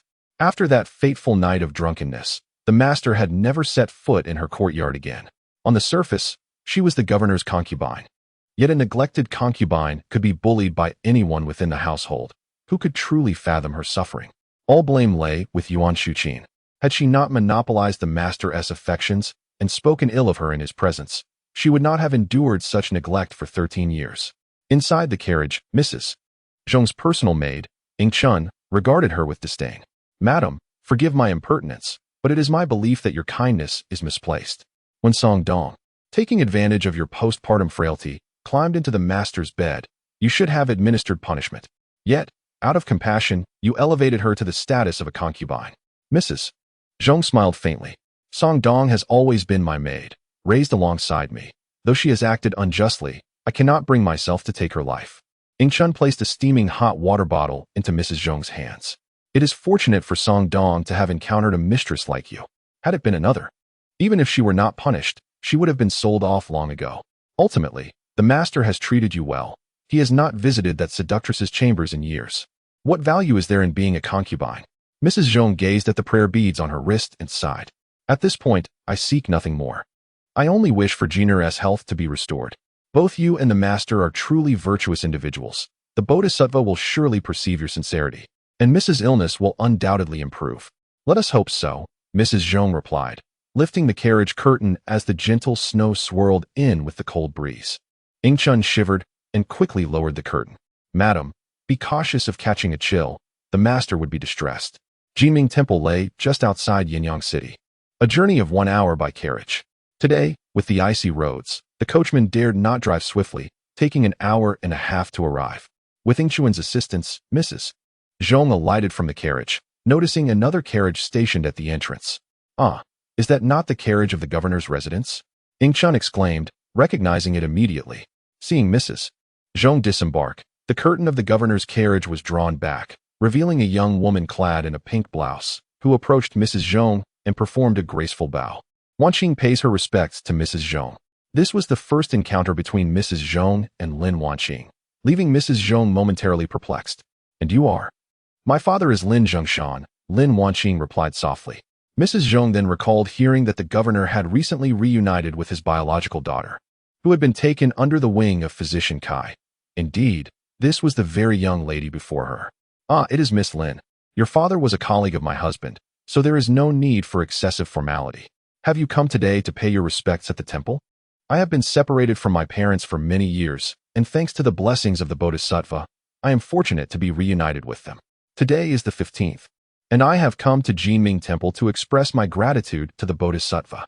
Indeed, if Miss Lin does not mind, shall we ascend the mountain together?" Lady Zhong invited. "Of course, I would be most willing, Lady Zhong. The path is slippery. Allow me to assist you." Lin Wanqing deftly stepped forward to support Lady Zhong. Throughout the journey, Lin Wanqing deliberately sought to engage Lady Zhong in conversation, and their exchange was quite pleasant. After a strenuous climb of 500 steps, they finally arrived at the temple entrance.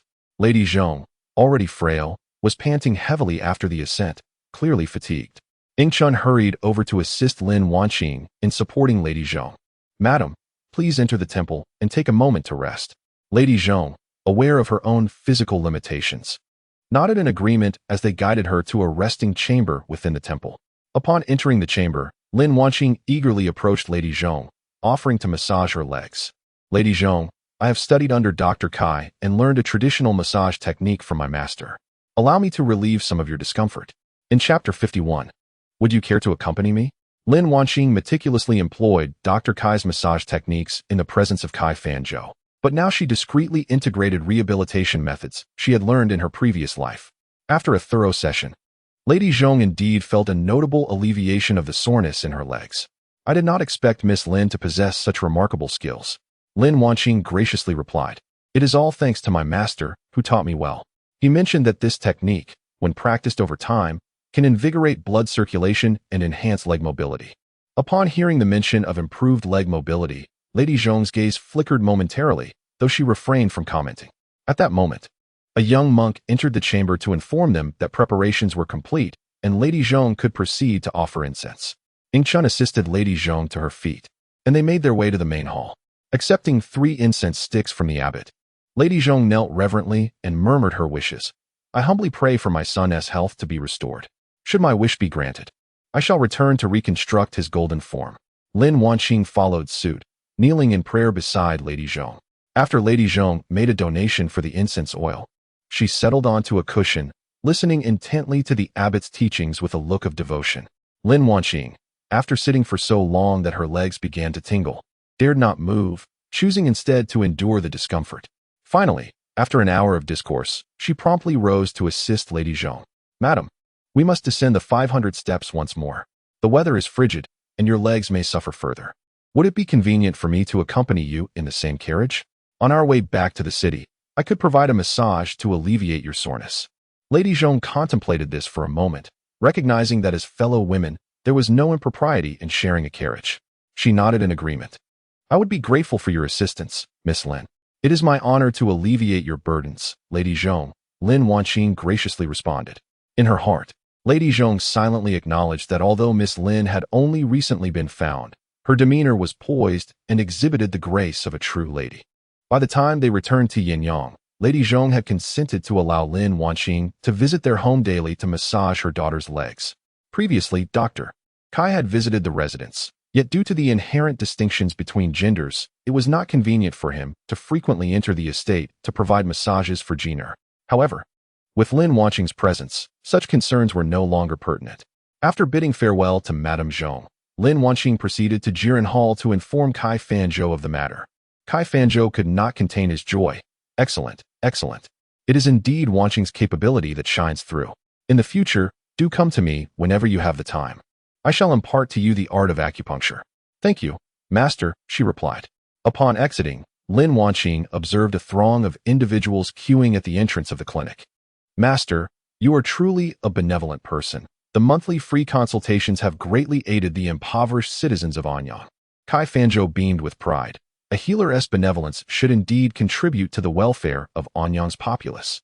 At that moment, a commotion arose within the crowd, and a woman was seen kneeling at the entrance, cradling an infant. "Doctor, I implore you to give me medicine first. The child cannot wait. I assure you I shall repay the cost of the medicine." Several attendants rushed out to pull the woman aside. "Begone. Our clinic has already provided free treatment for your son. Do not be ungrateful." The woman clung desperately to her infant, breaking free from the attendant's grasp, and repeatedly bowed her head in supplication. "Please, just grant me a prescription, just one prescription. Let the child's fever subside. If it continues, he may suffer lasting damage." Some in the crowd, unable to bear the sight, spoke up for her. "She looks so pitiful. Perhaps we should provide her with a prescription." One of the attendants glared at the crowd and retorted, "The medicine for her child costs 1 tael of silver. If you pity her, why not offer to pay for it?" 1 tael of silver was no trivial sum for an ordinary family. While many wished to help, they found themselves powerless to do so, feeling only sympathy without the means to assist. "Miss, the doctor who just examined your child typically charges 1 tael for his services. Today, the consultation is free, which is akin to a gift of 1 tael of silver. However, we cannot afford to give away the medicinal ingredients as well. If that were the case, We might as well rename this place a charity hall. I advise you to think of a solution quickly, one attendant kindly suggested. Jiren Hall, renowned for its reputation, charged considerable fees for consultations, attracting people from various regions during its monthly free clinics. Many would obtain the prescriptions issued by the doctors at Jiren Hall, opting to have the medicines prepared there or at other pharmacies. Most, however, chose the convenience of getting their prescriptions filled at Jiren Hall. The woman, feeling despondent, rose and, with her prescription in hand, sought her fortune at other pharmacies. To her dismay, she discovered that the least expensive preparation of the prescription across all pharmacies amounted to 500 won, a sum she could not afford. Glancing at her child, who was now too weak to cry, she reluctantly tore a piece from her garment and pleaded with a street scholar to write a contract for her, permitting her to sell herself to buy medicine. If anyone would pay for her son's medicine, she was willing to sign a death contract, binding herself into servitude. In the Great Chu Kingdom, once one entered into slavery, they were treated as mere goods, with their lives and deaths dictated by the buyer, and the child would likewise become a slave. A boy of slave status would never have the opportunity to study or enter government service. Even in the military, regardless of the merits he might earn, he would not be promoted. A girl, on the other hand, could only serve as a maid or concubine, or even be sold into a brothel.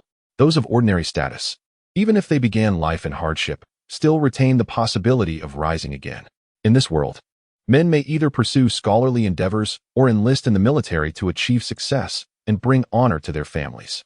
Women, too, may marry into affluent households and become mistresses of their homes. However, should they fall into servitude, they are bound to a life of slavery. Yet, when faced with the specter of death, what significance does servitude hold? A woman kneels by the roadside, cradling her child, bending over as much as possible to shield the infant from the falling snowflakes. Lin Wanqing observes this scene with a detached gaze, feeling little emotion. In her previous life, she had witnessed countless families of patients who, unable to afford medical treatment, were forced to sign consent forms for relinquishing care. To her, the poor were destined for elimination. She settled into her carriage, gliding past the woman, her thoughts consumed by how to win Miss Zhong's favor the following day. Lin Wanqing was acutely aware that, although she had been reborn, she was far from omnipotent. She must rely on the connections and resources at her disposal to ascend the social ladder. As her carriage moved past, the woman felt a presence before her. Someone had stopped, and her heart leaped with hope. Could it be that someone intended to purchase her? However, upon lifting her gaze and seeing only a 10-year-old boy, disappointment flooded her eyes, and she lowered her head once more. Yuan Hong scrutinized the words etched on the rags before the woman, then glanced at the infant she held. His grandmother had always told him that the world was rife with the unfortunate, and one should extend a helping hand whenever possible. Yuan Hong spoke up. "My sister can treat your child. Are you willing to come with me?" The woman, taken aback, lifted her head in disbelief. "Really?" Yuan Hong nodded, in his eyes. His sister, Jean, was capable of healing any ailment. Onlookers recognized Yuan Hong. "Isn't that Dr. Su's brother from Renai Hall? Young lady, you should accept his offer. Dr. Su's skills are on par with those of the doctors at Jirentang." The woman, overwhelmed with joy, wept. I am willing. Thank you, young master." Her child was on the brink of death, and the opportunity for assistance left her with no grounds to refuse. The gathered crowd, moved by the scene, began to follow them toward Renai Hall. Chapter 52. First, wake the child upon arriving at Renai Hall. Su Ruojin happened to be in the front hall. Yuan Hong brought the woman before her and briefly explained the situation. "Sister Jean, she looks so pitiful. Please, help her." Among the accompanying individuals, many were similarly sympathetic, pleading, "Dr. Su, please take a look at her." The woman knelt before Su Ruojin, cradling her child. "Doctor, I implore you. Save my child. I will find a way to repay the treatment costs." Yin Luo, observing the woman's plight, felt a surge of compassion and was about to guide her inside when Su Ruojin called out, "Wait." Yin Luo halted, puzzled, glancing at Su Ruojin. Given the woman's appearance, it was evident that the child was gravely ill, so why was Miss not anxious? The woman, desperate, cried out, "Doctor, I beg you, if you can save my child, I would be willing to serve as a beast of burden." Su Ruojin gestured for Yin Luo to assist the woman to her feet and spoke, "If you are truly in need, Renai Hall shall not turn a blind eye. There will be no charge for consultation or medicine. However, first, you must wake the child and let him make a sound." The woman was momentarily taken aback. not expecting Su Ruojin to make such a request. "Esteemed doctor, my child has already fainted from illness. There is no way to rouse him. I beseech you, please. Examine him quickly." The bystanders were equally perplexed by Su Ruojin's insistence. The child had succumbed to unconsciousness. Why demand that someone awaken him?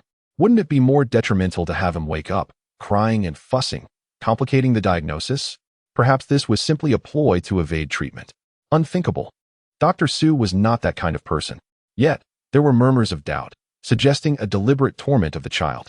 If there was reluctance to treat, why not just voice it rather than subject the child to further distress?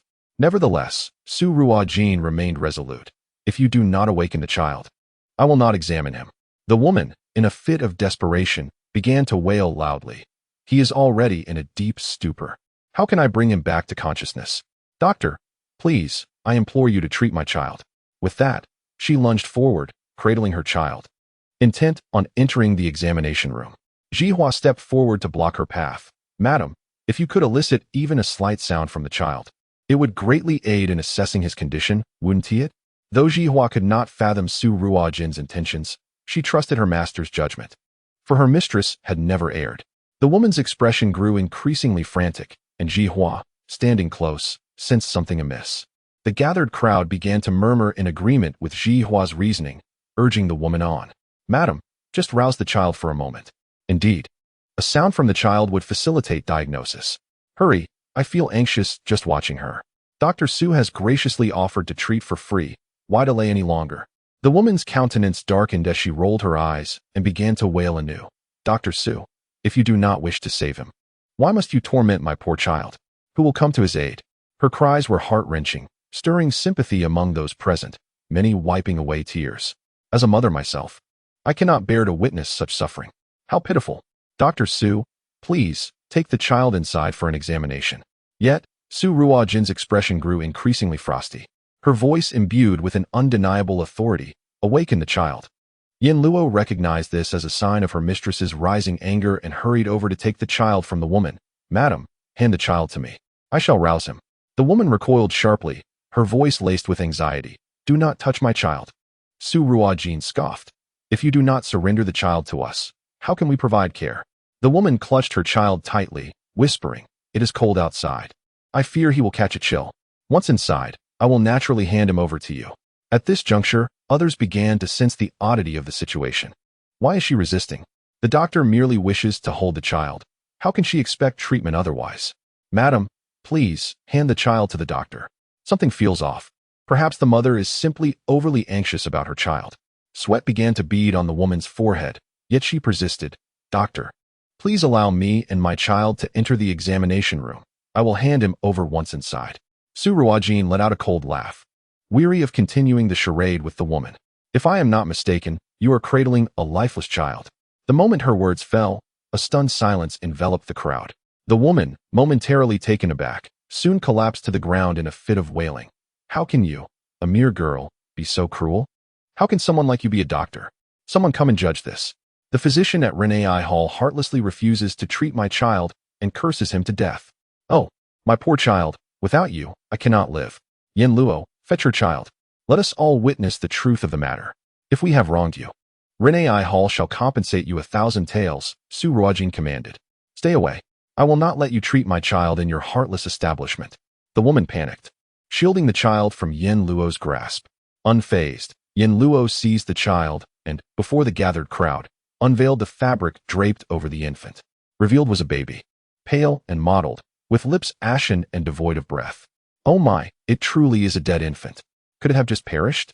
Why would she bring a dead child to seek medical help? Perhaps in her madness from grief, she has lost her senses. "Ah, my child, what has happened to you? You have been harmed. Everyone, come and see. Renai Hall has killed my child." The woman's cries grew increasingly frantic, drawing a crowd that packed the entrance of the medical hall. "You speak nonsense. When I brought your child here, he was already deceased." Yin Luo, infuriated by the woman's shamelessness, exclaimed. At that moment, Yin Luo comprehended the reason behind her mistress's insistence that the woman awaken the child. Had the woman been allowed to bring the child into the examination room, she could have falsely claimed that Renai Hall was responsible for the child's demise. As the examination room contained only the mistress and the patient, with no witnesses to refute her. Now, however, The child's condition was laid bare before all, making it impossible for the blame to fall on Renai Hall. Yen Luo, report this to the authorities and inform them that someone has come bearing a dead infant to defraud us at Renai Hall, Su Ruojin said coldly. You, as a mother, appear to have a few stains on your hands, yet your face and neck are pristine. Though your clothing is of poor fabric, it is clean. Yet the wrapping around the child is tattered, old, and filthy. What kind of mother would allow such a thing? With Su Ruojin's admonition, the crowd began to scrutinize the woman more closely, realizing inconsistencies in her appearance. To their astonishment, she was still wearing rouge. I recognize her. She resembles Madame L from the neighboring village. But her child is supposed to be 7 or 8 years old. Where did this infant come from? She must be here to deceive us. It appears this child has only recently passed away. Could she be responsible for the death? Once the coroner arrives for an examination, the truth will be revealed. Upon hearing Su Ruojin's intention to report her, the woman's expression shifted dramatically. She snatched the child from Yen Luo's arms. I will not seek treatment any longer. She turned to flee the medical hall. Yen Luo, apprehend her and take her to the authorities. Yes, miss. Yen Luo signaled to the attendants to block the woman and forcibly escort her to the officials. Madame L fell to her knees, pleading, Dr. Su, spare my life. I was momentarily bewitched, I was wrong, and I shall never dare to do this again. Where did you acquire this child? Su Ruojin inquired. Chapter 53. The night raid on the medical hall. The child was from a family in our village that had recently succumbed to illness. Discarded in the hills behind the village. I secretly retrieved the child. I was wrong. Please, Dr. Su, do not send me to the authorities. I implore you. Liu Nyangzi pleaded tearfully. Su Ruojin glanced at the crowd gathered to witness the spectacle and proclaimed loudly. If the common folk of Yanyang are genuinely unable to afford medical care due to financial hardship, they are welcome to come to our Renai Tang. As long as their claims are truthful, we shall provide free consultations and medicines. However, if anyone seeks to deceive us for their own gain, let this serve as a warning. Yin Shua, take her away to the authorities. Yes, miss. Regardless of Liu Nyangzi's desperate pleas, Yin Shua seized her and escorted her to the government office. Excellent. Oh, how splendid. Ji Rin Tang only waives consultation fees, but Rin Ai Tang covers even the cost of medicines. This is truly remarkable. Doctor. Su's noble intentions were met with resounding applause from the onlookers. In the end, Liu Nyangzi was sentenced to 30 strokes of the rod, and by the time the punishment was over, she was left barely alive. Upon returning to her village, her husband, unable to bear the shame, cast her aside. Liu Nyangzi never anticipated that her momentary greed would lead to the ruin of her entire life. In the court, she had implicated Dr. Zhang from Miao Rintang, claiming he had paid her to carry out this scheme, but for reasons unknown, this revelation was suppressed. Furious, Yin Shua sought to confront Miao Rintang, but Su Ruojin restrained her, saying, Yin Shua, do not rush. We need not take action ourselves. Miao Rintang will reap no rewards from this. Just wait and see. Liu Nyangzi, willing to betray for trivial gain, was not one to let this matter rest. Miao Rintang would soon regret their actions. After enduring her punishment and being abandoned, Liu Nyangzi fell gravely ill and passed away before she could seek retribution from Dr. Zhang. In her final moments, unable to contain her anger, she confided the entire affair to her brother, urging him to confront Dr. Zhang. Following her death, Liu Nyangzi's brother carried her coffin to the entrance of Miao Rintang. Dr. Zhang could have denied any wrongdoing, as Liu Nyangzi was no longer alive to testify against him. Yet, Liu Nyangzi's brother whispered to him, Dr. Zhang, should you attempt to evade responsibility, my sister has vowed to haunt you as a ghost, tormenting you nightly. That very night, reports of hauntings began to emerge from Dr. Zhang's household. His own guilt compounded the situation, and not wishing for the incident to escalate, he ultimately paid a substantial sum to bury the matter. Following these events, Dr. Zhang harbored resentment towards Kai Fanzhou, who had suggested the scheme. When trouble arose, Kai Fanzhou remained conspicuously absent, distancing himself entirely from the fallout. He had advised Dr. Zhang to perform this charade during Ji Rintang's free clinic, ensuring Su Ruojin would remain unsuspecting. The location where Liu Nyangzi knelt was deliberately chosen, meticulously planned. Little did they know that Su Ruojin, this cunning individual, would not fall for their ruse, effectively denying them the opportunity to defraud Rin Ai Tang. Had it not been for the bribes Dr. Zhang had given to the county office when Liu Nyangzi implicated him, he too would have faced repercussions. All of this was due to the ill-conceived advice of Kai Fanzhou. As the midnight hour approached, the results of the bidding for the fire spirit ginseng were announced, concluding at a final price of 10,500 taels. Jihua confirmed the code. It was purchased by a wealthy merchant surnamed Liu. Ji Rintang had already relinquished its bid at 9,000 taels. The opponent sent a steward to collect the fire spirit ginseng, exchanging money and verifying the goods with remarkable efficiency. Su Ruojin handed the banknotes to Jihua, instructing her to deliver them to Tian-E Pavilion for the benefit of the disaster-stricken people of Qingyang, ensuring to keep meticulous records. Yes, Mississippi. The record-keeping was merely a precaution against any clandestine schemes by ill-intentioned individuals. Upon returning to her room, Su Ruojin found Xiao Bao sleeping soundly in the innermost part of the bed, leaving the outer space for her. She smiled gently, tucked him in, and lay down herself. Just as she was about to drift into slumber, Su Ruojin suddenly opened her eyes, clutching 3 silver needles. "Who goes there?" The voice of Feng Ying echoed as sounds of a struggle erupted outside. Moments later, Feng Ying's muffled groan reached her ears. "Let go of me." A man's voice interjected. "Miss Su is truly magnanimous, donating 10,000 taels without a flicker of an eyelash." Recognizing Jiang Qian's voice, Su Ruojin furrowed her brow, sheathed the silver needles, and opened the door. There stood Feng Ying, his arm twisted behind him by Jiang Qian, his face etched with fury. Upon seeing Su Ruojin, Jiang Qian released Feng Ying, saying, "I apologize for disturbing you at this late hour, Miss Su. I happened to pass through Yanyang, and, time being of the essence, thought to take a brief look at Air." Feng Ying rubbed his wrist and approached Su Ruojin. Casting a wary glance at the man in dark attire before him, a sudden wave of hostility swelling within him. "Miss, who is he?" As a protector of Tian-E Pavilion, he had barely managed to withstand 20 exchanges with this man. Su Ruojin offered Feng Ying a reassuring glance and turned to Jiang Qian, speaking coolly, "Young Master Jiang. Visiting the back courtyard of a medical hall at this hour, those who know might assume you miss Xiao Bao. Those unaware might mistake you for a lecherous intruder, and we cannot be blamed for taking action." Jiang Qian smirked slightly, realizing she had likened him to a cat. "I merely passed through Yanyang and seized this moment to check on Air. I hope Miss Su can comprehend. Air is already asleep. Are you certain you wish to awaken him?" Su Ruojin regarded Jiang Qian with a sidelong glance. Xiao Bao had never been a sound sleeper, and only recently had he begun to rest better. Should Jiang Qian dare to insist on waking him, she would not hesitate to expel him from the medical hall. Even if her martial skills were lacking, a touch of poison could suffice. Jiang Qian sensed a subtle, yet palpable aura of menace emanating from Su Ruojin. "Oh, it is evident that the young lady is displeased." He rubbed his nose and produced a wooden box, extending it towards her.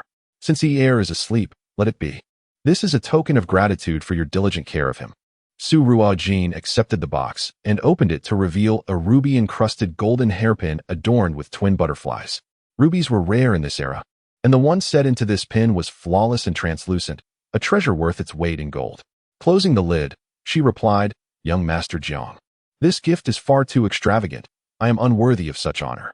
Should you wish to see Air, please come by tomorrow morning. The night has grown late. If there are no further matters, I kindly ask you to return and rest. Feng Ying, see our guest out." With that, Su Ruojin tossed the box back at Jiang Qian in annoyance and retreated into her room, closing the door behind her. Who would not harbor resentment when abruptly awakened in the dead of night?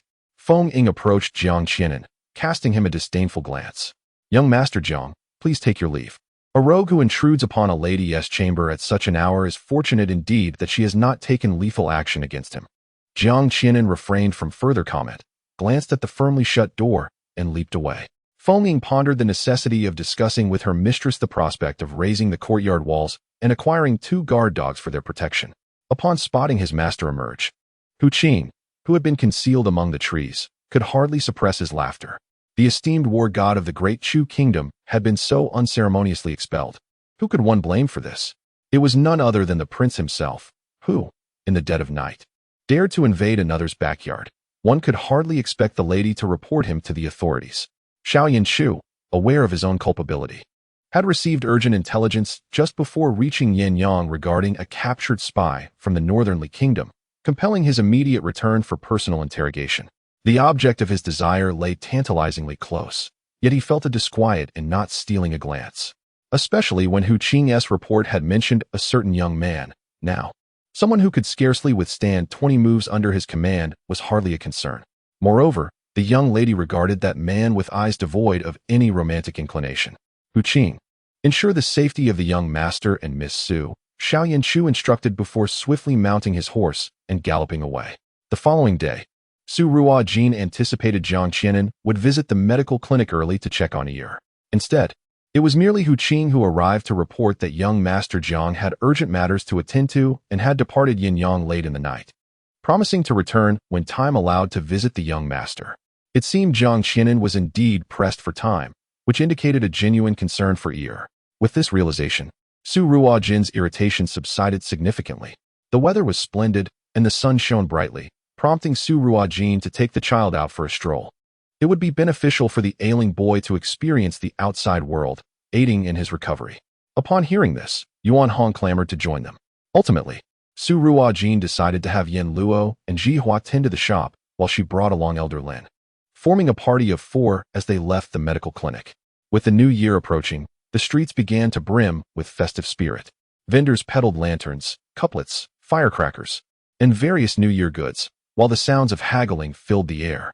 Little Bao clutched Su Ruojin's hand tightly, walking closely beside her. Yuan Hong, brimming with excitement, darted from stall to stall, picking up trinkets to show everyone. Jin Jia, this little tiger lantern is delightful. Elder Madam, these roasted chestnuts smell heavenly. Little Bao, look at this bamboo dragonfly, doesn't it look fun? Though Little Bao turned slightly to glance at what Yuan Hong was holding, his expression remained stoic. Su Ruojin, smiling, produced a small pouch and handed it to Yuan Hong. Choose whatever you desire, and buy a share for your brother as well.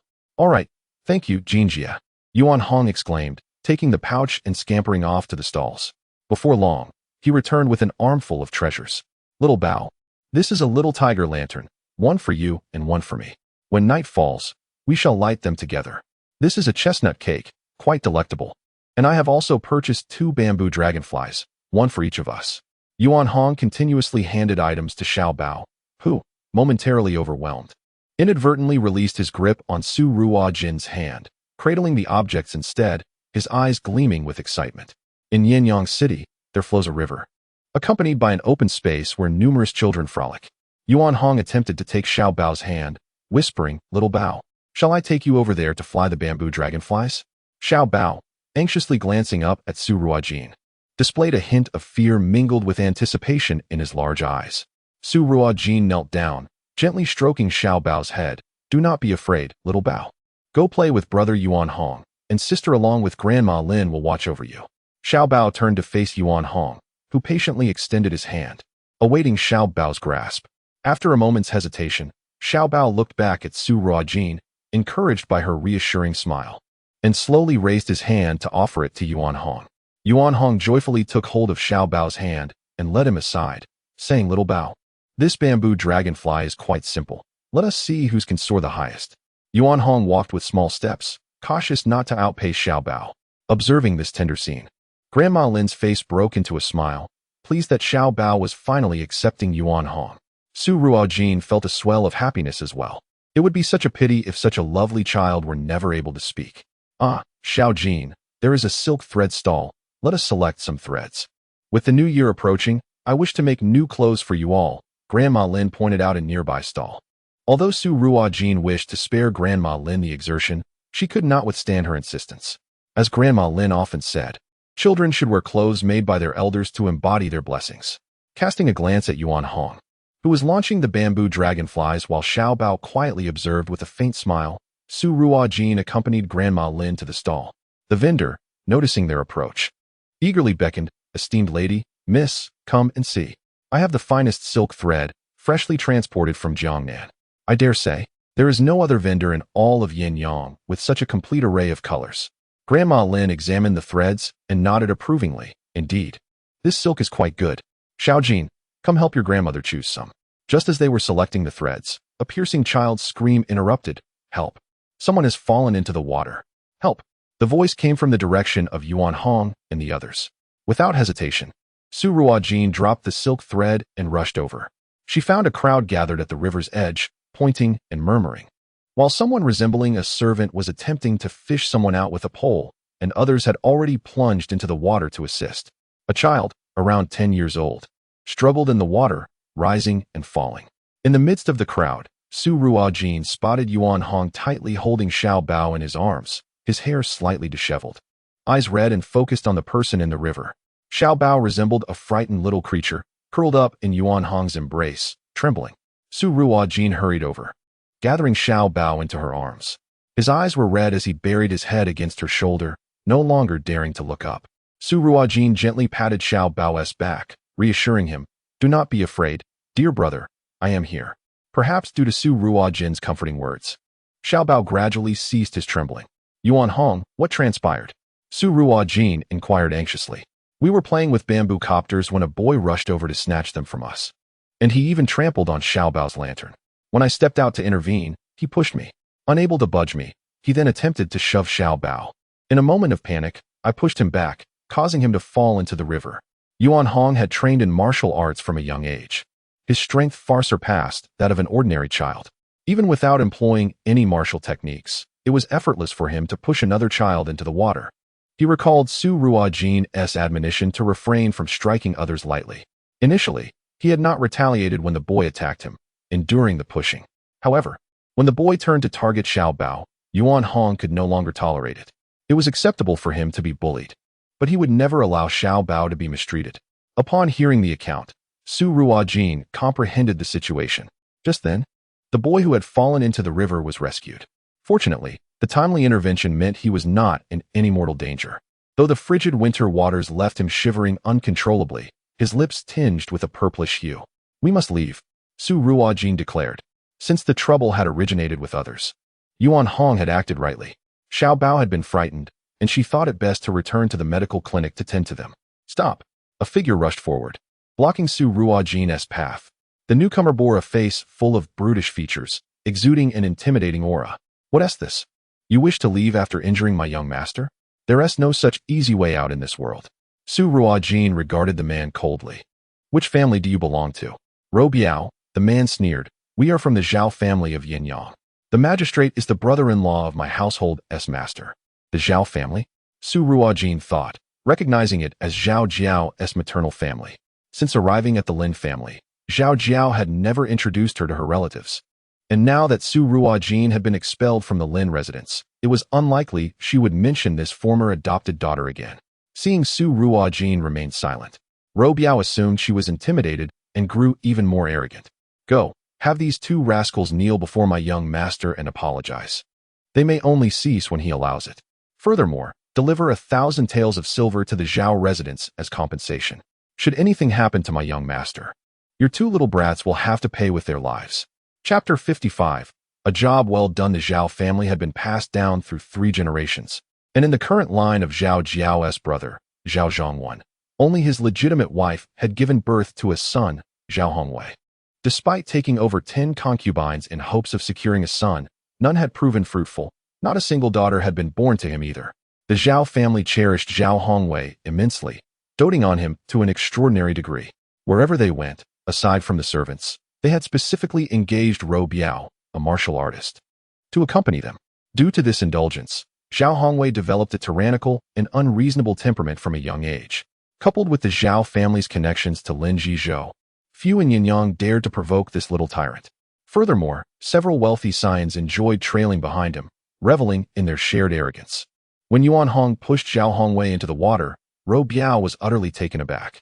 He had not anticipated that anyone in Yanyang would dare to lay a hand on their young master. The young scions following Zhao Hongwei were utterly frightened.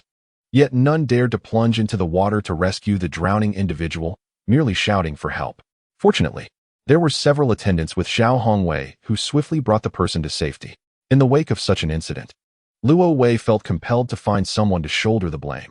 Otherwise, he would be unable to provide an explanation to the Zhao family. Su Ruojin coldly regarded Luo Biao and uttered 2 words, "Step aside." Luo Biao was momentarily taken aback. He had not anticipated that this seemingly delicate young girl would be unafraid of him and even dare to command him to move aside. Doubting his own ears, he incredulously repeated, "What did you say?" Ignoring him, Su Ruojin bypassed him.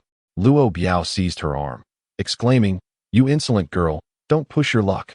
No sooner had he spoken than he felt a searing pain in his hand, causing him to cry out and kneel on the ground. "Ah, what have you done to me?" He watched in horror as his right hand transformed from pale to green, then to black. "Why you dare to poison me?" Hucking, who had been lurking in the shadows and preparing to intervene, retreated upon witnessing Luo Biao's condition. The prince had instructed him not to reveal himself unless absolutely necessary. If he disrupted the lives of Dr. Su and the young master, he would not be welcomed back to the royal residence. Aside from the previous incident involving a thief infiltrating the medical facility, which was swiftly handled by the covert guards, Hucking and his companions had remained well concealed. Earlier, when he saw the child about to push the young master, Hucking was ready to throw a stone, but unexpectedly, Yuan Hong acted even faster, shoving the perpetrator into the water. In that moment, Hucking could only think, well done. Yet, it was still not his turn to act. As Luo Biao had fallen victim again, Hucking began to question whether Dr. Su truly required his protection. Su Ruojin disregarded Luo Biao entirely and continued on her way. "Quick, stop her!" Luo Biao, gritting his teeth against the pain, shouted at the other attendants of the Zhao household. Except for the personal attendant guarding Zhao Hongwei, the rest rushed forward to encircle Su Ruojin. "Are you certain you wish to impede my progress?" Su Ruojin halted, speaking calmly, her gaze devoid of even a trace of fear amidst the throng. Luo Biao, clutching his right hand and grimacing in pain, approached. "You wretched girl. Hurry and give me the antidote, or you shall not know how you meet your demise." Su Ruojin raised an eyebrow, looking at Luo Biao with a hint of disdain. "It seems your pain is still not severe enough." Although the young girl had done nothing, Luo Biao felt an inexplicable pressure bearing down on him, instilling a sense of dread within. What do you intend? Hurry and provide me with the antidote." Su Ruojin let out a light laugh. "You wish for the antidote? Then kneel before these two children and admit your wrongdoing. Only when they are pleased will I consider granting you the antidote." "You." Hearing Su Ruojin echo his previous words back at him, Luo Biao struggled to catch his breath. "What? I have shown you grace by sparing your young master from kneeling before me. You should be grateful." Su Ruojin added with a smirk. Luo Biao felt as though countless knives were slicing into his arm, each one coated in salt. While beads of sweat streamed down his forehead, he could barely maintain his composure. "The poison you have contracted will spread to your spirit within half an hour if not resolved. At that point, even the highest celestial beings would be unable to save you. I advise you, rather than wasting time here, to hasten to a physician at the clinic for an antidote." After speaking, Su Ruojin moved forward. The attendants, noticing the oddity in Luo Biao, hesitated, uncertain whether to continue obstructing her. "What? Do you all wish to share in his fate?" Su Ruojin's icy gaze swept over them slowly. Upon hearing her words, everyone instinctively took a step back, clearing a path and watching her depart. "You useless fools, why aren't you quickly escorting me to the clinic?" Luo Biao, in excruciating pain, struggled to articulate his words, prioritizing his own survival over detaining Su Ruojin. Zhao Hongwei was also struck by a high fever, and the attendants scrambled to transport both men to Jiren Hall. Otherwise, returning to the Zhao residence to fetch a doctor would only delay the treatment further. Zhao Hongwei merely suffered from a chill, and after Kai Fanzhou administered acupuncture, his temperature began to drop. However, Luo Biao's poison baffled Kai Fanzhou even after considerable deliberation. He managed to alleviate much of the toxin through bloodletting and some conventional antidotes. Luo Biao's arm was no longer discolored, but his right hand had swollen to twice the size of an ordinary man's arm. And even the slightest touch felt like 1,000 needles piercing him, causing him to cry out in agony. "Kai, esteemed physician, is there no further remedy? The pain in my hand is unbearable. I depend on it for my livelihood." Luo Biao grimaced, while an attendant applied medication beside him. As a martial artist, if his right hand were rendered useless, who would employ him? Kai Fanzhou could not admit his inability to completely neutralize the poison. Luo Guardian. The onset of illness is swift, but recovery is gradual. The antidote has mitigated the toxin, yet it has damaged your sinews and bones, and healing will take time. You must take the medicine for several days and apply the ointment. Gradually, you will recover. With the physician's assurance, Luo Biao had no choice but to refrain from further protest, cursing, "That vile girl is truly malicious. Should I encounter her again, I shall not let her escape." Ouch! Be gentle. From Luo Biao's description, Kai Fanzhou deduced that they had encountered Su Ruojin today. The audacity of Su Ruojin to offend the Zhao family presented Kai Fanzhou with a splendid opportunity. She must be made to suffer a bit. Luo Guardian. If I am not mistaken, you have crossed paths with Dr. Su Ruojin today. Her clinic, Renai Tang, has been exceptionally popular in Yanyang recently. In my view, you may consider yourself unfortunate. As he collected his needles, Kai Fanzhou muttered, "What? She is merely a humble clinic doctor. What right does she have to make me suffer? Just wait and see how I deal with her." Luo Biao's eyes burned with resentment. Having served as a guardian for many years in the Zhao family, he was accustomed to receiving respect in Yanyang, where many would address him as Luo Guardian. He could hardly swallow the humiliation of being bested by a mere girl. Yet, Luo Biao was not a brute. He glanced at the young master who had just taken his medicine and fallen asleep, a glimmer of cunning flashing in his eyes. Chapter 56. Destroy her clinic. Ouch, my son. At that moment, cries echoed from the entrance of Jiren Hall. A woman adorned in an exquisite water-ink patterned brocade, her golden hair elegantly pinned, entered the medical hall accompanied by a multitude of maids and servants. Upon seeing the frostbitten, flushed face of Zhao Hongwei, who had a cloth wrapped around his head, tears streamed uncontrollably from Madame Zhao's eyes. Zhao Hongwei was her cherished treasure. She could hardly bear to raise her voice, let alone strike him. Witnessing her son in such distress was utterly heart-wrenching for her. "Waiter, what on earth happened? How did you end up in the water?" The servant had hurried back to the Zhao residence with only the news that the young master had fallen into the water, prompting Madame Zhao to rush over in a state of despair, only now remembering to inquire about the specifics. Upon awakening and seeing his mother, Zhao Hongwei began to cry out, "Mother, cough cough, I was pushed into the water by someone.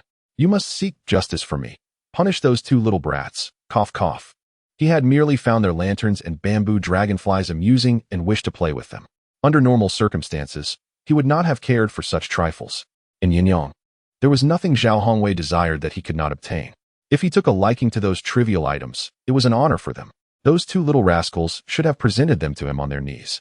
He had completely forgotten that he had attempted to push Yuan Hong into the water, but was unable to do so, and in a fit of rage, had aimed to push the nearby child instead. Who would have thought that he would end up in the water himself? Zhao Hongwei had never endured such humiliation in his life. He insisted that his mother should toss those two little brats into the river for 2 hours. No, a full day and night would suffice. Who dares to push my son into the water? Who is responsible? Luo Biao, how could you let this happen? Upon learning that someone had indeed pushed her son into the water, Madame Zhao could no longer contain her fury. Luo Biao quickly responded, "Madam, it was Su Ruojin from Renai Hall who was accompanied by those two little brats. That Su Ruojin even poisoned me to prevent me from rescuing the young master, which led to his fall into the water. Madam, as a mere guard, I cannot bear this insult. Our young master must not suffer in vain." He deliberately twisted the sequence of events, shifting the blame for his negligence onto that girl. The young master was the very essence of Madame Zhao's life. How could she let that girl escape unscathed after allowing her son to be harmed to such an extent? She merely awaited the sight of her pleading for mercy. Su Ruojin? This was the first time Madame Zhao had heard that name. A family by the surname of Su? There were no prominent families of that name in Yanyang City. This Su Ruojin was likely from a humble background. With this thought, Madame Zhao felt no further restraint. "My dear son, I shall bring you home to recuperate. Leave everything else to me. I will not allow anyone to bully you." After escorting Zhao Hongwei back to the Zhao residence, Madame Zhao, accompanied by a throng of people, marched directly to Renai Hall. "Su Ruojin, come out." In Yanyang City, many were familiar with Madame Zhao. Seeing her approach with such fervor, they instinctively stepped aside. Jihua stepped forward first, casting a cold glance at Madame Zhao. "Madam, if you seek medical attention, please line up over there. How dare you curse at me? Bring Su Ruojin out. If she dares to harm my son, she should not hide like a coward. If she does not kneel and apologize today, she shall soak in the river for a day and a night. I will not let this matter rest." Madame Zhao exclaimed angrily, just as Su Ruojin had comforted and lulled the little one to sleep. She was startled by the commotion outside. Gently, she stepped out of her room and closed the door, only to see Feng Ying hastily approaching. She furrowed her brow slightly. "Feng Ying, what is happening outside?" Feng Ying replied promptly, "Miss, a lady has come to seek you, claiming you have harmed her son." Upon hearing this, Su Ruojin immediately understood it was Madame Zhao who had come to confront her. The Zhao family had long wielded their influence in Yanyang City due to their connections with Lin Zhizhou. Despite their son having bullied Yuan Hong and the little one, they audaciously sought an explanation. Remembering how the little one had turned pale and trembled in fear, even on the brink of vomiting, Su Ruojin felt a pang of sympathy. Since that is the case, let the Zhao family leave Yanyang City. she declared resolutely. Feng, instruct the Dark Alliance members in Yanyang to swiftly investigate all matters concerning the Zhao family. Understood. Mississippi Feng turned and exited. Su Ruojin stepped out of the clinic and regarded Madame Zhao coldly. I hear you are looking for me? At the clinic's entrance, 3 steps led up to her position, with Madame Zhao standing at the bottom. Su Ruojin cast a disdainful glance, exuding an air of superiority. Madame Zhao felt her authority diminished, her ire igniting. Su Ruojin, you allowed your brother to push my son into the river. He is still burning with fever. If you do not provide an explanation, our Zhao family will not let this go. Madame Zhao, have you considered why your son was pushed into the water? If he had not first trampled on my brother's lantern, attempted to seize their bamboo dragonfly, and even tried to push a 5-year-old child into the river, would my brother have acted? Su Ruojin's voice was sharp. Is it permissible for the Zhao family to bully others while denying them the right to defend themselves? Unbeknownst to others, Ji Hua and Yin Luo, standing nearby, were acutely aware of their mistress's anger. They exchanged sympathetic glances with Madame Zhao. For inciting Su Ruojin's wrath was a perilous affair. During her travels, a wealthy merchant's son had once dared to harass her, even prompting his guards to attempt to abduct her. The result? That young man remained bedridden to this day, never to rise again. Madame Zhao scoffed. What value does a mere lantern hold? You ought to inquire how many seek to curry favor with my family in Yanyang City. Who would care for your paltry lantern? Even if my son truly desired it, that would be your fortune. Now, take those 2 little rascals to our Zhao family. They must bow and apologize to my son. Only when he permits them may they rise from their place in the river. Miss Su, if you are wise, accompany Our Lady without resistance. Otherwise, creating a scene will yield no benefit for you. Should the matter escalate, this clinic of yours may face dire consequences. Know that the lady is generously offering you an opportunity. A matron standing beside Madame Zhao chimed in. Su Ruojin's lips curved into a slight smile as she descended the steps, approaching Madame Zhao with deliberate composure. Madame Zhao assumed that Su Ruojin was about to apologize to her, slightly lifting her head in anticipation of Su Ruojin's humble submission. In the next moment, a resounding slap echoed through the air as a fierce strike landed upon Madame Zhao's face, causing one side to swell instantaneously. The onlookers were utterly taken aback by Su Ruojin's unexpected aggression, rendered speechless. Madame Zhao, momentarily stunned, only regained her senses when the stinging pain on her face jolted her back to reality. Her immediate reaction was a piercing scream. Su Ruojin, how dare you strike me? You little brat, is this the esteemed conduct of the Zhao family? Since no one from the Zhao family has taught you the virtue of decorum, I shall take it upon myself to enlighten you, Su Ruojin declared, clapping her hands. Everyone advance. Destroy her medical clinic. Anyone who dares to obstruct us shall face my wrath. Madame Zhao, clutching her face with reddened eyes, seethed through gritted teeth. I, Sun Linyang, have never suffered such humiliation in Yanyang City. If I do not raze Renai Hall to the ground today, I shall not bear the name Sun Linyang. Chapter 57. A flicker of fear at this moment. Madame Zhao yearned to demolish the clinic and sell Su Ruojin into the lowest brothel, subjecting her to the most heinous degradation. She even contemplated selling the 2 young ones to a brothel as well, to alleviate the rage simmering within her. Madame Zhao had come seeking trouble, bringing with her a retinue of over 10 guards. Luo Biao, despite his injuries, followed along to witness the spectacle. Upon hearing their mistress's orders, the guards surged forward. Over the years, they had engaged in similar skirmishes, often ending with the opponents begging for mercy on their knees.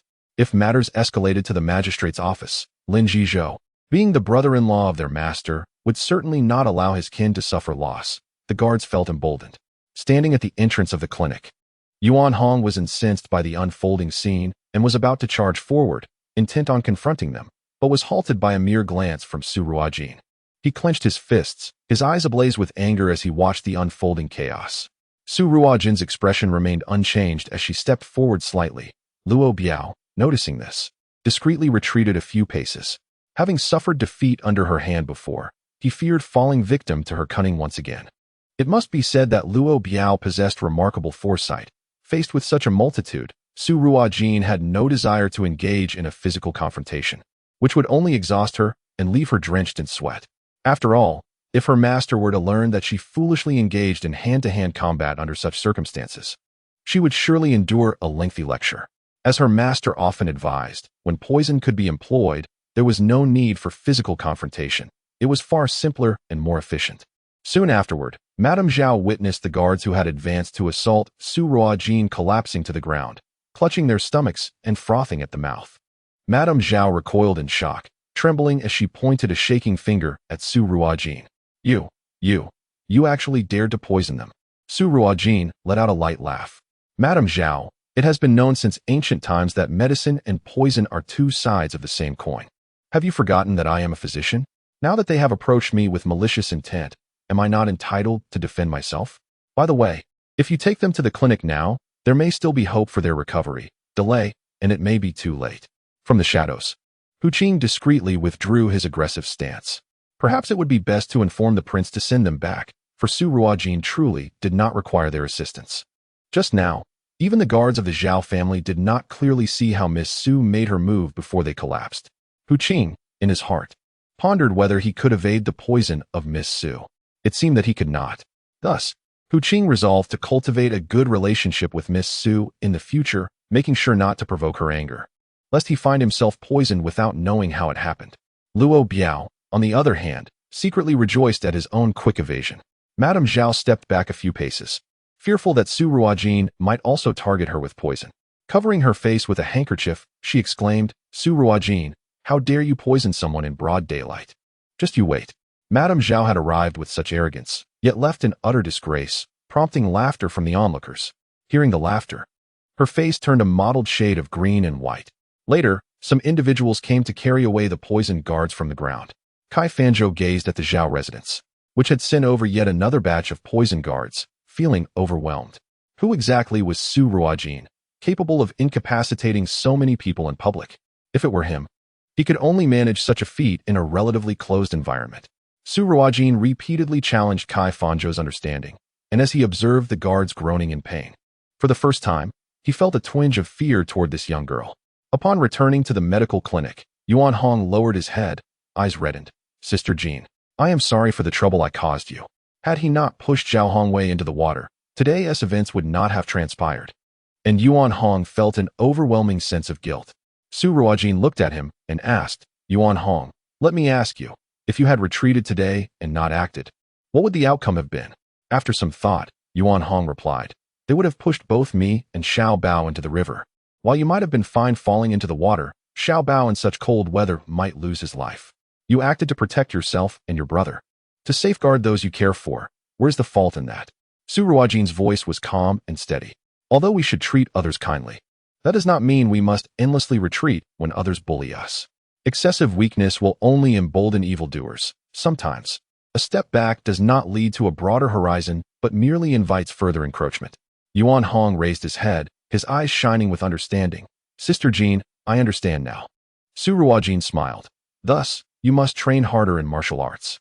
Only by becoming strong can you better protect those we wish to safeguard. Remember, the world operates on a survival of the fittest principle. Evildoers will never be swayed by kindness. Only through strength can we instill caution in them." "I understand, Sister Jean. I will go practice martial arts right away." Yuan Hong dashed off towards the backyard. Yin Luo, feeling somewhat indignant, said, "Miss, why did you not let me poison that Madame Zhao as well? Let us see if she dares to be so arrogant then." Just now, she seemed eager to strike, but she refrained out of respect for you. Do not rush.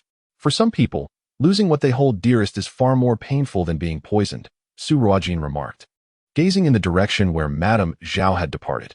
The Zhao family dared to act with such arrogance in broad daylight. Surely, they had committed their share of vile deeds in the shadows. Given this, she saw no harm in seizing the opportunity to eradicate the Zhao family entirely.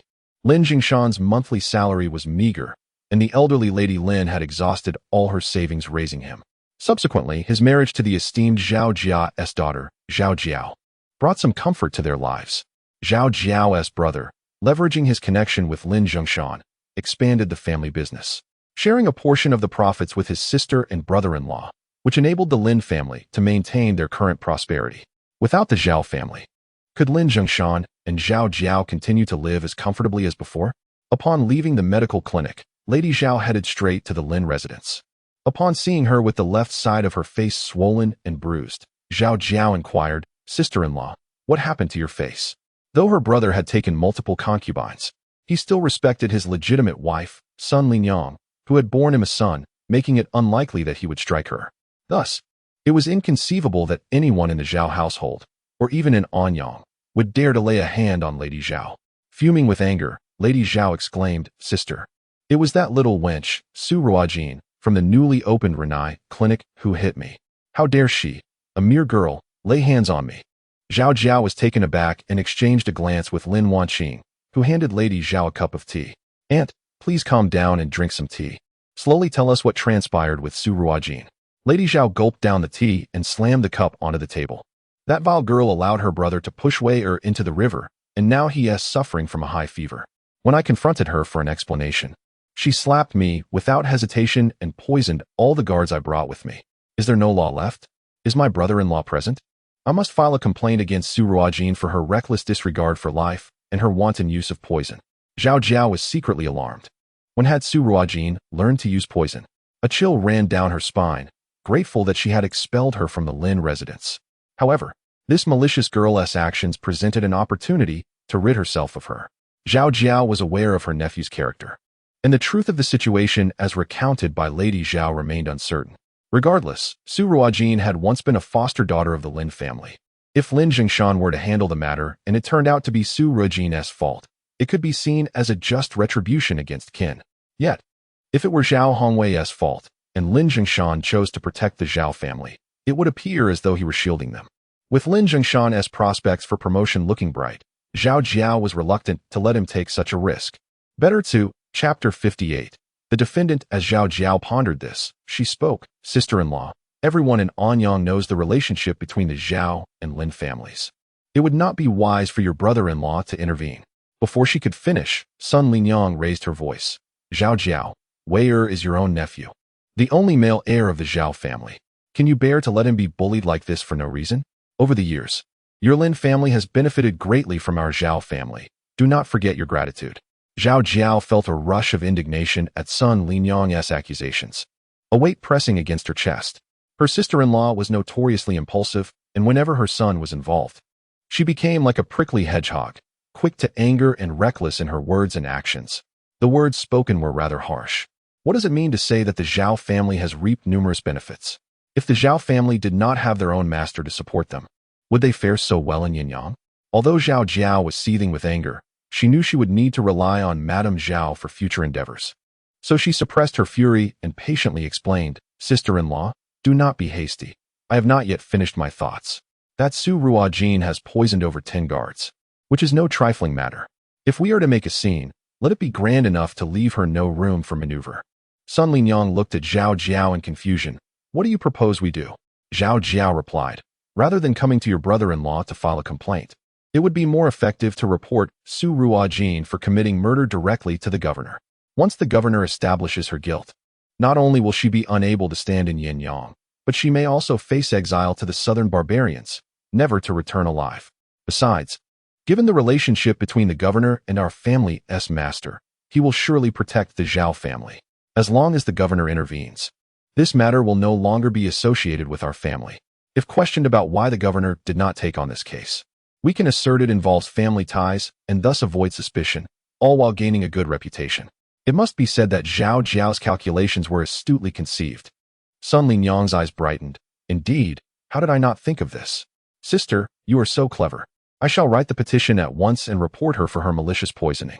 As Sun Linyang departed, Lin Wanqing expressed her concern. "Mother, do you truly believe Aunt's words?"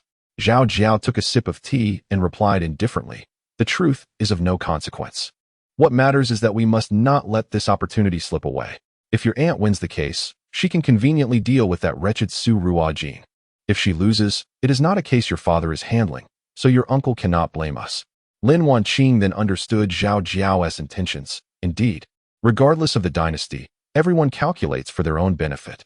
While Sun Linyang sought someone to draft the petition, Feng Ying returned to the medical hall with information about the Zhao family gathered by the Dark Alliance. Su Ruojin looked at the words written on the paper, a sly smile gracing her lips. Truly, the Zhao family did not disappoint her expectations. "Miss, little Bao's porridge is ready," Yin Luo announced as she entered with a bowl of porridge. Su Ruojin accepted the porridge, adding 2 drops of Lan Mo fruit essence before blowing on it and feeding it to little Bao in small bites. Little Bao obediently opened his mouth to eat. his large eyes fixed on Su Ruojin, appearing quite well-behaved. "Little Bao, you are now a big child. Would you like to try eating on your own?" Su Ruojin gently encouraged. Su Ruojin understood that in the grand families of the Great Chu, children were often pampered, accustomed to having everything done for them, and many grew up unable even to dress themselves. However, she was no pampered young lady from a noble family, nor did she intend to indulge her child. In her eyes, whether a boy or a girl, they should learn independence at an early age. Since little Bao was entrusted to her care, she hoped he would soon learn to manage his own life rather than relying on others for everything, thus nurturing his self-sufficiency and confidence, ultimately aiding in his recovery from his condition. However, Xiao Bao merely stared at her, blinking in apparent confusion over Su Ruojin's words. Su Ruojin sighed internally, realizing that she had been somewhat hasty. "No need to rush, Xiao Bao, we shall take our time." At that moment, a maid hurried into the room, her voice tinged with alarm. "Miss, a multitude of officials has arrived outside, and Sister Jihua is currently confronting them." Su Ruojin instructed Yan Luo to look after Xiao Bao and proceeded to the medical hall. Upon her arrival, she found a crowd gathered at the entrance, with several constables standing there, exhibiting a measure of courtesy. "Miss, we have received accusations against Dr. Su for poisoning and endangering lives. We are here on the orders of the governor to escort Dr. Su for questioning. We kindly ask you to relay this." The constables, typically brusque when apprehending individuals, were notably respectful this time, having been specifically instructed by the governor to treat Dr. Su with decorum. Thus, when Su Ruojin did not emerge, the constables dared not enter the medical hall directly. "When has our young lady ever endangered lives? This is slander. She will not accompany you," Jihua exclaimed, her frustration palpable as she positioned herself defiantly at the entrance, embodying the spirit of a lone warrior standing resolute against a multitude. Hidden among the trees, Hu Qing observed the remarkable courage of this young woman. She stood undeterred before so many constables, not trembling in fear. It was evident that a master of such caliber was bound to have a similarly spirited maid. Hu Qing, having learned to be prudent, understood that Su Ruojin should not be regarded as an ordinary woman. He would refrain from intervening until absolutely necessary, keen to see how she would navigate this predicament. "I will go with you," Su Ruojin's voice resonated. The constables, upon seeing her and hearing her declaration, breathed a sigh of relief inwardly. With the governor's orders in place, they were unsure how to proceed if she had truly refused to accompany them. "Miss, this is troubling," Jihua implored. "If you truly go with them, what will the common people of Yanyang think of you? What rumors might arise, potentially tarnishing your reputation?" For a young woman, her honor was paramount above all else. Su Ruojin offered a gentle smile. "Do not worry. While others may not understand, you know me well, do you not?" Rest assured, Jihua certainly recognized her mistress's capabilities, yet knowing was not the same as feeling secure, especially in a court setting. Without further ado, Su Ruojin accompanied the constables. "Let us go as well. Dr. Su is a good person, and we cannot allow her to be wronged." "Yes, we shall follow. I will go too. Were it not for Dr. Su, my father would have perished long ago." At the entrance of the medical hall, several individuals who had previously been treated by Su Ruojin saw her being escorted away by the constables and resolutely followed her to the governor's office to lend their support. Upon reaching the office, they found Lord Zhong seated in the court, accompanied by Lin Zhengshan, while Madame Zhao knelt on the floor. Su Ruojin bowed respectfully. "I pay my respects to Lord Zhong and Lord Lin. Provide a chair for Dr. Su," Lord Zhong commanded. Instantly, a constable brought a chair for Su Ruojin. Madame Zhao, bewildered, exclaimed, "My lord, why does she get to sit?" "I, the esteemed matriarch of the Zhao family and sister-in-law to the governor, must kneel in court, while she, a mere physician, is afforded a seat?"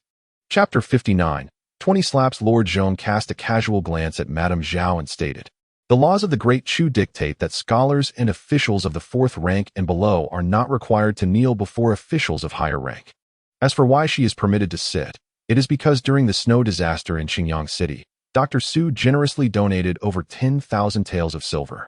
For such a noble individual, I see no harm in allowing her to sit in this court. Madame Zhao, should you wish to follow in Dr. Su's footsteps and contribute 10,000 taels of silver to Qingyang City, I would grant you a seat in this court as well." Madame Zhao fell silent, for she could not possibly produce 10,000 taels of silver. Even if she could, she would never part with such a sum. It was, after all, 10,000 taels. After expressing her gratitude to Lord Zhong, Su Ruojin sat calmly in her chair, not once casting a glance at Lin Zhongshan. Lin Zhongshan was infuriated. This unfilial daughter had fortunately severed ties with the Lin family. Lord Zhong struck the gavel and proclaimed, Su Ruojin, the Zhao family accuses you of inciting your younger brother to commit an act of violence by pushing Zhao Hongwei into the river, intending to drown him. They seek an explanation from you, yet you retaliated by poisoning the Zhao family's guards. Is this true? Su Ruojin replied with composure, that is not the case.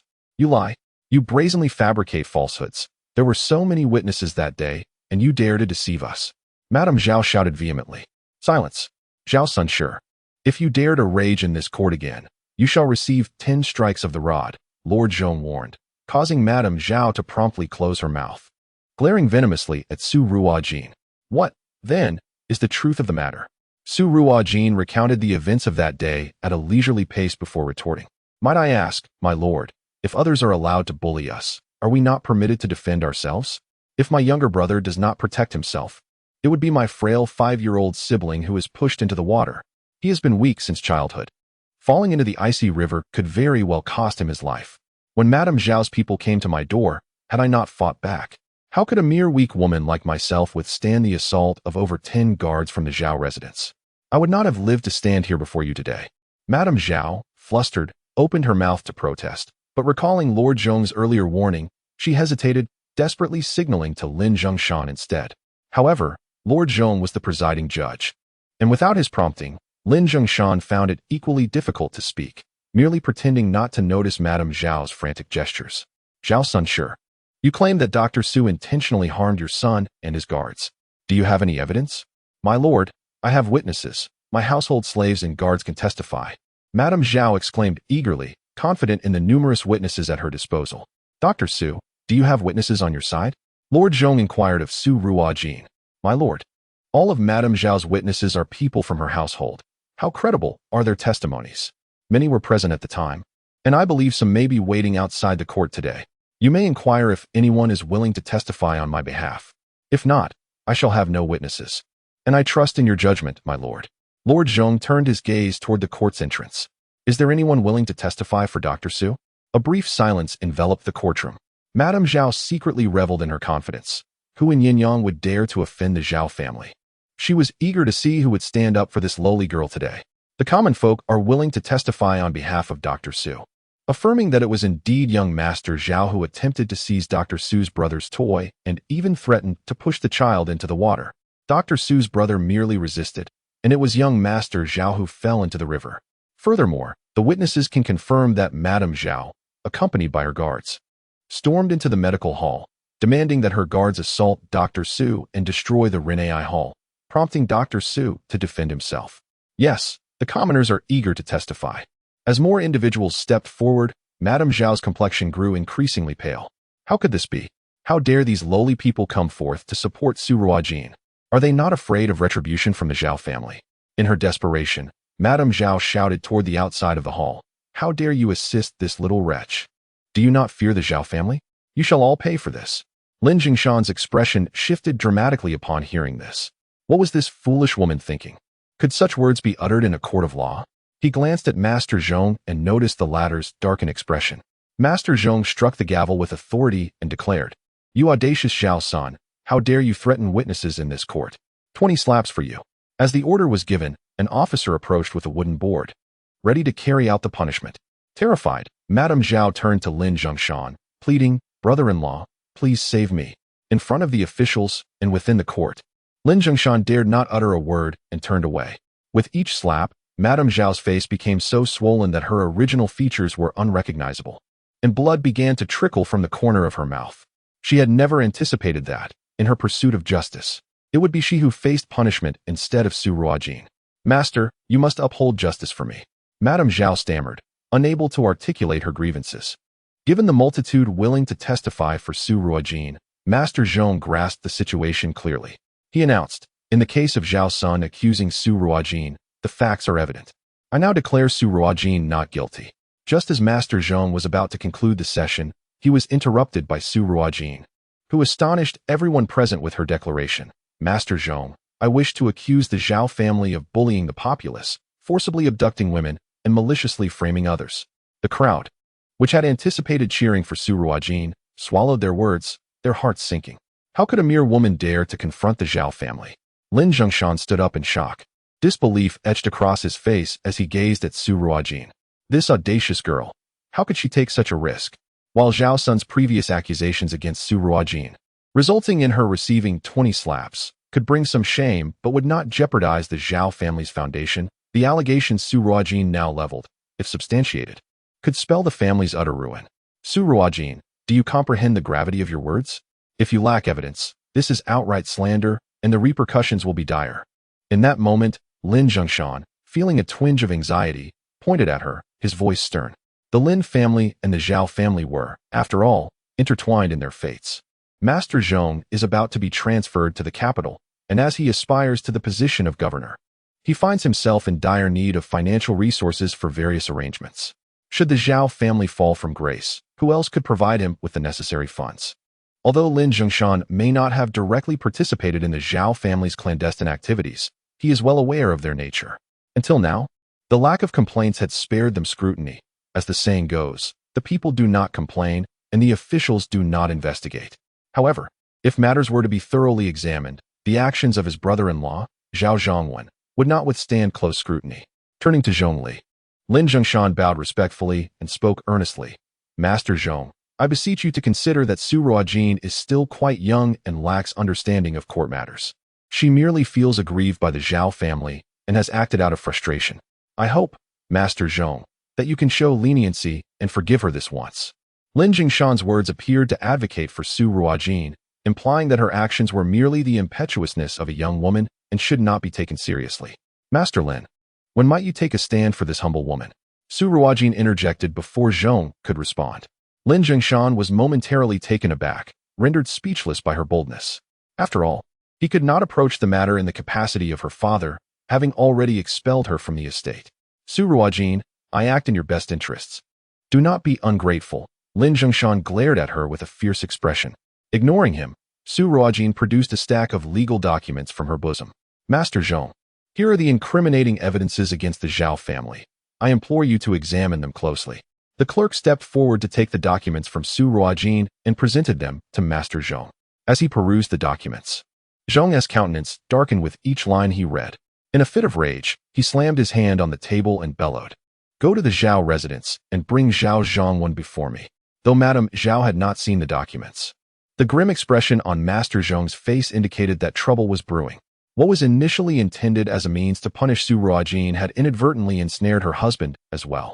Weak and trembling, Madame Zhao knelt on the ground, perspiration beading on her forehead. Before long, Zhao Zhongwen was brought into the hall. He was unaware of the unfolding situation, presuming it to be related to his son Zhao Hongwei. Upon entering, he knelt and cried out in protest, oblivious to the warning glances Lin Zhongshan cast his way. My lord, please take up my son's cause. He is still suffering from a high fever and is unconscious. Master Zhong cast the documents before Zhao Zhongwen. Do you acknowledge the accusations laid out in this document? Zhao Zhongwen, bewildered, picked up the papers. As he read, his complexion drained of color and his body began to tremble. My lord, this is all slander. False accusations. None of it is true. Not true. Bring forth all individuals mentioned in this document to my court. Zhao Zhongwen collapsed to the ground in despair. It was over. His demise was imminent. The evidence provided by Su Ruojin was not merely a narrative of events but detailed specifics, including dates, responsible parties, and the sums involved. If Zhao Zhongwen had not reviewed the accounts, he would scarcely have been able to recall such figures. Moreover, his 10th and 11th concubines had only just turned 14, and he had brazenly seized them from their homes, fully aware they were ordinary villagers with no power or influence. He casually tossed a few taels of silver to the family of his concubine as compensation, daring them to report to the authorities. For his brother-in-law held the position of magistrate, who had to fear whom. The common folk dared not confront the officials, and thus both families had no choice but to swallow their grievances. This incident involved many individuals, and a significant portion of the local constabulary had been dispatched, taking over an hour to summon the relevant parties to the court. There was no need for torture. Lord Zhong merely posed a few questions based on the written statements, and everyone promptly confessed. The magistrate was already aware of everything. There was little left to conceal. The families of the two concubines wept and implored the impartial magistrate to champion their cause. Lin Jingshan continually dabbed the sweat from his brow with a handkerchief. Zhao Zhongwen, in a fit of desperation, crawled to Lin Jingshan's side, pleading, "Brother-in-law, you must save me." Lin Jingshan hastily rose and stepped back, responding, "Zhao Zhongwen, though I am your brother-in-law, your actions are all in violation of the laws of Dechu, and I cannot assist you." He then bowed respectfully to Lord Zhong, stating, "Although Zhao Zhongwen is my sister's brother, I implore you to administer justice impartially. I have no objections." He felt fortunate that all these misdeeds were solely the doing of Zhao Zhongwen and could not be linked to him. Su Ruojin observed Lin Jingshan, noting his consistent craftiness in extricating himself from complicity when faced with adversity. "Brother-in-law, Zhao Zhongwen attempted to speak, but Lin Jingshan interrupted. "Zhao Zhongwen, you should plead guilty and sign the confession. In consideration of your sister, I shall ensure that Hongwei is well cared for." Realizing that this time even his brother-in-law could not protect him, Zhao Zhongwen resignedly lowered his head and affixed his mark to the confession. The verdict was confiscation of property, 30 strokes of the cane, and exile to the frigid northern lands of Ningta. The concubines were free to return home. Amidst the cries of the common folk beseeching the magnanimous magistrate, the Yanyang Zhao family was utterly obliterated. No, it cannot be. It cannot be. Mrs. Zhao's eyes widened in disbelief, her lips repeating the words as if in a trance. She had merely wished to avenge her son. How had it culminated in the downfall of the Zhao family? Turning to glare at Su Ruojin, she shouted, "Su Ruojin, you are a witch. You are a witch." If Su Ruojin were not indeed a sorceress, how could she possibly be privy to the Zhao family's deepest secrets? Mrs. Zhao regretted her entanglement with this enchantress. For the first time, she wished to severely chastise her son. Had he not caused this calamity, the Zhao family would not have met such a fate. Little did she know, her misfortunes were far from over. To kill a man, one must strike at his heart. Su Ruojin understood this principle well. She harbored no compassion for those who dared to bully her. Among the intelligence sent by the Dark Alliance was a revelation she had not included in the written statement. Ignoring Mrs. Zhao's curses, she rose slowly and approached the stunned Zhao Zhongwen, whispering a single line. Upon hearing it, Zhao Zhongwen's face shifted from pale to a deep shade of green as he abruptly turned to glare at Mrs. Zhao. She, feeling the venom in her husband's gaze, involuntarily shivered. "My lord, what ails you?" Zhao Zhongwen stood up and lunged forward, delivering a fierce kick to Mrs. Zhao's chest. Caught off guard, she was sent sprawling. Spitting blood, she looked at Zhao Zhongwen in disbelief. "Zhao, have you lost your mind? Sun Linyang, you vile creature. I shall kill you." Zhao Zhongwen attempted to advance and kick, but was restrained by the constables. "I will kill you. I will kill you." Unable to move, with bloodshot eyes, he continued to curse. Witnessing such a scene, Madame Zhao seemed to recall something. A glimmer of terror flashing in her eyes as she wiped the blood from her lips and lowered her gaze. Zhao Zhongwen was taken away, and Su Ruojin bowed to Lord Zhong before departing. Anxiously waiting outside, Jihua hurried over to drape a cloak over her. "Miss, thank goodness, you're unharmed." Although the miss had assured her earlier that there was nothing amiss, Jihua's heart only now settled. "By the way, miss, what did you say to Zhao Zhongwen?" Jihua was quite curious. Zhao Zhongwen was not this agitated even when sentenced to exile. How could a mere conversation with you drive him to madness? Su Ruojin smiled gently. "Zhao Zhongwen has taken numerous concubines, yet has only Zhao Hongwei as his son because he himself is incapable of fathering children. Zhao Hongwei is the offspring of Sun Linyang and her maternal cousin. I merely revealed the truth to him. What man could bear such a monumental betrayal? Zhao Zhongwen has always doted on Zhao Hongwei as his own, but upon learning the truth, that the Zhao family's downfall hinged on this child, how could he possibly endure?" Jihua still couldn't comprehend it. "Miss, did he really believe you so readily?" Regarding Jihua's query, Su Ruojin patiently elucidated. "The Zhao family is doomed. Zhao Zhongwen requires an outlet for his fury, and I merely provided him with a justification. Furthermore, certain truths, when left unspoken, seem inconsequential. But once articulated, the realization becomes undeniable. A child's resemblance often reflects that of their parents. Even if Zhao Hongwei bears a closer likeness to Sun Linyang, he still possesses traces of her cousin's features. If Zhao Zhongwen thinks carefully, he will recognize that I have not deceived him. The lineage of the Zhao family, passed down through generations, is destined to end with him. I wonder how Zhao Jiao will react upon learning all of this." Upon discovering the truth, Zhao Jiao collapsed. Her intent to tarnish Su Ruojin's reputation inadvertently led to the obliteration of her own family. In prison, Zhao Zhongwen penned a letter of divorce, severing ties with Sun Lingyang, and informed Zhao Jiao of the fact that Zhao Hongwei was not of Zhao blood. The Zhao family had been extinguished. Unable to withstand the blow, Zhao Jiao fainted on the spot and subsequently developed a high fever. Kai Fanzhou visited the estate and administered acupuncture for 3 consecutive days before she finally recovered. Zhao Jiao grasped Lin Wanqing's hand, her voice frail. "Qing'er, you and Yang are all I have left now. Mother, do not worry. I shall strive to ensure you live well," Lin Wanqing softly reassured her, cautiously feeding her the medicine, her eyes shimmering with unspoken thoughts. She was still fragile, heavily reliant on Zhao Jiao's support.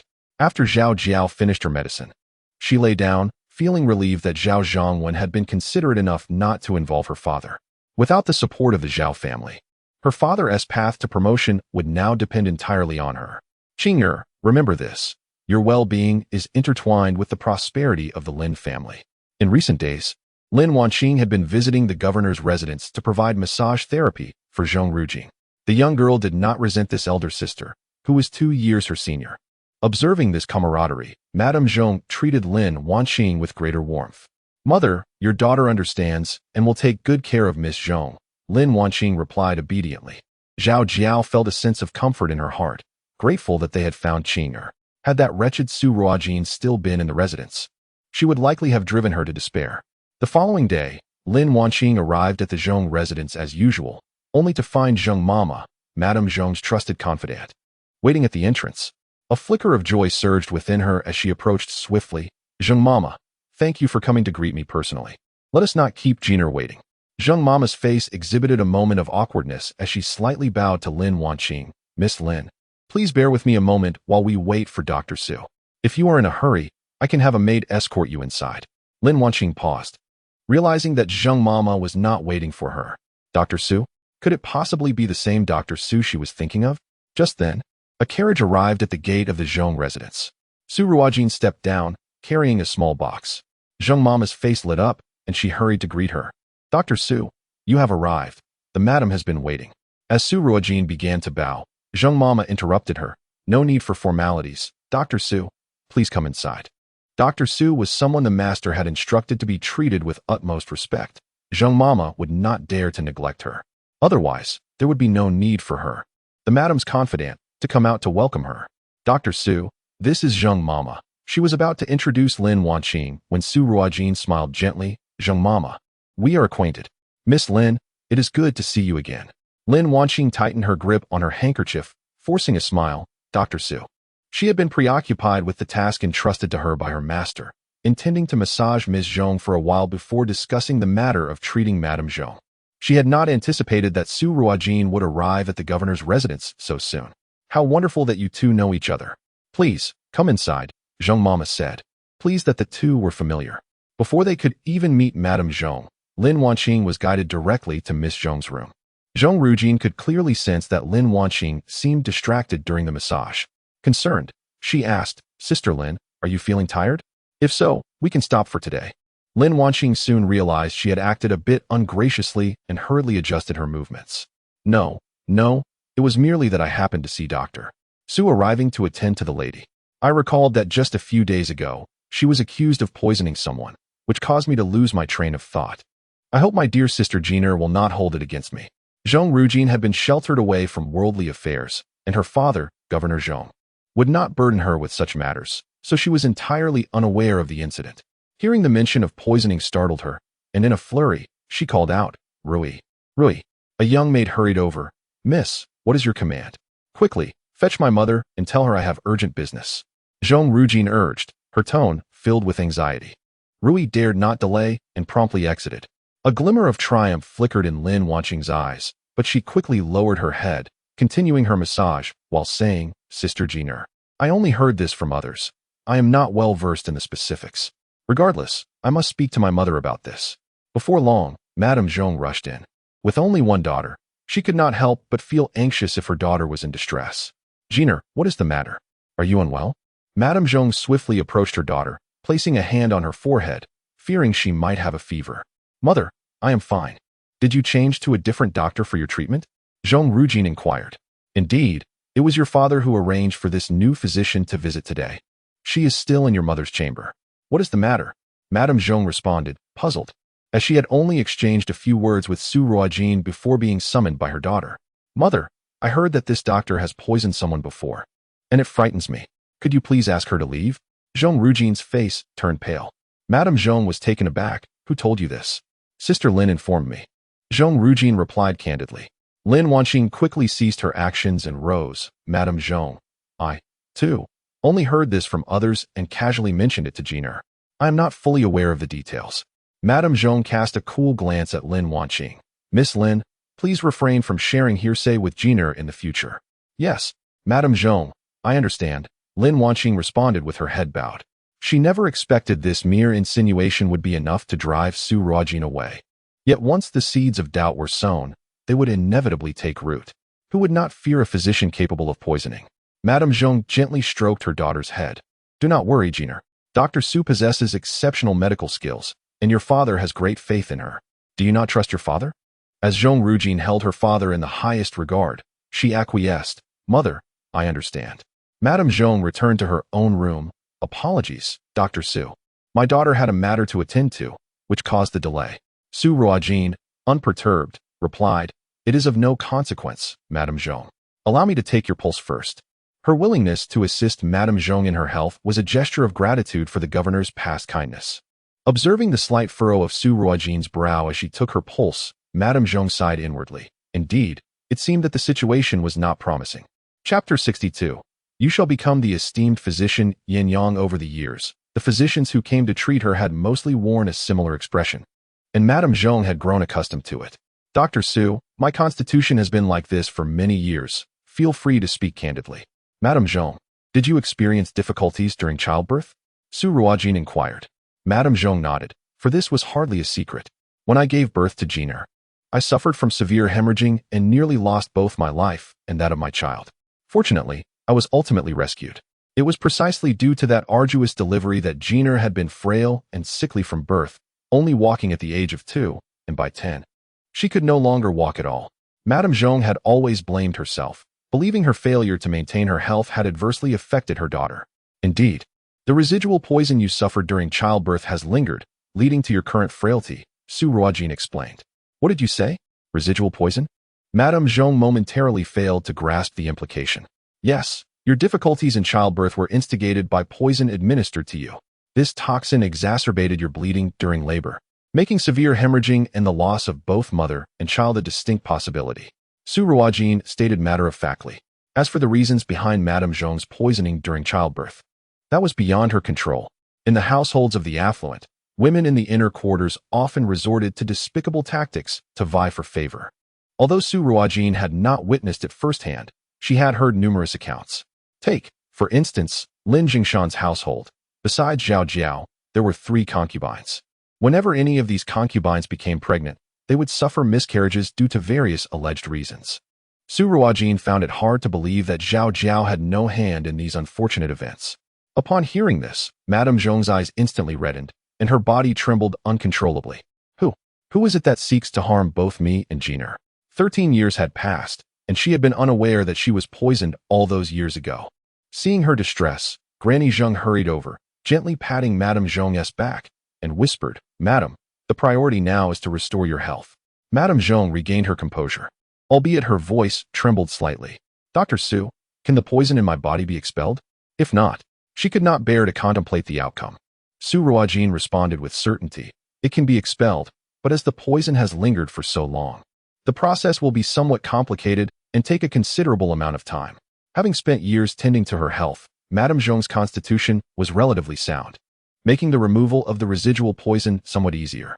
Madame Zhong exchanged a glance with Granny Zheng, both brimming with excitement. Granny Zheng cautiously inquired, if Madame's health is restored, is it possible for her to conceive again?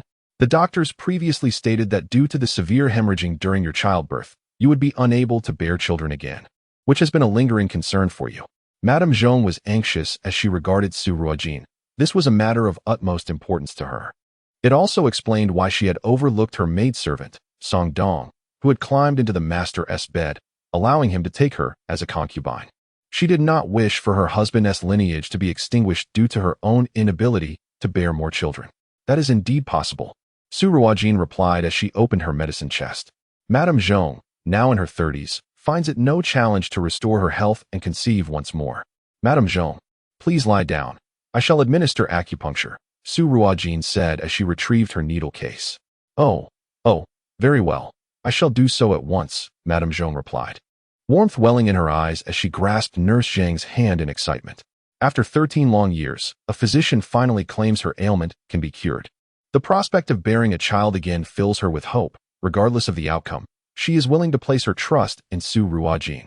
Hope is infinitely preferable to despair. Upon completing the acupuncture and prescribing medicine, Su Ruojin rose to take her leave. Madame Zhong, if convenient, you might visit my clinic every 3 days for a medicinal steam treatment. It would further assist in expelling the residual toxins from your body. The herbal steam involves numerous ingredients and necessitates a special steaming bed, along with adjustments to the acupuncture based on individual circumstances, making it far more convenient for Madame Zhong to attend the clinic. At this moment, Madame Zhong is indifferent to whether the treatment occurs at the clinic or at home. Her singular desire is for a cure. Very well, I will certainly attend. Nurse Zhong, please see Dr. Su out. Nurse Zhong accompanied Su Ruojin outside, where they encountered Lin Wanqing, who had just finished her massage. As they exited the governor's residence, Lin Wanqing remarked softly, Miss Su, I mean well in reminding you to act within your capabilities. Being overly ambitious may lead to your own detriment. Despite possessing some medical knowledge, Su Ruojin could hardly compare to her master.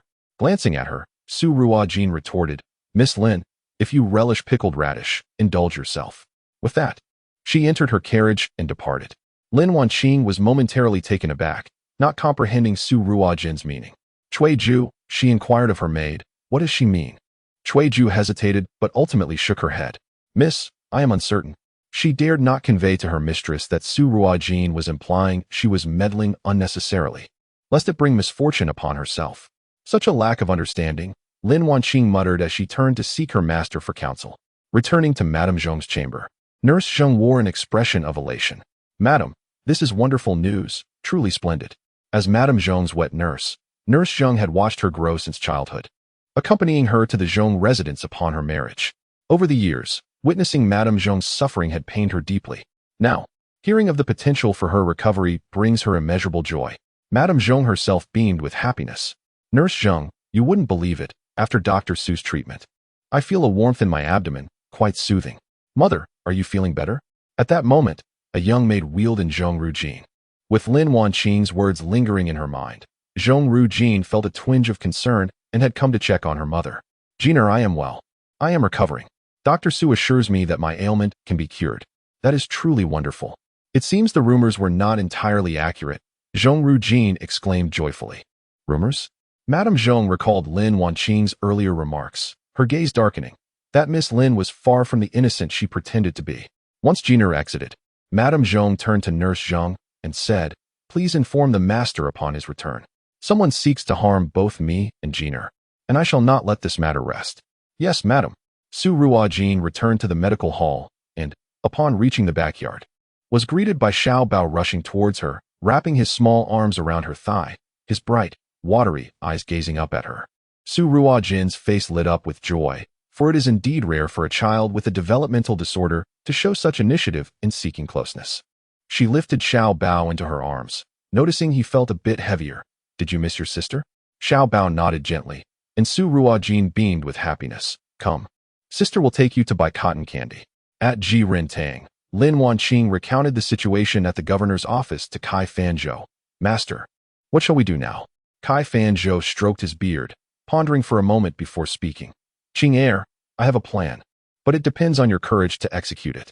If successful, you shall be known as a renowned physician in Yanyang. Renowned physician in Yanyang? Lin Wanqing's eyes sparkled with excitement. I shall follow your instructions, master. Chapter 63. Young Master Jiang arrives in the capital at the regent's residence. Xiao Yanchu held in his hands a letter from Hu Qing. The young master was in good health, and Su Defu had eradicated the Zhao family. Eradicated the Zhao family?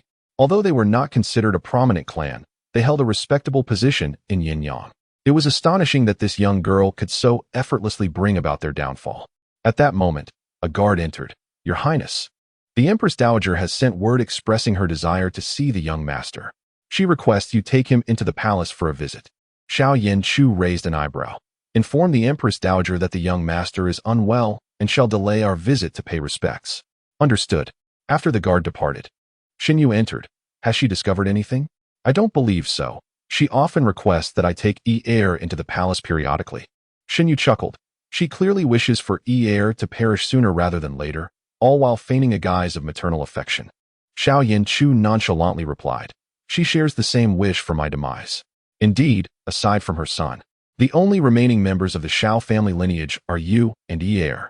If you both were to vanish, her son would firmly secure the throne. How is the health of the Grand Princess? Xinyu sat down, pouring himself a cup of tea. As usual, it has not deteriorated with Mu Jingshan's supervision. Mentioning his mother, a flicker of concern crossed Xiao Yanchu's eyes. With the new year approaching, as per tradition, he would need to take heir to the palace for New Year's greetings. What will you do then? Will you bring heir back? Xinyu inquired. Xiao Yanchu traced the rim of his teacup with his fingers, remaining silent for a long while.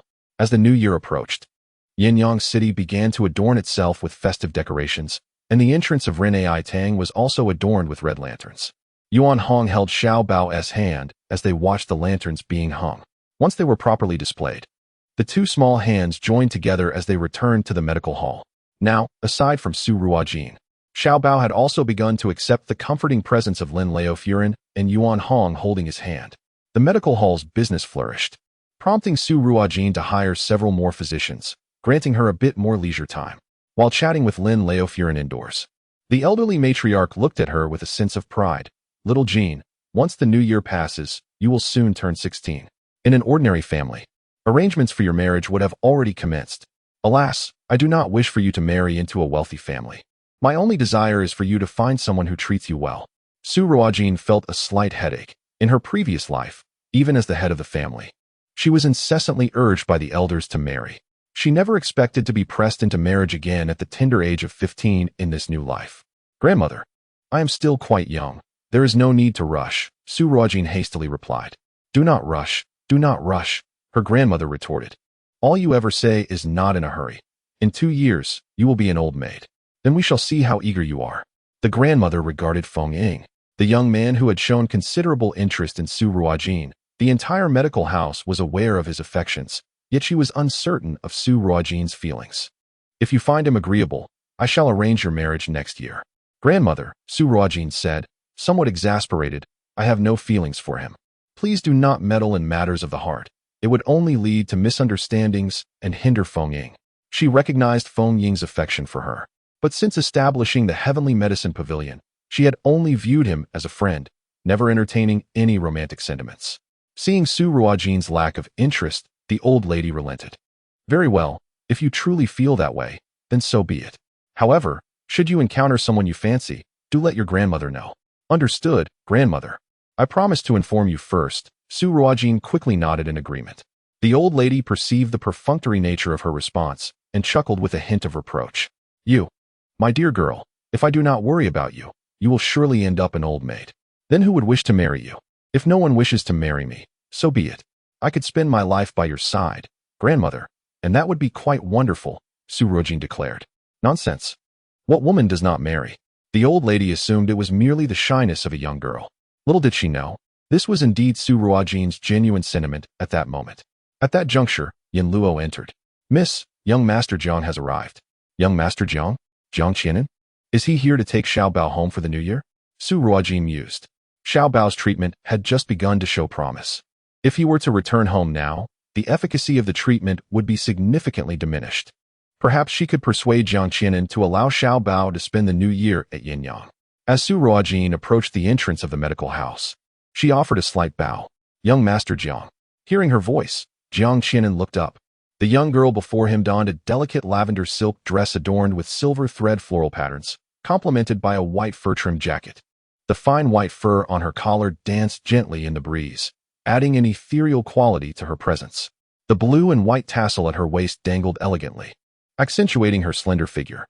Though it had only been a brief fortnight since their last meeting, Jiang Qianan felt as though he had not seen her in years. She seemed to have lost a bit of weight. Perhaps the rigors of the medical house were taking a toll on her. Young master, Hu Qing gently prodded. Noticing his master's silence, Jiang Qianan swiftly regained his composure. Miss Su, it has been a while. I hope you have been well. With the new year approaching, I came to check on Ear. Thank you for your concern, young master Jiang. All is well. Please, come inside, Su Ruojin replied, turning to lead the way. Jiang Qianan followed closely, while Hu Qing directed the servants to carry in the wooden boxes.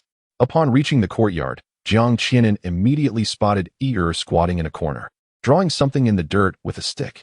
Ear, Jiang Qianan called softly, careful not to startle the child. Ear turned, and upon seeing Jiang Qianan, he dropped his stick and ran towards him. Jiang Qian hurriedly knelt down, embracing the little treasure who had dashed towards him. He felt a profound astonishment within. In the past, Ear would never respond to others calling his name. Even when he himself called out, the most he would do is glance up. Yet today, he ran over directly. Had Ear truly improved so swiftly? Jiang Qian gazed at the child in his arms with disbelief. Ear clung tightly to him, burying his head in his embrace. Although Ear was still unable to speak, this gesture was sufficient to convey his longing. Jiang Qian lifted the little one and turned to Su Ruojin, expressing heartfelt gratitude. Thank you, Miss Su. Young Master Jiang, you are too polite. As a doctor, it is my duty to provide the utmost care for the little treasure entrusted to me, Su Ruojin replied, her joy evident upon witnessing the child's reaction. Ear, what were you drawing just now? Jiang Qian gently inquired. The little treasure raised his head and pointed to the spot where he had been squatting moments before. Jiang Qian carried him over to take a look. A light snow had just fallen in Yanyang, and the little one had drawn a small rabbit in the snow, reminiscent of the cotton candy he had once tasted. Jiang Qian stroked the child's head, saying, Ear, your drawing is truly delightful. In that instant, the child's eyes sparkled with joy. Young Master Jiang, were you passing through Yanyang again? Su Ruojin invited him inside and poured him a cup of hot tea. Not quite. I came specifically to see Ear, Jiang Qian replied, taking a sip of tea, a unique flavor of bittersweetness flooding his palate. Miss Su, this tea is quite special. It seems unlike ordinary tea. This is Dong Zisi tea from Yunnan, which helps clear heat and detoxify, preventing wind and cold. Young Master Jiang traveled a great distance through snow, making this tea particularly suitable for you. However, its taste may not compare to what you usually drink. If it does not suit your palate, there is no need to force it. For one who could lavish wealth upon a child, it was only natural that the tea he typically enjoyed would be of superior quality, and finding Dong Zisi tea unpalatable was entirely understandable. Miss Su has been considerate, Jiang Qian remarked, undeterred, and took another sip. The Dong Zisi tea, with its slightly bitter taste, carried a unique fragrance that revealed itself upon careful savoring. Seated beside Jiang Qian, Su Ruojin could detect a faint scent of sandalwood emanating from him. Upon closer inspection, it was intermingled with a subtle floral aroma reminiscent of orchids, yet tinged with a hint of something briny. This fragrance. Su Ruojin sipped her tea discreetly, her eyes glimmering with intrigue. Chapter 64. The gift list. As the new year approached, Su Ruojin set down her teacup and asked, Young Master Jiang, will you be taking the little treasure home to celebrate the new year? Jiang Qian affectionately ruffled the hair of the little one sitting beside him. The little treasure has been without parents since a young age. It is customary to visit the other elders in the family each year during the new year. No sooner had Jiang Qian finished speaking than Su Ruojin noticed the child stiffen slightly, leaning closer to him. So, the little treasure does not favor the elders, Jiang Qian mentioned? However, Su Ruojin discerned an underlying implication in his words. If it is customary, then it can indeed be broken. Young Master Jiang, if possible, could you allow the little treasure to remain in Yanyang for the new year? If his treatment is interrupted, everything will have to start anew, Su Ruojin inquired. Upon hearing Su Ruojin's words, Xiaobao blinked, climbed down from the couch, and settled beside her, leaning against her. Both understood the unspoken sentiment of the child. Jiang Qian looked at Xiaobao and, with a resigned smile, remarked, in that case, it seems I must trouble Miss Su. Is this an agreement? Su Ruojin felt her heart lighten. She and Xiaobao shared a remarkable affinity, and her fondness for him was undeniable, making it hardly a burden. At that moment, Hu Qing entered, bowed respectfully to the two, and presented a piece of paper to Su Ruojin. Miss Su, I appreciate your care for our young master. This is a token of the young master's gratitude. Please accept it. Su Ruojin glanced at Jiang Qian, who nodded and gestured for her to take a look. Upon receiving the gift list, even Su Ruojin could not help but marvel at the wealth of young Master Jiang. It included 2,000 taels of silver, 5 bolts of cloud silk, over 100 kinds of commonly used medicinal herbs, 50 pounds of various supplements, and an array of festive food, including fireworks and firecrackers, everything one could desire. Before Su Ruojin could respond, Jiang Qian interjected, "Miss Su, you did not accept the hairpin I gifted you last time. These items are merely common necessities that can be utilized during the New Year celebrations. I hope you will not refuse again. Moreover, these gifts are not solely for you. Xiao Bao requires expenses while he is with you." Su Ruojin glanced at Xiao Bao and, deciding against further refusals, replied, "Then I shall express my gratitude to young Master Jiang." Jiang Qian smiled faintly, feeling an involuntary sense of relief. He had originally prepared more, but concerned that the abundance might lead Su Ruojin to decline, he ultimately reduced the gold to 1,000 taels and exchanged the heavenly silkworm silk for cloud silk. "Miss Su, I will be leaving tomorrow. I have not had the opportunity to explore Yanyang properly. I heard there is a lantern festival tonight. Would you be willing to accompany Xiao Bao and me?" Each year, on the 26th day of the 12th lunar month, families in Yanyang would slaughter pigs and prepare for the new year, a bustling time for merchants and vendors. Eventually, the townsfolk decided to add a lantern festival on this day to enhance the festive atmosphere and pray for favorable weather in the coming year. Since a generous gift had just been bestowed, it was only proper to accompany them to the lantern festival as a gesture of hospitality. Su Ruojin nodded. "If young Master Jiang does not mind, I would be delighted to show you around." Upon hearing this, Xiao Bao promptly climbed down, took Su Ruojin's hand, and stood ready to depart. Su Ruojin chuckled as she playfully pinched his little nose, saying, "Look at how eager you are. Come, sister will first take you to Juxian Lu for some delicious food." Hand in hand with Xiao Bao, the three of them exited the clinic. Hu Qing intended to follow but was met with a cold glance from his master, prompting him to discreetly withdraw. The evening was still early, and the lantern festival had yet to commence. Su Ruojin led the two to Juxian Lu, while Wang Yulu was renowned for its roasted duck. It was unsuitable for Xiao Bao, whose stomach had not fully recovered, so Su Ruojin opted for Juxian Lu instead. The restaurant's signature dishes, such as the exquisite pork, live carp and broth, candied lotus seeds, and ginseng chicken stew, were all well prepared and better suited for Xiao Bao. Due to the lantern festival and the approaching new year, the first floor of Juxian Lu was filled with diners, and the waitstaff were bustling about, attending to the hungry patrons.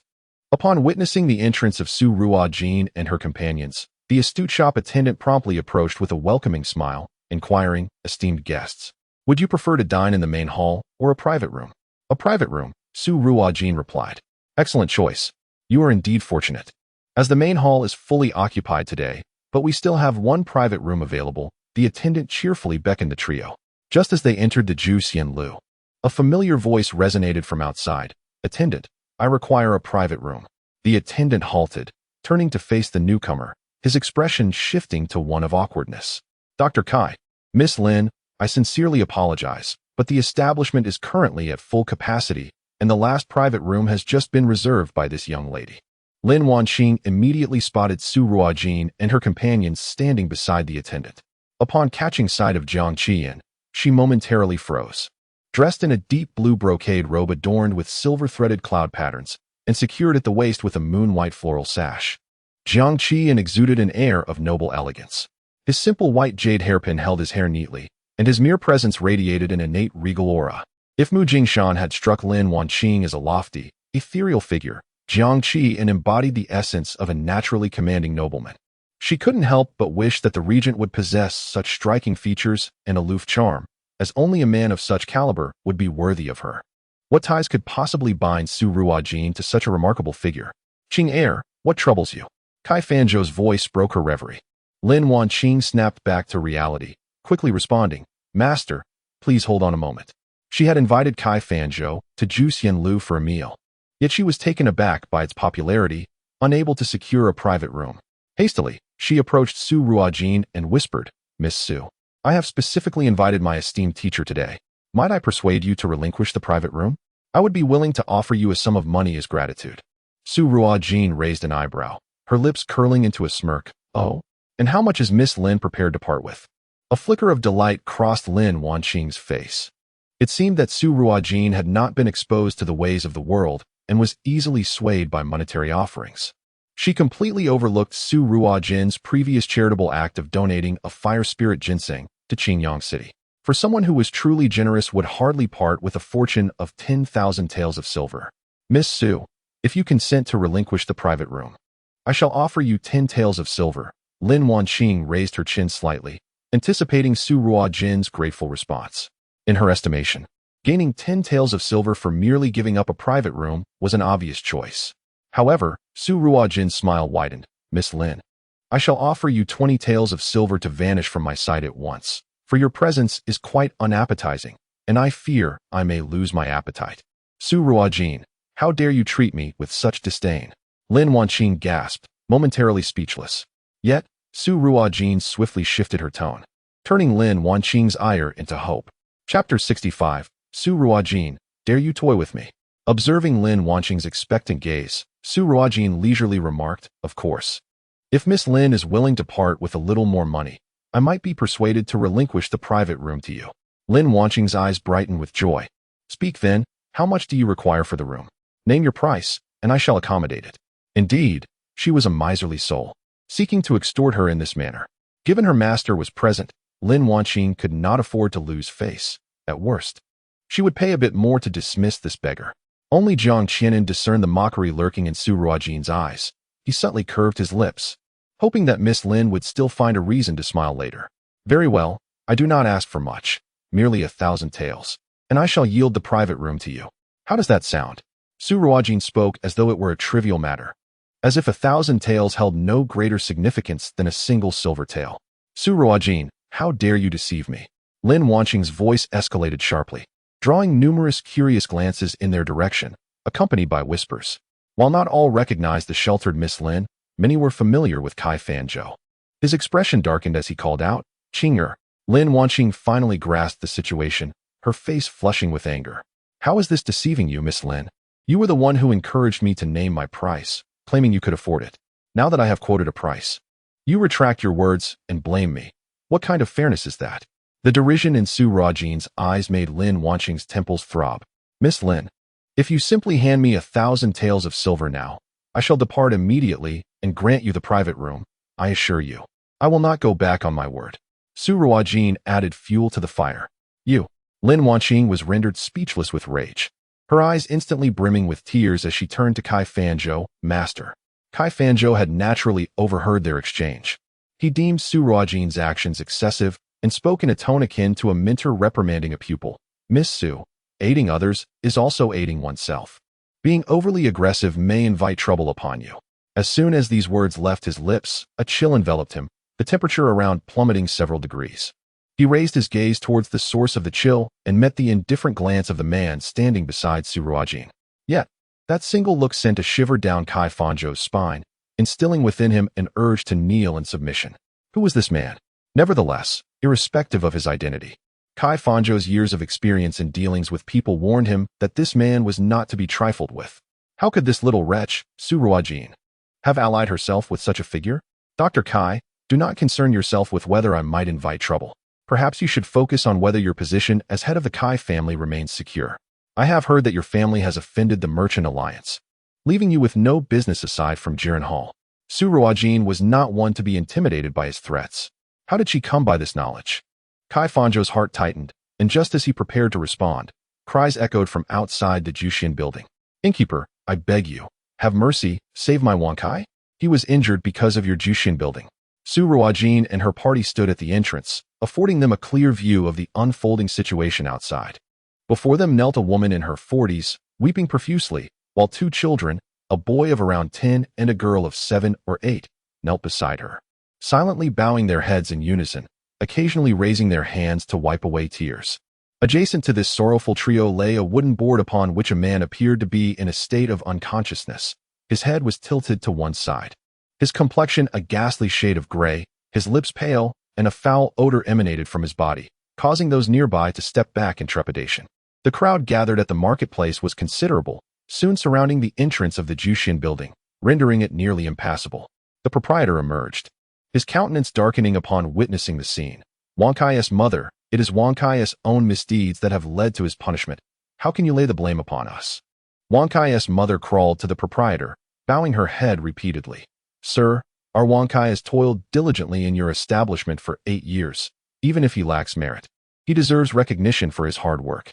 He has sustained grave injuries, and you cast him back home without assistance. We cannot afford the cost of his medical treatment." She continued, "Wang Kai's wife has broken her foot while foraging for herbs to treat him and is now bedridden at home. The doctor has warned that if his wounds remain untreated, he will perish. I beseech you, have mercy and provide us with funds to heal Wang Kai." With that, she resumed her desperate bowing before the proprietor.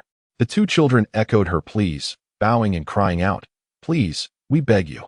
The proprietor appeared conflicted. Wang Sai's mother, "I am merely a steward. Without the approval of my employer, I dare not intervene." Su Ruojin recognized the man lying on the board. He was the very shop assistant who had once obstructed her from attending the medical consultation conference. How had he come to this state? Wang Sai's mother fell to the ground, beating it in anguish. "Heavenly Lord, you have truly taken my life. My Wang Kai has suffered for your Jushin building. And yet he met with such misfortune for intervening against someone he should not have." Su Ruojin discerned the underlying circumstances. It seemed Wang Kai had offended a significant figure. Reflecting on the shop assistant's previously arrogant demeanor, it was indeed easy to incite animosity, and perhaps he had met a fitting fate. The crowd continued to swell, and the proprietor began to sweat profusely. If this continued, it would disrupt business, and he could not bear the wrath of his employer. However, a man of his standing was no ordinary individual. Suddenly, he spotted Kai Fanzhou and swiftly proposed, "Wang Sai's mother, that is Dr. Kai. Why not implore him for assistance?" In desperation, Wang Kai's mother turned and knelt before Kai Fanzhou. "Dr. Kai, I implore you, save Wang Kai. I shall repay your kindness in my next life by toiling for you like a beast of burden." Kai Fanzhou inwardly cursed the proprietor. Was he not throwing him into the fire?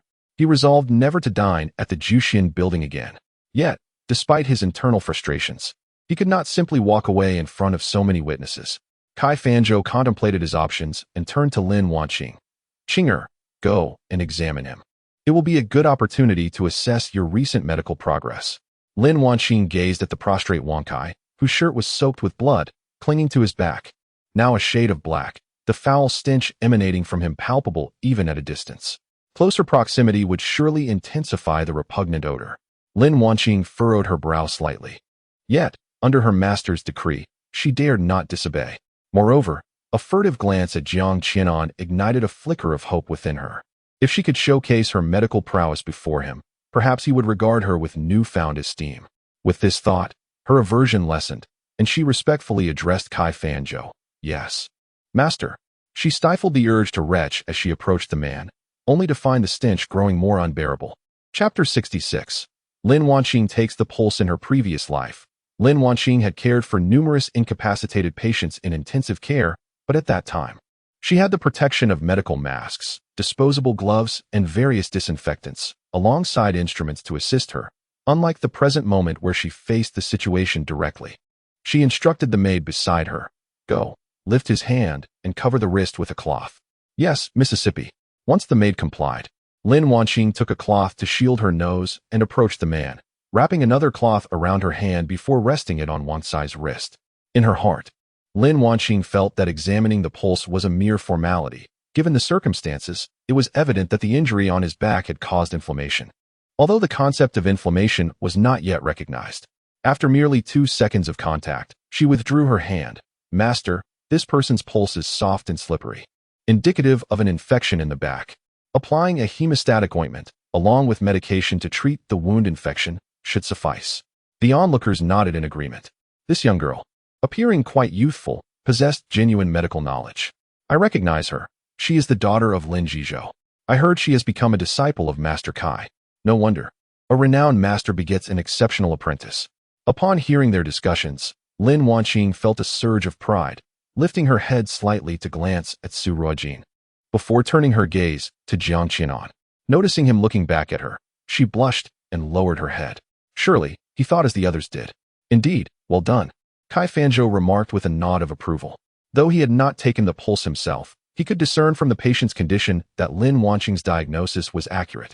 "Now, you all go to Jiren Hall and fetch some healing ointment, along with a few prescriptions for treating wound infections. Mention my name, and there will be no charge," Kai Fanzhou generously stated. The healing ointment was a concoction developed by Jiren Hall for treating external wounds, composed of inexpensive materials such as catechu, dragon's blood, and lard, effective for minor cuts and bruises to stop bleeding and alleviate pain. Given the affordability of the ingredients, the price was naturally modest. As for the medication for treating wound infections, Kai Fanzhou, having learned from Su Ruojin's rebukes, had previously instructed the staff. Anyone claiming to be sent by Master Kai for free medication would receive only the cheapest remedies available. These medicines were often concocted from damp, worm-eaten, or moldy materials, specifically designated for free distribution. Even such remedies were limited to 3 prescriptions, with additional requests requiring payment. As soon as Kai Fanzhou spoke, a chorus of applause erupted from the crowd. Truly, he is the esteemed Dr. Kai. Previously, I had heard whispers questioning his medical ethics, but it now appears that envy has driven some to spread malicious rumors about him. It must be so. Both Dr. Kai and his apprentice are virtuous individuals. Wang Sai's mother joyfully pulled her 2 children closer. Quick, bow to Dr. Kai and this esteemed lady doctor. Your father has hope now. The 2 children obediently knelt, bowing before Kai Fanzhou and Lin Wanqing. Standing together, Kai Fanzhou and Lin Wanqing looked down upon the 3 with composure, graciously accepting their homage. Just then, as Wang Sai's mother prepared to lift the stretcher with the children, a voice rang out, "Wait." Upon hearing this, both Kai Fanzhou and Lin Wanqing instinctively furrowed their brows. "What further counsel do you have, Miss Su?" Kai Fanzhou asked, suppressing his agitation, his fists unconsciously clenching. The situation had been resolved so perfectly. Yet Su Ruojin felt compelled to intervene once more. Indeed, Wang Kai had once obstructed her and had been disdainful, but he had already faced punishment for his transgressions. His crimes did not warrant death. If Su Ruojin was unaware of Wang Sai's injuries, it could be excused, yet now that he lay before her, she could not simply turn a blind eye. "Young Master Jiang, might I request a brief moment of your time?" Su Ruojin quietly inquired of Jiang Qianan. "Miss Su, please."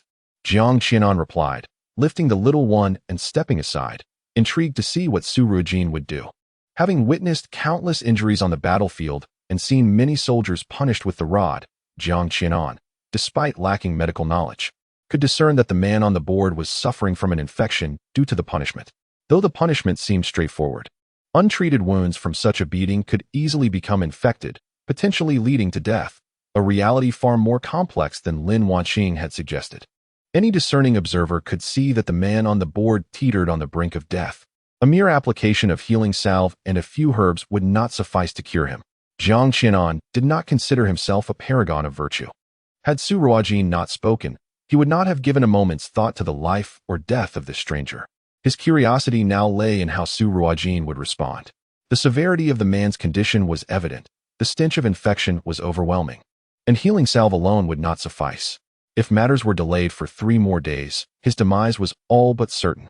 Su Ruojin's voice remained calm, devoid of emotion. Yet her words, "He is undoubtedly doomed," left the onlookers in stunned silence. Wang Sai's mother wailed anew. "What shall we do? My poor son, is it truly that grave?" Miss Lin did not indicate any life-threatening danger earlier, someone remarked. "It is difficult to say. He is taking shallow breaths, and I fear he cannot hold on much longer." "Did not Dr. Kai promise free treatment? Do you know who this young lady is?" "She is Dr. Su from the Renai Hall. Her medical skills rival those of Dr. Kai, and I trust her judgment." "Is that so? She seems so young. How can her skills compare to those of Dr. Kai?" The crowd buzzed with speculation.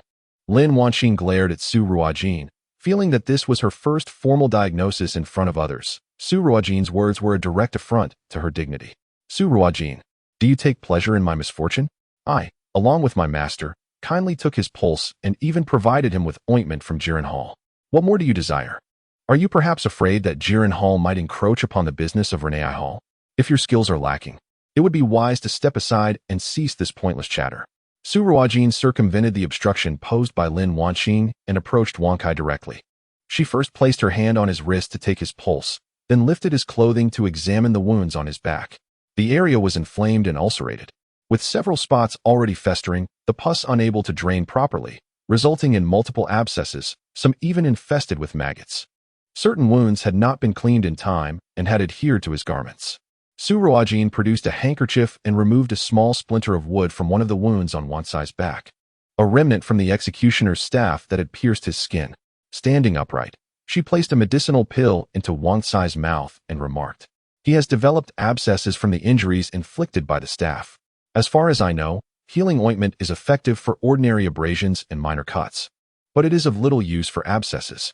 Such wounds require the removal of necrotic tissue, followed by bloodletting with a lancet, application of wound medicine, and the consumption of healing remedies. The patient's pulse was nearly imperceptible, and she continued, Miss Lin, you merely brushed against him. Yet you hastily declared it to be merely an infection. What do you value human life at? Upon hearing Su Ruojin's words, Wang Cai's mother momentarily ceased her weeping. Staring blankly at the young girl, Lin Wanqing, infuriated, retorted, Su Ruojin, you are deliberately slandering me. Who said that a longer examination yields greater accuracy? Is it wrong to say he has an infectious disease? Indeed, strictly speaking, Lin Wanqing's assertion that Wang Cai had an infectious ailment was not incorrect. Su Ruojin raised an eyebrow. Oh, then pray tell, what medicine should he take to treat his condition? Chapter 67. Perhaps a change of fragrance pouch. Upon hearing Su Ruojin's inquiry about the appropriate medicine, Lin Wanqing was momentarily taken aback.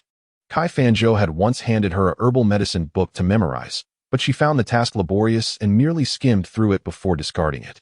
She had thought to use it as a reference, flipping through it when needed, believing that over time, she would naturally remember the contents. Now, confronted by Su Ruojin's question, Lin Wanqing struggled to recall the remedies for treating infected wounds. Caught in a bind, she hesitantly stammered, there is Chuang Xinlian, Yuxing Ko, and Huanglian. Su Ruojin raised her hand to interrupt, Miss Lin. While these three herbs do possess the ability to clear heat and toxins, given the current state of the patient, he cannot withstand the potent effects of Huanglian. Kai Fanzhou shot a glare at Lin Wanqing, deeming her utterly inept. Lin Wanqing, momentarily at a loss for words, defiantly replied, then what do you suggest he should take? Su Ruojin, despite her medical knowledge, was not vastly superior. She believed that as long as she pointed out any discrepancies in the remedies she mentioned, her master would seize upon the flaws and vent his frustrations. For herbs, Xinlian, Chaihu, Shanji, Baizhu, Fuling, Dr. Kai, am I correct? Su Ruojin looked toward Kai Fanzhou. Having practiced medicine for many years, Kai Fanzhou was well aware that the prescription Su Ruojin had articulated was indeed flawless, with some of the components even more ingenious than his own considerations. However, he had no intention of commending Su Ruojin. Since Dr. Su has made such a statement, it is evident that he possesses a comprehensive treatment plan. Therefore, we at Jirantang shall refrain from intervening and will entrust this individual entirely to Dr. Su. Qing'er, let us depart. Kai Fanzhou turned away, while Lin Wanqing shot a fierce glare at Su Ruojin before hastily following suit. Su Ruojin turned to a nearby child who was watching the scene unfold. Handing him a few copper coins, go to Renai Tang and find someone named Jihua. Ask her to send 2 people to take him away. The child, his face alight with excitement at the sight of the coins, dashed off in the direction of Renai Tang. Su Ruojin helped Wang Cai's mother to her feet, saying, Good lady, please wait here for a moment. Someone will come to carry your son to the clinic. Rest assured, we will ensure he receives proper treatment. Wang Cai's mother stood in a daze, still processing the events that had transpired. Among the crowd, someone familiar with Su Ruojin called out, Good lady, do not forget to express your gratitude. She is Dr. Su from Renai Tang. She cured my mother's chronic headaches over the years. Indeed, Wang Cai's mother, do thank Dr. Su quickly. Renai Tang does not charge the truly impoverished. Finally realizing the situation, Wang Cai's mother attempted to kneel in gratitude, but Su Ruojin gently halted her. Subsequently, Su Ruojin handed some more copper coins to the older of the 2 boys. Take this and buy something to eat. The child hesitated, unsure of accepting, but Su Ruojin firmly pressed the coins into his hands, prompting a hurried thank you. Thank you, sister. After reiterating her instructions for them to wait for the clinic's personnel, Su Ruojin entered the tavern. Jiang Qianan observed the scene with a faint smile playing on his lips. This young girl certainly had a penchant for meddling in others' affairs. My apologies for keeping you waiting, young Master Jiang, Su Ruojin said with a hint of regret, having delayed their meal. It is of no consequence. Jiang Qianan replied with a calm demeanor. The attentive waiter promptly led the 3 into a private room. Su Ruojin requested a basin of water to cleanse her hands before taking a seat. Young Master Jiang, do you have any dietary restrictions? Are there particular preferences you hold regarding food? None at all. I shall defer to your discretion, Miss Su, Jiang Qianan replied, gently placing little Bao in a nearby seat. Very well then, Let us cater to Little Bao's palate, Su Ruojin said, no longer holding back, as she ordered several dishes suitable for the child. Soon, the food arrived, and Su Ruojin served a piece of the renowned Sanchi stewed chicken to Jiang Qianan. Do take a taste. This dish is famed at Jushinlu, and it is quite delectable. Do not mind the slight bitterness. It possesses the virtues of nourishing one's energy and blood, enhancing strength and vitality. Thank you, Jiang Qianan replied, placing the chicken in his mouth. A delicate bitterness mingled with the sweetness of the chicken, creating a unique gustatory experience that unfolded in his mouth. For the first time, he found the slight bitterness in the chicken broth to be rather pleasant. Jiang Qianan sincerely remarked, "Indeed, I would not deceive you," Su Ruojin chuckled, serving vegetables to Little Bao. After their meal, as they exited Jushinlu, the night had fallen and the streets were adorned with various lanterns. The bustling crowd was filled with the joyous laughter of children, interspersed with the sounds of firecrackers. Su Ruojin took Little Bao's hand and approached a vendor to purchase a small tiger lantern for him. In the past, Little Bao would have found it difficult to even step outside, let alone navigate through such a throng of people. Yet now, he walked confidently alongside Su Ruojin. Unperturbed by the bustling crowd, Jiang Qian gazed at the pair ahead of him, one large and one small, with a smile in his eyes. Suddenly, the sky erupted into a cascade of fireworks. Su Ruojin lifted the little one, saying, "Little treasure, would you like to see the fireworks with your sister?"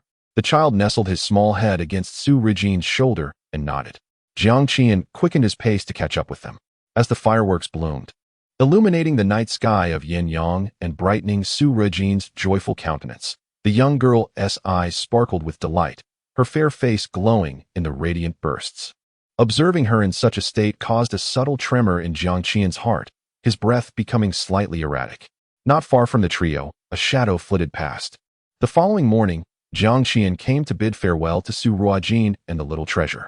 "Miss Su, I entrust the little one to you. Should any needs arise, please inform Hu Qing. He will make the necessary arrangements." Hu Qing stepped forward, stating, "Miss Su, I reside in the courtyard adjacent to the medical clinic. Do not hesitate to summon me if required." Su Ruojin raised an eyebrow. She had intended to rent the neighboring courtyard as well, only to learn that it had already been leased. It turned out that Jiang Qian was the one who had secured it. "I appreciate your assistance," she replied, offering no further comment, recognizing it was quite reasonable for him to send a guard to watch over the child. "I shall not be able to visit Yanyang to see the little treasure until after the new year. Take care on your journey." Su Ruojin bowed slightly. Just as Jiang Qian was about to turn away, Su Ruojin caught a faint whiff of sandalwood mingled with the scent of orchids. She glanced at the black silk pouch adorned with a golden Kirin pattern tied at Jiang Qian's waist, pondering its significance. "Ah, Mr. Jiang," she called out. Jiang Qian turned back. "Is there anything else, Miss Su?" After a moment's contemplation, she spoke. "If it pleases you, perhaps you might consider changing your fragrance pouch." Jiang Qian paused in surprise before breaking into a gentle smile. "Very well. Jiang bids you farewell. Take care, Miss Su." With that, he turned and mounted his horse, spurring it onward. In the capital, within the palace at Xi'an Palace, Granny Xian was meticulously arranging the hair of Empress Wei when eunuch Shuangxi entered and knelt in greeting. "Your Majesty, I have news from our scouts. It appears the regent has departed Yanyang and returned to the capital, leaving the young heir at a small medical clinic in Yanyang under the care of a newly matured female doctor." "Oh." Empress Wei tapped her long, protective fingernails upon the table. Granny Xian ceased her task, stepping aside. After a moment, Empress Wei spoke slowly, her voice revealing no hint of emotion. "Wasn't the young heir afflicted with a condition that prevents him from venturing out?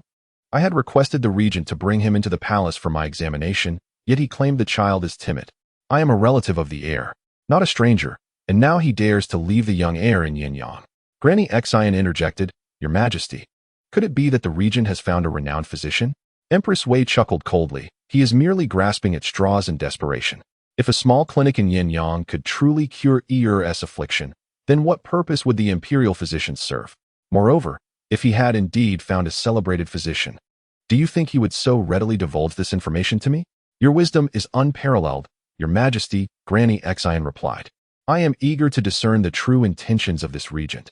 Send someone to observe that medical establishment and report back immediately if anything transpires." "Very well, Your Majesty." After Double Happiness withdrew, Mama Xian stepped forward to continue styling Empress Wei's hair. Your Majesty, the regent has been diligently seeking a renowned physician for the young master. Should he succeed, could it be that the young master's affliction might be cured? Empress Wei cast her gaze upon her protective ring and replied in a measured tone. If Ear remains in his current state of foolishness, I shall ensure he grows up peacefully, enjoying a lifetime of tranquility. Should his condition truly be remedied, he must not resent me, his imperial grandmother, for severing familial ties. Chen'er shall soon be of age to govern. I shall not permit anyone to obstruct his path.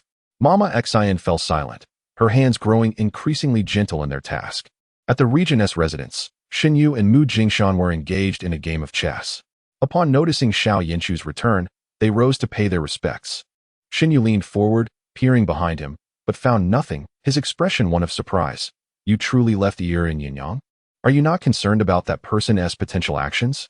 Xiao Yanchu seated himself, sipping tea. She will not act until she confirms that Ear's affliction has improved. I intentionally let her know Ear is at a small clinic. She will presume I am merely grasping at straws. Mu Jingshan, growing anxious, inquired. So, has Ear's condition improved at all? Xiao Yanchu regarded him with a steady gaze. Yesterday, Ear and I dined at Jushin Tower, and later, we watched fireworks. Throughout, he exhibited no signs of fear. Would you not say he has improved? Mu Jingshan's mouth fell agape. That is not merely improvement, it is a significant recovery. Was it truly that young lady who cured him? She is remarkable. I must go to Yanyang at once. I need to inquire how she managed to heal Ear. Upon uttering this, Mu Jingshan turned to leave. Halt! Xiao Yanchu's voice rang out. Mu Jingshan stopped in his tracks, a look of despair on his face. Your Highness, it is the new year. Surely, I can rest for a moment? I just heard from the chief of the Astronomical Bureau that it will snow continuously in the capital starting tomorrow. Can you truly depart? Xiao Yanchu spoke with a calm demeanor. With a resigned sigh, Mu Jingshan retraced his steps. Very well, I shall remain in the princess residence. But I must insist that once the weather warms and the dowager's health improves, I will travel to Yanyang to seek the guidance of that young lady. Xiao Yanchu lowered his head to sip tea, offering no response. By the time the weather becomes mild, Ear will have spent 3 months in Yanyang. According to our previous agreement, it is time for him to return to the capital. What excuse can I devise to have her accompany us to the capital? Perhaps to open a branch of the Renai Hall? That seems a reasonable rationale. Xinyu, procure the finest location in the capital suitable for establishing a medical clinic. Xiao Yanchu commanded. Xinyu, taken aback, replied, Your Highness, you wish to open a clinic? Just do as instructed and refrain from unnecessary chatter. After Xiao Yanchu retired to his quarters, Xinyu discreetly pulled Mu Jingshan aside. Say, Jingshan, is that physician from Yanyang truly a young lady? How old is she? What does she look like? Mu Jingshan regarded him suspiciously. What is your intention? Oh, what could my intention be, but mere curiosity? Do tell, do tell. Indeed. She is a young lady, not very old, just reaching maturity. In my opinion, she is even more beautiful than that Princess Fengxi. This time, Xinyu was astonished. Princess Fengxi, the most beautiful woman in the capital, and you dare to say someone surpasses her in beauty? Understanding dawned upon him, leaving Mu Jingshan perplexed. What do you comprehend? Do enlighten me. Xinyu waved his hand dismissively, stating, I must return. I am hungry. He departed, leaving Mu Jingshan with a frustrated expression, torn between wanting to hit him and knowing he could not win in a fight. One day, I shall test my new poison on you. Mu Jingshan growled at Xunyu's retreating figure before turning towards the residence of the Grand Dowager Empress. On the way, Mu Jingshan suddenly realized that the prince had just returned from Anyang. Where could he have encountered the director of the Astronomical Bureau? Nevertheless, this year's winter in the capital seemed colder than usual. It is of no urgent matter. I shall wait until the weather warms before venturing out. He resignedly shook his head. Xiao Yanchu returned to his quarters and took out the fragrance pouch from his waist, examining it closely.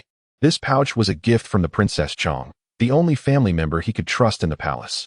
In his childhood, Xiao Yanchu had been bullied by eunuchs and palace maids, and were it not for the Princess Chang's protection, he might not have survived to this day, let alone trained in martial arts on Qinghua Mountain. If the princess wished to harm him, she would not have saved him in the first place.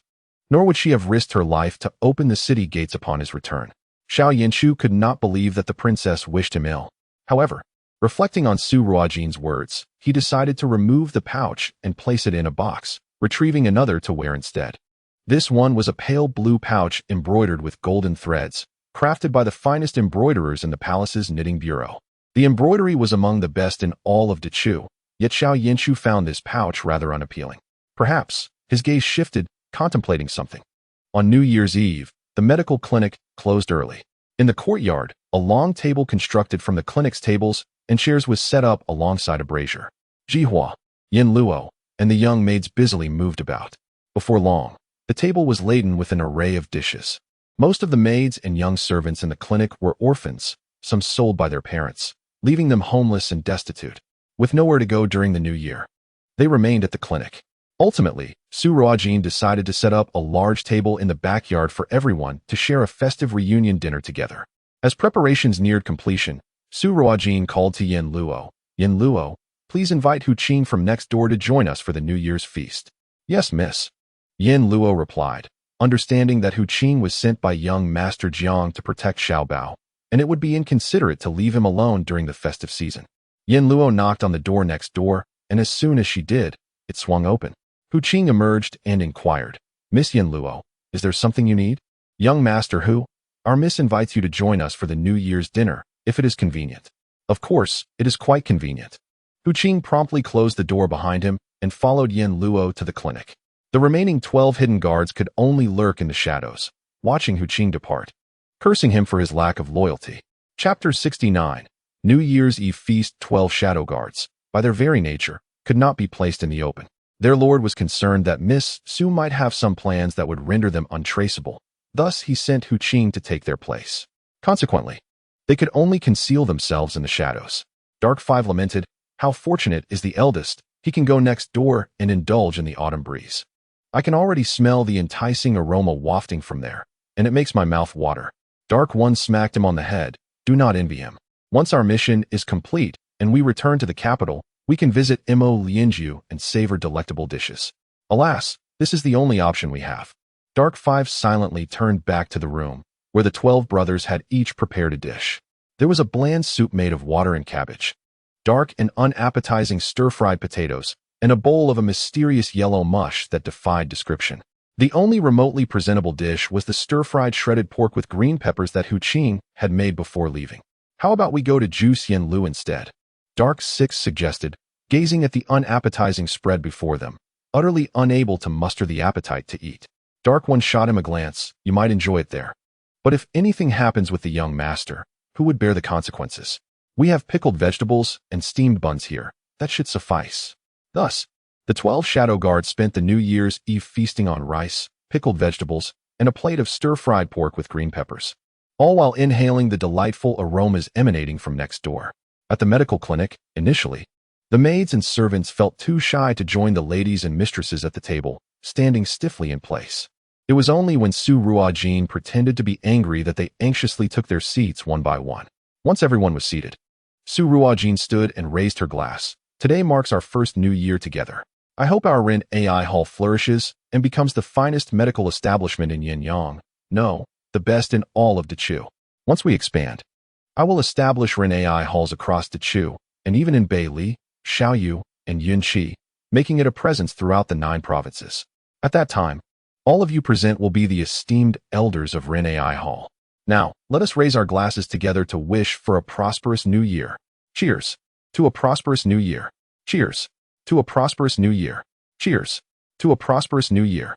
After finishing their first round of drinks, Yin Luo produced numerous red pouches, distributing one to each person present. The pouches were quite plump, and when someone opened theirs, they found it contained a staggering 20 taels of silver, prompting an exclamation, Miss, this is far too generous. 20 taels. The average commoner struggles for an entire year to earn such an amount.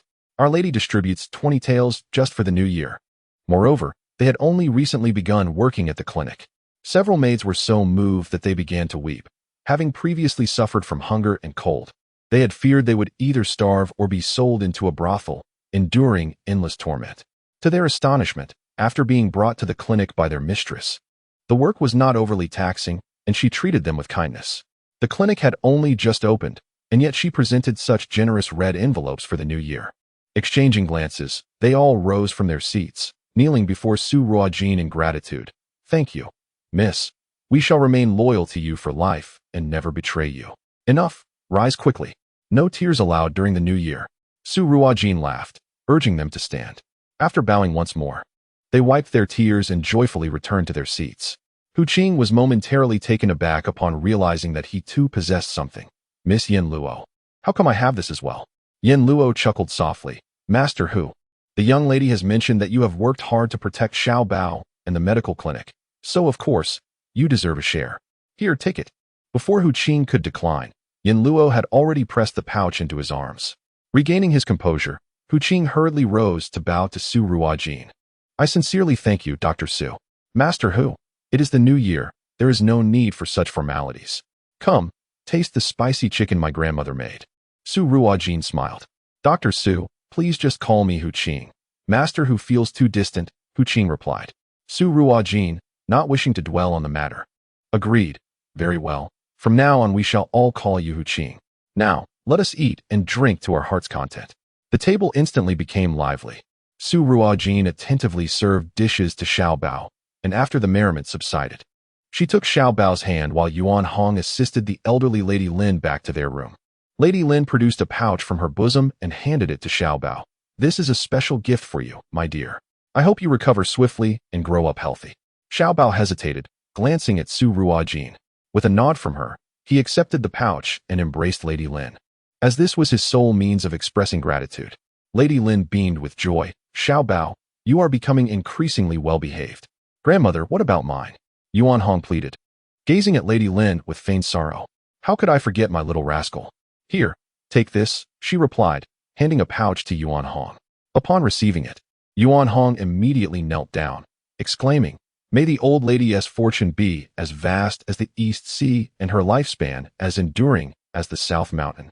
You certainly have a sweet tongue, Lady Lin laughed, playfully scolding him, before producing another pouch for Su Ruojin. Here, this is for you. Su Ruojin hurriedly declined. Grandmother, I lack for nothing. You need not give me anything. That simply will not do. According to tradition, as long as you remain unmarried, the elders must bestow you with New Year's money. Do you not want it? Then you should quickly find a husband, with him to care for you. I could save some money, Lady Lin remarked, clearly intent on continuing. Thus, Su Ruojin accepted the pouch, saying, I will take it, grandmother. Is that not acceptable? Lady Lin smiled knowingly, aware that her granddaughter, fearless in all matters, held a particular apprehension regarding marriage. She pondered which fortunate young man would win the heart of her exceptional granddaughter. Lady Lin did not seek an outstanding husband for Su Ruojin. She merely wished for him to treat her granddaughter with unwavering affection throughout their lives. Subsequently, Lady Lin presented 3 sets of clothing. These are new garments I made for you. Try them on and see how they fit. One set was a bright red short jacket with a round collar accompanied by an embroidered red skirt, edged with a circle of white rabbit fur, exuding a playful charm. Another was a deep blue outfit, evidently suitable for martial arts training. The last was a light blue, front-opening long shirt of cloud-patterned brocade, cinched at the waist with a moon-white embroidered belt. When the 3 emerged in their new attire, one radiated in vibrant red, another exuded gallantry, while Xiao Bao's ensemble perfectly showcased the noble and aloof demeanor of a young gentleman from a prestigious family. Lady Lin looked upon them with great satisfaction. At that moment, the sounds of firecrackers and fireworks echoed from outside, and Yuan Hong could no longer contain his excitement. Xiao Bao, would you like to go set off fireworks with me? Little Bao's health was fragile, and loud firecrackers were not permitted. However, fireworks were acceptable. Little Bao held tightly onto Su Ruojin's hand. His eyes focused on Yuan Hong as he unveiled the fireworks he had meticulously prepared. Su Ruojin understood Little Bao's unvoiced desire and smiled, saying, Sister will go with you. Little Bao's eyes sparkled with excitement, and he exerted a bit of force on her hand, clearly urging Su Ruojin to hasten her pace. Grandmother, come with us, Yuan Hong invited. The elderly matriarch chuckled softly. At my age, I fear the cold, so I shall remain here. You all go and enjoy yourselves. Watching the trio depart, the old matriarch felt a sense of foreboding, believing that Lin Zhongshan would one day regret casting Su Ruojin out of the Lin household. It had been barely a month since Su Ruojin's expulsion, yet the old matriarch sensed that life had irrevocably changed. Chapter 70, a stunning performance in the capital. Within the imperial palace, on New Year's Eve, it was customary for the emperor to host a grand banquet for his ministers. All officials of the 4th rank and above were required to bring their families to the palace for the celebration. Empress Wei entered the Hall of Supreme Harmony alongside the Emperor and the Empress, where the officials bowed in reverence. Both the Empress Wei and the Emperor glanced towards the position of the regent, which was conspicuously vacant. Xiao Chunyi furrowed his brow slightly, clenching his fists. His elder brother, the Emperor, had always regarded him with disdain, yet he had arrived even later than him. Sensing her son's simmering anger, Empress Wei discreetly cast him a glance. Xiao Chunyi regained his composure, his expression returning to normal as he took his seat at the head of the table with the Empress. "Where is Regent Li Yuansheng?" Xiao Chunyi inquired. Li Yuansheng, the chief steward beside Xiao Chunyi, hastily responded, "Your Majesty, he should arrive shortly." Just as he spoke, a eunuch announced from the entrance, "The regent has arrived." All the officials rose once more to kneel and pay their respects. Xiao Yanchu waved his hand. "Rise. There is no need for excessive formalities during the new year." "Thank you, Regent," the officials replied as they stood. Xiao Yanchu approached Xiao Chunyi and bowed slightly. "I pay my respects to your Majesty, the Empress, and the Empress." Xiao Chunyi quickly gestured for him to rise. "Brother, there is no need for such formalities." Xiao Yanchu then turned and took his seat.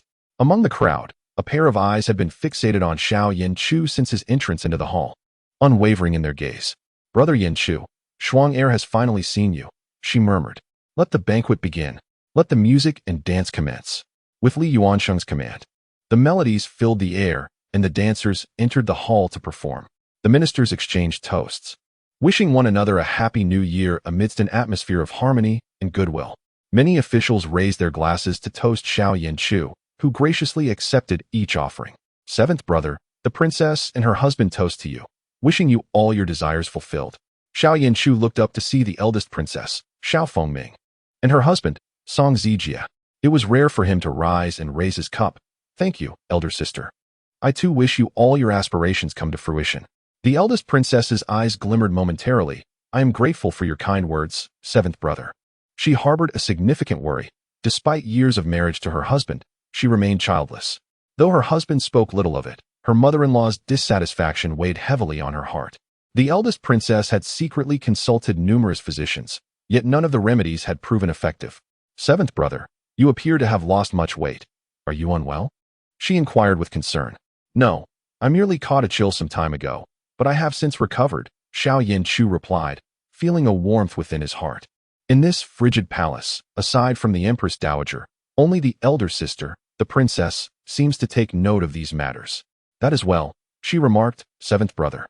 It would be prudent for you to wed a princess soon. Having a confidant by your side to care for you would bring comfort, and I would feel more at ease." Xiao Yanchu offered a faint smile in response. "Elder sister, when I encounter someone I truly admire, I shall certainly take her as my wife." The princess sighed softly. "Ah, you? In this world, how many truly admirable individuals can one find? Affection can be cultivated. As long as the family background and character are commendable, love will naturally blossom after marriage. Being of royal blood, how many can truly dictate their own fates in matters of marriage?" With this thought, the princess glanced at the prince consort beside her, who maintained a gentle smile. The prince consort nodded slightly at Xiao Yanchu, draining his cup of wine. At that moment, a young maiden stepped forward, gracefully kneeling before the emperor and the empress dowager. "Your Majesty, your Highness, in this splendid setting, I wish to present a dance to wish for the prosperity and stability of the great Chu, and for the nation to endure." Dressed in a flowing gown of pale pink adorned with flowers, and draped in delicate silk, with a peony flower nestled in her hair and a jeweled headpiece swaying gently, she radiated a captivating beauty that evoked the essence of spring. She was none other than Wei Yinfang, the celebrated first beauty of the capital, the beloved niece of the Empress Dowager and the eldest daughter of the Duke of Dinghua, merely 16 years of age. "How considerate of her," the Empress Dowager remarked with a smile. "Very well," she continued. "Xiao Chun would not cause his cousin any distress." The court officials laid down their wine cups, filled with anticipation. It was said that Princess Wei Yinfang's dance was unparalleled in the capital. Indeed, today's fortune allowed them to witness her grace, all by the emperor's blessing. Princess Wei Yinfang truly deserved her title as the capital's foremost beauty. Even before she danced, her elegance was already striking. Wei Yinfang respectfully bowed and retreated to a side chamber to change her attire. As she passed by the regent's table, she cast a seemingly casual glance at the man who occupied her thoughts day and night. To her dismay, Xiao Yanchu was engaged in conversation with the princess. not sparing her a single glance. Wei Yinfang bit her lip. For him, she had practiced this dance tirelessly for a year, hoping that on this New Year's Eve, he might notice her. Soon, she would astound the world with her performance, and he would surely hold her in his heart thereafter. With this thought, Wei Yinfang quickened her pace towards the side chamber. Before long, eunuchs brought forth 3 large drums, leaving the attendees curious about their purpose. With a resounding thud, 3 maidens approached and struck the drums, and at that moment, a maiden descended gracefully from the hall, landing perfectly atop the largest drum. Clad in a golden gown with a matching veil, she accentuated her lithe form. As she landed, the musicians began to play, and the dance unfolded in harmony with the music. The maiden leaped and twirled between the 3 drums, embodying both grace and vigor. Those present, having never witnessed such an innovative dance, paused their meals to fully appreciate the extraordinary performance. Wei Yinfang danced on, her gaze seemingly enchanting as it drifted towards the regent. Yet, the regent remained focused on his wine, never once glancing in her direction. Wei Yinxuang felt a sudden tightening in her heart. An overwhelming sense of grievance surged within her, causing a brief moment of disarray in her rhythm, nearly resulting in a fall from the drum. Fortunately, having practiced dance for a year, her foundation remained intact. She quickly adjusted her emotions and managed to complete the performance without further mishap. In the end, she struck a pose reminiscent of a celestial maiden atop the large drum. The dance ceased, and the music fell silent. After a few moments of stillness, the audience erupted into enthusiastic applause. Bravo! Princess Fengxi truly deserves the title of the foremost talent in the Great Chu Kingdom. In ancient times, there was the melodious feathered garment dance. Today, we have Princess Fengxi's breathtaking drum performance, utterly astonishing. Indeed, such a dance surely elevates Princess Fengxi's brilliance to new heights. Duke Dinghua has certainly raised a remarkable daughter. Duke Wei Qiming, while modestly deflecting praise, could not conceal the pride gleaming in his eyes. Your Majesty, Princess Fengxi's performance was indeed extraordinary. Should there not be a reward? The Empress Dowager, with a smile gracing her face, gazed with satisfaction at Wei Yinxuang, who knelt below. Truly, she is a worthy daughter of the Wei family. Your Majesty? Noticing that Xiao Qinyi remained silent, the Empress Dowager gently called out again. Ah yes, rewards must be granted. Mother, what do you suggest? Xiao Qinyi was momentarily captivated by Wei Yinxuang's stunning performance and found himself at a loss for words. Sighing inwardly, he recalled that had it not been for his mother's earlier disapproval, his cousin Yinxuang would now be the Empress. The Empress Su, observing Xiao Qinyi's reaction, tightened her grip on her handkerchief, her eyes flickering, yet her expression remained composed. In my opinion, Princess Fengxi has reached the age for marriage. Why not take advantage of this auspicious occasion to bestow upon her a union with the one she desires? The Empress Dowager spoke softly. The entire capital was aware of Princess Fengxi's affection for the regent, and despite reaching maturity, no betrothal had been arranged. A twinge of reluctance surged within Xiao Qinyi. Yet he never dared to oppose his mother's wishes and nodded, everything shall be at mother's discretion. Chapter 71. The marriage proposal. Wei Yinxuang, still kneeling, felt her heart race uncontrollably, as if it might leap from her chest, her face flushed with warmth. Her aunt had always known of her affection for the regent, and her long-held wish was now on the verge of realization, making all her arduous training worthwhile. As anticipated, the Empress Dowager turned her gaze towards Xiao Yanchu and spoke. Regent, you have now crossed the threshold of youth, and should take a wife to manage the affairs of your residence. I see that Princess Fengxi, with her beauty, talent, and noble lineage, is a perfect match for you. Why not seize this fortuitous moment for a marriage proposal? Princess Fengxi, do you consent? Though the Empress Dowager's tone suggested inquiry, as the matriarch of the nation, her words bore the weight of a decree. Generally, such a proposal was a foregone conclusion. For an ordinary subject, refusal would be unthinkable. I am but a servant of the Empress Dowager's will, Wei Yinxuang replied, her voice trembling with excitement.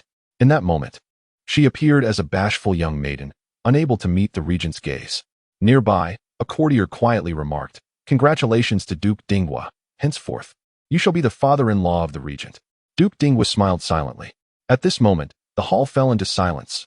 All eyes turned toward Xiao Yanchu. Xiao Yanchu delicately lifted a grape to his lips, his expression unperturbed, as though the Empress Dowager's words pertained to another's affairs, entirely detached from his own. Witnessing his demeanor, the Empress Dowager felt a surge of indignation rise within her, yet she stifled her ire and inquired once more, Regent King, what is your stance? Were it any other minister, she would have required no further persistence. A direct imperial decree to arrange the marriage would suffice. For who among the subjects would dare to defy such an order? However, the individual in question was the regent king, and even the empress dowager could not impose her will upon his matrimonial affairs. Xiao Yinshu dabbed his hands with a handkerchief, rising to offer a slight bow to the emperor and the empress dowager. Your Majesty, Empress Dowager, I have dined sufficiently, and there are matters at my residence that require my attention. I shall take my leave now. He added, Oh, and Empress Dowager, there is no need for you to concern yourself with my marriage henceforth. With that, he turned and exited the grand hall without a backward glance. The assembly of ministers exchanged glances, none daring to make a sound. In the expansive hall, one could hear a pin drop. The Empress Dowager's countenance darkened as she watched Xiao Yinshu's departing figure. He had made it abundantly clear that he held her, the Empress Dowager, in utter disregard. She had previously hinted on numerous occasions, both subtly and overtly, at bestowing Wei Yingshuang's hand in marriage to Xiao Yinshu. Yet he had consistently evaded her proposals with various excuses. Today, she had intended to use this occasion to apply pressure on him, compelling him to agree to wed Wei Yingshuang. With Wei Yingshuang in the Regent King's residence, it would be akin to placing a spy by his side. Surely, she could manage to keep Xiao Yinshu in check. However, she had never anticipated that he would so brazenly disregard her authority before the gathered ministers. Clenching her fists in frustration, the Empress Dowager rose with indignation, declaring, I am weary. With that, she turned and departed. Xiao Qinyi, filled with concern, gazed at Wei Yingshuang, who knelt below, her body trembling slightly. He spoke with a heartfelt tone, Princess Fengxi, your talent is extraordinary, your dance a breathtaking spectacle. I bestow upon you a pair of jade rui, 1,000 taels of gold, 2 bolts of Tian Yunjin, and a delicate hairpin adorned with 7 treasures of jade. Wei Yingshuang, her eyes glistening with unshed tears, forced herself to bow her head toward Xiao Qinyi. Her voice choked with emotion, Thank you, Your Majesty, for your generous gifts. As the palace banquet concluded, Wei Yingshuang followed the Duke of Dinghua, her head bowed and silent. The Duke scoffed, This Xiao Yinshu dares to treat our Wei family thus. Fear not, daughter, I shall seek justice for you in due time. The Regent King is not the sole match for you. I will have your mother arrange another suitor. Surely, among the valiant sons of the great Chu, none can surpass him. At this, Wei Yingshuang abruptly lifted her head, her tone resolute. No, father. I wish to marry the Regent King alone, otherwise, I would prefer to cut my hair and become a maiden. 2 years prior, upon witnessing Xiao Yinshu ride into the imperial city, spear in hand and exuding an air of fierce determination, she had known he was the only one for her. Before the Duke could respond, Wei Yingshuang continued, Father, do you believe my aunt would consent to let me marry another? The Duke, recalling the Empress Dowager's prior words to him, fell silent. Indeed, only by marrying into the Regent King's residence could they secure the bond between the Regent King and the Wei family, ensuring that heir would remain steadfast on the throne. After a long pause, he sighed, My dear daughter, I am sorry for the burden this places upon you. Father, as long as I can marry the regent, I will not feel wronged, Wei Yingshuang declared.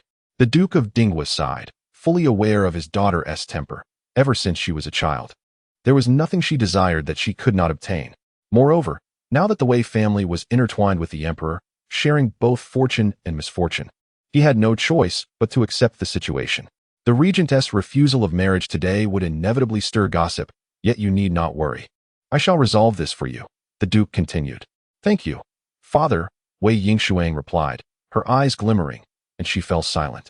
Upon returning to the residence, Steward Zhang approached to take the cloak from Xiao Yinshu. Your Highness, would you like to have some food? In the palace, with its numerous rules, few could truly eat their fill in such an environment. No need. I shall visit my mother. You need not accompany me. Yes, Your Highness. As Xiao Yinshu entered Ilan courtyard, he was greeted by a fit of coughing, which tightened his heart, prompting him to quicken his pace. Aunt Sulan happened to come out. Noticing the prince's cheerful demeanor, she stepped forward and bowed. I have seen the prince. The Empress Dowager was just speaking of you. How is my mother? Xiao Yinshu inquired. Aunt Sulan sighed. She remains the same. Winter is particularly difficult for her. However, once the year passes, spring will come, and the Empress Dowager's health will improve. There is no need for you to worry excessively. Very well, I shall go in to see my mother. Aunt Sulan hurriedly lifted the curtain, allowing Xiao Yinshu to enter. She then quickly moved to the bedside to assist the Empress Dowager. Empress Dowager, The prince has come to see you. Although the Empress Dowager was in her 40s, her illness rendered her pale, with strands of white mingling among her dark hair. Her frail figure made her appear considerably older than her actual age. Sure, you have arrived. Mother, how do you feel? Xiao Yanchu asked, sitting beside the bed with concern. Do not worry, with Dr. Mu attending to me. All will be well, the Empress Dowager replied with a faint smile. Sure, have you just returned from the palace? Yes, I have just finished attending the banquet. The Empress Dowager gazed at her son, a hint of sorrow in her eyes. Sure, consider marrying a princess. Someone to care for you will ease my mind. Mother, today the Empress Dowager intended to match me with Wei Yingshuang. The Empress Dowager was taken aback. You have already assisted the Wei family so much. Why do they still not let you go? Overcome with emotion, the Empress Dowager began to cough violently. Aunt Sulan quickly brought a cup of water. Empress Dowager, please drink some water, as she gently patted her back to help her breathe more easily.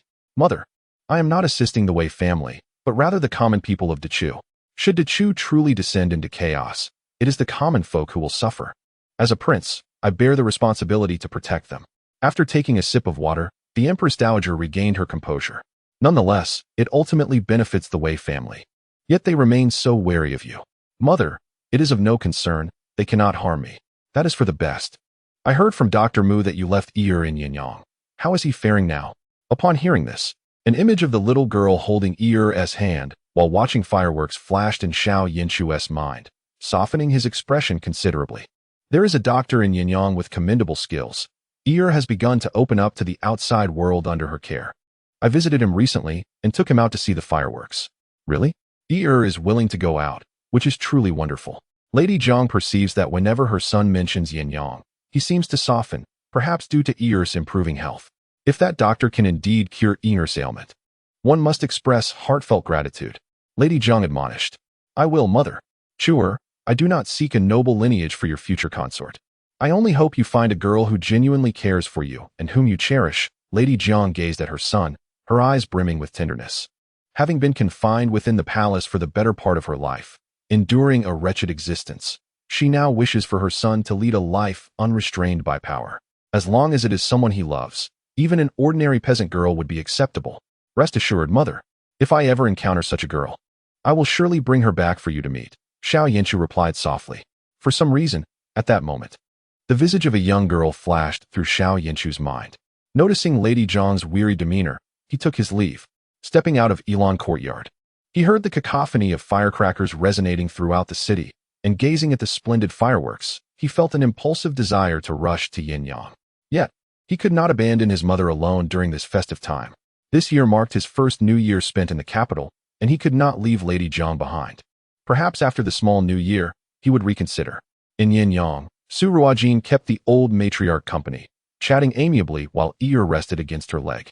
The old matriarch gently suggested, Xiaojin, take the little treasure back to your room. You have been busy all day and must be tired. It is best to rest early. Suddenly, a series of firecrackers erupted in the city, creating a symphony of sound that engulfed Yanyang. As the hour of the rat arrived, every household ignited firecrackers, wishing for a year of bountiful harvest and familial joy. The sound of firecrackers also reached the clinic's entrance. Startled by the noise, Yi trembled. Su Ruojin quickly cradled him in her arms, covering his ears. As the crackling ceased, Yuan Hong excitedly dashed back into the room, noticing the little treasure asleep, and lowered his voice intentionally. Grandmother, Sister Jean, I set off 5,000 firecrackers today. Their sound was crisp and uninterrupted. This year, we shall surely encounter smooth sailing in all our endeavors. The old matriarch beamed. Excellent, excellent. In the new year, may everyone enjoy prosperity. Su Ruojin lifted the little treasure. Grandmother, I shall take him to rest now. You too should retire early. Very well, off you go. The old matriarch waved her hand. Sister Jean, may I wake the little treasure at the hour of the rabbit to set off firecrackers together? Yuan Hong inquired. As soon as he finished, he received a gentle tap on the head from the old matriarch. The little treasure's health is fragile. Do not startle him with firecrackers. Yuan Hong sheepishly scratched his head. I forgot in my excitement. Very well, I shall rise early to set them off myself. In Yanyang, on the morning of the first day of the new year, households would rise at the hour of the rabbit to ignite firecrackers, heralding the arrival of joyous days ahead. All right, you may set them off as you please. Now go rest. You are the most spirited during the new year, the old matriarch chuckled. Su Ruojin cradled the little one in her arms as she returned to her room, gently placing him on a small bed prepared by Jihua, gradually persuading him to sleep there alone. Though the child was frail and appeared considerably smaller than his peers, he was indeed 5 years old, and it was not ideal for him to continue sharing a bed. After tidying up, Su Ruojin lay down on her own bed.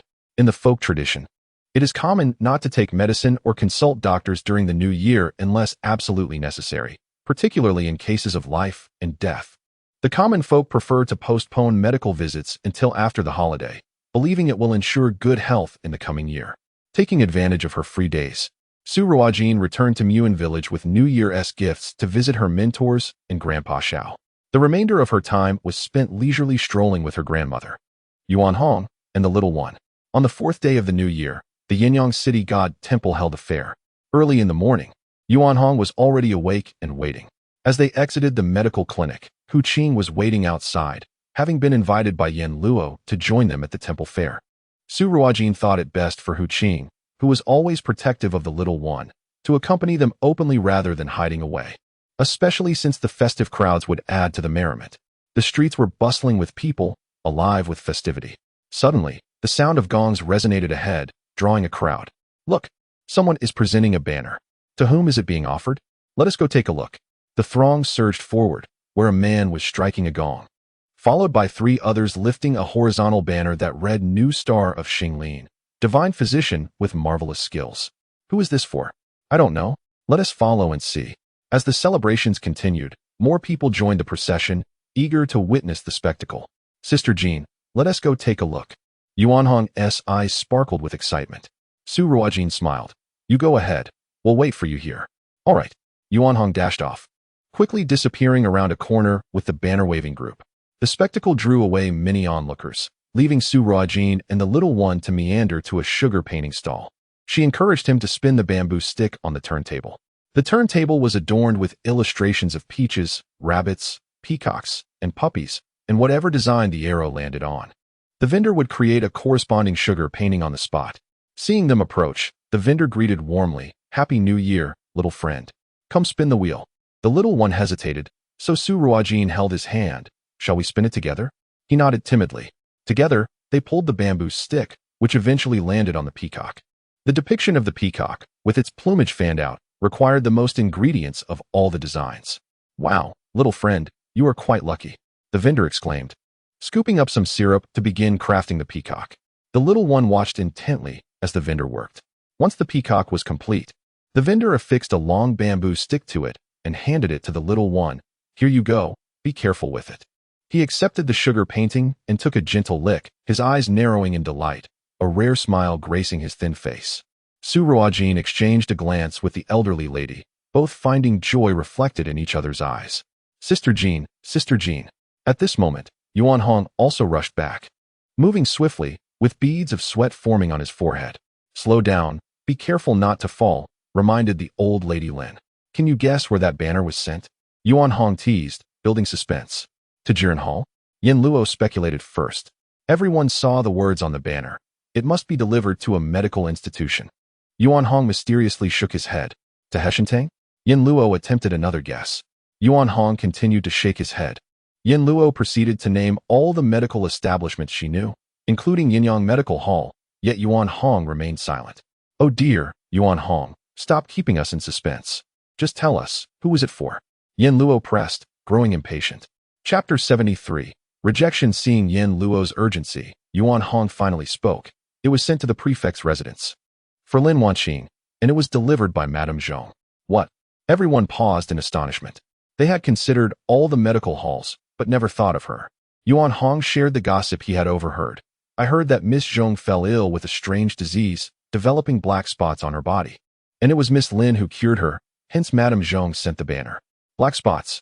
Su Ruojin felt something was amiss. She had visited the prefect's residence several times, yet Miss Zhong, who was physically impaired, remained indoors, and she had never encountered her. How could a young lady who never stepped outside suddenly develop black spots? Regardless, with Madame Zhong sending the banner, Lin Wanqing's reputation in Yanyang City soared dramatically. On the 7th day of the new year, Feng Ying delivered news from Tianyi Pavilion.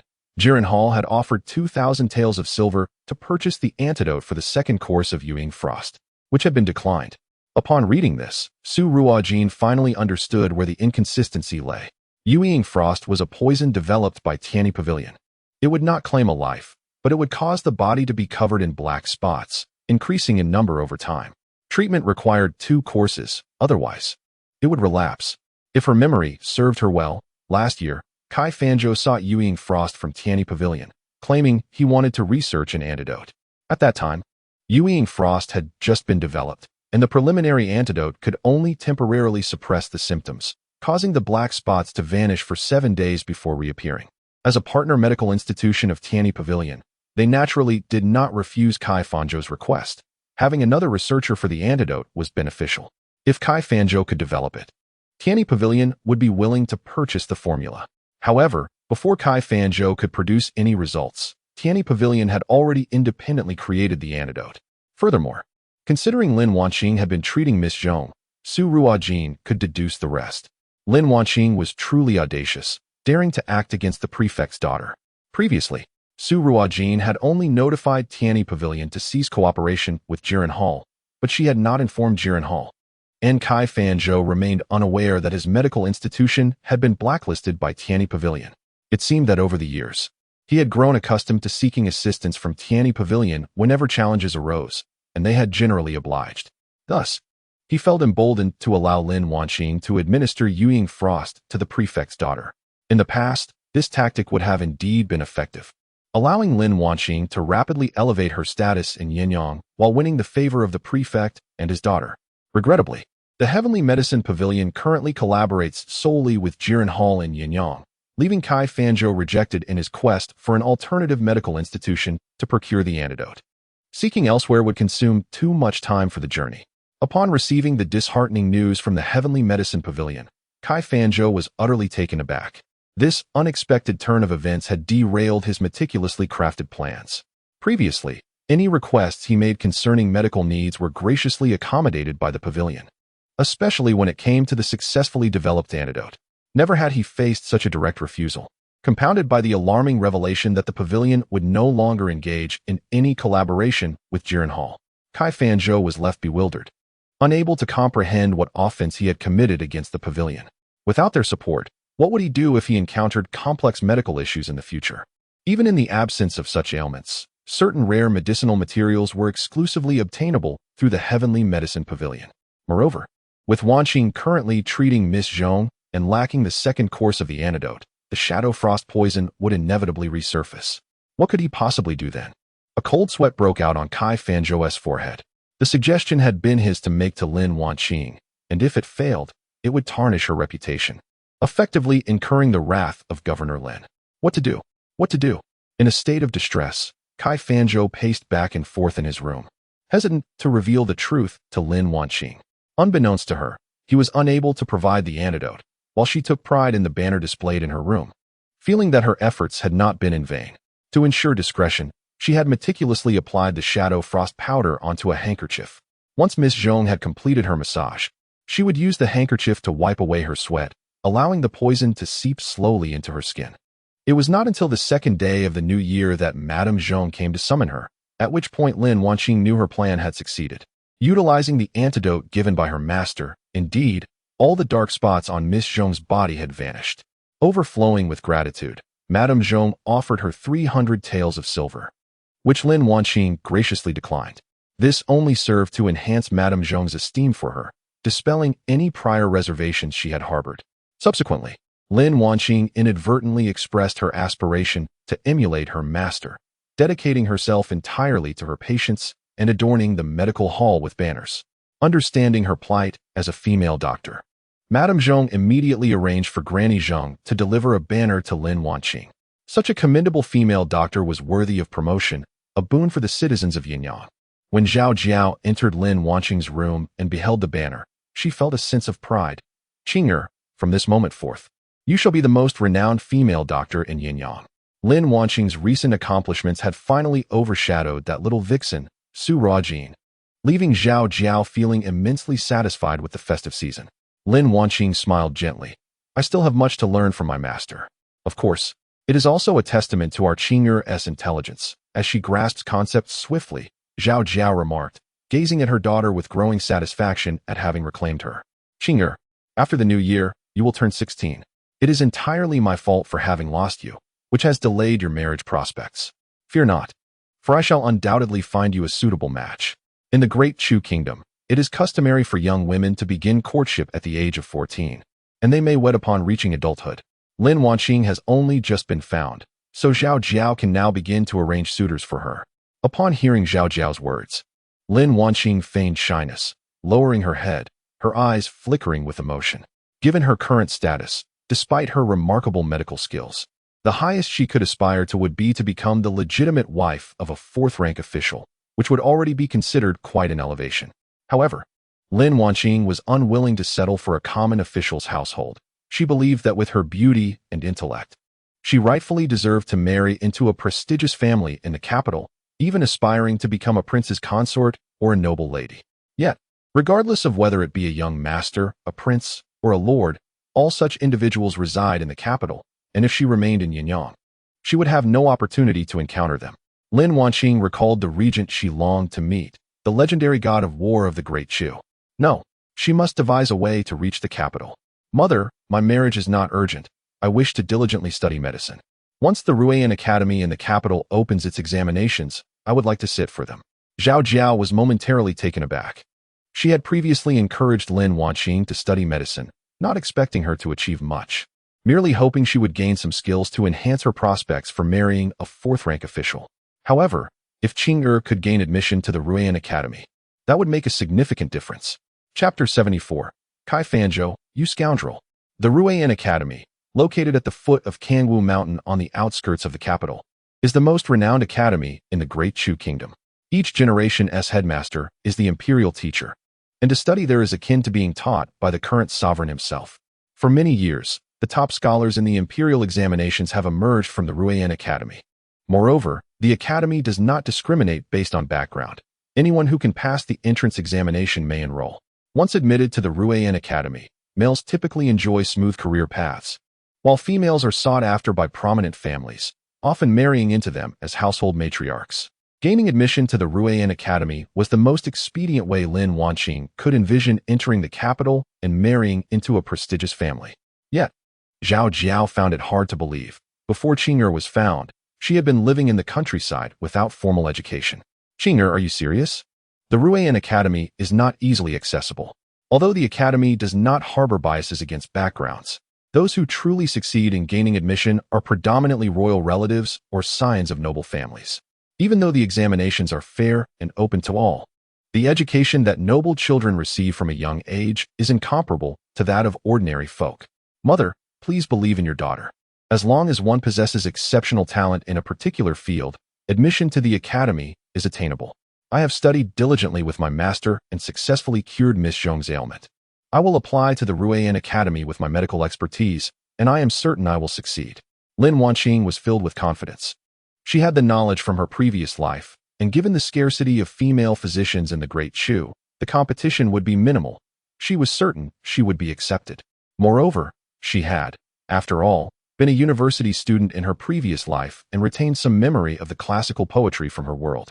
With this knowledge, she firmly believed she could gain admission to Ruojin Academy. Seeing her daughter so self-assured, Zhao Jiao felt a wave of excitement wash over her. If her daughter truly succeeded in entering Ruojin Academy, it would be akin to soaring to great heights, with an immeasurable future ahead. All right. As long as Qing'er has confidence, your father and I will wholeheartedly support you. Zhao Jiao wished to share some heartfelt words with Lin Wanqing, when suddenly, Zhang Mama rushed in, her face etched with urgency. Madam, Miss, the governor's wife has sent someone to summon the young lady to the manor, saying that Miss Zhong's old ailment has recurred. What? Lin Wanqing finally realized that the 7 days had elapsed. Why hadn't her master provided her with the antidote? Hurriedly, she exited the Lin residence and instructed the sedan chair bearers, first, head to Jiren Hall. She needed to obtain the antidote from her master before proceeding. For how could she save Miss Zhong without it? Upon her arrival at Jiren Hall, she was informed that Kai Fanzhou had been summoned to attend to a noble in the capital days prior, and his return was uncertain. Lin Wanqing's expression turned pale. What was she to do now? Did my master leave anything for me? she asked, clinging to a glimmer of hope. No, no, he would not abandon me. She reassured herself. Nothing. The young attendant's words shattered her remaining hope. From start to finish, Miss Zhong's affliction had been her responsibility. Kai Fanzhou had never been present. Without the antidote, how could she provide treatment? Even if she failed, she could not place the blame on Kai Fanzhou. With Madame Zhong awaiting her, Lin Wanqing had no choice but to hastily concoct some ordinary antidote that Kai Fanzhou had taught her and rushed to the governor's manor. Zhong Mama had been waiting at the entrance, and upon seeing Lin Wanqing arrive, she disregarded all formalities and hurriedly led her to Su Ruojin's chamber. Madame Zhong breathed a sigh of relief upon seeing Lin Wanqing. Miss Lin, please examine Jiner. Why has this dark spot reappeared? Lin Wanqing forced herself to remain calm. Madame Zhong, do not fret. Let me take a look first. She stepped forward, pretending to take Su Ruojin's pulse, and handed the antidote she had prepared to Zhong Mama. Please brew this medicine for the young lady. Ah, yes, this old servant will do so at once. Zhong Mama replied with a beaming face as she took the medicine and left. Thank you, Sister Lin. Upon Lin Wanqing's arrival, Su Ruojin felt a sense of reassurance. For Sister Lin had cured her of the dark spots previously. Although the blotches were unsightly, Su Ruojin felt no other discomfort. However, what girl could accept such blemishes on her skin? Naturally, she felt anxious about it. Lin Wanqing forced a smile. Sister Jiner, there is nothing to worry about. The medicine will work. Su Ruojin nodded in agreement. Madame Zhong's anxieties eased. Miss Lin, we are so fortunate to have you. Otherwise, we would not know what to do. Lin Wanqing maintained her smile, while internally praying that the antidote she had concocted would prove effective. But what if it did not work? After a while, Zhong Mama returned with the prepared medicine. Without hesitation, Su Ruojin drank it immediately. Everyone anxiously observed her reaction. After a brief moment, Su Ruojin suddenly began to retch and vomited. Jiner, what is the matter? Madame Zhong exclaimed, rushing over to support her daughter. Lin Wanqing's complexion turned slightly pale. Having studied medicine for a time with Kai Fanzhou, she understood that the antidote and the shadow frost she had concocted were clashing, resulting in a physical rejection. In simpler terms, her medicine had proven entirely ineffective. Miss Lin, what is happening? Madame Zhong asked, gently patting her daughter's back while turning to Lin Wanqing. Lin Wanqing quickly composed herself, feigning calmness as she replied, Madame Zhong, this is a normal reaction. It is merely expelling the poison from Jiner's body. I shall administer an acupuncture treatment to alleviate the vomiting. Upon hearing this, Madame Zhong sighed in relief and quickly stood up to make room for Lin Wanqing. The vomiting induced by the medication was not a serious ailment. Utilizing the acupuncture techniques taught by Kai Fanzhou, Lin Wanqing successfully halted Su Ruojin's vomiting. Seeing her daughter no longer retching, Madame Zhong became less suspicious. Miss Lin, why haven't the black spots on Jiner's skin faded yet? The last time you prescribed medicine, they disappeared immediately. Madame Zhong, the recurrence of the black spots is typically more stubborn. It will require a few more days of medication before they vanish, Lin Wanqing explained. Oh, that is good to hear. Madame Zhong thought little of it, acknowledging that illness often strikes suddenly and departs slowly. It was normal for her to take medication for several days. Then, I would appreciate it if you could write out a prescription. I will have Granny Zhong fetch the medicine. Certainly, Madame Zhong, Lin Wanqing replied, maintaining a composed demeanor as she stepped aside to write the prescription, outwardly displaying no signs of distress. In reality, her handkerchief was nearly ruined from her anxious fidgeting, her palms slick with sweat. Upon returning to the Lin residence, Lin Wanqing became increasingly restless. She had prescribed 5 days' worth of medicine for Su Ruojin, yet these remedies could not neutralize the poison from the shadow frost. She could only pray that her master would return to Yanyang in the coming days with the antidote. However, by the 5th day, Kai Fanzhou had yet to return. It was then that Lin Wanqing began to ponder whether Kai Fanzhou might also be unable to counter this poison, leaving her alone in Yanyang to face this predicament. This was indeed something Kai Fanzhou could do. Kai Fanzhou, you wretched scoundrel. Lin Wanqing cursed inwardly. Yet, despite her grievances, she had to devise a means to resolve her crisis. What to do? There seemed to be no way out. Lin Wanqing sought out Zhao Jiao. Fully disclosing the situation, Mother, I have been ensnared by Kai Fanzhou. Tomorrow, the Zhong family will discover that Miss Zhong's poison remains unresolved and will come to hold me accountable. By then, my reputation will be utterly ruined. The only course of action is for me to head to the capital. You must say that I believed Miss Zhong's poison had been cured and thus set off for the capital to prepare for the entrance examination of Ruoyin Academy. As long as I am admitted to Ruoyin Academy, the Zhong family will not dare to protest. It must be said, Lin Wanqing had devised a clever plan. Chapter 75. The escape. Zhao Jiao was left speechless by Lin Wanqing's revelations. If this were true, it would mean that Qing'er had completely offended the governor's office, jeopardizing Lin Jingshan's prospects for promotion. Zhao Jiao, in a moment of indecision, summoned Lin Jingshan back. Together, they concluded that aside from the method proposed by Lin Wanqing, no superior alternatives existed. With Qing'er departed, the Zhong family could hardly voice further dissent. Zhao Jiao hurriedly prepared provisions for Lin Wanqing. Qing'er, allow Suiju and Zhang Mama to accompany you on your journey. They will care for you along the way. Once everything was arranged, Lin Wanqing departed from Yanyang under the cover of night, heading towards the capital. The following day, upon witnessing her daughter consuming medicine for 5 consecutive days, yet still afflicted with dark spots, Madame Zhong hastily dispatched someone to locate Lin Wanqing. To her dismay, she learned that Lin had already gone to the capital to prepare for the entrance examination at Ruoyin Academy. In that moment, Madame Zhong found herself at a loss for words. Whether Lin Wanqing's journey to the capital was genuine or merely a pretense, her ability to abandon her ailing patient without a second thought revealed her true character. Madame Zhong deeply regretted her earlier misjudgment regarding Lin Wanqing's integrity. Feeling once more outmaneuvered by her, Qing'er's leg, which Lin Wanqing had treated over time, showed little improvement. It became evident that Lin Wanqing was merely a charlatan seeking fame, devoid of any genuine medical skill. Upon learning of this, Zhongli's eyes burned with indignation. Very well, Lin Jingshan, your daughter dares to treat my daughter with such disdain. She has fled, and you shall bear the consequences. Previously, Zhongli had refrained from confronting Lin Jingshan, recognizing Lin Wanqing's diligent care for Qing'er. After all, the Zhao family had also endured their share of burdens, and Lin Jingshan was not entirely to blame. However, the revelation that such a daughter could emerge from Lin Jingshan called into question his own character. Zhongli retrieved a previously drafted letter of recommendation, held it to the candle's flame, and watched as it burned.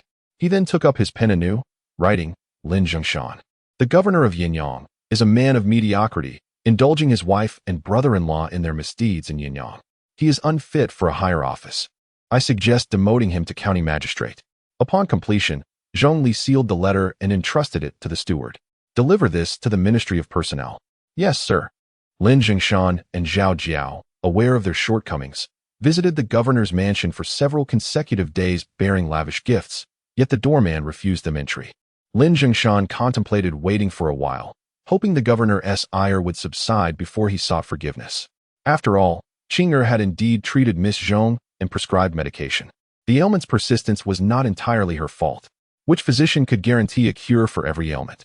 Even the esteemed royal physicians would hesitate to make such claims.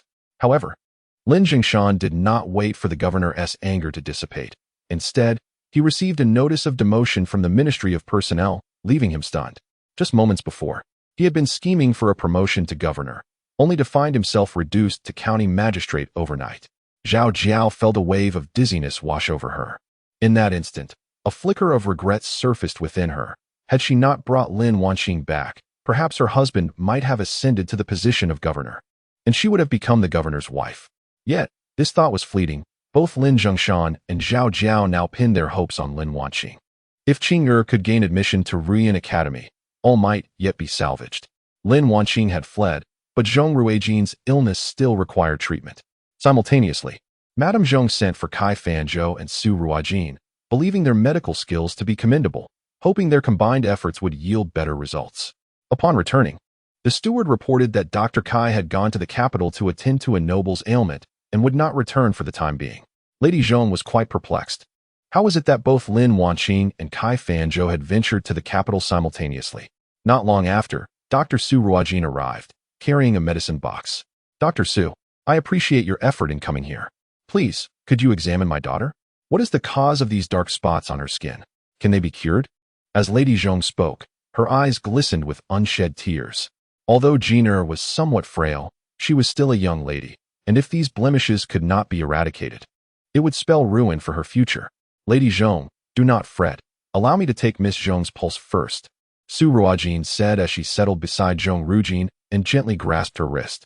Indeed, as she suspected, Su Ruojin had been afflicted by the poison known as shadow frost. Miss Zhong has been poisoned by shadow frost. Once the toxin is neutralized, she will be fine, Su Ruojin stated succinctly, producing an antidote and offering it to Su Ruojin. Once Miss Zhong consumes this pill, she shall recover. Despite Lin Wanqing's prior insinuations about Su Ruojin before Su Ruojin, a lingering mistrust resided within her. Yet, for reasons unknown, upon witnessing Su Ruojin's assured demeanor, Su Ruojin felt an inexplicable sense of trust blossom within her. Without further hesitation, she accepted the pill and swallowed it. Turning to old Mama Zhong, Su Ruojin instructed, "Mama, please escort Miss Zhong to the restroom." No sooner had she spoken than Su Ruojin felt a sudden discomfort in her abdomen. Old Mama Zhong hurriedly assisted her in moving towards the nearby restroom. Watching them leave, Lady Zhong grew anxious. "Dr. Su, what will become of the poison? Who could wish harm upon my daughter?" Previously, at Su Ruojin's suggestion, Lady Zhong had uncovered that it was indeed concubine Chun, her former maid, who had poisoned her during childbirth, leading to severe hemorrhaging that nearly claimed both her and her child's lives. Though Lady Zhong had never taken a life, and despite her past camaraderie with concubine Chun, she had merely punished her before selling her away. Now, concubine Chun was no longer in the household, and Lady Zhong could not fathom who else might wish to harm her daughter.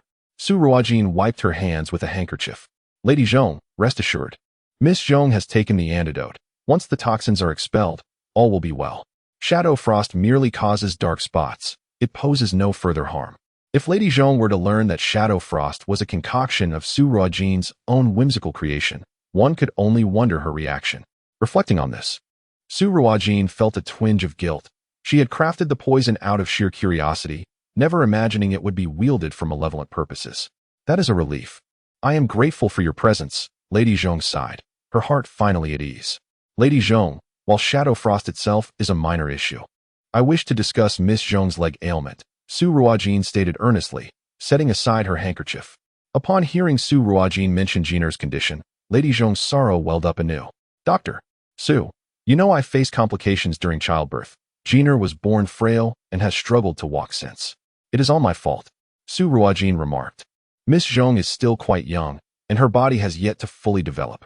There is hope for her legs. With some treatment and a period of rehabilitation exercises, she should be able to walk normally. However, vigorous running and jumping may pose a challenge." What did you say? Jin'er can walk normally?" Madame Zhong abruptly raised her voice and stood from her chair. Countless physicians had been consulted regarding Jin'er's condition, all of whom declared that she would find it exceedingly difficult to stand again. Now, Su Ruojin was suggesting that Jin'er could indeed walk normally? Madame Zhong had never dared to hope for Jin'er to run and jump again. Merely being able to walk normally would be a blessing beyond measure. Regret washed over her, and she wished she could slap herself for not having called upon Dr. Su sooner to examine Jin'er. At that moment, a tense voice resounded from the doorway. "Sister Su, you mean I can still stand and walk?" Su Ruojin had returned just in time to overhear Su Ruojin's words, her voice trembling slightly. Deep down, she had already resigned herself to a life confined to a wooden chair, believing she would never rise again. Su Ruojin's declaration struck her heart like a bolt of lightning, shattering her long-held despair. "Yes, but the rehabilitation will be arduous. I am not afraid. I welcome the struggle as long as I can stand," Su Ruojin exclaimed eagerly. Compared to a lifetime of monotony and despair spent indoors, the discomfort of exercising seemed insignificant. This was the first time anyone had told her she could stand. "Mother, did you hear that? Sister Su says I can stand." Su Ruojin looked at Madame Zhong with glistening eyes, filled with hope. "Yes, I heard. Madame Zhong nodded fervently, having witnessed the exhilaration of patience upon discovering hope. Su Ruojin calmly instructed Su Ruojin to approach her. "Come here, let me see how well your poison has been resolved." She rolled up Su Ruojin's sleeve, noting that the dark spots on her arm had significantly faded, though not entirely vanished. "The poison has been alleviated, but some residual toxins remain. I will prescribe a remedy. After 3 days, it will be completely eradicated." Su Ruojin began to write the prescription. Madame Zhong and Su Ruojin exchanged a glance, their expressions tinged with apprehension. "Dr. Su, what about Jin'er's legs?" "They will not heal immediately," Su Ruojin replied. "I will come daily to administer acupuncture. In a month's time, she should be able to stand. And thereafter, we will proceed with treatments every 5 days." The remaining recovery will depend on her own efforts in rehabilitation. For now, we must eliminate the residual toxins from the shadow frost and then adjust the treatment plan accordingly to ensure her health is restored. A month? I can stand in a month? Su Ruojin still could not believe it. Yes, but standing does not equate to walking. You have been seated for too long, and your legs have weakened. You will need to practice for a while. All right, I will practice, I promise. After completing the acupuncture, Madame Zhong personally escorted Su Ruojin out of the residence. Dr. Su, Jiner has not left the house, and even her meals are managed by Nurse Zhong. I truly cannot comprehend how she was poisoned. Su Ruojin smiled gently. Madame Zhong, considering that Miss Zhong has not ventured outside, the individuals capable of poisoning her are limited. Shadow frost can enter the body not only through ingestion, but also through wounds or skin absorption. However, it only causes dark spots on one's skin and does not inflict any other harm, indicating that the perpetrator did not intend to take Miss Zhong's life. No one would poison another without reason. Since they did not wish for Jiner to perish, what then were they after? Madame Zhong fell into silence, gradually uncovering an answer within her heart. It dawned on her that she had unwittingly invited a wolf into her home. She managed a bitter smile.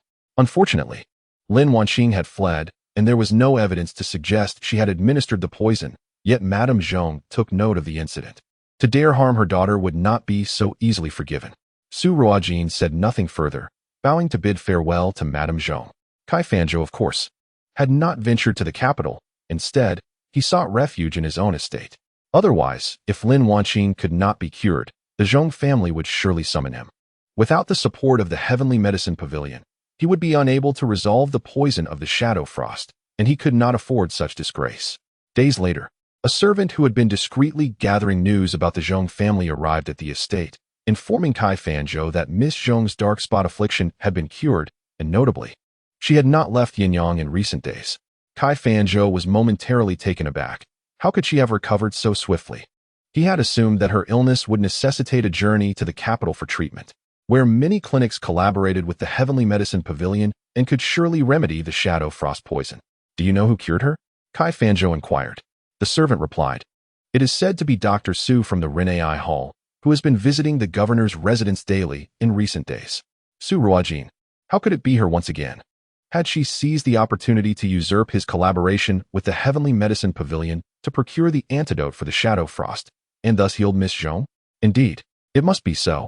Otherwise, how could the Heavenly Medicine Pavilion have inexplicably ceased its partnership with the Jiren Hall? That wretched girl must have employed some underhanded scheme to compel the Heavenly Medicine Pavilion to abandon the Kai family.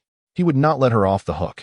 Upon returning to Yanyang, Kai Fanzhou chanced upon the constables beating drums and gongs, delivering the plaque of the Yanyang First Medical Hall, which had once hung at the Jiren Hall, to the Renai Hall. The townsfolk thronged around, clapping their hands in support. He stood transfixed, witnessing the plaque that had adorned the Jiren Hall for years being hung at the entrance of the Renai Hall. Kai Fanzhou clenched his fists tightly. Upon returning to the Jiren Hall, the servant informed him that the clan elders awaited him in the council chamber. As Kai Fanzhou entered, he heard the patriarch's stern voice rebuking him. Family head, the title of Yanyang First Medical Hall has long been ours at the Jiren Hall, yet it has now been snatched away by a mere girl from the Renai Hall. As the family head, how do you intend to answer us and the Kai family? Kai Fanzhou's gaze slowly swept across the elders present in the hall. Patriarch, what is there to account for? You all depend on the Jiren Hall for sustenance. Has the monthly allocation diminished in any way? Your son, Kai Jiang, responsible for the silk weaving in Jiangnan, has not earned a single penny this month. Rather, he took 1,000 taels from the Jiren Hall for his operations. Have I ever uttered a word of complaint? Now that the Jiren Hall is being oppressed by others, instead of assisting me, you come to blame me. Is this Kai family solely mine to bear? If this is indeed the case, the business of Jiren Hall has diminished compared to its former glory. Since you are all here today, shall we discuss how to reduce the dividends for each family? Upon hearing Kai Fanzhou's words, the clan leaders exchanged glances, momentarily rendered speechless. It is, as Kai Fanzhou stated, that the other businesses within the clan have been suppressed by the Merchant Alliance, yielding minimal returns. Most of the expenses for each family stem from Jiren Hall. And should Kai Fanzhou truly sever the supply from Jiren Hall, their lives would become quite unbearable. The elder of the three clans hurriedly stepped forward to mediate. Patriarch, we are merely concerned. After all, a young girl has managed to seize the reputation of Jiren Hall in such a short span of time. Who could bear such a slight? Kai Fanzhou replied coldly, I shall not let her off easily. You all may return and await my news. Since the patriarch has made up his mind, we shall take our leave and await your favorable tidings. The elder of the clan rose and led the way out. Once the clan elders had departed, Kai Fanzhou seized the teapot on the table and hurled it to the floor. Tea and shards of pottery scattered everywhere. A group of useless old fools, utterly clueless, only coming here to flaunt their authority. The sound of the teapot shattering startled a Wang, who was following him. A Wang hurried forward to clean up the mess, advising, My lord, please calm down. It is not worth harming your health over anger. Kai Fanzhou sat back down, his gaze dark and brooding. Go, fetch me 3,000 taels in silver notes.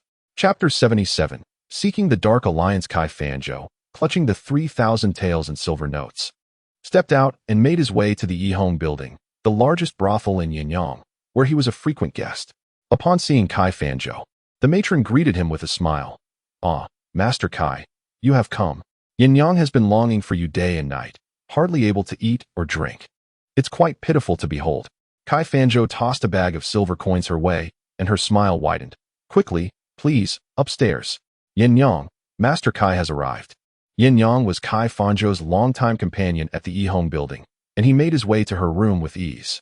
Upon entering, he found Yanyang sitting before her vanity, combing her hair, seemingly oblivious to his presence.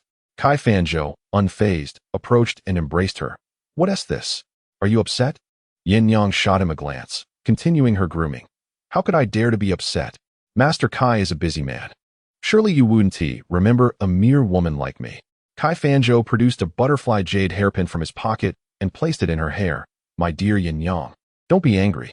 I have indeed been preoccupied, but I seized the first opportunity to visit you today. This hairpin is a recent arrival from Tsiyun Pavilion. Unique to Yanyang, perfectly complementing your beauty. After glancing at the jade hairpin adorning her head, Yanyang's expression softened. I suppose you do have a conscience. Kai Fanzhou laughed heartily, pulling Yanyang close and leading her to the bed. Within a short span of time, he paused his actions, holding the lovely woman in his arms, a look of satisfaction upon his face. As he played with Yanyang's hair, he casually inquired, Yanyang, I recall you mentioning the Dark Alliance. Do you know how one might contact them? Kai Fanzhou was one of Yanyang's favorite patrons, and each visit was brief, allowing him to earn his keep without much effort.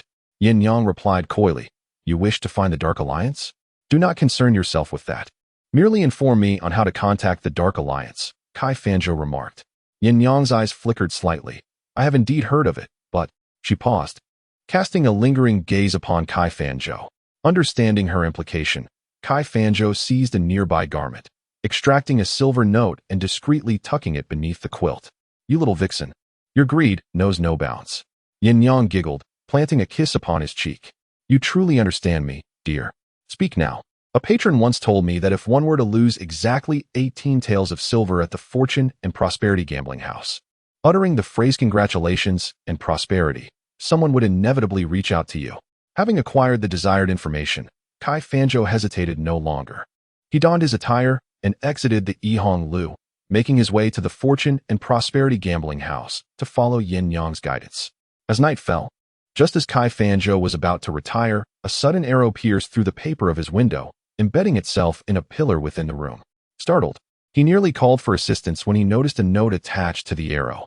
He retrieved the note, which read, Write your demands and the amount on a piece of paper, along with half of the deposit, and place it beneath the willow tree by the Yen River outside the city. The note bore the unique insignia of the Dark Alliance. Kai Fanzhou comprehended that he had been contacted by the members of the Dark Alliance. He took a piece of paper and inscribed 3,000 taels of silver to procure the life of Su Ruojin from the Renei Hall. She exploits the market and poisons the innocent. This is a matter of public safety. The Dark Alliance, a mysterious organization within the Great Chu Kingdom, is said to be capable of anything as long as the payment is sufficient. They never set prices. Rather, the client determines the amount based on the circumstances, paying half the deposit up front and the remainder upon completion. Should the client's offer be deemed too low or if the Dark Alliance declines the request, only half of the deposit is refunded, with no exceptions. Therefore, it is imperative for the client to carefully consider their offer, lest they forfeit half of their deposit. In Kai Fanzhou's estimation, 3,000 taels of silver was more than sufficient for the life of a mere girl. He placed the note and 1,500 taels at the designated location of the Dark Alliance, then returned home to await news. In the capital, on the 13th day of the first month, the Dowager Empress suggested that Xiao Yin-chu visit Yanyang to accompany Heiress during the Lantern Festival. Just as Xiao Yin-chu prepared to depart, urgent military news arrived from the border, indicating that the Northern Li Kingdom had mobilized a large number of troops stationed at the northern Chu border, necessitating his immediate presence there. Meanwhile, the incident of Princess Fengxi being publicly rejected by the regent had spread throughout the capital. Some expressed pity for the regent. Yet many secretly mocked Princess Fengxi for overestimating her worth, as she was not the only one aspiring to marry into the regent's household. In light of this event, it became common knowledge that the Empress Dowager intended to betroth Princess Fengxi to the regent, and no one dared to propose to the Dingwood Duke's family anymore. During this period, Princess Fengxi refrained from attending any gatherings held in the capital. Rumors circulated that she had fallen ill and was bedridden due to her excessive sorrow over the regent's rejection. On the 17th day of the first month, Princess Fengxi was summoned to the palace, where the Empress Dowager praised her compassion for the common people, revealing that she had secretly donated 10,000 taels of silver to aid the victims of the snow disaster in Qingyang City. For this, the Empress Dowager rewarded the princess with numerous valuable gifts. As the esteemed princess departed from the palace, the eunuchs, laden with the gifts bestowed by the Empress Dowager, accompanied her back to the residence of the Duke of Dingwa. This event propelled Princess Fengxi into the hearts of the common folk, who began to regard her as a living bodhisattva. Many voiced their indignation on her behalf, secretly condemning the regent for being blind to the virtues of such a fine young lady. Su Ruojin was oblivious to the fact that young Master Jiang had journeyed to the border. She merely assumed he was preoccupied and too busy to visit Little Bao, and thus she paid it little mind. However, upon receiving a letter from the Dark Alliance, a smile graced her lips, albeit devoid of warmth. As her eyes reflected a chilling detachment, Kai Fanzhou, it seemed, sought to employ the Dark Alliance to orchestrate her demise.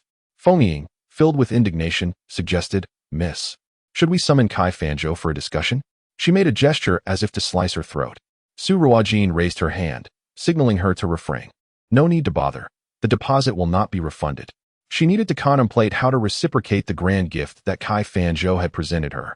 Her fingers drummed incessantly upon the table until she ceased, issuing commands. Feng Ying, fetch the families of the patients Kai Fanzhou has previously caused to perish, and inform his wife of his illicit affair, which has resulted in a son and a daughter. The Dark Alliance had long provided Su Ruojin with intelligence about Kai Fanzhou. Initially, she had intended to let him be, as long as he remained a dutiful healer and did not meddle in her affairs. She had no desire to confront him, viewing him merely as a fool who could stir no significant trouble. Yet, to her astonishment, he sought to hire the Dark Alliance to take her life. If he wished for her demise, she could hardly remain passive. If she did, her other mentors would surely chastise her for forgetting the principle of if one does not provoke me, I shall not provoke them, but if one provokes me, I shall retaliate. Indeed, Miss, Feng Ying acknowledged before departing to carry out her orders. Kai Fanzhou, having waited several days without hearing any news of Su Ruojin's misfortune, began to feel anxious. He squandered 18 taels at a gambling den, seeking the Dark Alliance's contact. However, this time, after sending out signals, he received no responses. Powerless, he consoled himself with the thought that perhaps the Alliance required time to arrange matters, deeming it normal for a few nights to pass in silence. That evening, Kai Fanzhou retired to the quarters of his concubine, the affair still half finished, when the door was suddenly kicked open. Startled, he became utterly deflated, collapsing atop the concubine. As he glanced toward the entrance, a surge of anger welled within him. "Madame Wang, what is the meaning of this?" Kai Fanzhou bellowed. Wang, his legitimate wife and the daughter of the prominent merchant Wang Yuanzheng of Yanyang City, had been spoiled by her parents since childhood, developing a proud disposition. Throughout their years of marriage, her inability to bear children had compelled Kai Fanzhou to take several concubines. However, today, Wang had received news that revealed Kai Fanzhou had been secretly maintaining a mistress who had borne him a son and a daughter. In the realm of Dechu, it was unseemly for a respectable man to keep a mistress. Not only did it invite ridicule, but it also insulted the dignity of his legitimate wife. Unable to tolerate such an affront, Wang sought out Kai Fanzhou directly. "How dare you, Kai Fanzhou? I allowed you to take concubines. Yet it seems it was not enough for you, as you dared to keep a mistress behind my back." Wang's figure was slightly plump as she, accompanied by a group of matrons, firmly barred the door. Upon hearing the matter at hand, Kai Fanzhou hastily donned his attire, his gaze evasive, and protested, "What extramarital affair? I know nothing of it. Is it someone among you who has been spreading baseless rumors before the mistress? Come forth and admit it, or I shall sell you all off." The current business of Jiren Hall was not as prosperous as it once was, and other enterprises of the Kai family were under pressure from the business alliance. As the head of the family, Kai Fanzhou could not afford to lose the support of his father-in-law's family in order to preserve Jiren Hall. In such circumstances, he dared not offend Wang. "Mistress, you must not heed the slander of petty individuals and cast doubt upon me," Kai Fanzhou lamented. Over the years, he had long settled the matter of the extramarital affair, ensuring that it never surfaced, and he was confident that Wang would not discover it. Gradually, he felt a sense of calm return. "Wang, it seems you will not shed tears until you witness a coffin. You claim not to have an extramarital affair? Then who are they?" Wang pointed behind her. The matrons parted, revealing a woman and 2 children bound and gagged, unable to voice their plight. The woman, appearing to be in her early 20s, was beautiful yet disheveled. And upon seeing Kai Fanzhou, she struggled desperately, shaking her head, tears streaming down her face. The 2 children, around 6 or 7 years old, whimpered in muffled cries. Kai Fanzhou was taken aback. He had never anticipated that Wang would bring this mother and her children directly before him. Although Wang had a fiery temper, she was not foolish. Upon receiving word of the situation, she promptly dispatched someone to verify it, and upon confirmation, she brought them back without hesitation. Thus, Kai Fanzhou found himself unable to deny or deflect the issue of the extramarital affair. The tear-streaked faces of the mother and her children pierced his heart, for they were indeed his flesh and blood. Sensing his expression, Wang scoffed, "Kai Fanzhou, since you adamantly claim not to have an extramarital affair, you surely do not recognize them." She then commanded, "Bring them to me. I shall sell them to the slave traders." "Yes, mistress," responded a matron, stepping forward to take the 3 away. Kai Fanzhou panicked, "Mistress, please reconsider." Wang sneered, "What? Are you reluctant to part with them? On the day of our wedding, you vowed never to take a concubine, and later, out of concern for your lineage, I willingly allowed you to take one. Yet, you remain unsatisfied and have taken an extramarital lover. Historically, a legitimate wife has the right to deal with extramarital affairs as she sees fit. Even if I were to eliminate her, no one would utter a word against me." Kai Fanzhou realized Wang was capable of carrying through her threats, and he truly felt panic rising within him. "Mistress, I have erred. Please forgive me this once." "Forgive you? Perhaps, but only if you dispose of them," she replied. The typical fates for captured extramarital affairs were either execution or sale, and Wang was forcing Kai Fanzhou to choose. Yet, neither option was one he desired. After a moment of contemplation, he gritted his teeth and said, "Mistress, might I request that they be taken away, so I may speak with you privately?" Wang cast a glance at Kai Fanzhou and waved her hand, signaling everyone to withdraw. The concubine quickly exited, carefully closing the door behind her. She understood well that in this household, it was far better to offend the master than the mistress. Offending the master might result in a punishment of kneeling, but incurring the mistress's wrath could lead to a lack of food, decent clothing, and certainly no access to the season's latest jewelry. Once the room was vacated, only the 2 remained, and Kai Fanzhou knelt down with a thud, startling Wang. Traditionally, a man's knees are said to be made of gold, and Kai Fanzhou, a highly respected divine physician, was now kneeling before her. This unexpected gesture left Wang momentarily at a loss. With a voice choked with emotion, Kai Fanzhou implored, "Madam, I acknowledge my mistake. Please forgive me this once." Yuliang is a pitiable soul, having fled from the south, collapsing by the roadside. Moved by her plight, I rescued her. Upon regaining consciousness, she insisted on offering herself to me. Out of compassion, I took her in, fearing you would disapprove, which is why I dared not bring her home. Seeing her husband kneeling before her, tears brimming in his eyes, Wang felt a pang of sympathy. Reflecting on their years of marital affection and her own sorrow over being childless, she sighed inwardly, suppressing her anger. With a wave of her hand, she conceded, "Very well. Let her reside in the household after some time." A wave of joy surged through Kai Fanzhou, and he hurriedly embraced Wang, exclaiming, "Madam, your generosity is truly commendable. You are indeed the matriarch of this household. Today, I shall return to Xiangyuan with you." As the door swung open, the servants, witnessing their master embracing the mistress, understood that all was well. Wang instructed, Let these three stay in Huarong courtyard. Without my permission, they are not to step outside. Yes, madam, the maids replied in unison. Su Ruojin, upon hearing this, smiled faintly, acknowledging Kai Fanzhou's good fortune in having such a magnanimous wife. Since this is the case, perhaps I shall give him a further push. The information the Dark Alliance had provided her about Kai Fanzhou was far more extensive than this. Days later, Wang, accompanied by her maids, ventured into the market, where she stumbled upon a commotion. A crowd had gathered around two individuals engaged in a heated argument. As Wang passed through the throng, she observed a woman fiercely tugging at a man's collar, berating him, "You wretched man, to marry a concubine. You poison my tea daily with safflower, preventing me from bearing children. I always wondered why my tea had such a strange taste. And you deceived me into thinking it was a health tonic. What sin have I committed to deserve such a heartless person?" After finishing her outburst, the woman suddenly broke through the crowd and seized Wang's arm, exclaiming, "Madam, please adjudicate for me. I toil day and night for this family. And when our finances run low, I return to my family to beg for money to support my husband. This scoundrel, taking advantage of my absence, poisons my tea to ensure I remain childless. Is there no justice left in this world?" Caught off guard, Wang was startled as the woman clutched her arm, prompting her maids to rush forward to pull the woman away. The woman plopped down on the ground, wailing inconsolably. Meanwhile, her husband stood aloof, observing with a cold gaze, and remarked derisively, "Just look at yourself. You're as fat as a pig, old and ugly. How can you compare to my Huanyang? It's a miracle I haven't divorced you yet." With a disdainful spit, she exclaimed, "What a shameless woman, merely a lowly courtesan. I shall report you to the authorities, just wait." After uttering these words, she swiftly rose and dashed toward the government office. Alarmed, the man pursued her, calling out, "You foul wench, come back here."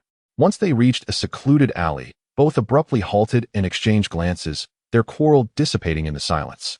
From the corner emerged Ji Hua, who addressed them with a smile, "My lady, we have completed the tasks you assigned." "Excellent. Here is your reward," Ji Hua said, handing them 2 bags of silver. "Thank you, my lady," they replied gratefully before hastily departing. As the crowd dispersed, only Wang Shi remained, standing in a daze, staring blankly at the direction in which they had vanished. Noticing her unusual demeanor, a maid approached and whispered, "Madam, are you unwell?" Words like concubine, tea, red flower, strange scent, and tonics echoed in her mind, sounding all too familiar. "Madam, madam," the maid called out several times, noticing Wang Shi's lack of response. Finally, she snapped back to reality. "What is it? Madam, are you all right?" The maid inquired with concern. "I am fine. Let us go to the Renai Hall," Wang Shi replied decisively. Wang Shi was a straightforward woman. She felt compelled to uncover the truth immediately. The maid, taken aback, asked, "Madam, do you feel unwell? I shall fetch the master to examine you." Her husband was the renowned physician Yanyang, who had always monitored her health. There was no need to consult another doctor. Ignoring the maid's concerns, Wang Shi continued toward Renai Hall. As the legitimate wife of Kai Fanzhou, she was well aware that, in Yanyang's eyes, apart from Renai Hall, all other medical establishments were intertwined with Kai Fanzhou in various ways, often holding him in esteem. Could she trust the words of those other physicians? Only Renai Hall was regarded as a thorn in Kai Fanzhou's side. Upon arriving at the entrance to the clinic, Yin Luo went to inform Su Ruojin, "Miss, the lady has arrived." Su Ruojin offered a faint smile, greeting her, "Madam, are you here for a consultation? This way, please." Wang Shi followed Su Ruojin into the examination room, instructing the servants to remain outside. "Where do you feel unwell, madam?" Su Ruojin inquired. "I wish to ascertain whether I can still conceive," Wang Shi responded. Su Ruojin gestured for Wang Shi to place her hand on the pulse pillow. After a brief moment, she withdrew her hand and sighed softly. Wang Shi, visibly anxious, asked, "Doctor, can I still conceive?" Su Ruojin shook her head gently. "Madam, your long-term consumption of red flower has rendered you unable to conceive." "What did you say?" Wang Shi exclaimed, rising in agitation. "Not only the red flower. I can also detect a faint musk scent on you. Have you been wearing a sachet containing musk?" "Musk combined with red flower." "Oh," Su Ruojin sighed, choosing not to elaborate further. Though Wang Shi lacked medical knowledge, as the wife of a physician, she understood the implications of musk and red flower on fertility. With trembling hands, she retrieved a sachet from her person and handed it to Su Ruojin, asking, "Is this what you mean, doctor?" Su Ruojin received the fragrant pouch, opened it, and extracted some tiny black granules. This is musk. The pouch contained numerous strongly scented herbs and flowers, the musk's fragrance subdued to a nearly imperceptible level. Wang's entire being trembled, her eyes slightly reddened. This was a pouch specifically prepared for her by Kai Fanzhou, said to soothe the mind and promote restful sleep. With her husband being a renowned physician, Wang had no cause for suspicion, believing it to be a manifestation of his care, and wore it constantly. Little did she know, it was a toxic substance that condemned her to a life devoid of motherhood. If the lady does not believe me, she may consult other physicians, he had said. Thank you, doctor, Wang replied with a bitter smile as she departed the clinic. You mama, please investigate what that Yanyang did before, Wang instructed upon exiting the clinic.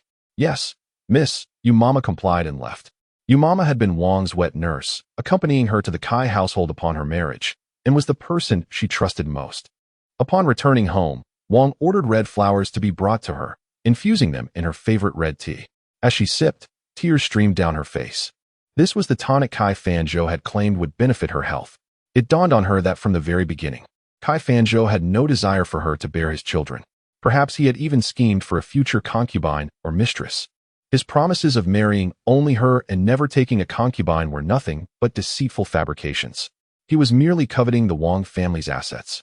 Should she remain childless, the Wang family's fortune would inevitably fall into Kai Fanzhou's hands, leaving her vulnerable and powerless as she aged, with no children to support her. At that moment, Yu Mama entered the room, and, seeing Wang's swollen eyes, felt a pang of sympathy, softly calling. Mississippi hearing Yu Mama's voice, Wang wiped her eyes with a handkerchief. Speak. The Yanyang is not a refugee at all, but rather the distant cousin of the master. Her family has fallen into decline and sold her to the brothel inn by Shui City. It was the master who encountered her, redeemed her, and secretly brought her back to Yanyang City. Yu Mama relayed the information she had gathered. Her inquiry had gone remarkably smoothly, yielding the desired information without much trouble. Bai Shui City was not far from Yanyang City, and Kai Fanzhou often traveled there for consultations. Suddenly, Wang understood. This was the reason Kai Fanzhou kept Yanyang as a mistress. In the Great Chu Kingdom, even taking a concubine required the concubine's family to be of unblemished reputation. They could come from humble beginnings, but they must not be women of the brothel. So that was it. No wonder Kai Fanzhou dared only to keep her outside. It seemed that night he had been coerced by her, resorting to such lies to deceive her.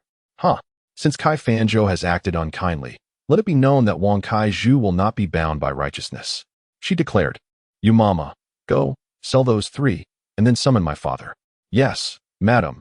You mama quickly exited the room, determined to carry out the task before the master returned.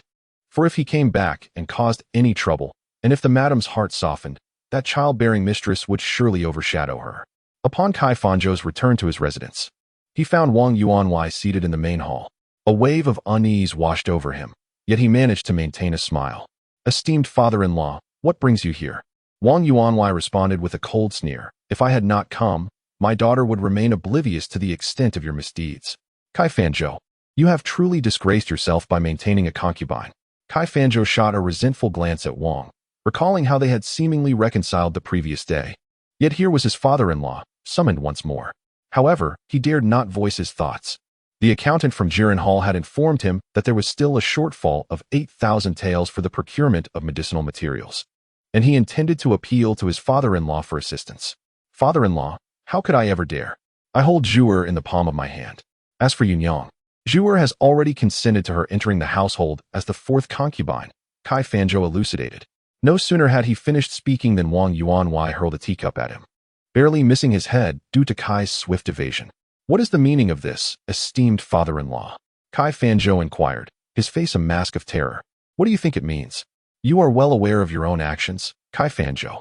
I have come today to demand that you and Zhu'er divorce. Though the adage states that it is better to dismantle 10 temples than to dissolve a single marriage. How could Wang allow his daughter to remain with a man who had rendered her incapable of bearing children for life? The Wang family could easily support 100 Wang Kaizus without issue. Divorce? Kai Fanzhou was taken aback.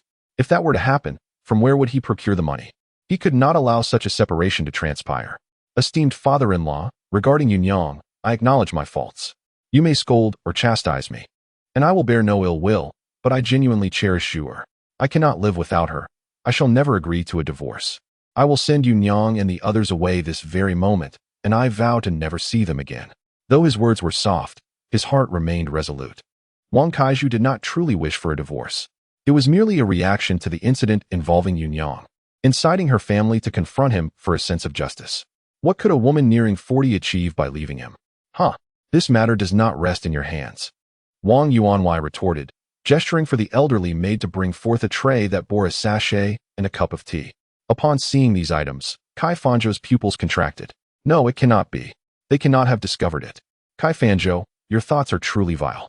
You have resorted to such despicable means to ensure that Zhu'er remains barren for life. If you agree to the divorce, our family shall cease our pursuit of this matter. Should you refuse, we will seek the governor's judgment. Wang Yuanwei did not wait for Kai's response, directly exposing the truth. Realizing the gravity of the situation, Kai Fanzhou fell to his knees.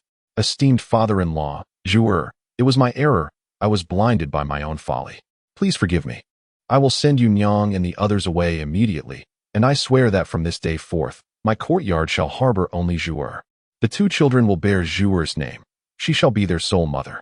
He then turned to Wang, still kneeling. Zhu'er, we have been married for many years. Can you truly bear to leave me? Wang's eyes glistened with tears as she turned away. She possessed an unwavering affection for children, dreaming of having one of her own, which was why she had readily consented to allow Yanyang into the household. Her compassion was primarily for the sake of those 2 children. However, she never anticipated that Kai Fanzhou, in his pursuit of greater control over her, would extinguish her hope of motherhood, a cruelty she could no longer endure. Kai Fanzhou, if you do not draft the divorce decree today, we shall meet at the government office. With that declaration, Wang Yuanwei rose, preparing to depart. Kai Fanzhou dared not allow Wang Yuanwei to truly go to the authorities, for the matter would be easily clarified, and he would find it impossible to evade accountability. Should it come to that, not only would the divorce be out of the question, but his reputation would be irrevocably tarnished, leaving him unable to remain in Anyang. Very well, I shall write it. Kai Fanzhou gritted his teeth and declared. He would first compose the divorce decree and later appease Wang Shi, convincing her to return when the time was right. Yumama immediately presented the prepared paper and brush.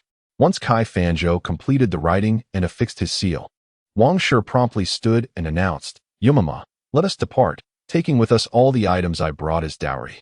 Remember, not a single person or object is to be left behind.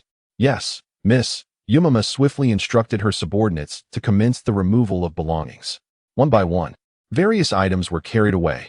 Embroidered landscape paintings, a large cabinet adorned with yellow pear wood and peony patterns, a coral welcome cabinet inlaid with precious gems, intricately carved wooden daybeds, and numerous boxes of clothing, fabrics, and jewelry. Even the flowers, plants, and trees in the courtyard were uprooted and transported out of the Kai residence. Kai Fanzhou felt his heart bleed at the sight, yet he had no justification to intervene, for all these possessions were Wang Shi's dowry. After Wang Yuanwei and Wang Shi departed in a grand procession, the steward of the Kai household hurriedly reported, Master, Aunt Yu and the 2 children have been sold by Madame. What? Kai Fanzhou felt a pang of pain in his chest, a wave of metallic sweetness rising in his throat, which he suppressed with difficulty, resorting to a few pills to regain his composure. With a weary voice, he commanded, quickly, find them and bring them back to me. Yes, master, the steward replied, rushing out. Unexpectedly, just as the steward had exited the estate, he returned with a troubled expression. Master, he began. Kai Fanzhou, seated heavily in his chair, clutched his chest and impatiently inquired, why have you returned? Master, the magistrate's officers are at the door, claiming that someone has accused you of causing death through the mishandling of medicine and needles. The steward's voice dwindled. With Wang Shi's departure, the Kai residents felt desolate. And now confronted with this predicament, the steward pondered whether it was time for him to seek employment elsewhere. Previously, it had been the lady who dispensed the monthly allowances. Now that she was gone, could the master afford to continue such payments? Kai Fanzhou felt dizzy, and had it not been for the steward's quick reflexes to steady him, he would have collapsed to the ground. Dizziness aside, he had to attend to the court. Observing the individuals kneeling before him, he felt a chill sweep through his limbs. Had he not already dispatched warnings to these people, cautioning them against causing trouble? Why had they resurfaced now? Upon discovering that among those present was an elderly man with graying hair, a former official of the Imperial Medical Bureau, his legs grew weak. The incident was not inherently complex. Regardless of Kai Fanzhou's attempts at justification, the presence of the imperial medical officials rendered his misjudgment that led to a patient's death indisputable. Although it was not his intention, according to the laws of the Great Chu Kingdom, a physician who, due to inadequate medical skills or errors in medication or acupuncture, caused a patient's demise would be sentenced to 1 year of penal labor at the Legushi Quarry near the border of the Xia Kingdom. Upon the pronouncement of his punishment by Lord Zhong, Kai Fanzhou collapsed to the ground. Previously, he had relied on the Wang family's assistance to evade such a fate. But now that the Wang family had severed ties with him, their support was no longer forthcoming. The Kai family was equally unlikely to expend a substantial sum for his salvation. They could simply appoint a new head of the family. The physicians from the Yanyang Medical Hall, who had once stood by Kai Fanzhou's side, now remained silent, offering no words in his defense. How could such coincidences occur? After so many years, why had the Wang family suddenly discovered his infidelity and resorted to drugging her? The families of the patients were all impoverished and powerless. Despite having been managed, why had they now emerged to accuse him? Something felt amiss, profoundly amiss. Kai Fanzhou sensed that the entire affair was shrouded in mystery, yet he could not discern its origins. After all, who else could be privy to these clandestine matters besides himself? As Kai Fanzhou was escorted toward the Legushi Quarry, nearly the entire populace of Yanyang City had gathered to witness the spectacle. Most unable to fathom how the revered physician could have caused a death and subsequently threatened the family against reporting him. Bah, a divine physician? He is nothing but a charlatan. When my grandson fell ill and I sought his aid, he merely turned away. My father suffered a heart ailment. Yet because I could not produce 50 taels in consultation fees, he refused to intervene. My father perished as a result. I have heard that the long-standing affliction of Qin Yuan Wai was cured by him. He only treats the wealthy, indifferent to the plight of the poor. Serves him right. Had he been willing to assist, my son would still be alive. An elderly woman wept bitterly, hurling a cabbage at Kai Fanzhou. With this initial act, others joined in. And rotten tomatoes, foul eggs, and decaying vegetable leaves rained down upon him. The public's disdain for Kai Fanzhou stemmed not from his lack of medical expertise, but rather from his blatant disregard for numerous opportunities to save lives. As he cowered in the confined space of the prison cart, evading the barrage of projectiles, there was little room to escape. Before long, he was besmirched with various filth. At that moment, he caught sight of Su Ruojin, standing amidst the crowd with a smile directed at him. For reasons unknown, he harbored the conviction that she was behind all of this. That wretched girl. Should he ever emerge from this ordeal, he would not spare her. Yin Luo stood beside Su Ruojin, perplexed. Miss, why not simply eliminate him? Chapter 81. Severe injury. Yin Luo could not comprehend. With her mistress's capabilities, dispatching Kai Fanzhou would be trivial. Why grant him a reprieve?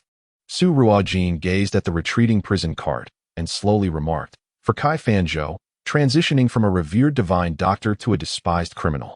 Losing the Wang family and the whereabouts of his 2 children signifies a profound personal tragedy, one that is perhaps more painful than death itself. Moreover, considering his frail constitution, it remains uncertain whether he can endure even a year in the stone quarry. Yin Luo, with an expression of deep admiration, responded, Truly, you are remarkable, Mississippi. Jihua stood by, smiling silently. While others may be oblivious, she understood that her mistress was not inclined to take a life unless absolutely necessary. However, this did not imply that Miss was soft-hearted. Once, an assassin was bribed to attack the head of Tiani Pavilion, only to succumb to poison upon entering. Groaning for 7 days and nights as his flesh and organs rotted away, utterly powerless to end his suffering. Since that incident, no one dared to intrude upon Tiani Pavilion lightly. Should Kai Fanzhou seize this opportunity and conduct himself with decorum, there may be hope. Yet, should he persist in his transgressions, falling into the hands of the Miss would undoubtedly lead him to a grim fate. As the barren branches of Yanyang sprouted new buds and the forsythia adorned itself with blossoms, Ren-Ai Tang had truly become the premier medical establishment in Yanyang. Bustling with patients daily, Su Ruojin found it increasingly difficult to carry Xiaobao. While old Madame Lin looked at the child with great satisfaction, Xiaobao not only gained weight, but also grew taller. Though it remained unknown when he would utter his first words, Su Ruojin gently patted Xiaobao's head, assuring him that there was no rush in regard to speaking. The psychological scars would not heal swiftly. In just over 2 months, Xiaobao's acceptance of the few close individuals at the clinic was already a significant improvement. Presently, he could dine like an ordinary child, with the exception of avoiding particularly spicy or hard-to-digest foods, allowing for a more relaxed dietary regimen. Occasionally, a smile would grace Xiao Bao's face, which brought Su Ruojin immense satisfaction. As time passed, there remained less than a month until Jiang Qian was due to return Xiao Bao, as per their agreement. After spending some time together, Su Ruojin felt a twinge of reluctance in her heart. Perhaps during their next encounter, she could inquire with Jiang Qian about the possibility of visiting Xiao Bao frequently once he returned home. During this period, Su Ruojin had gradually begun to stand and had commenced rehabilitation training. The young girl demonstrated remarkable resilience, enduring the pain without complaint, persevering through her exercises with determination. Mrs. Zhong's health was also steadily improving. With Lin Wanqing's departure and Kai Fanzhou's exile to the border, Ji Rintang had devolved from the foremost medical establishment in Yanyang to an ordinary clinic, suffering a significant decline in business. After Lin Zhongshan was demoted to county magistrate, he and Zhao Jiao had settled considerably, never again troubling Su Ruojin at the clinic. As night fell, Su Ruojin escorted Xiao Bao back to his own room, where he had learned to sleep alone. To provide him with a sense of security, she had connected a door between her room and his, allowing him to seek her out whenever needed. Once Xiao Bao drifted into slumber, Su Ruojin returned to her own quarters. Upon entering, she was immediately struck by a strong metallic scent of blood.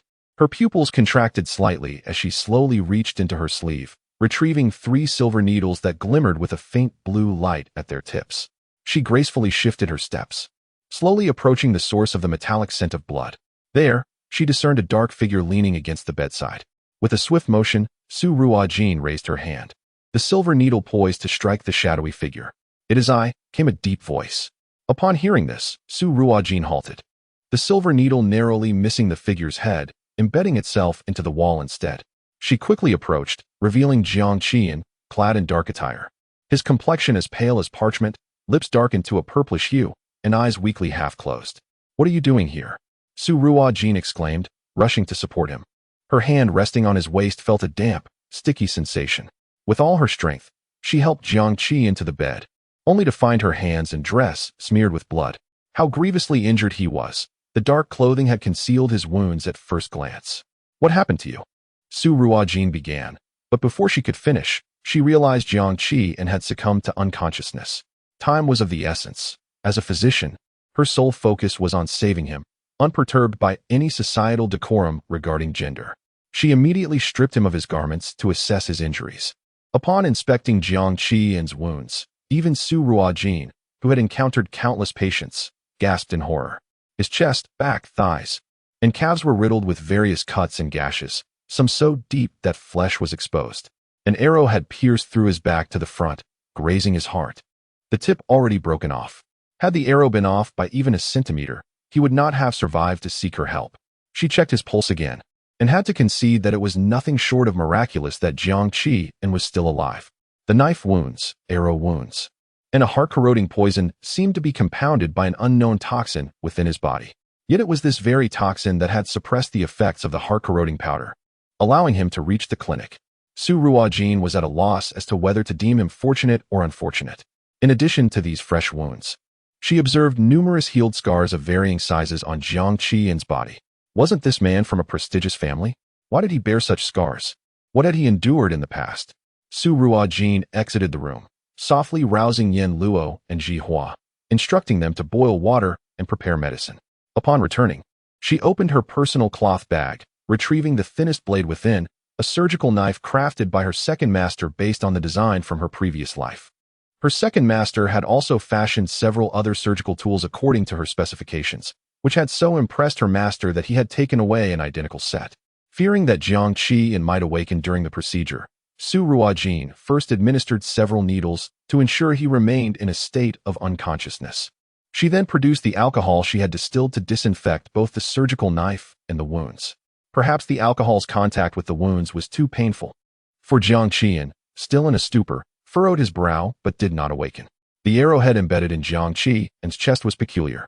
Unlike typical arrowheads with a triangular barb design, this one resembled 2 triangles stacked together, featuring 4 barbs, necessitating its extraction from the front. Su Ruojin cautiously began to incise the flesh surrounding the arrow wound, facilitating the eventual removal of the projectile. Jiang Qian, bear with it, she whispered, fully aware that he could not hear her. With a determined tug, she extracted the arrow. Jiang Qi and let out a muffled groan, his body lifting and then collapsing back onto the bed with the force of the extraction. A copious amount of blood gushed from the wound, prompting Su Ruojin to swiftly retrieve a silver needle, expertly applying it to stem the flow. After meticulously cleaning the wound of debris with tweezers and a surgical knife, she took out the sheep gut sutures prepared by the Heavenly Medical Pavilion and proceeded to stitch the wound closed. At that moment, a voice called from the doorway, "Miss, the water is boiling." Su Ruojin stepped outside to collect the hot water. "Boil some more," she instructed. "Yes," Yanluo responded, unaware of the events transpiring within the room, but recognizing that this was not the time for inquiries. She promptly turned to continue her task. Su Ruojin returned, gently wiping Jiang Qian's body with a cloth. A basin of blood was continuously emptied, and though Yanluo felt compelled to ask about the situation, the seriousness etched on her mistress's face quelled her curiosity. Once the area was cleansed, Su Ruojin utilized alcohol to disinfect the wounds, stitching and bandaging the deeper lacerations. By the time she concluded her efforts, she was drenched in sweat. With the external injuries addressed, it was time to attend to the internal damage. Su Ruojin took Jiang Qian's pulse once more. It had improved slightly, yet his lips remained a deep shade of purple, indicating that the heart-corroding poison was still active.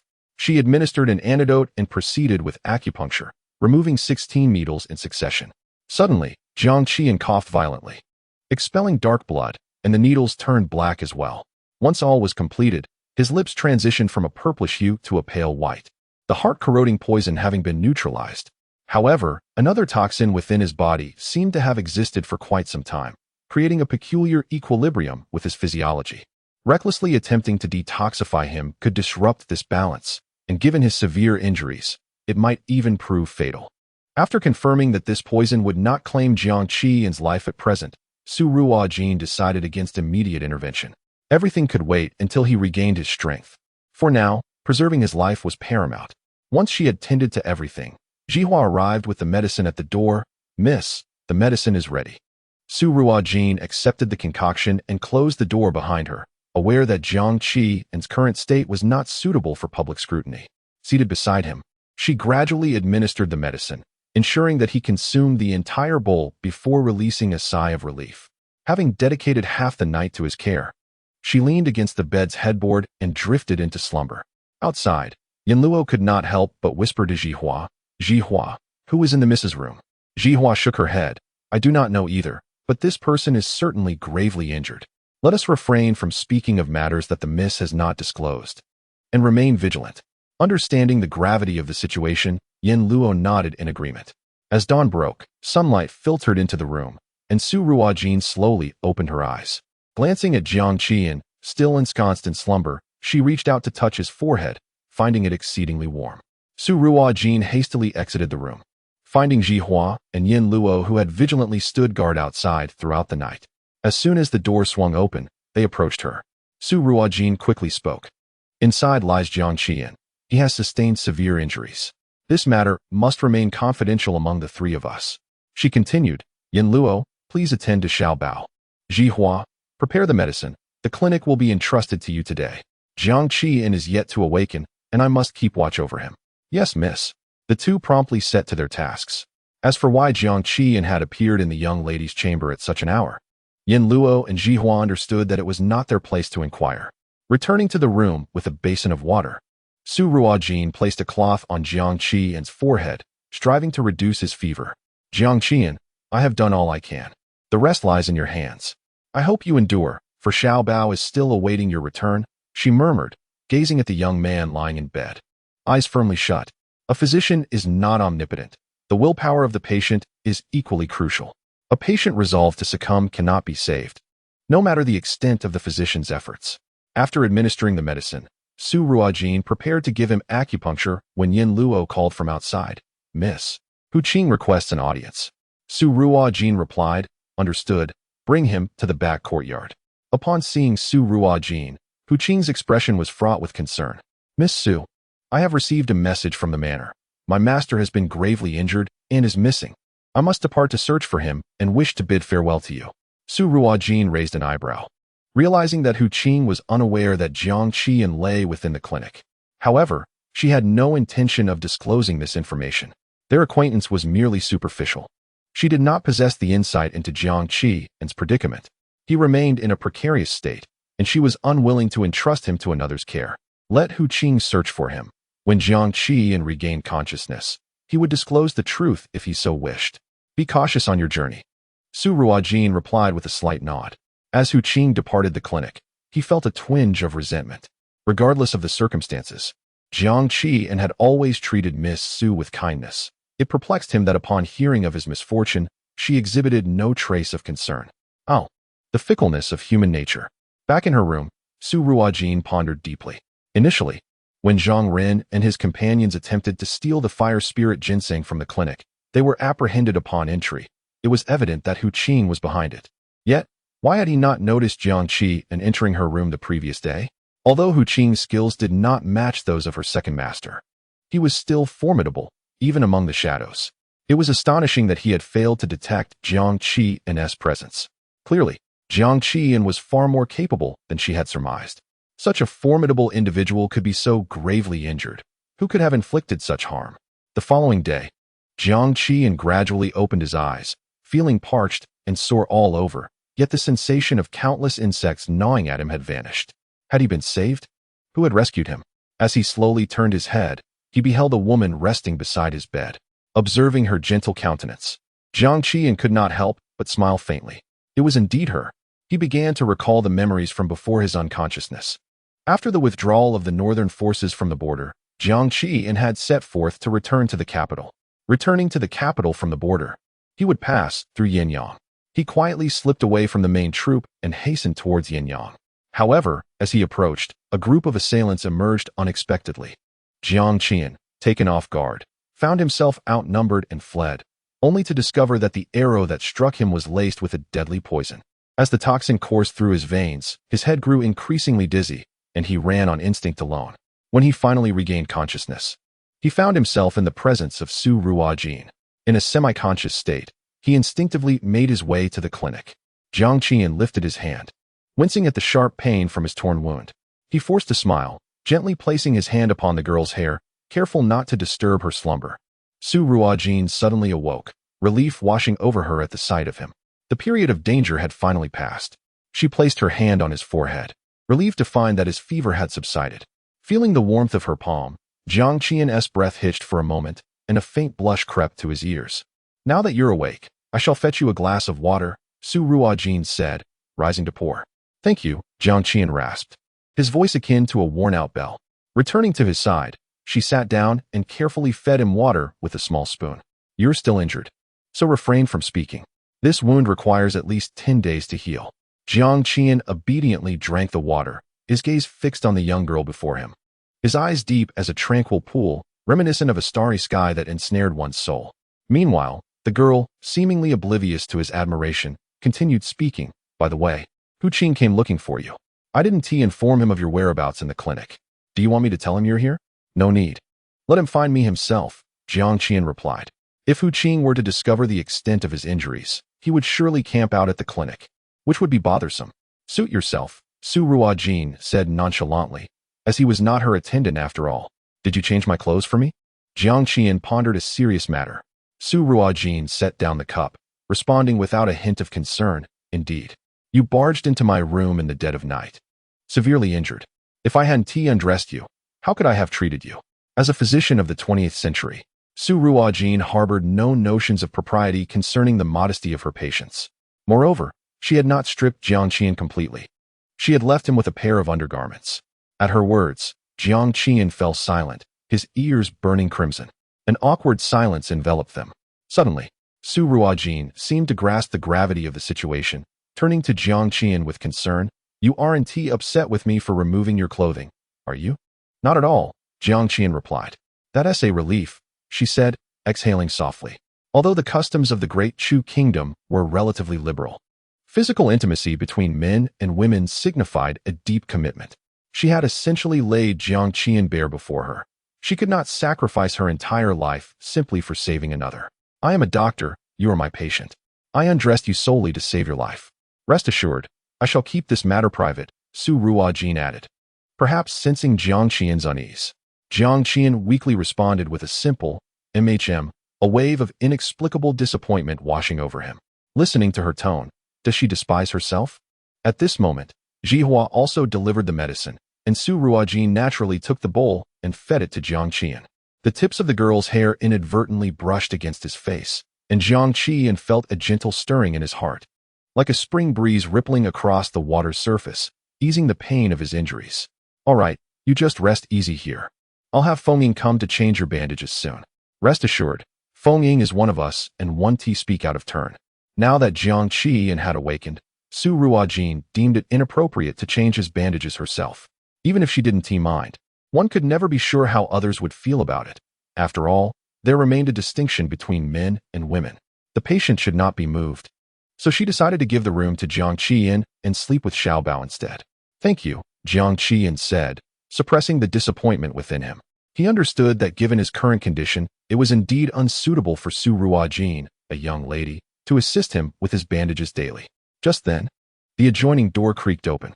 A small figure stood in the doorway, gazing at Jiang Qian with terror etched across his face, tears brimming in his eyes, his tiny frame visibly trembling. Xiao Bao, what are you doing here? Su Ruojin hurried over and scooped him up. Yen Luo followed closely behind, her expression apologetic. Miss, there was a matter at the medical hall, so I placed Xiao Bao in old Madame Lin's room. I didn't expect he would run back here. Su Ruojin had feared that Xiao Bao would be frightened upon seeing Jiang Qi and so grievously injured, and thus had asked Yen Luo to take him to the old Madame's quarters, intending to bring him back only after he had fallen asleep. Yet, she had not anticipated that he would come back on his own today. Xiao Bao leaned against Su Ruojin's shoulder, crying silently, his body quaking. Su Ruojin softly comforted him. Xiao Bao, it's all right, it's all right. Your uncle's injuries have been treated by your sister, and he will recover soon. Jiang Qian, seeing Xiao Bao in such distress, felt his heart soften. Don't worry, your uncle is fine. Su Ruojin gently placed Xiao Bao beside Jiang Qi and Xiao Bao reached out to touch Jiang Qian's hand. His movements so delicate as if he feared to inflict pain. Jiang Qian smiled warmly, lifting his hand to caress Xiao Bao's small head. Your uncle is fine. Once I'm better, I'll take you out for a boat ride. Uncle, Xiao Bao suddenly uttered those two syllables. The three present were taken aback. Jiang Qian, momentarily forgetting his injuries, gazed at Xiao Bao with excitement, his voice trembling slightly. What did you say? Please say it again. Cough, cough. Repeat that. Xiao Bao seemed to exert great effort, squeezing out a single word from his throat. Uncle. Having not spoken in a long time, his voice resembled that of a toddler just learning to talk. The pronunciation was not entirely clear. Yet it was evident what he meant. Miss Su, can speak now. Cough, cough. Can speak now. Cough, cough. Jiang Qian exclaimed, looking towards Su Ruojin. She too wore a look of relief. Finally, Xiao Bao was willing to speak. Once this step was taken, it was merely a matter of time before his condition improved. Soon, Xiao Bao would be a healthy child. At that moment, Feng Ying entered with a wooden tray holding a small medicine bottle. Miss, I'm here to change young Master Jiang's bandages. Very well, thank you for your efforts. Young Master Jiang, please allow me to change your bandages, and I shall return shortly. Su Ruojin departed with Xiao Bao, closing the door behind her. Feng Ying unwrapped the bandages that were tightly wound around Jiang Qian's body and proceeded to administer the medicine anew. Young Master Jiang, do you know who inflicted such brutality upon you? Had it not been for the young lady, you might have lost your life. Feng Ying spoke while tending to his wounds. The identity of my assailant remains unclear. Indeed, it was Miss Su who saved my life, Jiang Qian admitted with composure. Young Master Jiang, I am unaware of your background, nor do I wish to delve into it. However, our young lady has always sought a life of tranquility. Given the severity of your injuries, it is evident that your enemies are formidable. I hope that upon your recovery, you will vacate the clinic to avoid bringing unnecessary trouble upon us. Feng Ying's words were laced with a sense of detachment and coldness, which Jiang Qian could discern. Is that your sentiment, or that of your young lady? He inquired. The distinction is inconsequential. I simply wish to prevent any disturbances for the young lady due to unrelated individuals. I trust that you are not one to repay kindness with malice. Feng Ying replied coolly. Feng Ying harbored a palpable animosity, a sentiment Jiang Qian readily understood as he noted the way Feng Ying regarded Su Ruojin. However, Feng Ying had not erred in one aspect. His adversaries indeed posed a significant threat. Should he remain in the clinic, it was conceivable that they would come searching for him. Young Master Feng, once I am able to rise from this bed, I shall take my leave. Jiang Qian stated. That is agreeable. I shall devote myself to ensuring your recovery, allowing you to regain your strength swiftly, Feng Ying said before departing after dressing Jiang Qian's wounds. Meanwhile, upon learning that Xiao Bao could speak, old Madame Lin was overjoyed and wished for Xiao Bao to call her grandmother. However, Xiao Bao remained silent, closing his mouth tightly. Old Madame Lin felt a twinge of disappointment. Su Ruojin smiled gently. Grandmother, it is a remarkable milestone that Xiao Bao can articulate words at all. He may not have much to say just yet. Let us afford him a little more time. After all, he has yet to call me sister.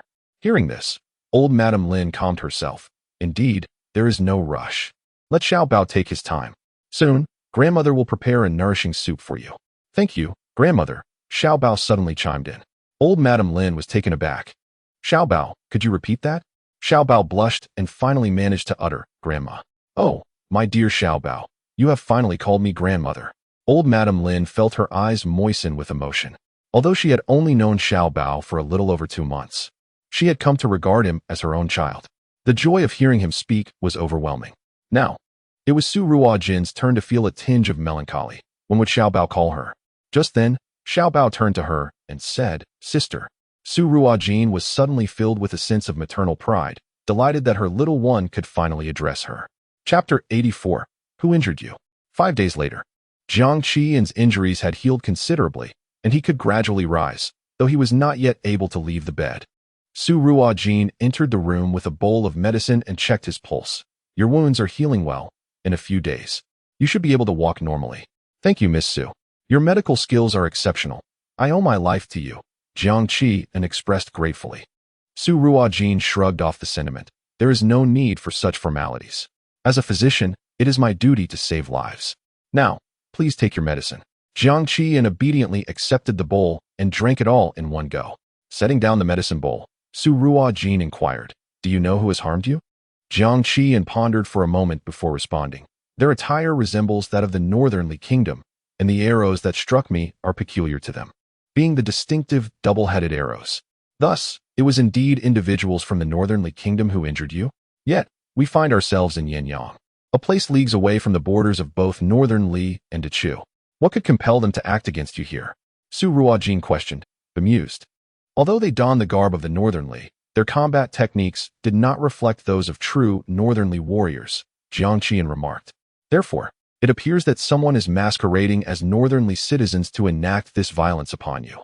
Jiang Qian, what is your true identity that compels others to conspire against you so meticulously? Su Ruojin expressed her astonishment. Jiang Qian fell silent, contemplating whether he should divulge his true identity. Would she still regard him as a friend upon learning of it? Would it create an insurmountable distance between them? Or might his identity bring about unnecessary complications for her?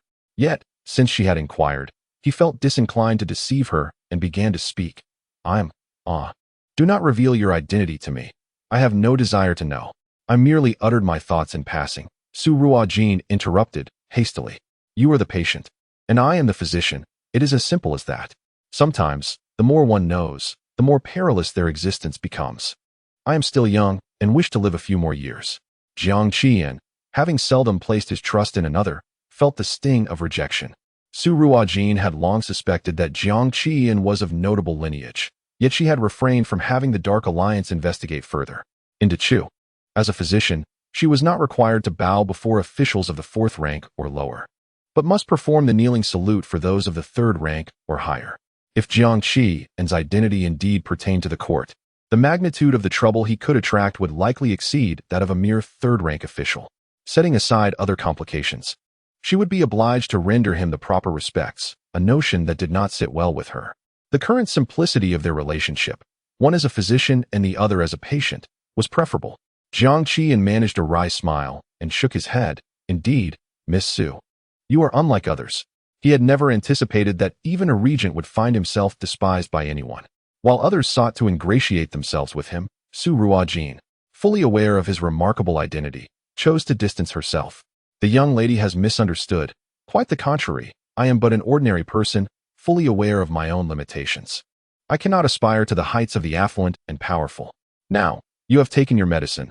Rest well, for ample sleep benefits the healing of wounds. After imparting her instructions, Su Ruojin rose to leave, leaving Jiang Qi and with an expression of helplessness. Upon exiting the room, she spotted Xiao Bao standing outside, gazing intently at the door. Xiao Bao, ever considerate, stood vigil in silence, fearful of disrupting her uncle's recovery. Feeling a pang of sympathy, Su Ruojin knelt beside him. Do not worry, Xiao Bao, your uncle's wounds are healing splendidly. In a few days, he shall be able to walk unaided. Xiao Bao nodded, taking Su Ruojin's hand as they departed together. By the time they bloomed on the branches, Jiang Qi was able to walk unassisted, no longer needing support.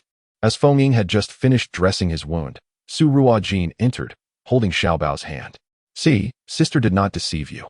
Your little uncle can walk by himself now, can't he? Xiao Bao squinted his beautiful eyes and approached Jiang Qian, gently lifting his hand. Jiang Qian spoke softly. Dear, do not worry. Your little uncle is already well. Xiao Bao nodded, Uncle good. At present, Xiao Bao could only articulate brief phrases, unable to form complete sentences.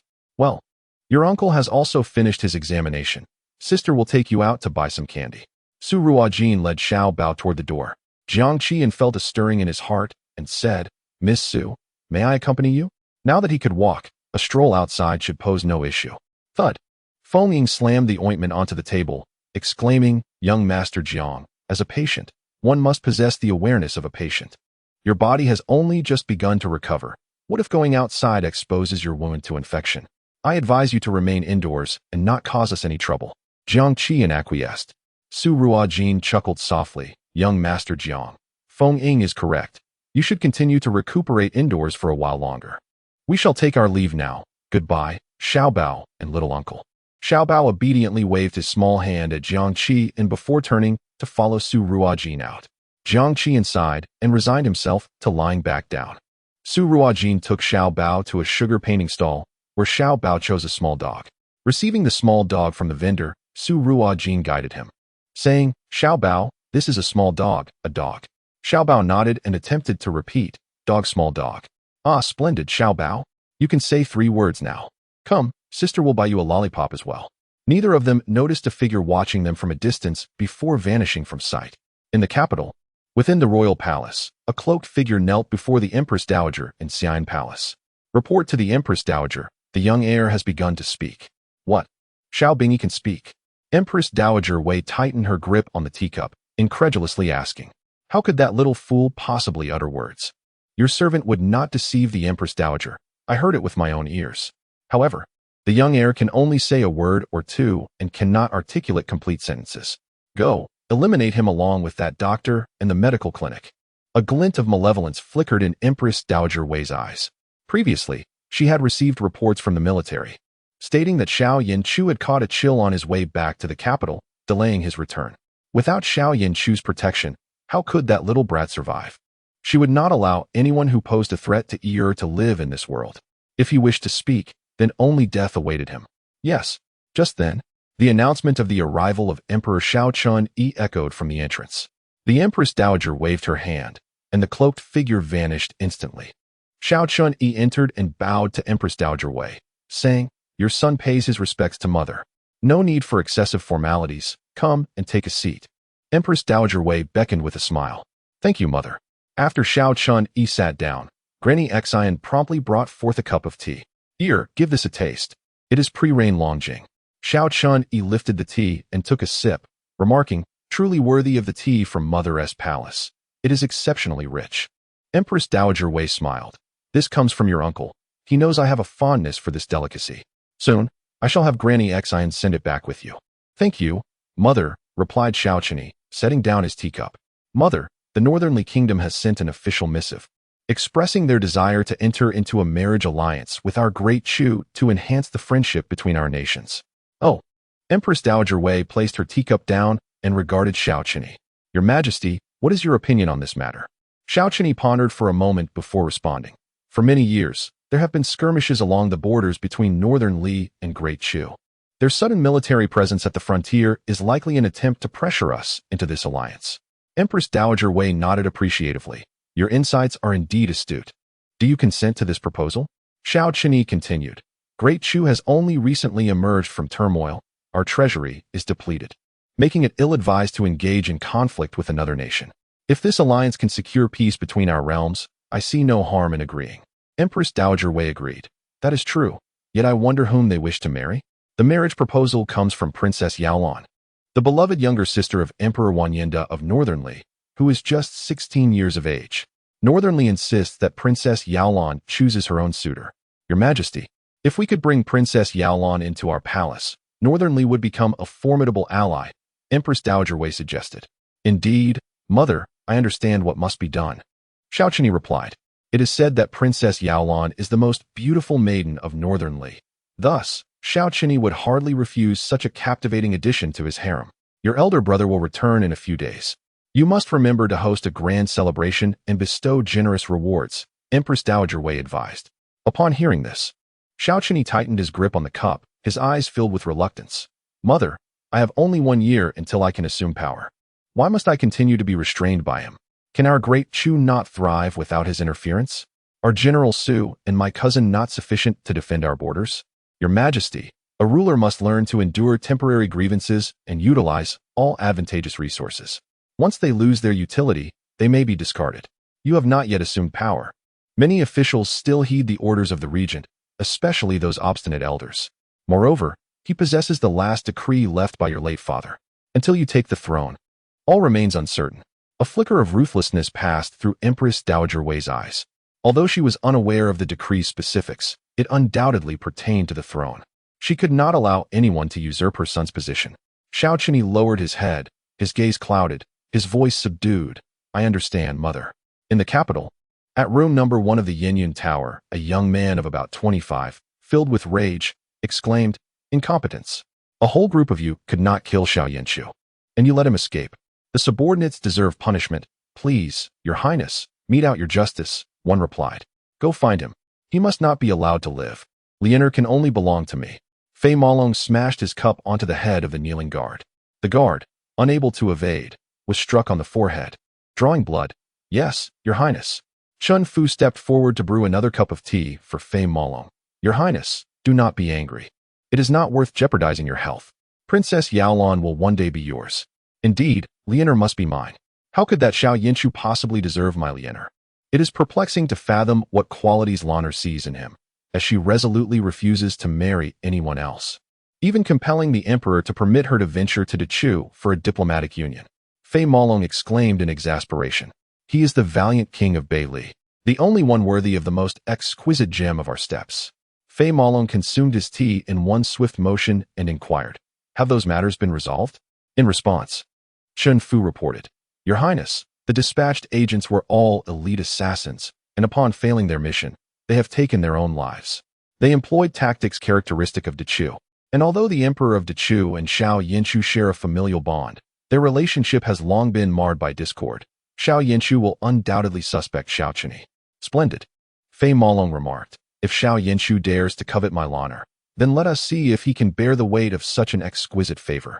Your Highness, a scout has delivered news that Dechu has consented to the union, and the princess will soon embark on her journey to Dechu, Chun Fu conveyed.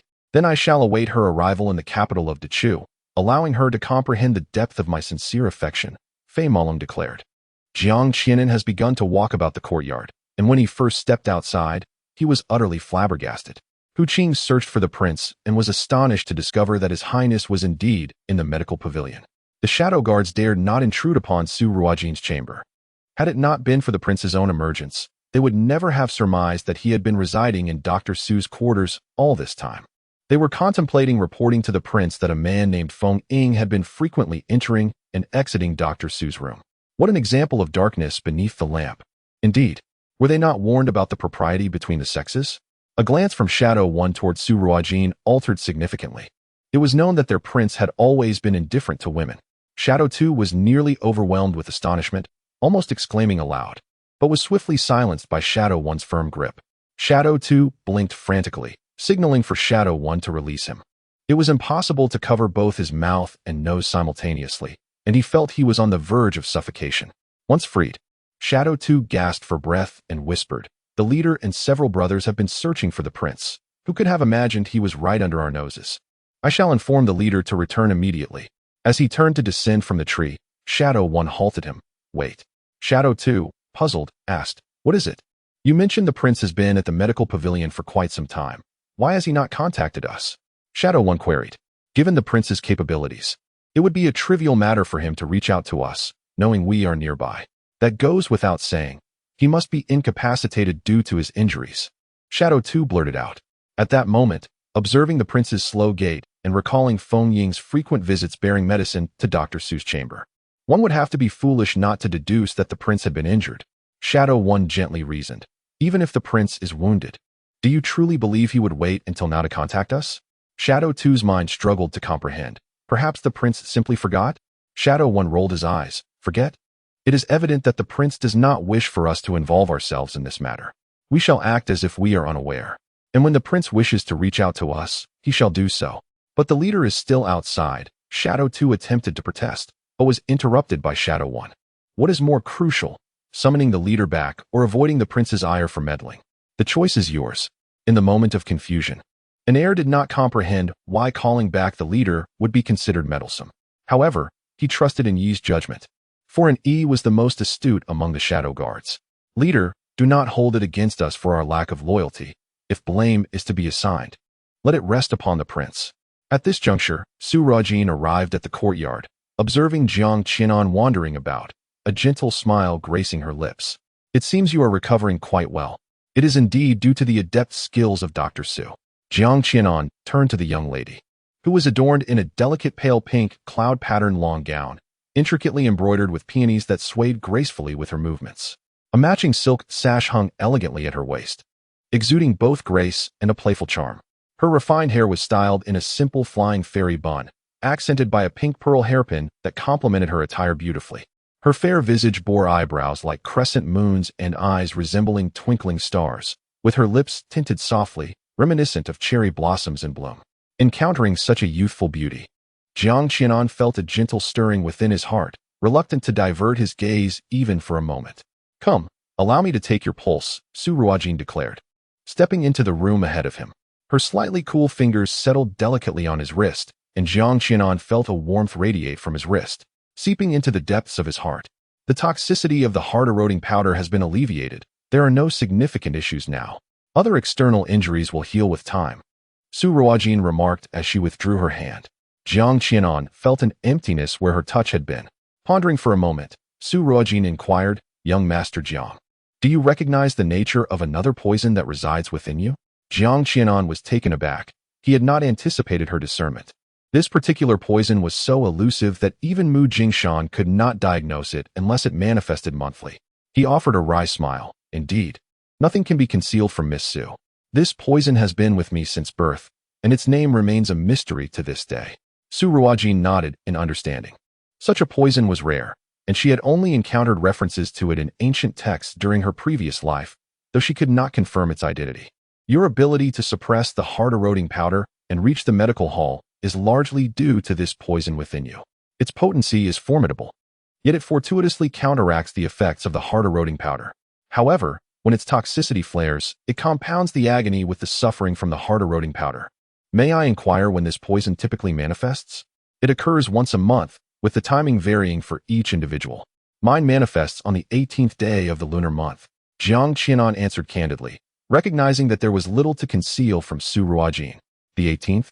That is tomorrow evening. Is it true that each time the poison strikes, the dark line on your wrist ascends slightly?" Su Ruojin continued to explore her thoughts. "Yes, Mu Jingshan said that if the black line reaches the spiritual platform, it will signal my demise," Jiang Qianan replied calmly, as though recounting someone else's plight, detached from his own fate. Su Ruojin had already observed this dark line while treating his injuries. It was still a considerable distance from the spiritual platform. "How much time remains?" she asked. "For years," Jiang Qianan responded. Upon hearing there were still 4 years left, Su Ruojin breathed a sigh of relief. There was still time. She refused to believe that, with her capabilities, she could not devise an antidote within that span. "Very well. I shall watch over you tomorrow evening and endeavor to alleviate your suffering during the onset of your affliction. I will prepare some herbs, and, when the time comes, I shall draw your blood to ascertain the nature of the poison." With that, Su Ruojin rose to depart. She needed to return to Muin village to consult with her master regarding this toxin. As she watched the young girl's retreating figure, Jiang Qian was lost in thought. He had intended to leave today, as over the years. It was Mu Jingshan who had suppressed his poison whenever it flared up. Perhaps he should allow her to attempt it? After lurking in the trees for some time, an heir finally caught sight of the familiar gestures of the prince. He felt a rush of excitement. The prince had finally remembered them. Their leader would no longer need to scurry about. In the regent's residence, Mu Jingshan was as restless as an ant on a hot pan, incessantly pulling at Shun Yu and asking, "Is there still no news of the prince?" Shun Yu shook his head. He had dispatched everyone within the borders of Dechu to search, yet there had been no word. "What shall we do? Today is the 18th. The poison manifests every month on this day, and the prince must soak in the hot springs and receive acupuncture to detoxify. Otherwise, he may succumb to the agonizing pain and lose his sanity. I shall also seek assistance. You must ensure that the Empress Dowager remains unaware of this matter." Shin Yu recognized the urgency and dared not delay. "Here, take this medicine. If you find the prince and cannot return in time, it may alleviate his condition enough for him to endure until he reaches the palace." Mu Jingshan handed a vial of medicine to Shin Yu. "Very well. I shall depart immediately." Just as Shin Yu exited the door, he encountered Hu Qing striding purposefully towards him. "I have met with young Master Shun," Hu Qing greeted.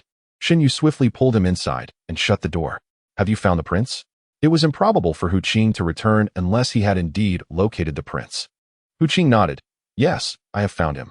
Hearing this, Mu Jingshan sank into a chair, elated. "Splendid. Where is he? Where is he?" Although Hu Qing had returned, he had not seen Xiao Yanqiu. Upon mentioning this, Hu Qing's expression darkened. He had not anticipated that the prince he had searched for so diligently would be at Ren'ai Tang. "The prince is at Yanyang Ren'ai Tang." "What? The prince is still in Yanyang? Why did you not bring him back?" Mu Jingshan was frantic. Even if one traveled nonstop from Yanyang to the capital, it would take at least 10 hours, and with only 4 hours remaining until Zishur, time was of the essence. "The prince instructed me to return and assure you not to worry. This month, Dr. Su will attend to him." Hu Qing conveyed the prince's decision. "What?" Mu Jingshan could scarcely believe it. This is madness. Though Dr. Su possesses some medical skills, she has no understanding of the severity of the poison afflicting the prince. A moment's inattention could cost him his life. Upon hearing Mu Jingshan's words, Shin Yu and Hu Qing grew anxious. Hu Qing's voice trembled with distress. "What shall we do? Even if we rush there, it may be too late. Regardless, we must make haste. Young Master Shun, I implore you to lend me your steed, the prized blood horse, so that I may race to Yanyang. There may yet be hope." Mu Jingshan disregarded everything else in his urgency. "Time is of the essence. Every second counts.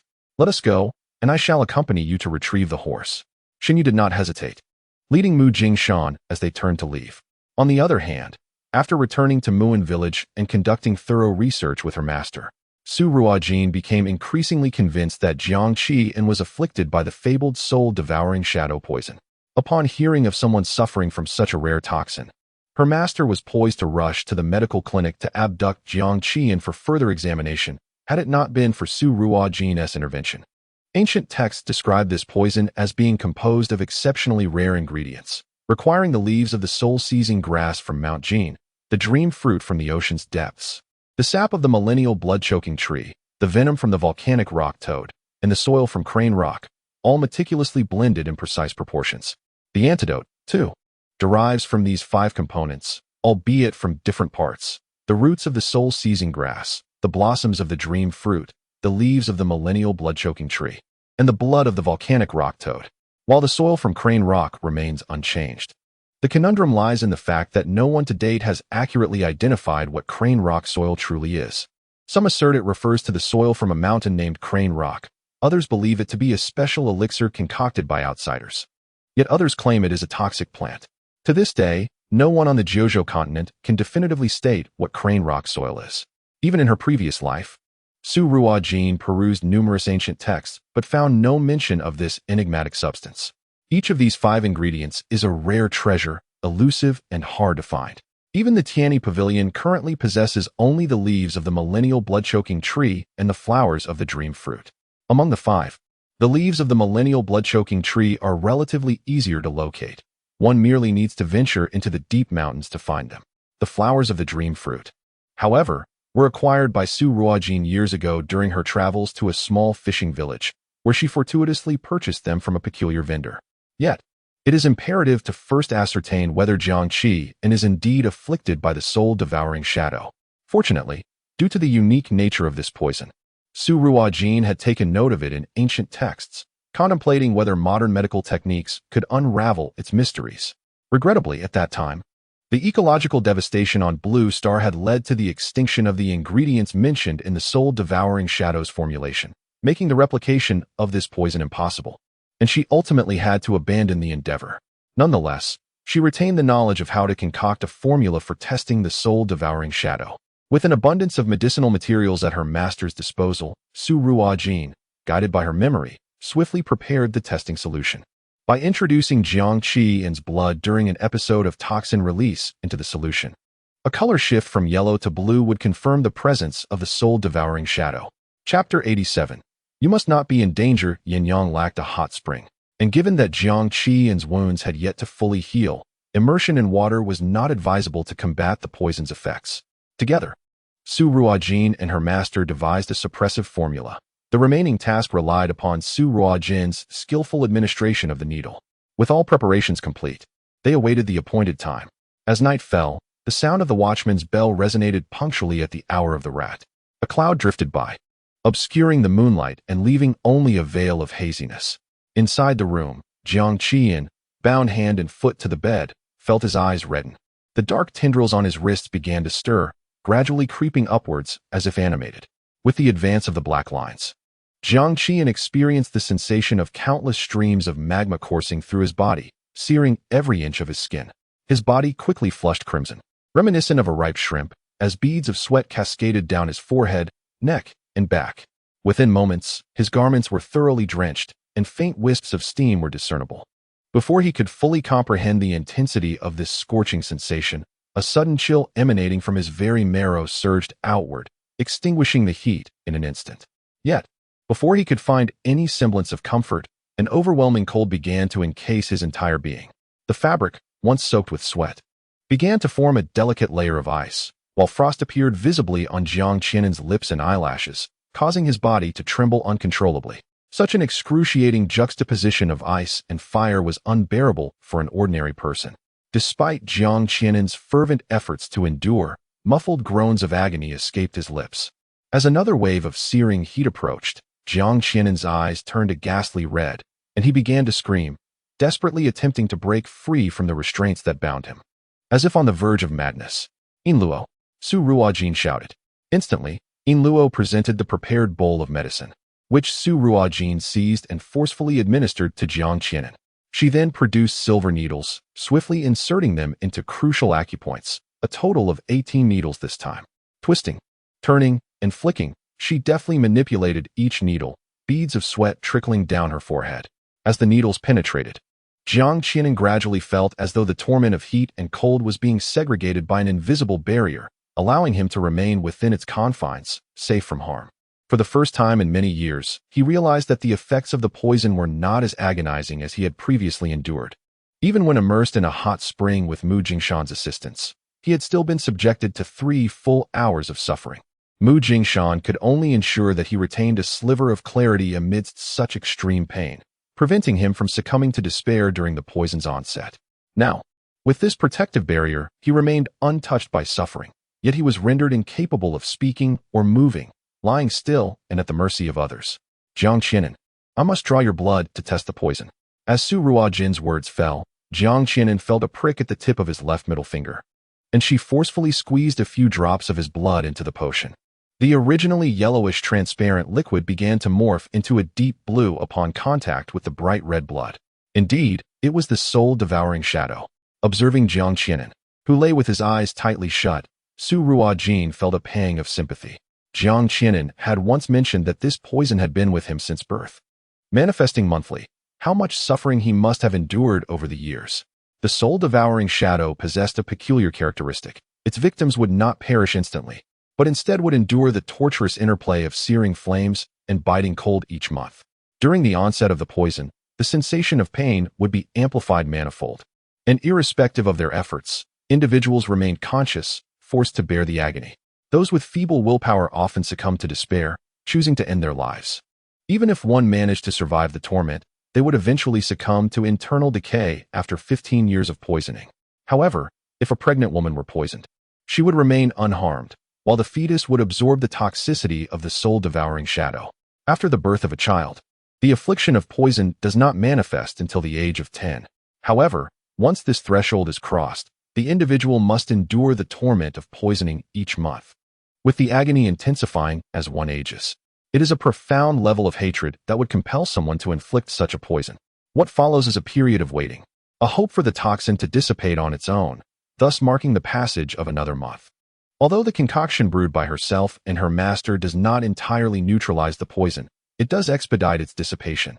This small assurance gives Su Ruojin a semblance of confidence. As she accepted the tea offered by Ji Hua and took a sip, the sounds of a scuffle erupted outside, accompanied by flickering flames. "The water has spilled," someone shouted, only to be abruptly silenced by a muffled groan, suggesting injury. A whistling sound pierced the air, followed by a thud. Su Ruojin witnessed a fire arrow strike the window, igniting the paper that covered it in an instant. Her brow furrowed in concentration as she quickly commanded, "Feng Ying, keep an eye on Jiang Qian. Yin Luo, tend to Xiao Bao, and Ji Hua, attend to the old lady and Yuan Hong. Act according to the situation." "Yes, miss." The trio recognized the urgency and immediately sprang into action. Su Ruojin dashed out of the room, only to find 6 masked figures perched on the roof of the clinic, launching fire arrows at the establishment. In the courtyard, around 10 similarly masked individuals were engaged in a fierce struggle with a group of unfamiliar faces. Although Su Ruojin had never witnessed a battle involving the black-clad assailants, it was evident they were there to protect the clinic, likely sent by Jiang Qian. As someone attempted to ascend to the roof to confront the archers, they were swiftly intercepted, leaving them unable to assist. Meanwhile, another wave of black-clad figures brandished swords, advancing towards various rooms, seemingly in search of someone. "Jiang Qian, oh Jiang Qian, what is your true identity to warrant such a massive mobilization aimed at your demise?" Without further deliberation, Su Ruojin drew forth silver needles from her cloak and hurled them at the 6 figures on the roof. They emitted a grunt and toppled from their perch, motionless. The servants, awakened by the commotion, prepared to extinguish the flames, but the black-clad assailant struck at anyone in sight. Su Ruojin shouted, "Do not come out. Lock the doors." Upon hearing their mistress's voice, the servants complied, retreating to secure the doors. Some, displaying quick wit, doused the newly ignited flames using water or blankets from within the rooms. Su Ruojin called out to the black-clad figures, "Come at me if you dare, vile woman, seeking death." A few of the assailants charged at her with swords drawn. Dark E, engaged in combat, felt a surge of panic at this sight and attempted to rush towards Su Ruojin, only to be blocked by 2 adversaries. He could only shout, "Protect Miss Su." Understood. Dark Air, Dark San, Dark Wu, and Darkshire all sought to reach Su Ruojin, yet they found their paths obstructed by the black-clad warriors, whose martial prowess evidently matched their own. The turmoil outside reverberated within the confines of the room, prompting Yin Luo to gently cover Xiao Bao's ears, fearing he might be disturbed. Meanwhile, Ji Hua and Yuan Hong were keeping a vigilant watch over the old lady, who, despite her concern for Su Ruojin, was restrained by Ji Hua, who insisted, "Old madam, there is no need to worry about the young lady. If you venture out, it will only distract her from ensuring your safety." Madame Lin was not an obstinate old woman. She recognized the truth in Ji Hua's words and settled down, anxiously listening to the commotion outside. Jiang Qian also heard the sounds, yet he found himself utterly immobile, unable even to open his eyes, and could only await with trepidation and prayer. "Su Ruojin, you must not come to harm." Chapter 88. Jiang Qian must compensate. Several figures clad in black rushed towards Su Ruojin, brandishing knives. In the next instant, the 3 leading men clutched their midriffs in disbelief, slowly collapsing, their faces turning an ashen hue. Poison. It was poison. This wretched woman knows how to use poison. Retreat, quickly retreat. The followers behind them reacted swiftly, drawing back in alarm. One of them extracted a small crossbow from his sleeve and aimed directly at Su Ruojin. If poison could not be used up close, then they would attack from afar. At such a close range, could this delicate girl possibly evade the bolt? Yet, to their astonishment, as the bolt was released, Su Ruojin effortlessly pivoted, evading the projectile. What appeared to be a simple maneuver was executed under the pressing circumstances of a rapidly released bolt. A person untrained in martial arts could never accomplish such a feat in such a brief span of time. As the saying goes, a true expert reveals their skill at once. The black-clad men stood dumbfounded. Why had no one informed them that this girl possessed martial prowess? In a tit-for-tat exchange, Su Ruojin raised her eyelids slightly, launching several silver needles once more. The four black-clad men before her crumpled again, their faces now etched with disbelief. With a casual gesture, Su Ruojin retrieved a piece of dried apricot and popped it into her mouth, savoring its perfectly balanced sweet and sour flavor, her beautiful eyes narrowing in delight. Leaning against a pillar, she called out amidst the chaos. "Hey, you there? Just kick him below the belt." "Yes, that's right, clever. The one by the wall. Strike his left shoulder, he's injured there. Oh, and be careful not to step on the grass by the wall. I just planted it."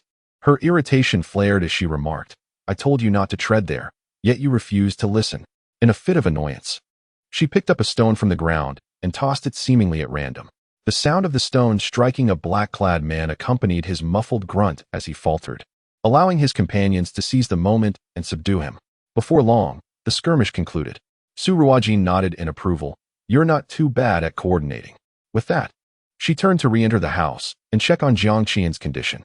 The remaining foes were Jiang Qian's men, and since they were targeting him, she felt no need to concern herself with the aftermath. However, as she pivoted, a series of muffled groans reached her ears. Turning back, she was met with the sight of all the captured black-clad men, each biting down on poison capsules to end their own lives. They were all death warriors. Sighing, Su Ruojin thought, what a nuisance.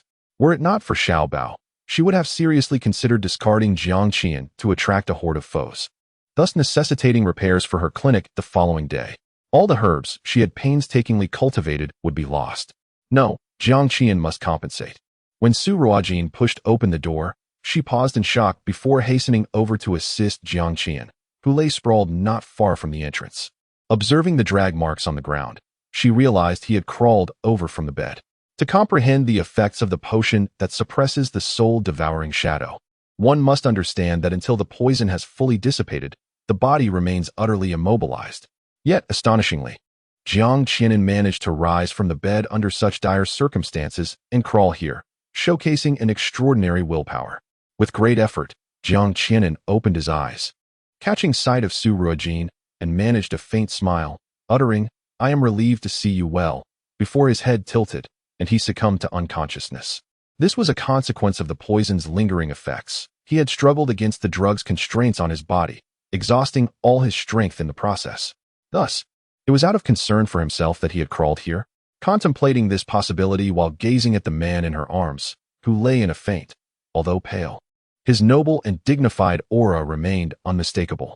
A feather-like sensation brushed against Su Ruojin's heart, but she swiftly dismissed it, dragging him back to bed and checking his pulse. The two energies have been suppressed. It seems you are not in such agony anymore. Once the poison recedes, you shall awaken. Confirming that Jiang Qian was stable, Su Ruojin tucked him in with a blanket and proceeded to check on Little Bao and old Madame Lin. Little Bao was still peacefully asleep, undisturbed by the commotion outside. Such is the blessing of childhood slumber. Old Madame Lin, clutching her chest, felt her heart racing. "Xiao Jin, what on earth is happening? Why would anyone want to burn down the clinic?" "Grandmother, it's all right. Our clinic is not easily breached by just anyone. As you can see, everything is fine now." Su Ruojin reassured her. Those individuals were likely targeting Jiang Qian. Once he departs, all will return to normal. Who exactly is Jiang Qian? Old Madame Lin began to perceive that Jiang Qian's identity was not ordinary.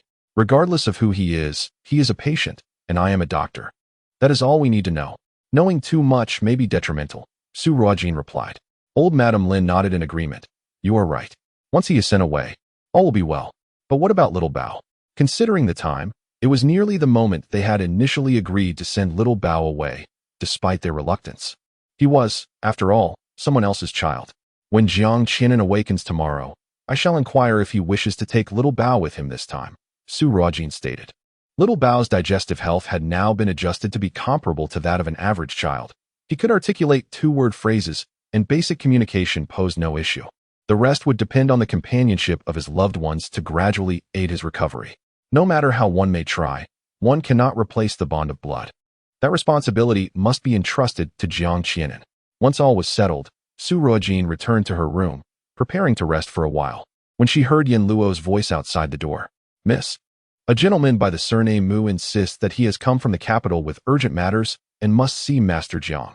A gentleman from the capital named Mu? Could he be related to the Jiang family?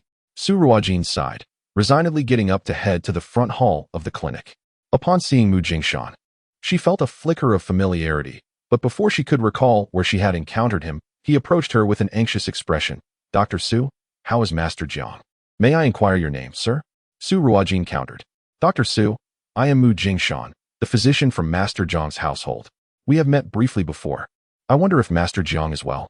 Mu Jingshan was uncertain about the current situation of his lord and did not dare to inquire directly, as he was aware that no more than 5 individuals would succumb to poisoning each month. Upon hearing Mu Jingshan's words, Su Ruojin recalled having encountered him during the treatment of old Master Su.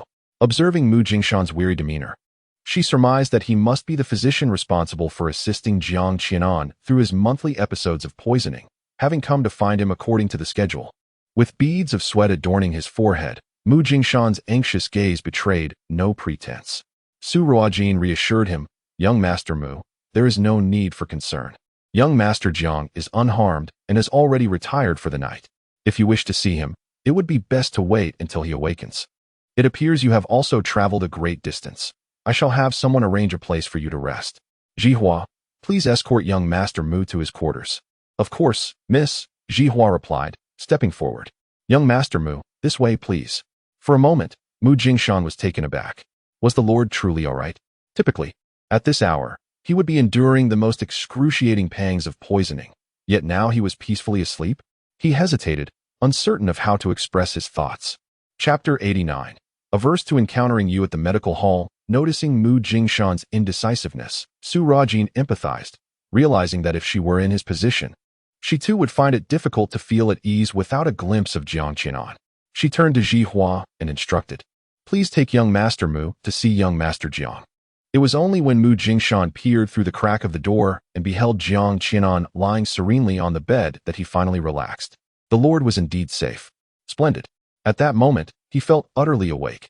Had Su Ruojin not already retired to her chambers, he would have inquired about the method she employed to save the Lord. Previously, during the Lord's poisoning episodes, he had initially managed to restrain the toxin's effects through Jiang Qianan's sheer willpower, but later on, the Lord would enter a frenzied state, necessitating that Mu Jingshan bind him in the hot spring, gag him to prevent self-harm, and wait until the toxin's grip subsided. It was unfathomable that he could now sleep so peacefully. One could only wonder how Mu Jingshan would feel if he knew that his lord was still in a state of unconsciousness, unaware of the world around him. Nonetheless, even in a state of coma, it was certainly preferable to the torment of awareness.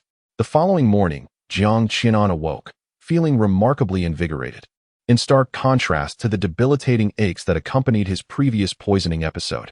As he opened his door, he was greeted by the sight of Mu Jingshan waiting outside. Jingshan, what brings you here? He asked, recalling that he had instructed Hu Qing to relay a message back. Mu Jingshan quickly bowed. I have come to see you. Young Master Jiang, I could not rest easy. Jiang Qianan understood his concern and nodded in acknowledgement. Your thoughtfulness is appreciated. At that moment, another door swung open, and Su Ruojin emerged, greeting the two with a smile. Good morning, young Master Jiang, young Master Mu. How do you fare today? Thank you, Miss Su. I am well. Jiang Qianan replied sincerely. Su Ruojin waved her hand dismissively. There is no need for thanks, as long as you are well. However, you may notice that my courtyard was left in a disarray overnight, and some individuals were injured due to the chaos. The expenses for repairs and their medical treatment. I fear, young Master Jiang. Before she could finish her sentence, both men understood the implication of her words. Mu Jingshan was momentarily taken aback.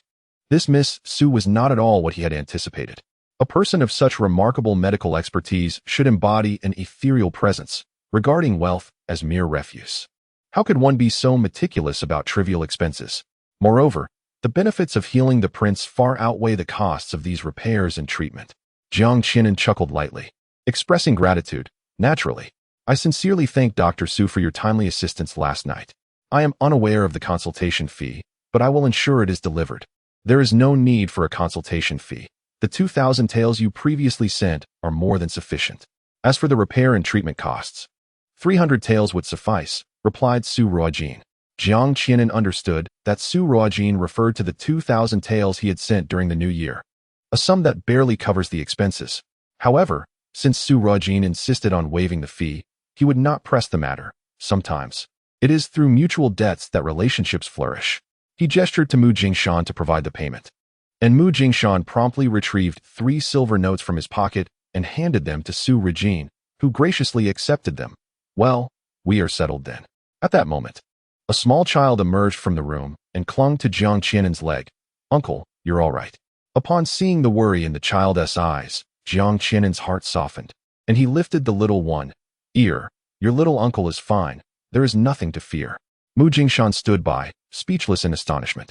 The child, appeared significantly plumper and taller than the last time he had seen him, with a rosy complexion. Most notably, could speak. Yet, no one had informed him of this development. Young master, can speak now, Mu Jingshan exclaimed. Jiang Qianan shot him a glance. He has always been able to speak. Filled with excitement, Mu Jingshan grasped Su Ruojin's wrist. Dr. Su, how did you teach to speak? Could you share your wisdom with me? Jiang Qianan observed Mu Jingshan holding Su Ruojin's hand, a flicker of coldness in his eyes as he remarked, Mu Jingshan, I am perfectly well now. You may return home. Mu Jingshan looked incredulously at his prince. Your Highness, do you possess no conscience? I hurried here out of concern for you last night, and now you wish for me to leave? Furthermore, he yearned to seek medical knowledge from Su Ruojin. I shall not return, absolutely not. Mu Jingshan relinquished Su Ruojin's hand and pleaded, Young master, everything is well at the residence. May I stay? I wish to consult Dr. Su regarding a few matters. Just 1 month. I will return after a month. Jiang Qianan said nothing, his gaze icy upon Mu Jingshan. The latter quickly amended. No, 15 days. 10 days would suffice. Or even 7 days, 3 days. My lord, just 1 day? Surely that would be acceptable, and I shall return tomorrow. With a pitiful expression, Mu Jingshan looked at Jiang Qianan, realizing he could not reduce his request any further. Jiang Qianan cast him a sidelong glance, cradling as he turned to leave. When I awake tomorrow, I do not wish to see you in the medical hall. Mu Jingshan sensed his prince's displeasure, and it appeared directed at him. However, he had only just reunited with Jiang Qianan and had scarcely spoken a few words. What had he done to offend? Fortunately, he still had a day's time. He turned to Su Ruojin with a humble expression. Dr. Su, I have an earnest request. Might you enlighten me on how to cure speech delays, and how you managed to calm young Master Jiang last night? Mu Jingshan was uncertain about how much Su Ruojin understood regarding the poison that afflicted the prince. Thus he spoke with great tact. Noticing Su Ruojin's silence as she bowed her head, Mu Jingshan realized that he had been rather abrupt, feeling a twinge of embarrassment. It is well known that every physician possesses their own exclusive treatment secrets, which are often closely guarded. Many esteemed medical families thrive for centuries based solely on a singular healing technique. To inquire so recklessly about another's secret was, evidently, to place Su Ruojin in a difficult position. Hastily, Mu Jingshan offered his apologies. Dr. Su, I sincerely apologize, I was too forward. Perhaps I should first administer the needle technique and seek your guidance. Before he could finish, Su Ruojin interjected, Master Mu, you misunderstand me. I was merely contemplating how to impart all of this knowledge to you within a single day. After all, the subject at hand was extensive, and Mu Jingshan had but 1 day to remain in Yanyang, leaving insufficient time. This time, it was Mu Jingshan who was taken aback. Did Dr. Su truly intend to teach without hesitation? How about this? I shall write down the prescription, the needle techniques, and the dietary recommendations used for ER. With your capabilities, I am confident that a mere glance will suffice for your understanding. Regarding Master Zhang's ailment, I can provide you with the prescription, and I will sketch a diagram for the needle application, detailing the steps involved. Subsequently, I shall have Feng Ying bring a straw man for demonstration. What do you think? This was the swiftest method Su Ruojin could conceive. In her philosophy, there was never a notion of withholding knowledge, as long as the recipient possessed good character. The more individuals who are privy to certain techniques and prescriptions, the more lives could be saved. Furthermore, since Mu Jingshan accompanied Jiang Qianan and his ability to care for them in her absence would be invaluable, particularly in alleviating their suffering during poison crises. Splendid. This is truly wonderful. Dr. Su, I never imagined you to be a paragon of beauty and kindness. Mu Jingshan generously praised her. After uttering these words, he felt a sharp gaze directed at him and turned to see the prince, holding the young heir, observing him coldly from a distance. Surely, he had said nothing inappropriate. He merely complimented Dr. Su. Why then was the prince displeased? Chapter 90. Boating in the ensuing moments. Mu Jingshan became too engrossed in studying the prescriptions and needle techniques provided by Su Ruojin to ponder the prince's thoughts. Remarkable. Truly remarkable. How could I have overlooked such brilliance? Mu Jingshan mused as he perused the materials. When Feng Ying brought forth the straw man, Su Ruojin demonstrated the techniques for him. While Mu Jingshan was in awe, he was also overcome with a sense of defeat. He could replicate the prescriptions, but Su Ruojin's needle techniques were not something one could master without a decade or more of practice. To suppress the prince's poison required the simultaneous application of 18 needles, a feat he was currently incapable of achieving. As a disciple of the ghost doctor, Mu Jingshan had prided himself on his medical skills, yet upon encountering Su Ruojin, he finally comprehended the notion that there is always someone more skilled. A mere 15-year-old girl wielded needle techniques that overshadowed all the physicians he had ever known. Were his master still alive, Mu Jingshan would not dare assert that his master could surpass this young lady in skill. After completing the demonstration, Su Ruojin put away her needles. That is approximately how it works. With a little practice, young Master Mu should be able to master it, she remarked. Mu Jingshan wore a pained expression. I am grateful for Dr. Su's esteem, but I must admit that this technique is beyond my immediate grasp. Su Ruojin smiled gently. With more practice, you will surely succeed. In her previous life, she had been compelled by her grandfather to practice daily from the tender age of 3. After her rebirth, her master found fault with her precision and insisted on corrective training. Thus, combining both her past and present, she had honed her skills for nearly 40 years. By the way, if young Master Mu encounters a person of good character, you may also impart this technique to them, Su Ruojin suggested. Mu Jingshan paused for a moment, then straightened his attire, bowing respectfully to Su Ruojin. On behalf of all medical practitioners, I extend my gratitude to Dr. Su. This young lady, not only proficient in her craft, but also possessing a remarkably expansive heart, was indeed remarkable. While others might covet such extraordinary techniques, she willingly offered to teach them to others. How could he, Mu Jingshan, not hold her in high regard and admiration? Subsequently, he remained in his room, fervently practicing the technique on a straw dummy, with meals being delivered to him by Jihua.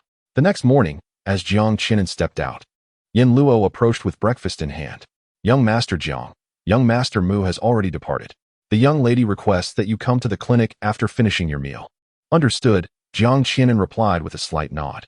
Upon arriving at the consultation room, he saw Su Ruojin just finishing up with an elderly patient. Please remember to take your medication on time and avoid spicy foods, she advised. Thank you, Dr. Su, thank you. Upon noticing Jiang Qinan, Su Ruojin gestured for him to wait.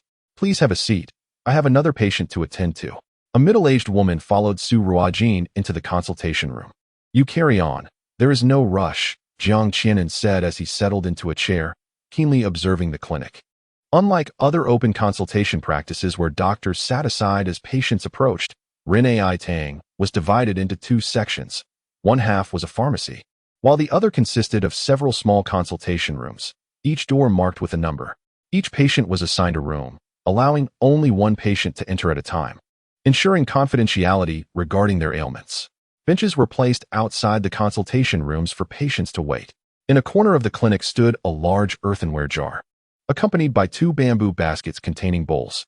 A sign hung nearby, stating, "Those thirsty may drink here. Take a bowl from the left, return it to the right." Each patient entering the clinic was approached by attendants who inquired about their ailments before issuing a wooden token with a number for the corresponding consultation room. The entire clinic operated with remarkable order, despite its slightly smaller size. Jiang Qinan found the innovative layout of Rin Ai Tang superior to that of the larger clinics in the capital. Had he not known otherwise, one would never suspect that such a well-organized clinic could be the creation of a young girl.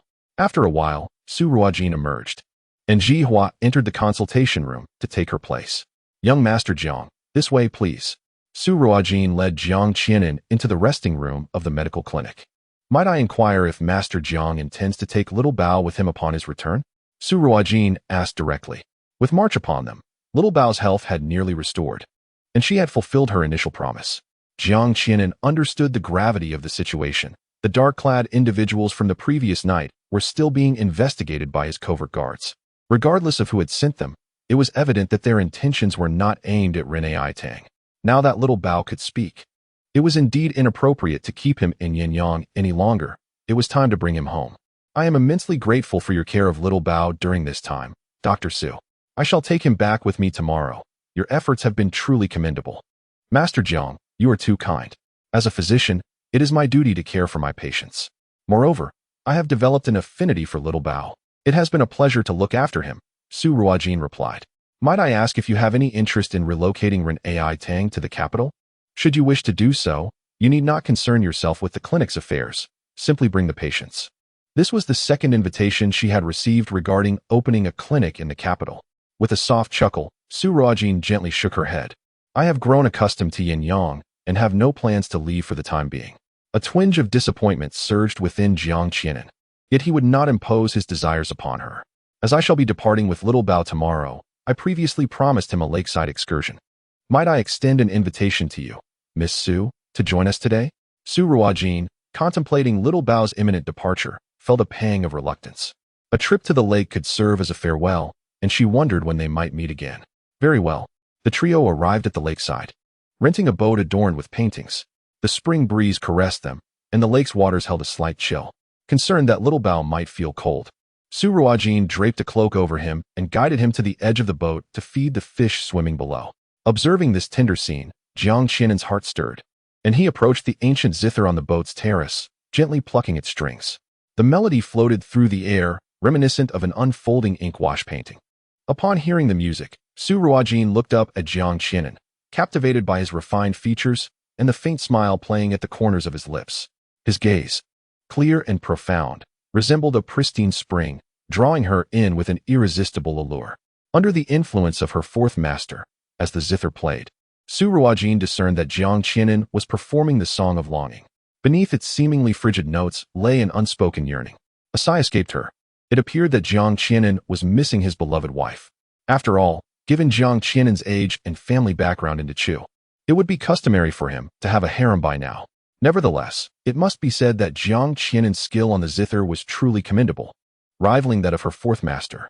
She wondered if her master would feel a sense of kinship upon meeting him. Suddenly, Jiang Qianan's hands pressed down upon the strings, abruptly ceasing the melody, his expression darkening with a flicker of malevolence. In the next moment, a volley of arrows rained down upon the boat, each one aimed directly at little Bao. Su Ruojin swiftly tore off her cloak, wrapping it around little Bao and rolling aside to evade the incoming projectiles. These assailants were targeting little Bao. Su Ruojin instantly realized the gravity of the situation and hurriedly took Xiao Bao into the cabin of the boat. A muffled groan echoed as the boatman was struck by an arrow, collapsing at the bow. Su Ruojin quickly instructed Xiao Bao to hide beneath the table and rushed out to pull the boatman back into the cabin. Jiang Qianan unsheathed the flexible sword at his waist, deflecting the incoming arrows. The pleasure boat was not far from the shore, and an E along with his companions lay in ambush. Witnessing the unfolding chaos, they swiftly emerged. Protect the prince and the young master. An E led several shadow guards towards the archers' concealed positions. At that moment, several figures clad in black leapt from the water at the bow, intent on storming the cabin. Jiang Qianan blocked their advance, while a few shadow guards leapt onto the boat, and a fierce battle commenced. At the stern, more black-clad assailants surged into the cabin. But before they could approach Su Ruojin, she had already succumbed to poison and lay lifeless. Su Ruojin embraced Xiao Bao, soothing him, "Do not be afraid, Xiao Bao. Your sister is here. I will not allow anyone to harm you." Initially trembling with fear, Xiao Bao gradually found solace, recalling his sister's words that a young man must not cower in fright. Despite their numbers, the black-clad attackers were no match for Jiang Qianan and the shadow guards. And soon the conflict was resolved. The shadow guards captured 3 alive, prompting Su Ruojin to caution, "Be wary of them swallowing poison." An air promptly dislocated their jaws to prevent them from biting down on the poison concealed within their teeth. Take them away and conduct a thorough interrogation. Ensure we uncover the mastermind behind this. Jiang Qianan commanded coldly.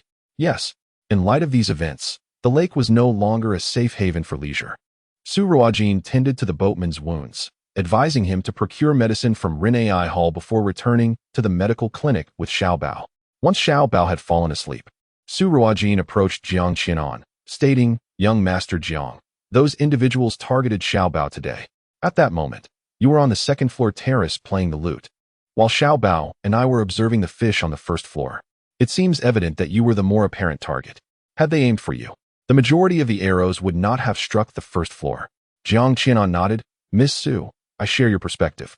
The weaponry employed by those individuals bore no insignia, and we have yet to ascertain any results from the interrogation. Young Master Jiang, I am unaware of your and Xiao Bao's identities, but it is clear you have attracted unwanted attention. If you remain here any longer, I cannot predict what further peril may arise. I believe it is imperative for you to take Xiao Bao and leave Yanyang at once." The adversary had dispatched 2 groups from yesterday to today. Last night she suspected they were after Jiang Qianan, but it has become evident that their true aim was Xiao Bao. Jiang Qianan possesses martial prowess to safeguard himself. But what of Xiao Bao? The assailants that came yesterday and today were manageable, but should they become desperate and send more? Su Ruojin could not guarantee her ability to protect Xiao Bao. The most prudent course of action would be for Jiang Qianan to swiftly escort Xiao Bao away from Yanyang, returning to the safety of their home. Given Jiang Qianan's capability to deploy numerous guards to protect Xiao Bao from the shadows, it was certain that home would provide far greater security than the medical clinic. Having faced 2 failed attempts with significant casualties, it was likely they would refrain from further action for some time. "You will be safest if you leave now," Su Ruojin urged, sensing Jiang Qianan's silence and attempting to persuade him further. Jiang Qianan recognized the veracity of Su Ruojin's words. He had initially contemplated lingering for another night, finding solace in the mere extension of time. However, even without formal inquiry, he had surmised the identity of the adversary targeting Ear. It appeared that this individual was aware of Ear's gradual recovery and was becoming increasingly restless. Upon returning to the capital, even with extended reach, this person would not dare to act against the regent's estate. Thus, Ear's return to the royal residence was undoubtedly the safest course of action. Moreover, only by departing with Ear could tranquility be restored to the medical clinic, ensuring her safety. "Miss Su, I shall take Ear with me now," Jiang Qianan declared. Upon hearing his agreement, Su Ruojin exhaled in relief. "I will send Feng Ying to accompany you." Jiang Qianan raised an eyebrow. Feng Ying's presence was indeed a welcome addition. "Then I am grateful to you, Miss Su." Summoning Feng Ying, Su Ruojin instructed, "You shall escort them to the capital. I will arrange for the Dark Alliance to provide covert protection. Should you require assistance, you may signal them at any moment." Feng Ying expressed concern. "But miss, if I leave and something were to happen at the clinic?" "That will not occur. Those individuals are targeting Jiang Qianan and Xiao Bao. Once they depart, the clinic will be safe. Rest assured." Though Feng Ying remained apprehensive about the clinic, he felt compelled to heed his mistress's words and thus accompanied Jiang Qianan and his party out of Yanyang. During their journey, Xiao Bao awoke, finding himself in a carriage, glancing around as if searching for something. Noticing his awakening, Jiang Qianan set aside his book, lifted Xiao Bao into his arms, and softly spoke. "Ear, it is time for us to return home." Upon hearing this, tears streamed down Xiao Bao's cheeks as he choked out, "Sister." Understanding the sentiment behind Xiao Bao's sorrow, Jiang Qianan retrieved a small sword from a nearby bundle and presented it to him. "Ear, this is a gift from your elder sister Jean. She hopes you will learn to protect yourself." Although initially apprehensive about the idea of the frail child wielding a weapon, he remembered Su Ruojin's words. At such a tender age, he is already being hunted. Can you protect him for a lifetime? Instead of that, it is wiser to allow him to learn some martial skills now, ensuring he has even a modicum of defense should danger arise. His frailty necessitates physical training to strengthen his body. Jiang Qianan found himself at a loss for words and silently accepted the small sword. Nearby, Dark One struggled to suppress his mirth, biting his lower lip in disbelief. He felt an overwhelming urge to return to the estate and share this amusing tidbit with Hu Qing. The prince had just been admonished by a young girl. Upon receiving the small sword, Xiao Bao's eyes sparkled with delight. His tears ceased as he carefully accepted the gift, alleviating some of his sorrow from their separation. Although referred to as a sword, it was notably smaller than those available in the market, unsharpened, with a hilt wrapped in soft cotton. It fit perfectly in Xiao Bao's hand. This was a special request made by Su Ruojin to her second master during her earlier visit to Muan village. "Jiang Qianan, well versed in the art of swordsmanship, recognized that despite its diminutive size, the craftsmanship and material indicated it was a creation of a master artisan. The small sword, though nameless, would undoubtedly attract the admiration and collection of connoisseurs if placed on the market. Jiang Qianan then produced a book from his bundle and handed it to Xiao Bao. This is also a gift from your sister Jean. Yi picked up the book and glanced inside. The text was sparse, each page adorned with illustrations of a small figure wielding a sword in various stances. This was a swordsmanship practice book meticulously crafted by Su Ruojin specifically for little Bao. As he was physically frail, he could not train like an ordinary boy at the outset, prompting her to design this more suitable manual tailored to his needs. The book primarily consisted of images, allowing little Bao to practice even with his limited literacy. When Jiang Qianan first encountered this illustrated book, he was taken aback, never anticipating that Su Ruojin could be this considerate. She truly cared for Yi. Reflecting on this, Jiang Qianan felt a pang of melancholy. When would she extend such kindness towards him as she did towards Yi? Chapter 92.